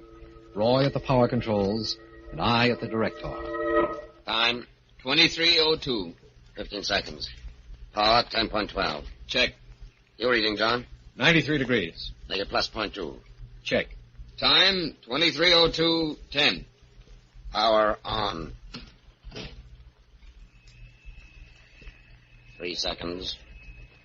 4. Now. How long to wait? We should get it almost immediately. Lag of not more than... There, listen. Huh? That's it! That's it! We've done it! We're in contact with the moon! Yes, we'd done it. Reached out into space and done it. For the first time since man had walked erect, we had established contact with another heavenly body, bridged the infinite with man-made electrical impulses. There was no work done during the next 2 days, just excitement. Public relations broke the story the next morning, and we were swamped. Newspaper reporters, photographers, interviews, commentaries, prophecies. Finally, we got back to normal. And a couple of nights later... Yes, it's starting to come back to me now. I remember. It was the sound of the generators that woke me. I looked at my watch, almost midnight. Roy was asleep in his bunk, and I didn't wake him. I padded out along the duckboards to the laboratory, and there was Professor Martell. He was sitting at the control table, and he was funny. His eyes were open, but he didn't seem to see me. I said, "Hello, Professor." He didn't move. Didn't answer. I took a quick look at the control board, and the frequency had been changed. A little uneasy, I tried again. "Professor, what are you doing?" And then something very strange happened. Half of him came alive. His right side first. His right eye lighting up, while his left eye stayed dead. His right hand twitched, while his left one remained stiff. It was just for a fraction of a second. Then... What? Oh. Hello, John. Hello, Professor. Anything the matter? Matter? What am I doing here? I don't know. Strange. Very strange. I went to bed about 10:30. Ever walked in your sleep before? No, not that I know of. Because I haven't been sleeping too well lately. Very disturbing dream. Did you change the transmitter frequency that way? No, sir. You must have done it yourself in your sleep. Funny. That would make it more of a carrier instead of a transmitter wave. Shall I shift it back? No, leave it. I'd like to take a look again in the morning. Do some thinking about it. The next morning, somehow, neither of us mentioned it. I can't be sure now whether we didn't remember or just didn't think it was important. But that night... Yes, it was that night that we discovered what it meant. That we knew. It was the sound of the generators that woke me again. I looked at my watch a few minutes before midnight. And it was then that I noticed that Roy wasn't in his bunk. I lay there. And for some reason I was terrified, trembling. There was something in the air, a feeling of menace that... I made myself get up. Slipped on a pair of sneakers and went out along the duckwalk to the laboratory. The lights were on again. I didn't go in this time, but I looked in the window. There was Roy, and there was Professor Martell again.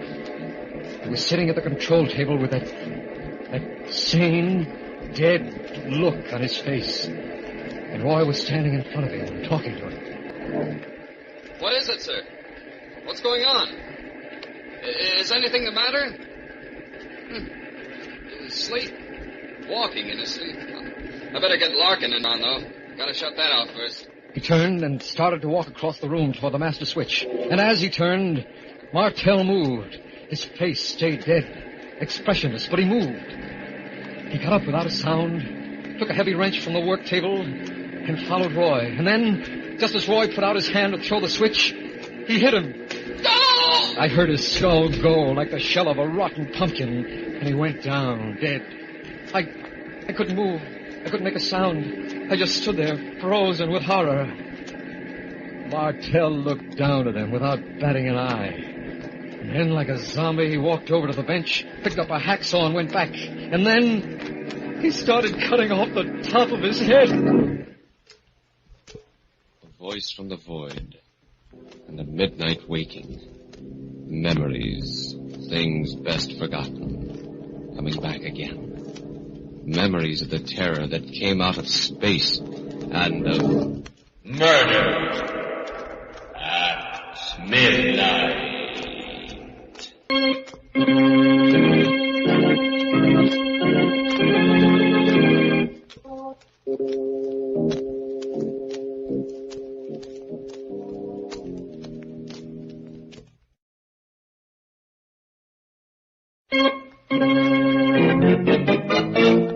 And now, back to Murder at Midnight and Terror Out of Space. That's all I remember then.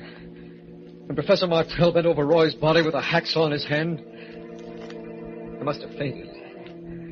When I opened my eyes, I was lying on the sand outside the shack, and there was Martell bending over me. No, Professor, no, don't! Don't! John, what's the matter? Leave me alone. Don't come near me. Don't touch me. I saw what you did in there. And where?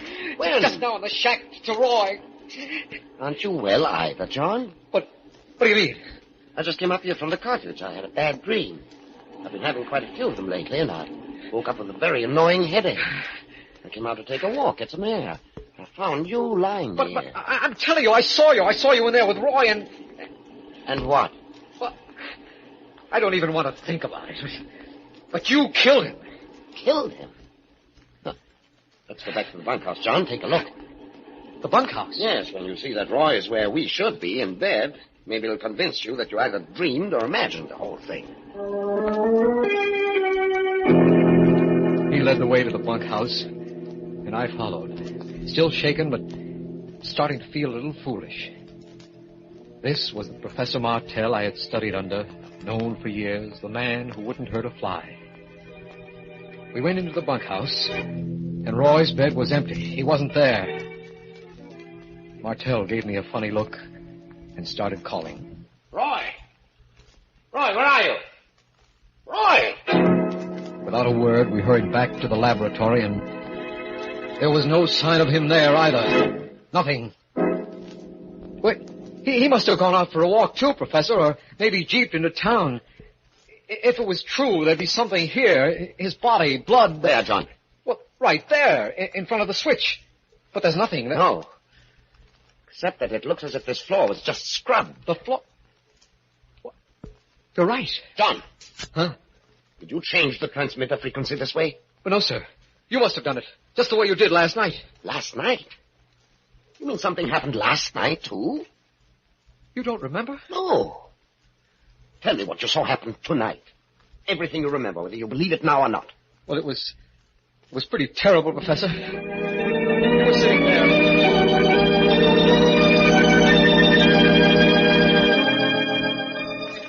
And then, as quietly as if you were a laboratory specimen, you took a hacksaw and started to cut off the top of his head. Merciful heavens. Talking to you now, I know the whole thing's mad, impossible, but... Yes, mad, impossible, but... You mean it could have happened some way without your knowing it? Sit down, John. Relax. Tell me what you know about the moon. The moon is a satellite, stellar body, probably formed by our sun in an encounter with some other stellar body. Yes, probably formed at the same time as the Earth. But it may very well have supported life long before there was life here. Life? But we know what its atmosphere is. Yes, we know what it is now. But how do we know what it was several million years ago? Just suppose, that there was life there millions of years ago. Life that reached a level of development we cannot even imagine. Suppose it died out as a form of life that we could recognize, but remained in a form that is eternal. What? What do you mean? In the form of electrical energy. Is an electrical process. An electrocephalograph will give a definite reading when a man is thinking. Yes. Suppose intelligences continue to exist on the moon in the form of complex electric charges. And suppose a channel is suddenly opened between the moon and some other planet. The beams we sent out are our radar beams. You mean they could come down the beam, take hold of someone, you, and make you... I'm supposing, John, hypothesizing. But the fact is that the transmitter was set at carrier frequency, and none of us did it consciously. Of course, even if it's true, we have no way of knowing whether these entities are dangerous, malevolent, or not. No way of knowing, but they killed. They made you kill Roy. Because he was going to shut off the transmitter, cut off contact with the place they came from. As for the rest, well, they would be intensely curious about the human body, particularly the brain.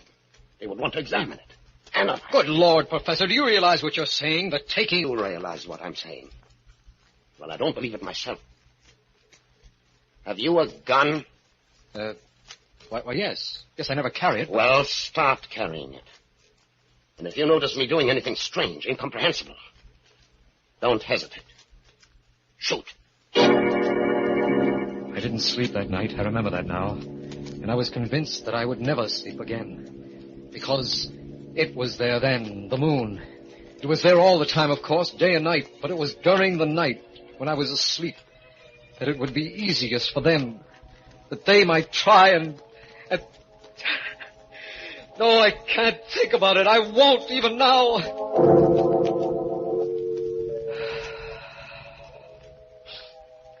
With the daylight, I felt a little better. Roy hadn't come back, but, well, there were a dozen possible explanations for that. I went to have another talk with Professor Martell. And he was gone, too. His bed was empty, as if it had never been slept in. I waited until about noon. Then I called headquarters. I had decided that I was going to tell them only facts, things I could believe myself. Hello? Hello, Colonel.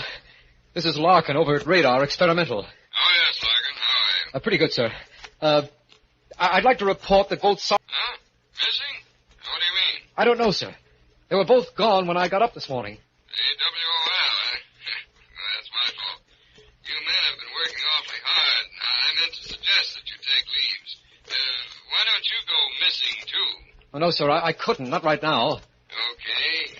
Then you carry on until they get back, and then I'll arrange for you to do it officially. So I stayed. Stayed there in the lonely shack on top of the cliff, alone. And that was the most awful, terrible week of my life. Only the wind, the pounding of the surf, and my fears that were with me constantly. There was work I had to do, but I had to force myself to go into the laboratory. Then, on Friday, they found Roy's body. A phone call took me to town to the local funeral parlor. When I got there, the colonel was waiting. You knew Sergeant Shields pretty well, didn't you, Larkin? And found a body in their nets this morning. I wish you'd look at it. Of course, sir. Right here. Oh, good Lord. Evidently, the fish were pretty hungry. Well, no one could be sure, sir, but I think that is Shields. All right, Larkin. Thank you. Yes, they found Roy's body. And that night, Martell came back. I'd taken something to make me sleep. It was the only way I could sleep. But the sound of the generators woke me again. I lay there listening, unbelieving but terrified because there was no one at the station but me. Then, picking up my gun, I went down the duck walk to the laboratory. I opened the door, and there he was, Professor Martell. His face was thin and haggard. His eyes were dead, lackluster, the way they'd been those other 2 nights. And when he spoke, his voice was hardly human, as if someone was using him, speaking through him. Too bad that you woke up, Larkin. You should not have come in here. What do you mean, Professor? Where have you been? We have been looking over your planet, studying it. Very interesting. And now we are ready to go. Go? Go where? What are you talking about? What are you... You said we. Professor Martell, have they... Just a few preparations to make. And then... The voice, that horrible voice, stopped, and Martell swayed as if he were going to fall. I grabbed him, and he opened his eyes. He was himself again. And when he spoke, it was with his own voice. John, for heaven's sake, help me. Help me. How, Professor, how? Look, what I told you, don't you remember? Don't you understand? They've got me. They took me that night, took me all over the country, looking, examining, studying. They picked my brain. They sucked me dry. And now they're going to take me back with them. Back with them? Back to where they came from. Not my body, they're not interested in that, but the essential me, in heaven's name, shoot, John! Shoot and... And now we are ready. They had him again. As your friend told you, we are taking him with us. But you will not remember. You will remember nothing, do you understand? Because someday we may come back. I stood there, frozen, still holding on to Martell. Like a sleepwalker with superhuman strength, he pushed me away. I staggered back against the wall. Stiffly and mechanically, he walked to the door, opened it, and went out. The surf was thundering, the wind blowing. Straight to the edge of the cliff he walked, and then went over. But before he fell, he seemed almost to hover for a moment, as if something in him was going not down, but up. Now, do you remember, John? Now, do you remember? You've got to remember. You've got to. I tricked them, fooled them. That's how I was able to get through to you. But they'll be coming for me any minute. And John, you've got to do something. You've got to. It's true, they do exist. And they've got me here. They may be coming back again for others. John, they're coming. They're coming. Do something. Do. When I woke up about a half hour ago, I found this all written out on the pad I keep next to my bed. Written out in my own handwriting, but a little scrawled and jerky as if my hand wasn't quite steady. Some of it I remember. Other parts, like Roy's murder, Professor Martell's suicide, I don't recall at all. Either I'm mad, completely mad, or... No, I can't think about it. I mustn't. Anyway, if I showed this to anyone, the world would think I'm mad. So now I'm going to burn it. Burn it up completely.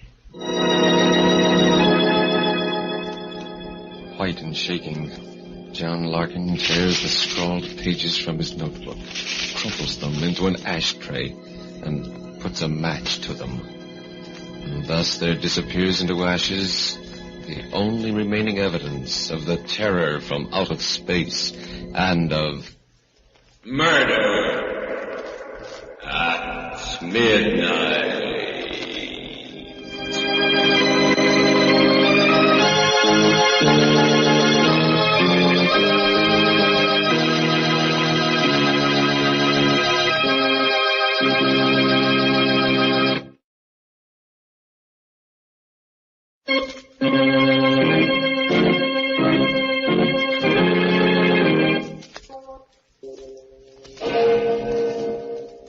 Remember to be with us again when death comes in some unknown form. And the clocks strike 12 for murder at midnight. The part of John Larkin was played by George Petrie, and Peter Capell was Professor Martell. With music by Charles Paul, Murder at Midnight was directed by Anton M. Leader.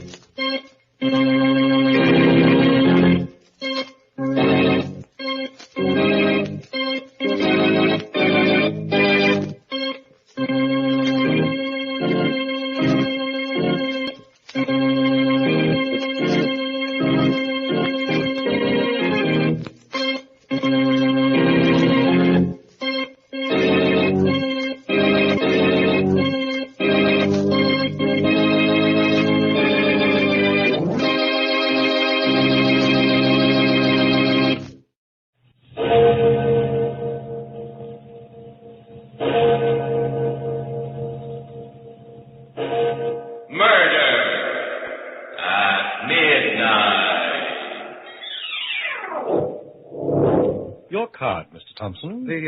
The King of Hearts. Colonel Moore? The 5 of clubs, Mr. President. Count Rizzini? Come, Count, we are waiting. What is your card? L'asso di spada. I beg your pardon?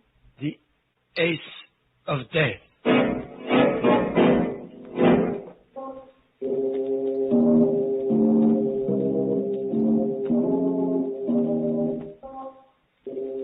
Midnight, the witching hour when the night is darkest, our fears the strongest, and our strength at its lowest ebb.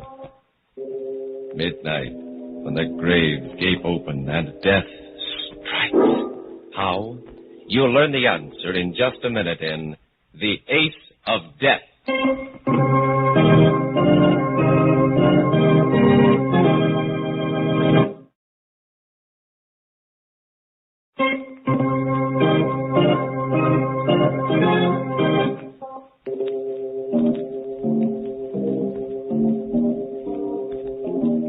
And now, Murder at Midnight, Tales of Mystery and Terror by radio's Masters of the Macabre. Our story, based on Robert Louis Stevenson's immortal Suicide Club, is by Max Ehrlich. Its title, The Ace of Death.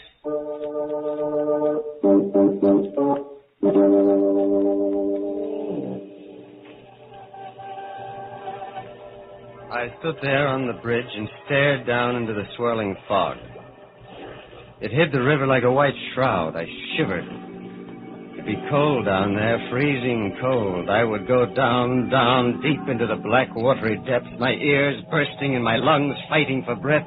And then, finally, there would be silence, and eternal peace. Somewhere a clock began to chime 11. The last hour. The last hour of a man's life. My life. I, John Evans, ill and broke, without family or friends, sick and weary of the constant struggle among earthbound mortals, looked forward to my new future. Death. I put one foot over the bridge rail. My heart pounded. My head throbbed.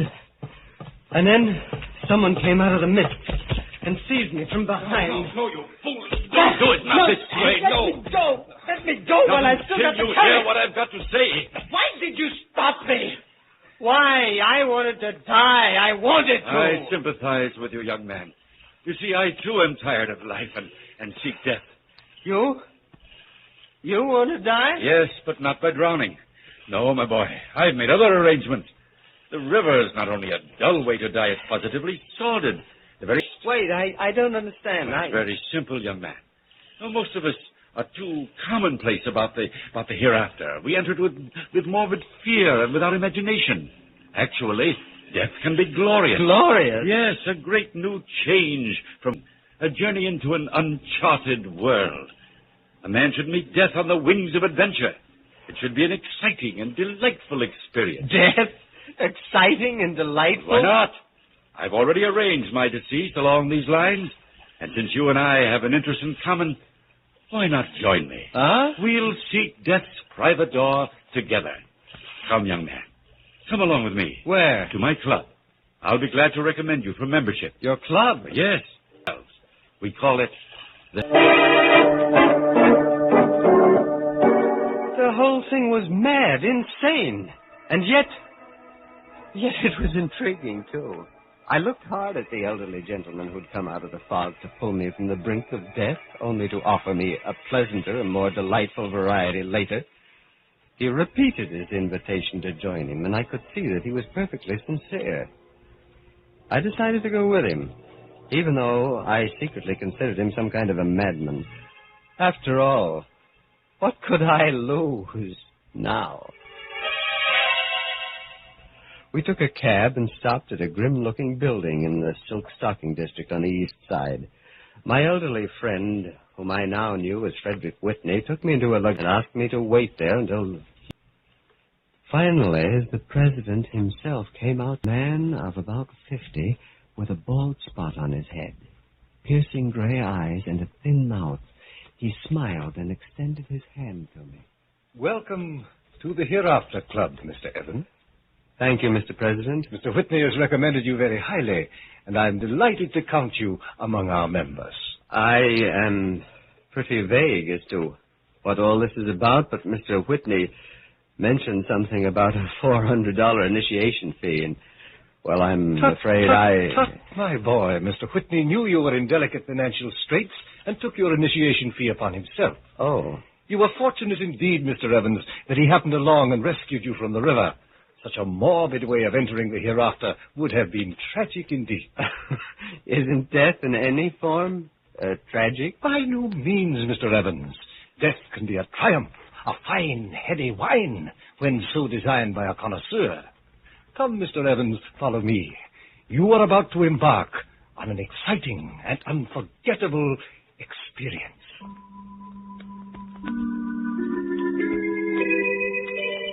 Like a man in a dream, I followed the president into a large room. There was a green baize table in the center of it, and several men in evening dress lounged around the room, drinking champagne. They seemed nervous and distraught. And when they laughed, it was high-pitched and too loud. They seemed to be waiting for something to happen, some event to begin. As the president and I stood at the door, he turned to me and smiled. These men, Mr. Evans, are charter members of the Hereafter Club. They come from all walks of life, but they have one common desire, death. I see.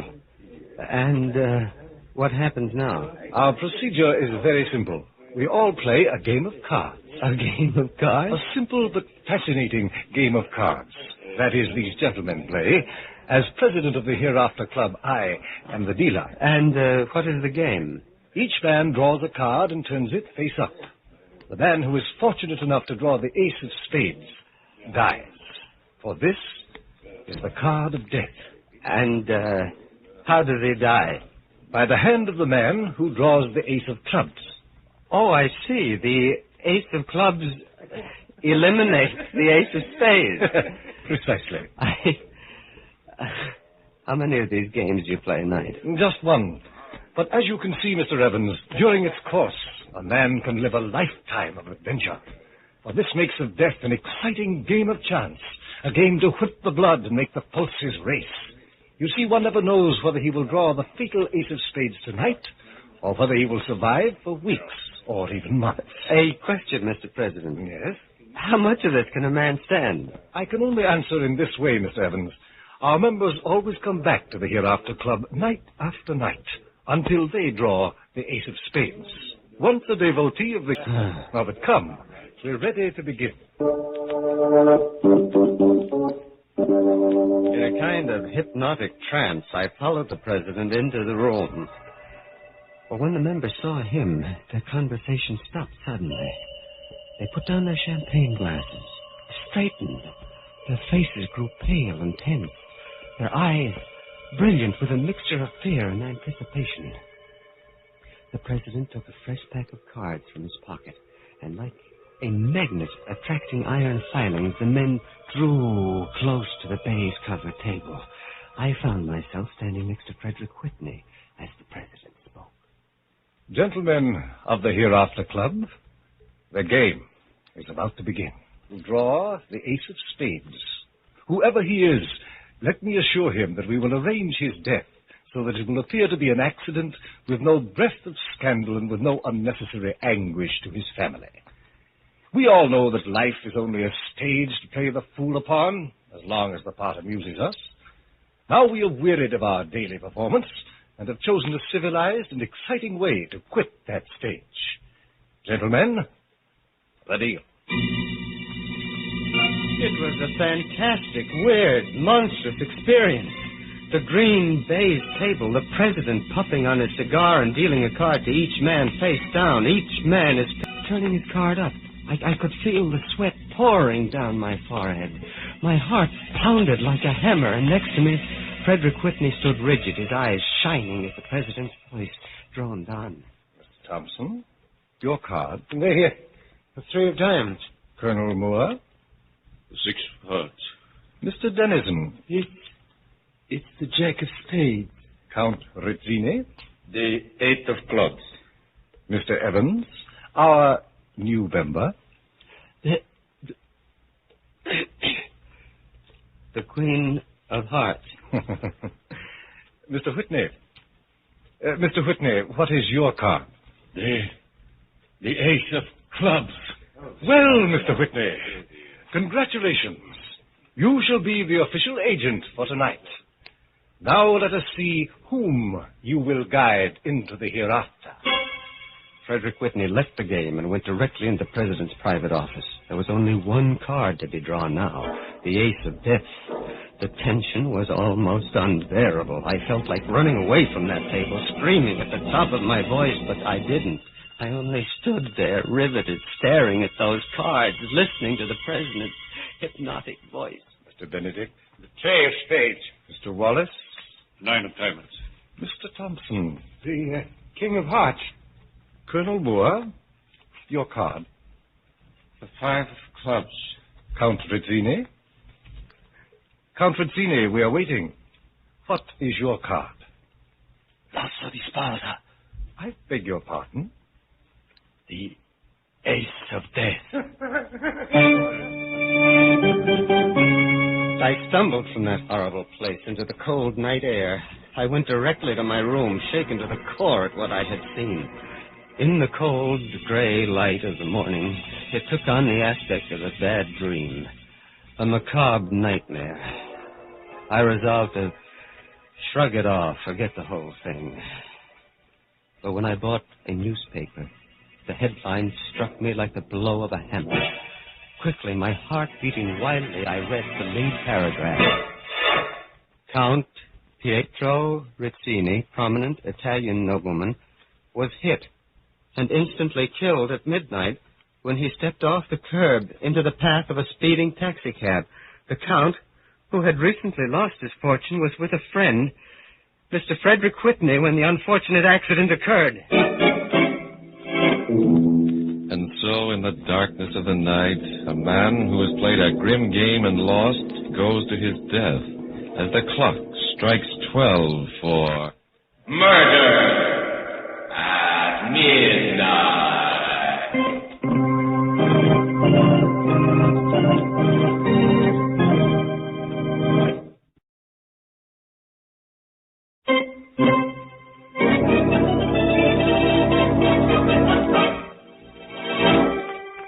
And now, here is John Evans again to continue his story.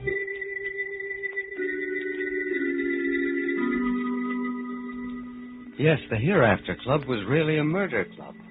A racket conceived and created by the polished gentleman who called himself the president. He made a game of death and grew rich on it. For each night, although he lost a member, he made $400, the member's initiation fee. And as the members dropped out, according to Hoyle, there were always plenty of disillusioned neophytes like myself ready to replace them.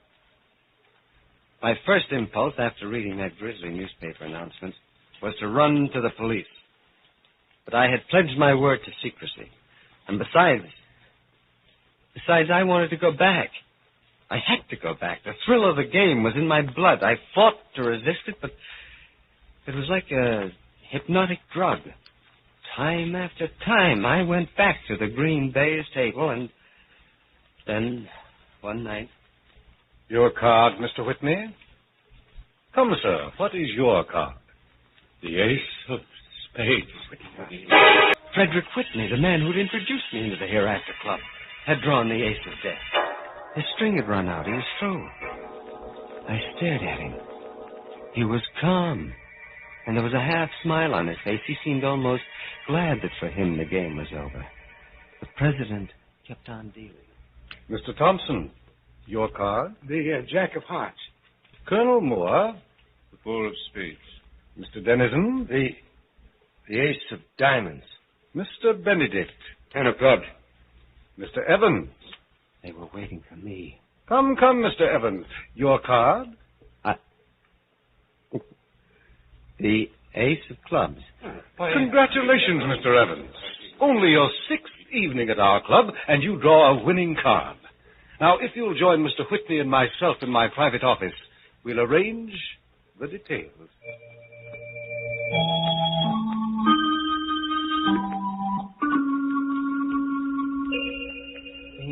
instructions were simple. I was to drive Mr. Whitney into the garage of his home, leave him in the car with the motor running. That was all. And so without a word, I got behind the wheel and drove my elderly benefactor to the appointed place. We looked at each other there in the garage, and then he said, John, if anyone had to draw the ace of clubs, I'm glad it was you. No, Mr. Whitney, look here. I don't want to kill you. You know I don't. Let's end this farce. Let's go to the police and end this monstrous thing. No, John. You forget I'm a murderer. I have already killed. I'd rather die by carbon monoxide gas in this comparatively painless way than in the electric chair. But the police will never know that you were responsible for Rozzini's death. If we expose the Hereafter Club, the president would be sure to tell him. There must be a way, somehow. No, my boy. I have chosen death. And my time has come. In a way, I'm glad. Everything is resolved. There is no more waiting for the fatal card. It's over now. Go, my boy. Leave the garage. Slam the door. No, Mr. Whitney. For God's sake, turn off the motor before... Go, John, before it's too late. Hurry. Don't worry about me. I have sought death for weeks. Now I welcome it. Meet it gladly. I staggered to the garage door, went out, and slammed it shut. I heard the motor still going. 5 minutes. 10 minutes. I knew that it was the end now for Frederick Whitney. I looked at my luminescent watch. It was just midnight.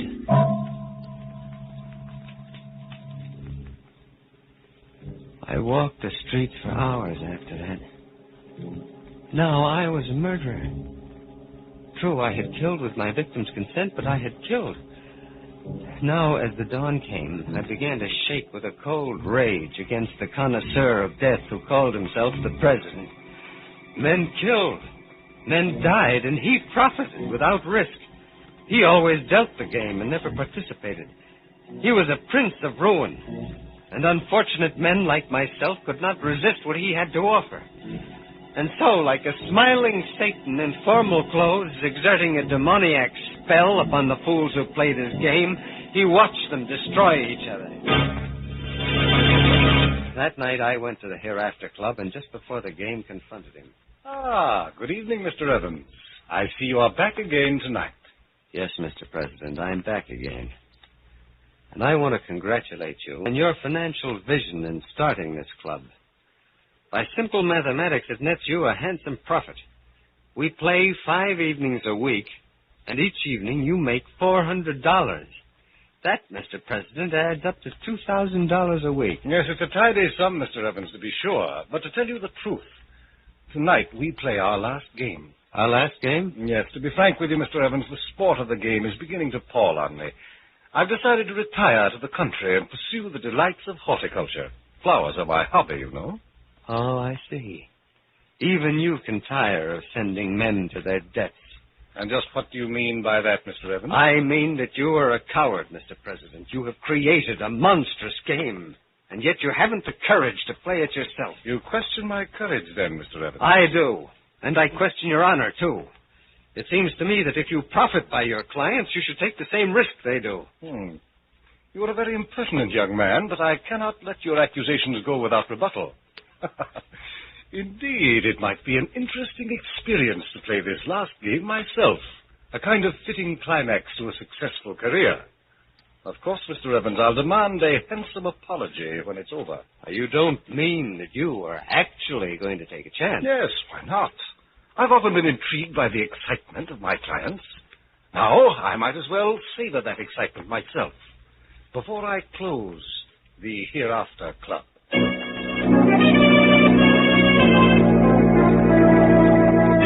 The news that the president was going to play created a sensation among the members. He dealt it. And the third time around, for the second night in a row, I drew the murder card, the ace of clubs. The president smiled his congratulations at what he called my phenomenal luck and continued. Mr. Thompson, your card? The 2 spades. Colonel Moore? The King of Hearts. Mr. Dennison, The 7 of clubs. Mr. Benedict? Queen of diamonds. And now, gentlemen, I'll turn over my own card. Congratulations, Mr. President. You have drawn the ace of spades. The president's face was immobile. Not an eyelash flickered. We went into his private office, and his words were calm as he explained the evening's arrangements. I had drawn the murder card, and he had drawn the death card. Yet, judging by his unworried attitude and serene bearing, it might have been the other way around. I couldn't help a flicker of admiration for him.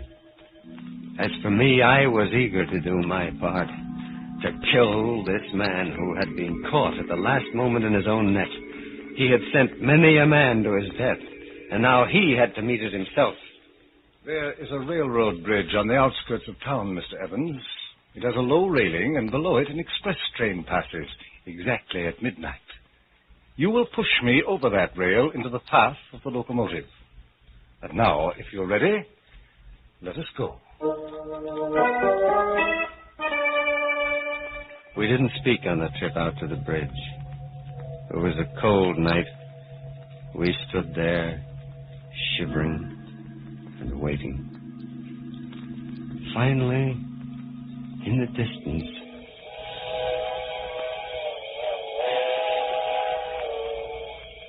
that was it. The midnight train. I could see its bright headlight flickering as it approached. Then the president spoke. Mr. Evans, of course we are not going through with this. Of course we are, Mr. President.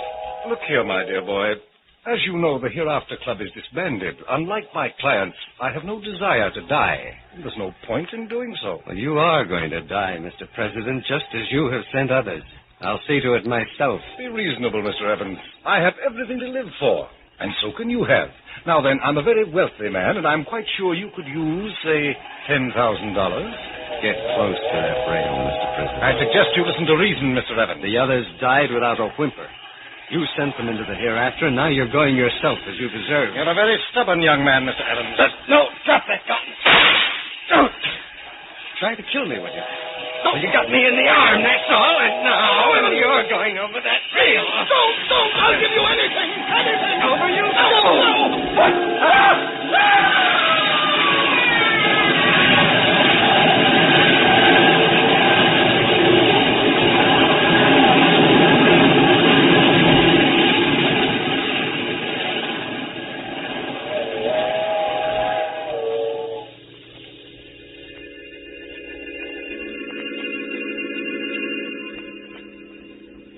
When the train had passed, I saw what was left of his body on the tracks.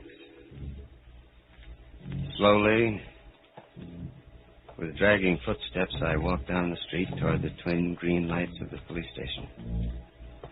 Now, like the others, I'm ready for the end.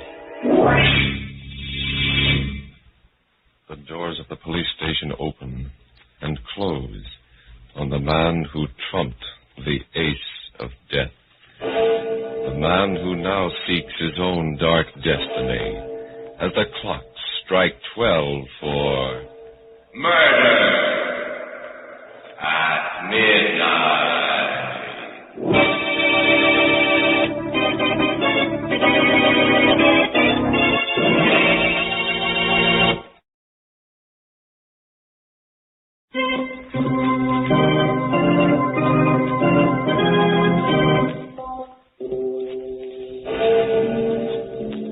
Remember to be with us again when death deals his final hand and the clocks strike 12 at midnight. The part of John Evans was played by Carl Swenson. The president of the Hereafter Club was John Griggs. With music by Bert Berman, Murder at Midnight was directed by Anton M. Leader.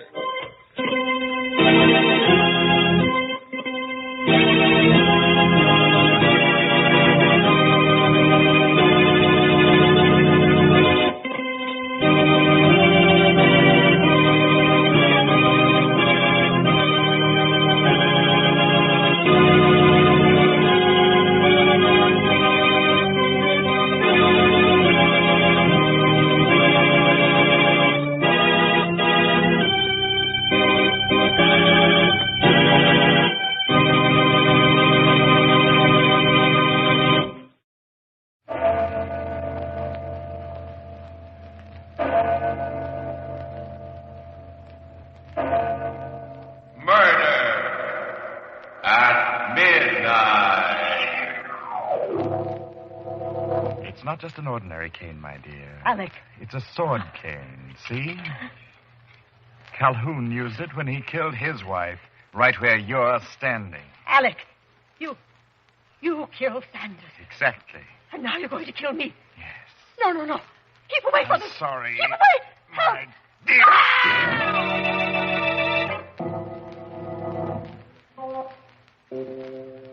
Midnight, the witching hour when the night is darkest, our fears the strongest, and our strength at its lowest ebb. Midnight, when the graves gape open and death strikes. How? You'll learn the answer in just a minute in The House Where Death Lived.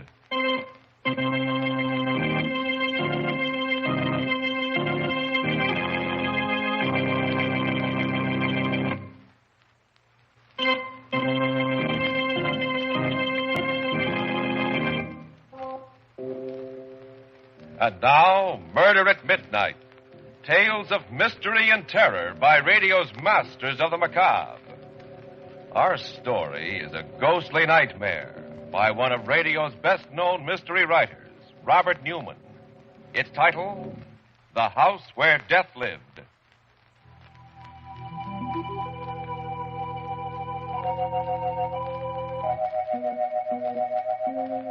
A large rambling house on top of a hill. A house whose windows are either shuttered or broken.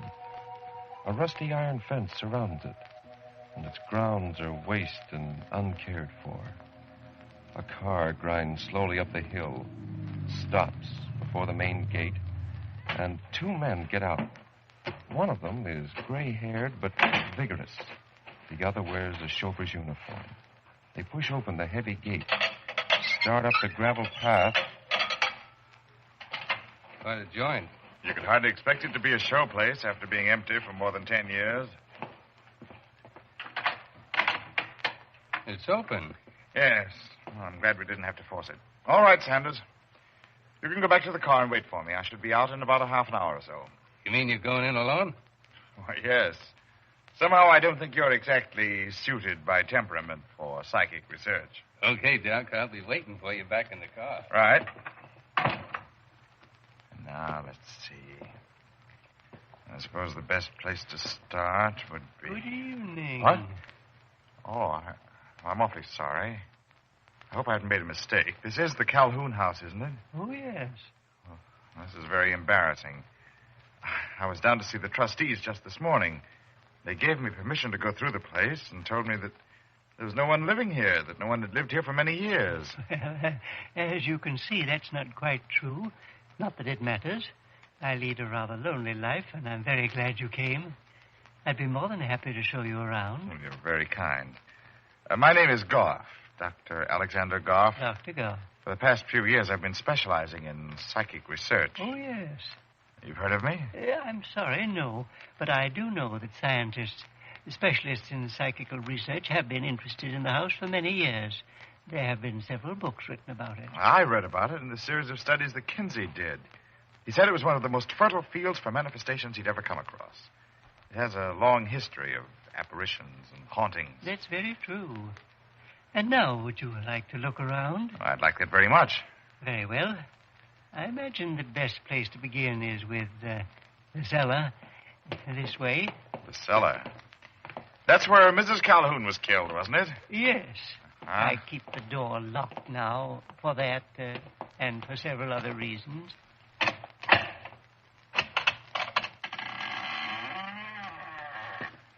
May I? No, wait. Don't try to go down. Have you a match? Why, yes.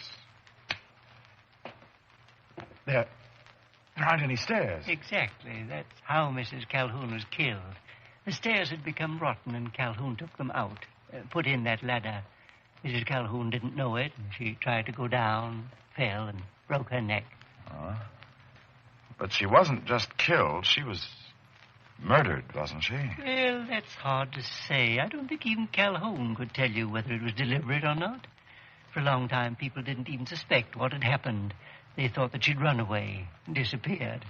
However, after she was killed, Calhoun buried her down there in the cellar. You see, over there, near that big flagstone. Oh, I see. Well, after that, there was something about a gardener, wasn't there? Yes, Burroughs. He had helped Calhoun take out the stairs. Considerably later, he was working in the cellar and found some bones, and he put two and two together And went to the police. No, he did a lot better than that, from his own point of view. Shall we go back into the parlor? Oh, yes, of course.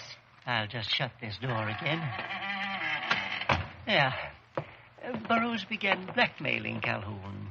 Calhoun paid for a while, and then one day he called Burroughs in here, into the parlor. He was sitting over there at that desk. He had his cane with him. The cane that's on the desk there now. You can look at it if you like. Well, thank you. I would like to look at it. Twist the handle and pull on it. A sword cane? Yes. He killed Burroughs right here in this room. That stain on the carpet, there's his blood. This time he didn't even try to get away with it. He called in the police, and he was tried and sent to an institution. Yes, but that's what I don't understand. If Calhoun had committed 2 murders, why wasn't he sent to jail or hanged? Because no one knew whether he was sane or not. As a matter of fact, I don't think Calhoun knew himself. You see, when they asked him why he had killed his wife and Burroughs, he said he had to, that he'd been told to. Told to? By whom? Well, he wasn't sure. By voices. He said they told him that they lived here in this house before him, that they had killed, and that he would have to kill too. Excellent. A house with a tradition of hauntings, where each generation is affected by that tradition and adds to it. What's the matter?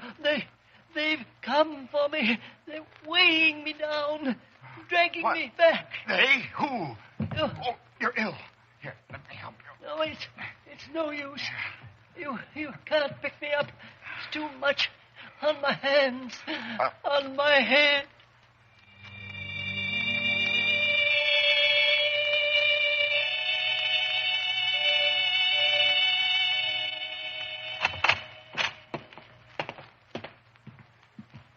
Where is he? He was there, right there on the floor. I tried to pick him up and put him on the couch, but I couldn't lift him. Now he's gone. Well, now, look, Doc, if he fell down, if he was as weak as you said it... Hey, wait a minute. Hey, what did he look like? Well, he was quite old, about 70, and very tall and thin. He had white hair and a white goatee. Holy smokes. What's the matter? Well, I was waiting outside for you. The guy that lives just down the hill came by, and we kind of talked a little. Yes? I told him to me, the guy that used to live here. And the old gent you say you spoke to sounds just like him. But it couldn't have been. Calhoun is still in an institution. No, he's not. At least not exactly. That's how this guy happened to talk about it. You see, he just read in the paper that Calhoun had died yesterday. Sanders? Yeah? That was Calhoun's ghost. Oh, now, look, It was, I tell you. It has to be. This is what I've been looking for years. An apparition that manifests itself without a medium or any apparatus. It's exactly what I need for the last chapter of my book. And I'm going to stay here until he appears again.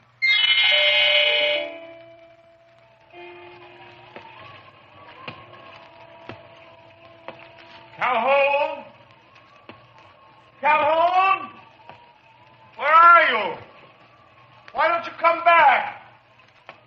I'm waiting for you. Oh, it's no use.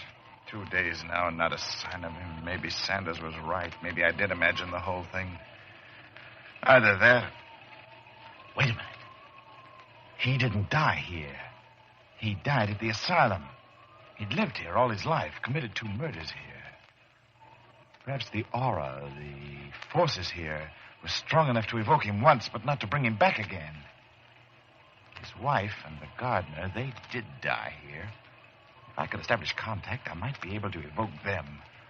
Or else if someone else died here, someone I knew and someone that knew me. Calhoun! Is that right?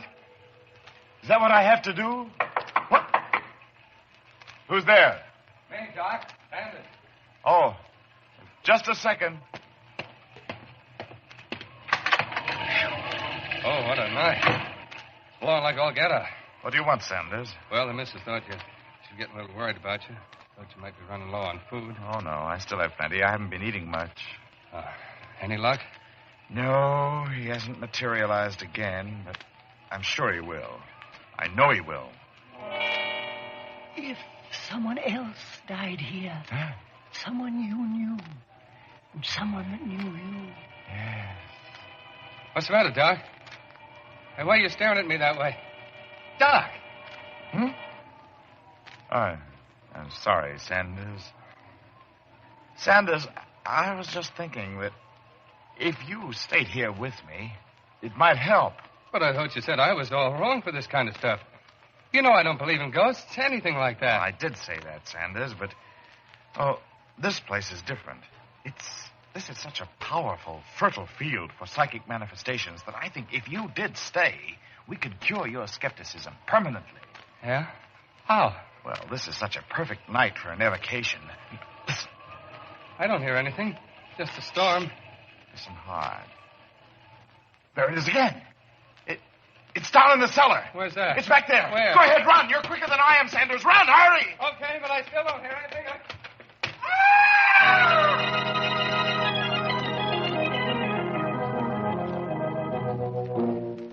A man with an obsession in a haunted house.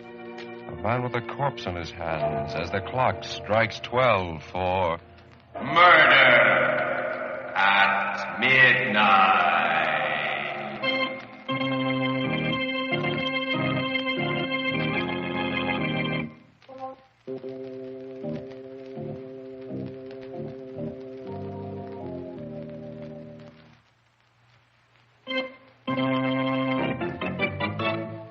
And now, to continue with our story.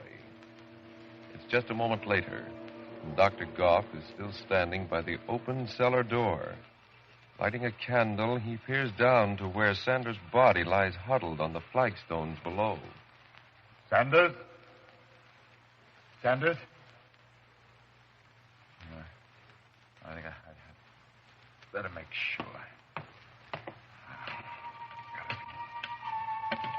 Sure. This ladder holds.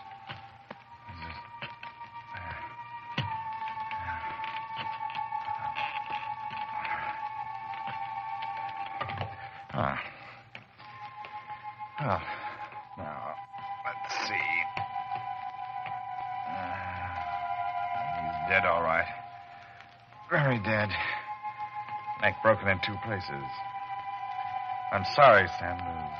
Very sorry. But science is a hard mistress. I've been working on my book for 7 years. This is the first chance I've had to make detailed and objective observations on a specific set of phenomena. And when Calhoun didn't materialize again, I'm sure you understand. The only problem now is the police.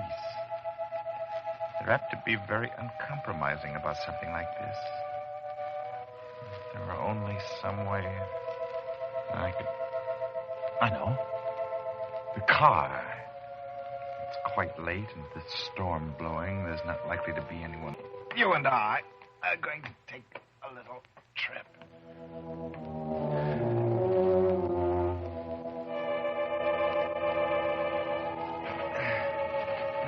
Now, we're almost there, Sanders. Just a little farther. Now, here we are.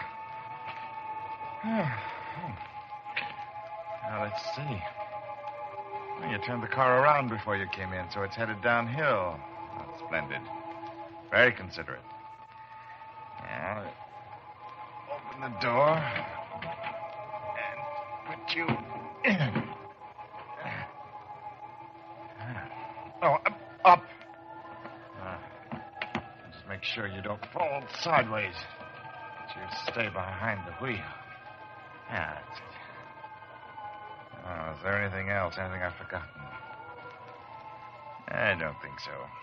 Well, just take the brake off. And shut the door. And wait. There's no telling how far she'll go, especially with the street so bumpy.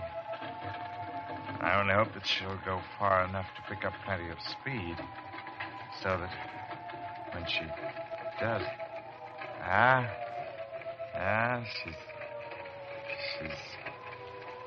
She's swinging. Swinging to the right. Yeah.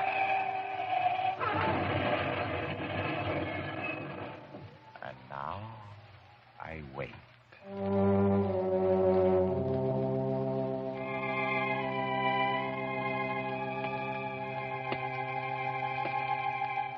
Sanders? Sanders! Where are you? It's been 4 or 5 days now. Why haven't you come back? Haven't you wanted to? Or haven't you been able to find a way? This is where you died, remember? Down here in the cellar. Are you down there? Sanders? Are you down there? No. Not down there. Not anywhere. What's that? Yes? Oh, who's that? Who's there? What do you want, Jean? I want to talk. Let me in here, please. Just a second.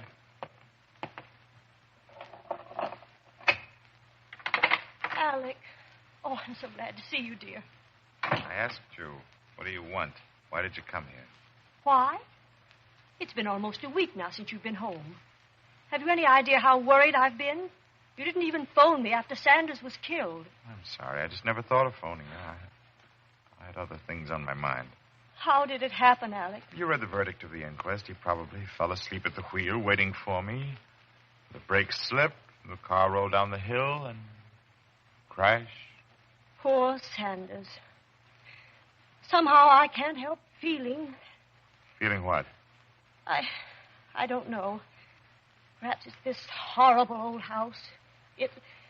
Everything about it is just plain evil. Oh, Alec, why don't you give it all up? Give what up? This obsession of yours. You started writing a book, doing psychical research to prove that there were no such things as apparitions or ghosts. Suppose now... I found out that I was wrong. What? Yes, what would you say if I told you that I'd already seen one apparition here? Oh, no. Oh, yes, Gee. The first evening I came here, I saw Calhoun. I talked to him. He showed me around the house. And later on, I discovered that he had died the day before. I waited for him to come back again, but he never did. And I finally realized why. He couldn't come back because he hadn't died here. He died at the sanitarium. But now, I'm waiting for Sanders to come back. Sam didn't die here either. He died? Yes, Jean. I don't like it here, Alec. I'm afraid. I'm going. No, Jean. Don't go. You can help me. Huh? Come on in here. Into the parlor. But Alec... Come on, Jean.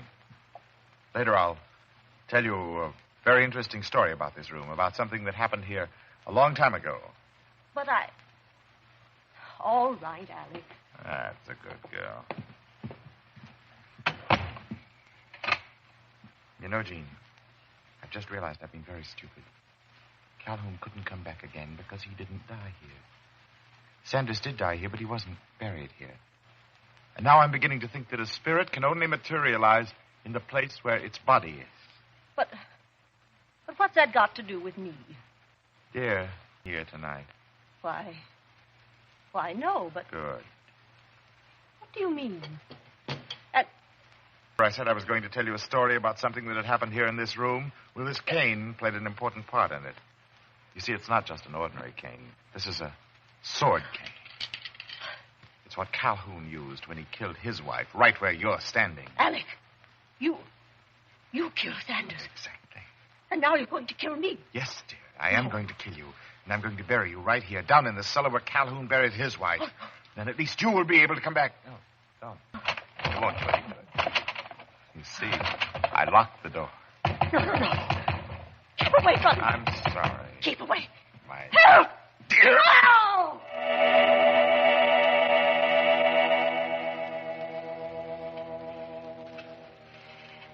Now, smooth up gravel a little. Gosh. Well, there. That ought to do it. Very nice, Doctor. Very nice indeed. You didn't do quite as neat a job as I did, but you did pretty. Cal, you're dead. I came back to tell you how grateful I am to you. Grateful? For what? For having, shall we say, relieved me. You see, I was alive and lived here even before I killed my wife and Burroughs. I saw the ghosts of those who had died before I was born.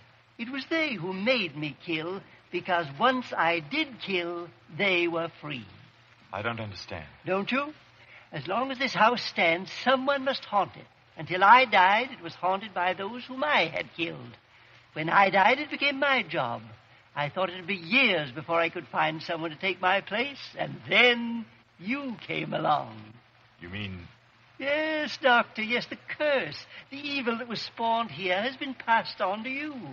Now it's haunted by those whom you killed, and I am free and can rest in peace. But you must stay here and live with the evil you created until you die. No, I won't stay. Yes, you will, Doctor. Oh, I didn't believe it either. I thought I could leave whenever I wanted to, but I found that I couldn't. I had to stay until they took me away. When you try to leave, you'll find out why. But I won't stay. I tell you, I won't. Neither you nor they can make me stay. Nothing can make me stay. No. No. What's more, you're right about this place. It is evil. But I'm not going to let that evil continue. It must be destroyed, along with every stick and stone in this house. And just how do you propose to do that? I'll show you. With that pile of lumber there. It won't do any good. Take my word for it. No, you watch. There. The whole cellar, the whole house will go now. Yes, Doctor, but you won't go. I won't. You watch me. But you can't go without me, Doc. What? Don't you remember? You carried me out to the car. You've got to take me with you. And, Yes, Doctor, your chauffeur. Let go of me, Sanders. Let go. I can't take you with me. And you got to take me, too, Alec. No. Let go. Both of you. You see, now you know why I backed and weighed me down. Please. Now you know why you're going to have to stay here. I won't stay. I tell you, I won't. Not even if I have to take both Sanders and Jean with me. I'm afraid that won't do any good, Doctor. You see, the ladder isn't very strong. No! It broke. I'm trapped here. Goodbye, Doctor. If you don't mind, I'll leave you now for good. No!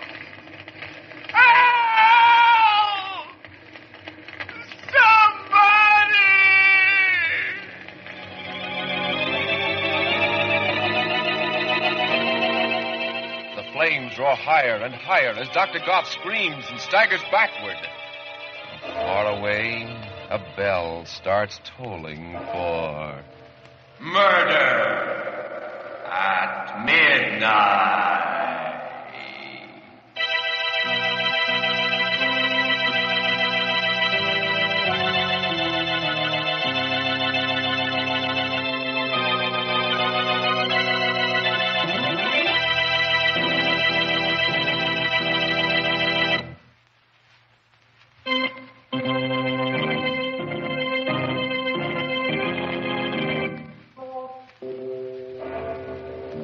Remember to be with us again when death stretches out his bony hand and the clocks strike 12 for... Murder at midnight. Goff was played by Barry Charles Paul. Murder at Midnight was directed by Anton M. Leader.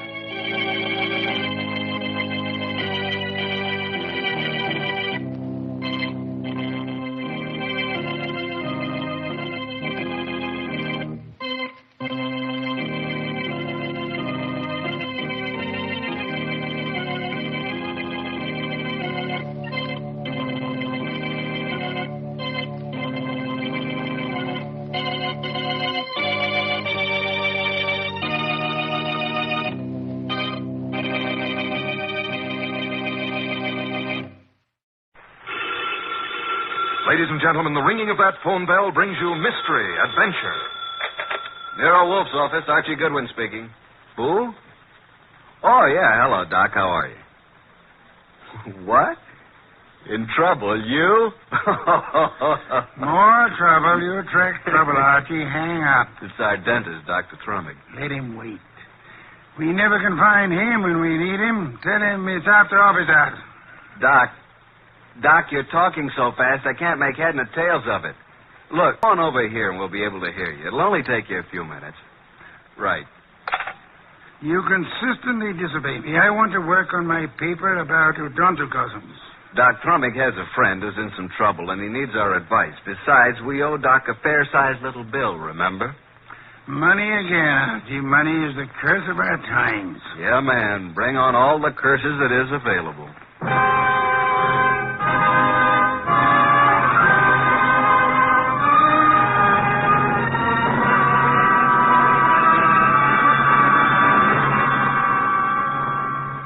Genius, who is the bulkiest, balkiest, most ponderous, and most brilliant detective in the world.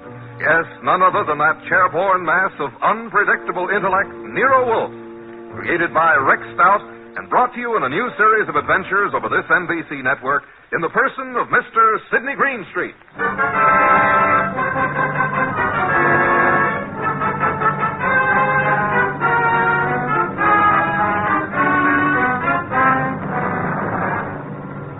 This story is one we refer to as the case of the Midnight Ride.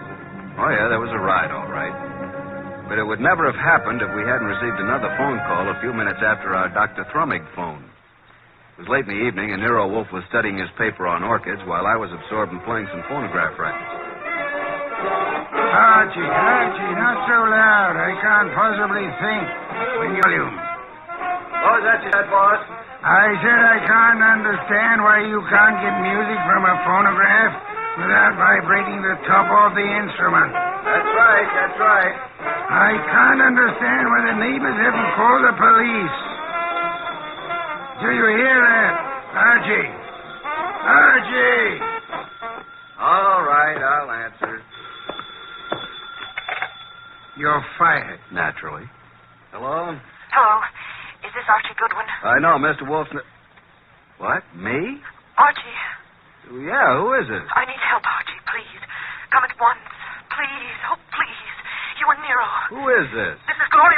No, don't. Gloria who? Ronaldo West. Hello? Hello? Well, did you hear that? Another female bar. What happened? Boss, who do you know named Gloria? Gloria? I know nothing about anyone named Gloria. She said her name was Gloria something. I couldn't quite get the last name.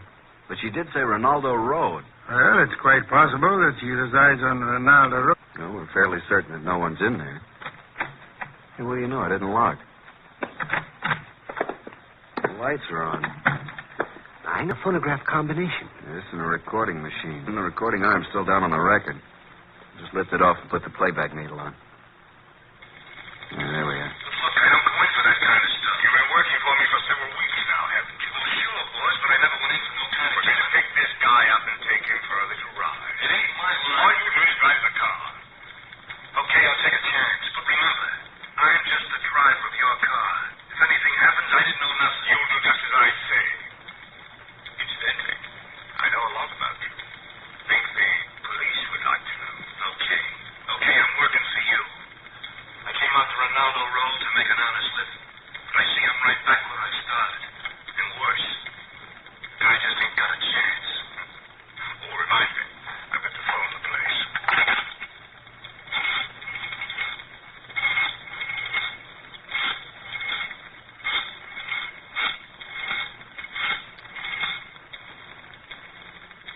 Hello?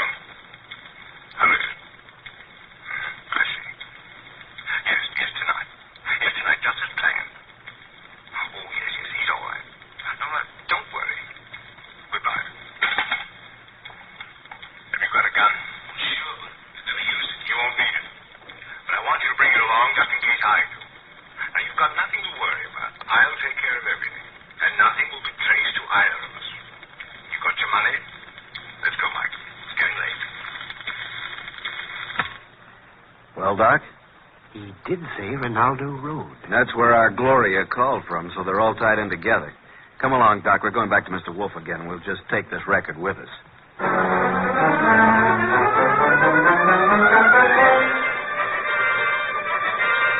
Well, Archie, I guess this phonograph was worthwhile after all. Yes, indeed. Hey, don't you find this a very interesting recording, Nero? I'm sure we're going to add it to our collection. And these are the two men who took you on the ride. That's right. But we're really no further along in our desire to help Gloria. That's right. We're on Ronaldo Road. Boss, if we can find the address, will you go with us down there or over there or wherever it is? I might. And you already have the clue to the address. We have? Where? In that phonograph recording. Play it again, Archie. Just the part where he uses the telephone. And slow the speed way down. Then take down the numbers I call off. Okay, boss.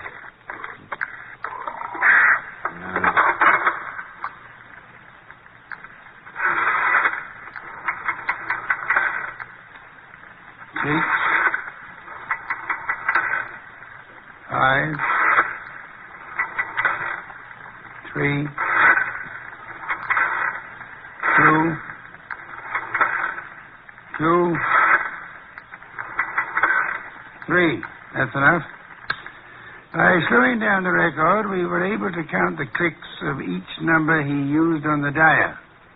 Now, there's the number the man called. We hope it is on Ronaldo Road. Have Inspector Kramer get the address of that number combination, and we are ready to make our assault. I'll call Kramer, and then I'll get the car out. It hadn't been out for weeks. Maybe it won't start.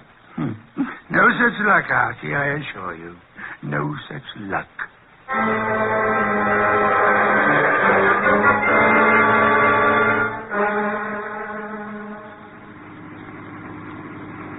Oh, here it is.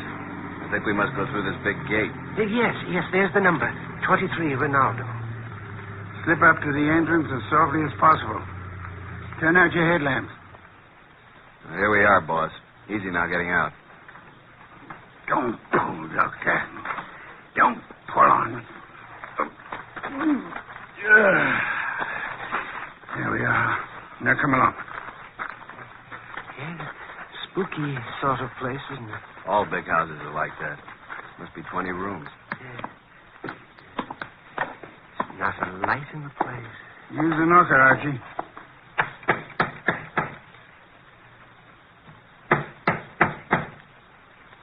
Uh-oh, stand back. Here comes somebody. Yes? Is Gloria in? What? Gloria? And who are you? We are here to see Gloria. Come. At this hour of the night? Certainly not. Just a moment. She's an old friend of mine. Yes, and his too. He's Archie. My good man, what is your name? Jennings, sir. And the household is in bed at this hour. What is it, Jennings? Who's at the door? They're asking for you, Miss Gloria. For me? Well, come in, gentlemen. You may go, Jennings. Please. Very well, miss. Just as you say. Now, what did you want? Say, Doc, is this the Gloria? Well, I don't know. It doesn't seem... Are you Gloria? Yes. Well, why did you call us? Oh, then you're Archie Goodwin. Yes, and I'm Dr. Thrumming. But you I called you because I need your help. Desperately. Gloria, what is going on here at this hour? Oh, who are these gentlemen? Well, you see, Uncle, Mr. Goodwin came... Came to see you? Why? Well, because I think you'd better go to your room, my dear. Don't you think that is best? Your room and rest? No, I don't want to. I won't. Go to your room. No, I won't. I can't. All those people walk in and out. They want to kill me. Jennings, take her to her room. Yes, sir. Come along, miss. No, I won't. Let me go. There are hundreds of people. They'll kill me. Come along. No, please. I'm so sorry. But there's nothing we can do with her. Now, Mr. Goodwin. Yeah? What is it you wish? The girl called you Uncle. Oh, pardon me, I'm Nero Wolf. How do you do, Mr. Wolf? Yes, she called me Uncle, but I'm not really a relative. I'm Dr. Gunther, retained by the family. As you can see, the girl is quite ill. Oh, well, we're old friends of Gloria's, and we'd like to see her. But you just saw her. We don't refer to this young lady.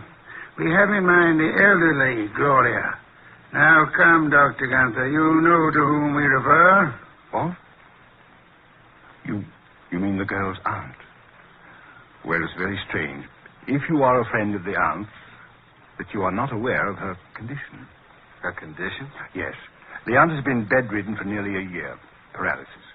And it seems to be most coincidental with your visit, but she passed away this afternoon. Died? Gloria? This afternoon? But how could that be? We'd like to see the remains, Dr. Gunther. Yes, we'd like to see the remains. Just where are they? They are here, Mr. Goodwin. And if you and your brother and Mr. Wolfe will step this way to the small parlor. There you are, gentlemen. I'll leave you alone. I'll be in the library. Well, gentlemen, there she is. What do you say? Do you recognize this woman? Well, yeah. It's been many years, but that is Gloria Barnesworth. Oh, good heavens, yes. It's Gloria, all right. Poor woman. I remember now. She married a very wealthy manufacturer named Kenton, who died. She's remained a widow, I guess. He said she died this afternoon. Are you sure it was an elderly woman who called you this evening? And by the way, just feel her forehead. It's warm. She couldn't have been dead more than an hour. She isn't dead. No signs of pulse. Your cigarette case, please. Very slight moisture. Respiration barely perceptible. She's under heavy narcosis. Been given a heavy dose lately. Let's get out of here. Wait. Do you recognize the uncle, Father Dr. Gunther? No, do you, Thrumming? No. Does he look like the man who took you for a ride? It was too dark, boss. And he was all bundled up in heavy clothes. Let's get out of here. The door was locked after we came in. He's right. Come on, Doc. Let's put our shoulders to it. 1, 2... Go! Well, gentlemen, what on earth does this mean? Why'd you lock the door? I'm sorry. It's a spring lock. I had no intention of locking the door. And I suggest, Archie, that you have it repaired. And now, Archie, will you step to the door and let Inspector Kramer in? He followed us up the driveway. Yeah, about time. Getting cold out here. Inspector Kramer, this is Dr. Gunther. In that room is a woman he claims is dead. She is actually under the heavy influence of narcotics. Yeah? Well, who is she? Mrs. Gloria Kenton, widow of the wealthy shoe manufacturer. And this attractive young lady coming down the stairs is supposed to be mentally ill, which I do not believe. Her name is Gloria, too. A niece of the elder Gloria. But Archie and I both knew Gloria Barnesworth. Kenton. Yeah, I get it. And I suggest that this man is not a doctor, but is young Gloria's husband, and they're attempting to force the Aunt Gloria to change her will in their favor. This is utterly ridiculous. The aunt was able to phone Doc Thrumming and me tonight, but she was apparently caught in the act. And this man, who is posing as the uncle, hired Mike Jordan to drive his car while he picked up Archie with the intent of killing him. Well, this is the same man? The same. And if Mike Jordan hadn't recognized Archie, both of you would be quite dead. This man double-crossed Mike and killed him, believing that the whole thing would be blamed on Mike. Mike deliberately missed. All right, so what you got to do about it? Come on, let's get out of here fast. Look out, he's a cop. All right, now get those hands up and keep them up. Come along, Archie. I have another appointment. The inspector can handle it from here on.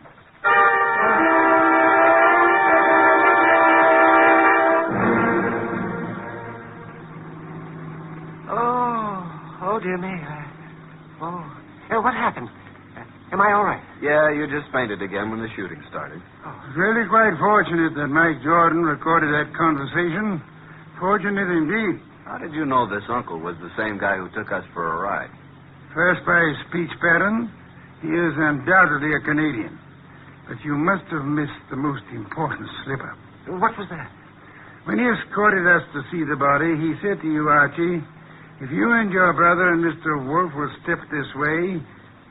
Now, how would he believe that Dr. Thrumming was your brother? No one mentioned it. Of course, the clue I planted and then missed myself. Quite right, Archie, quite right. What time is it? 8 a.m. I certainly appreciate your coming out for me on this deal. Oh, but I didn't do it just for you. There is an Orchid Lovers Convention this morning at 9 o'clock. What?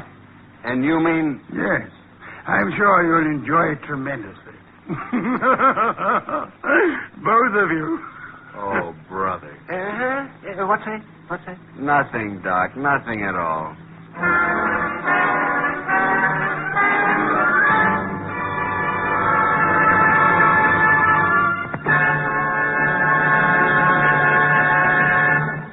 You have been listening to The New Adventures of Nero Wolfe, starring Sidney Greenstreet.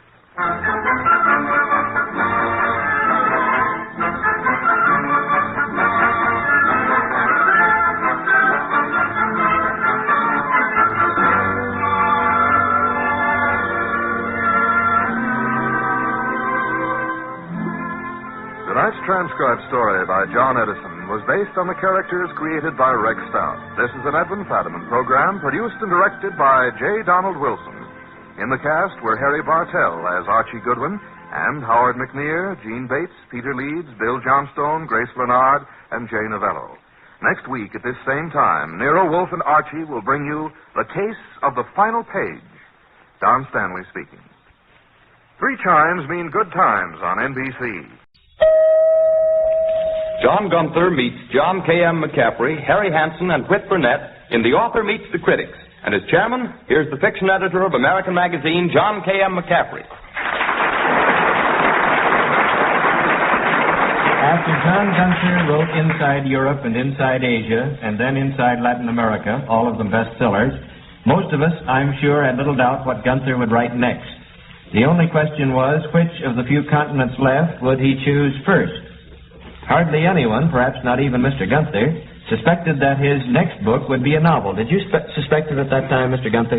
I've been suspecting it for about 10 years. In any event, the fact is, Mr. Gunther, that you have turned novelist, and as such you must pay the consequences. Here's what that means.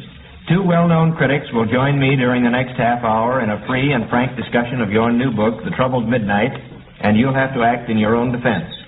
With me on the critic's side is Whit Burnett, the editor of Story magazine, well known for his book, This Is My Best. And to complete our panel, Harry Hansen, literary editor of the New York World Telegram and of Red Book magazine. Whit Burnett, Harry Hansen, and I claim the floor for ourselves first, Mr. Gunther, while you remain silent on the sidelines. But it won't be long before there'll be a signal, and then, Mr. Gunther, it's your turn. Before the critics begin, Mr. McCaffrey, I'd like to tell our listeners about the book prizes we're awarding. Every member of the radio audience considers a judge in this literary tug-of-war between the author and the critic. After you've heard from both sides, what's your decision on John Gunther's new book, The Troubled Midnight? That's the question we ask at the close of the program, in the interest of getting your comments, whatever they may be, favorable or unfavorable, on the book you hear discussed. The Author Meets the Critics wants to know whether it's helped you make a choice, whatever that choice may be. Through the courtesy of the Book of the Month Club, we're able to award 3 unusual book prizes for the best comments from listeners. I'll have more details for you later. Now let's turn now to John Gunther's The Troubled Midnight. And here's Mr. McCaffrey. I think that the first thing we have to consider is the fact that we have a personality on the air tonight who is best known as a writer and as a personality as a foreign correspondent for his books inside practically everything. Mr. Hansen, do you have any general remarks that you'd like to make on this foreign correspondent before we turn to the foreign correspondent turned novelist? I've never been quite sure whether John's love was fiction or whether it was foreign correspondence. He has had a long experience as a foreign correspondent, and he's written several of the best books on foreign affairs for the general reader that I know. Certainly Inside Europe did a great deal for all of us. It told us so much about the Germany that is now making war long before anyone else did.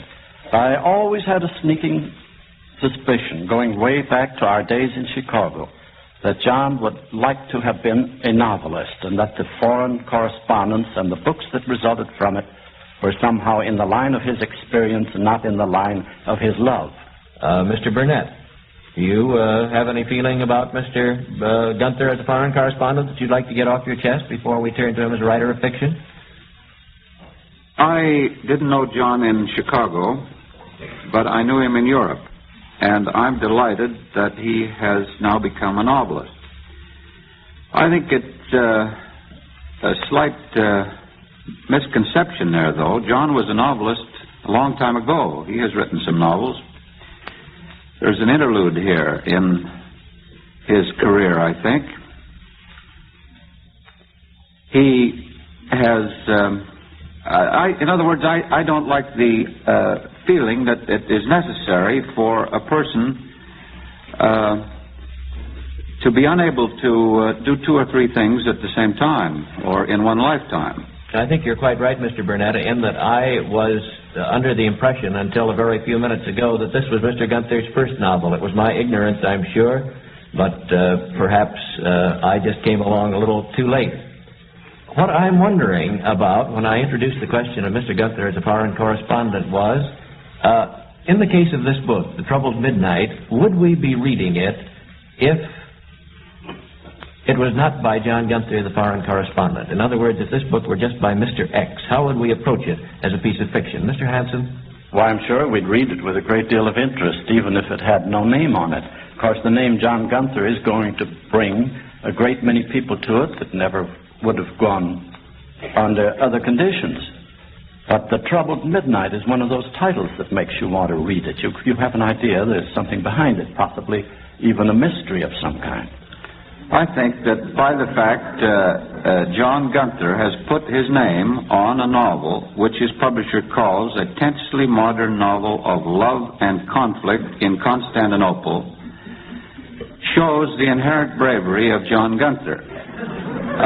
Known as he is for taking whole continents, here he has taken merely a few small human beings. The fact he's put his name on it has two elements. One is a drawback. I think a lot of critics will expect War and Peace out of John Gunther, at least.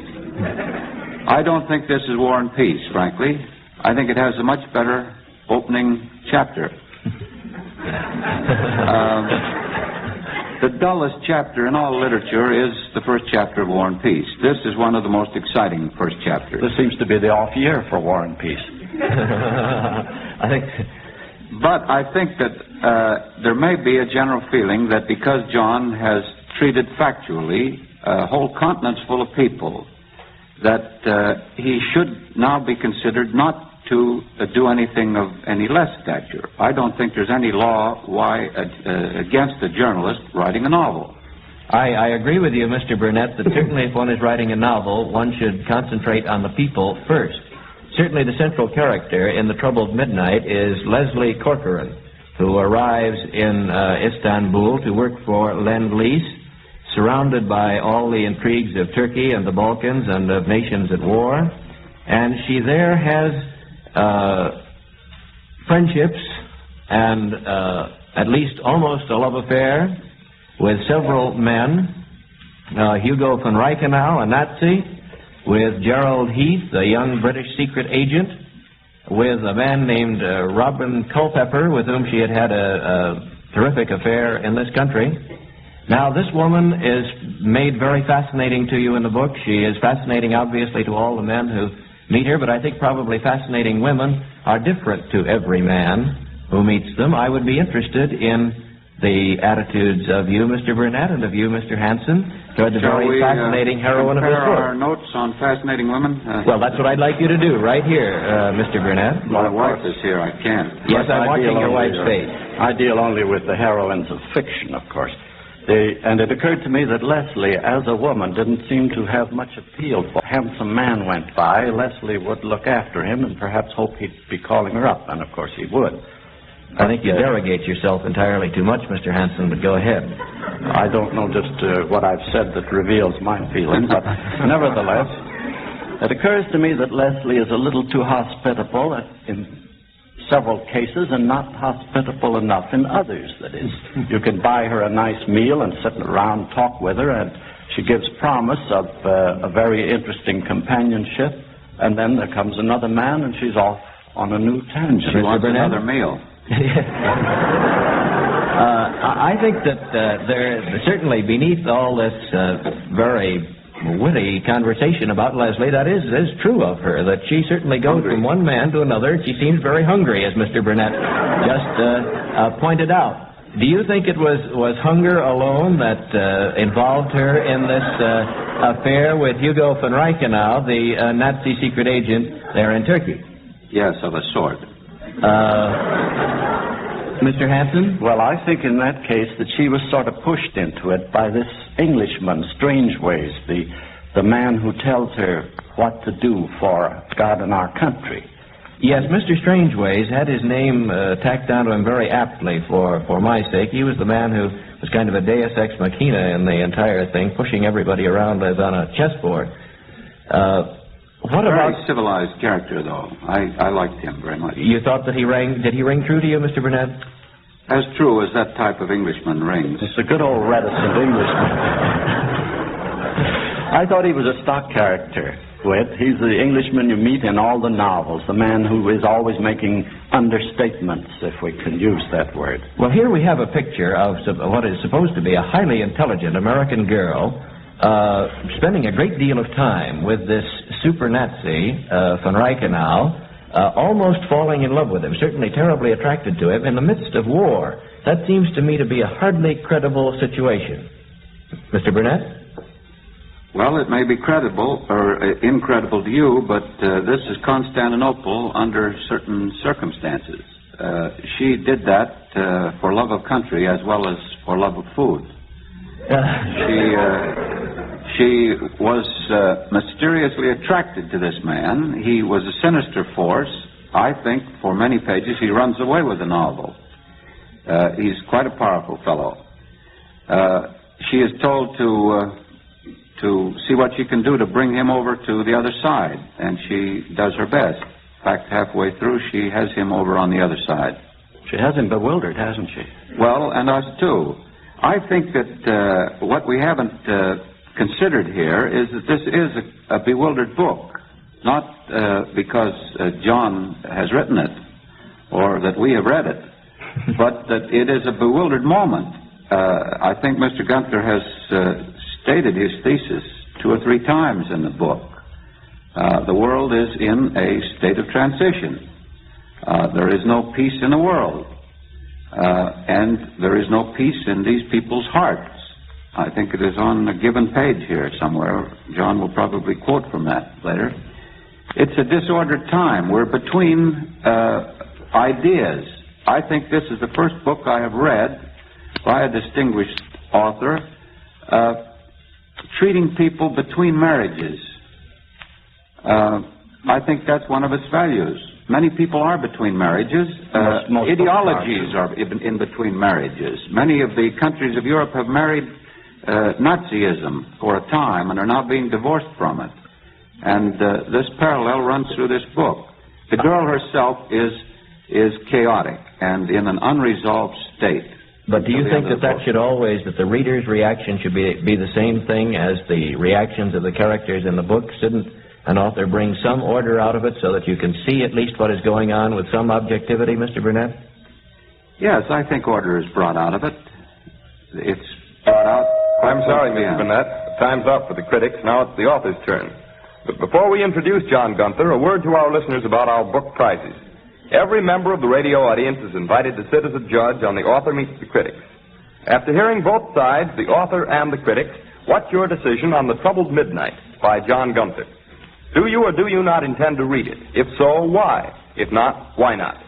The Author Meets the Critics hopes in presenting this program that it has helped you make up your mind about John Gunther's latest book. And we'd like to know your verdict. So send us your comments, favorable or unfavorable, on The Troubled Midnight. And for the 3 best letters or postcards, the Book of the Month Club will award unusual book prizes. At the close of the program, we'll have further details. But now we know you're anxious to hear from the famous foreign correspondent, author of Inside Europe, Inside Asia, and Inside Latin America, Mr. John Gunther.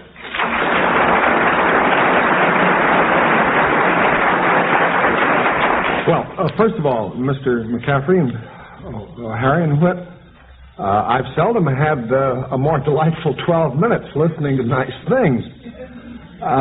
I don't see why I should take any part in this at all.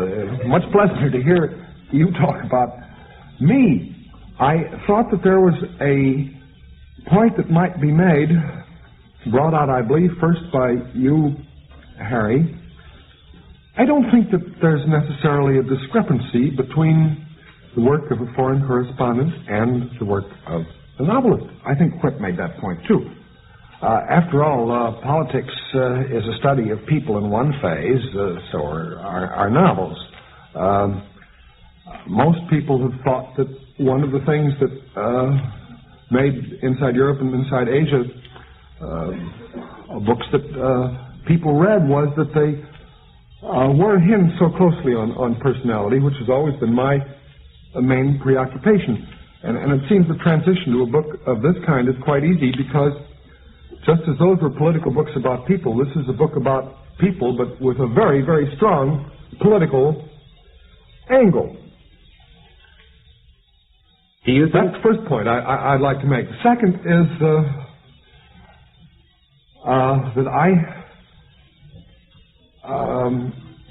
I'm sorry that you don't like my pretty heroine. Several people who've read it have liked her. Several have also said that she is a little bit too undecided. But after all, there again, I was trying to produce a given effect. A great many people are extremely undecided about what their attitudes toward the new world after the war is going to be. And without meaning to be pretentious or to sound too elaborate, in a very rudimentary way, she was a kind of symbol of the mixed-upness of a great many Americans about things, just as the Greek character known as mentioned as a symbol of the Europe that was crushed that may come up again. Now, as to her having all these meals, I don't quite get that. I'm not a very skilled or practiced person in this field, but one of the most interesting things for anybody who's trying to write a novel is, it seems to me, how you get your characters together.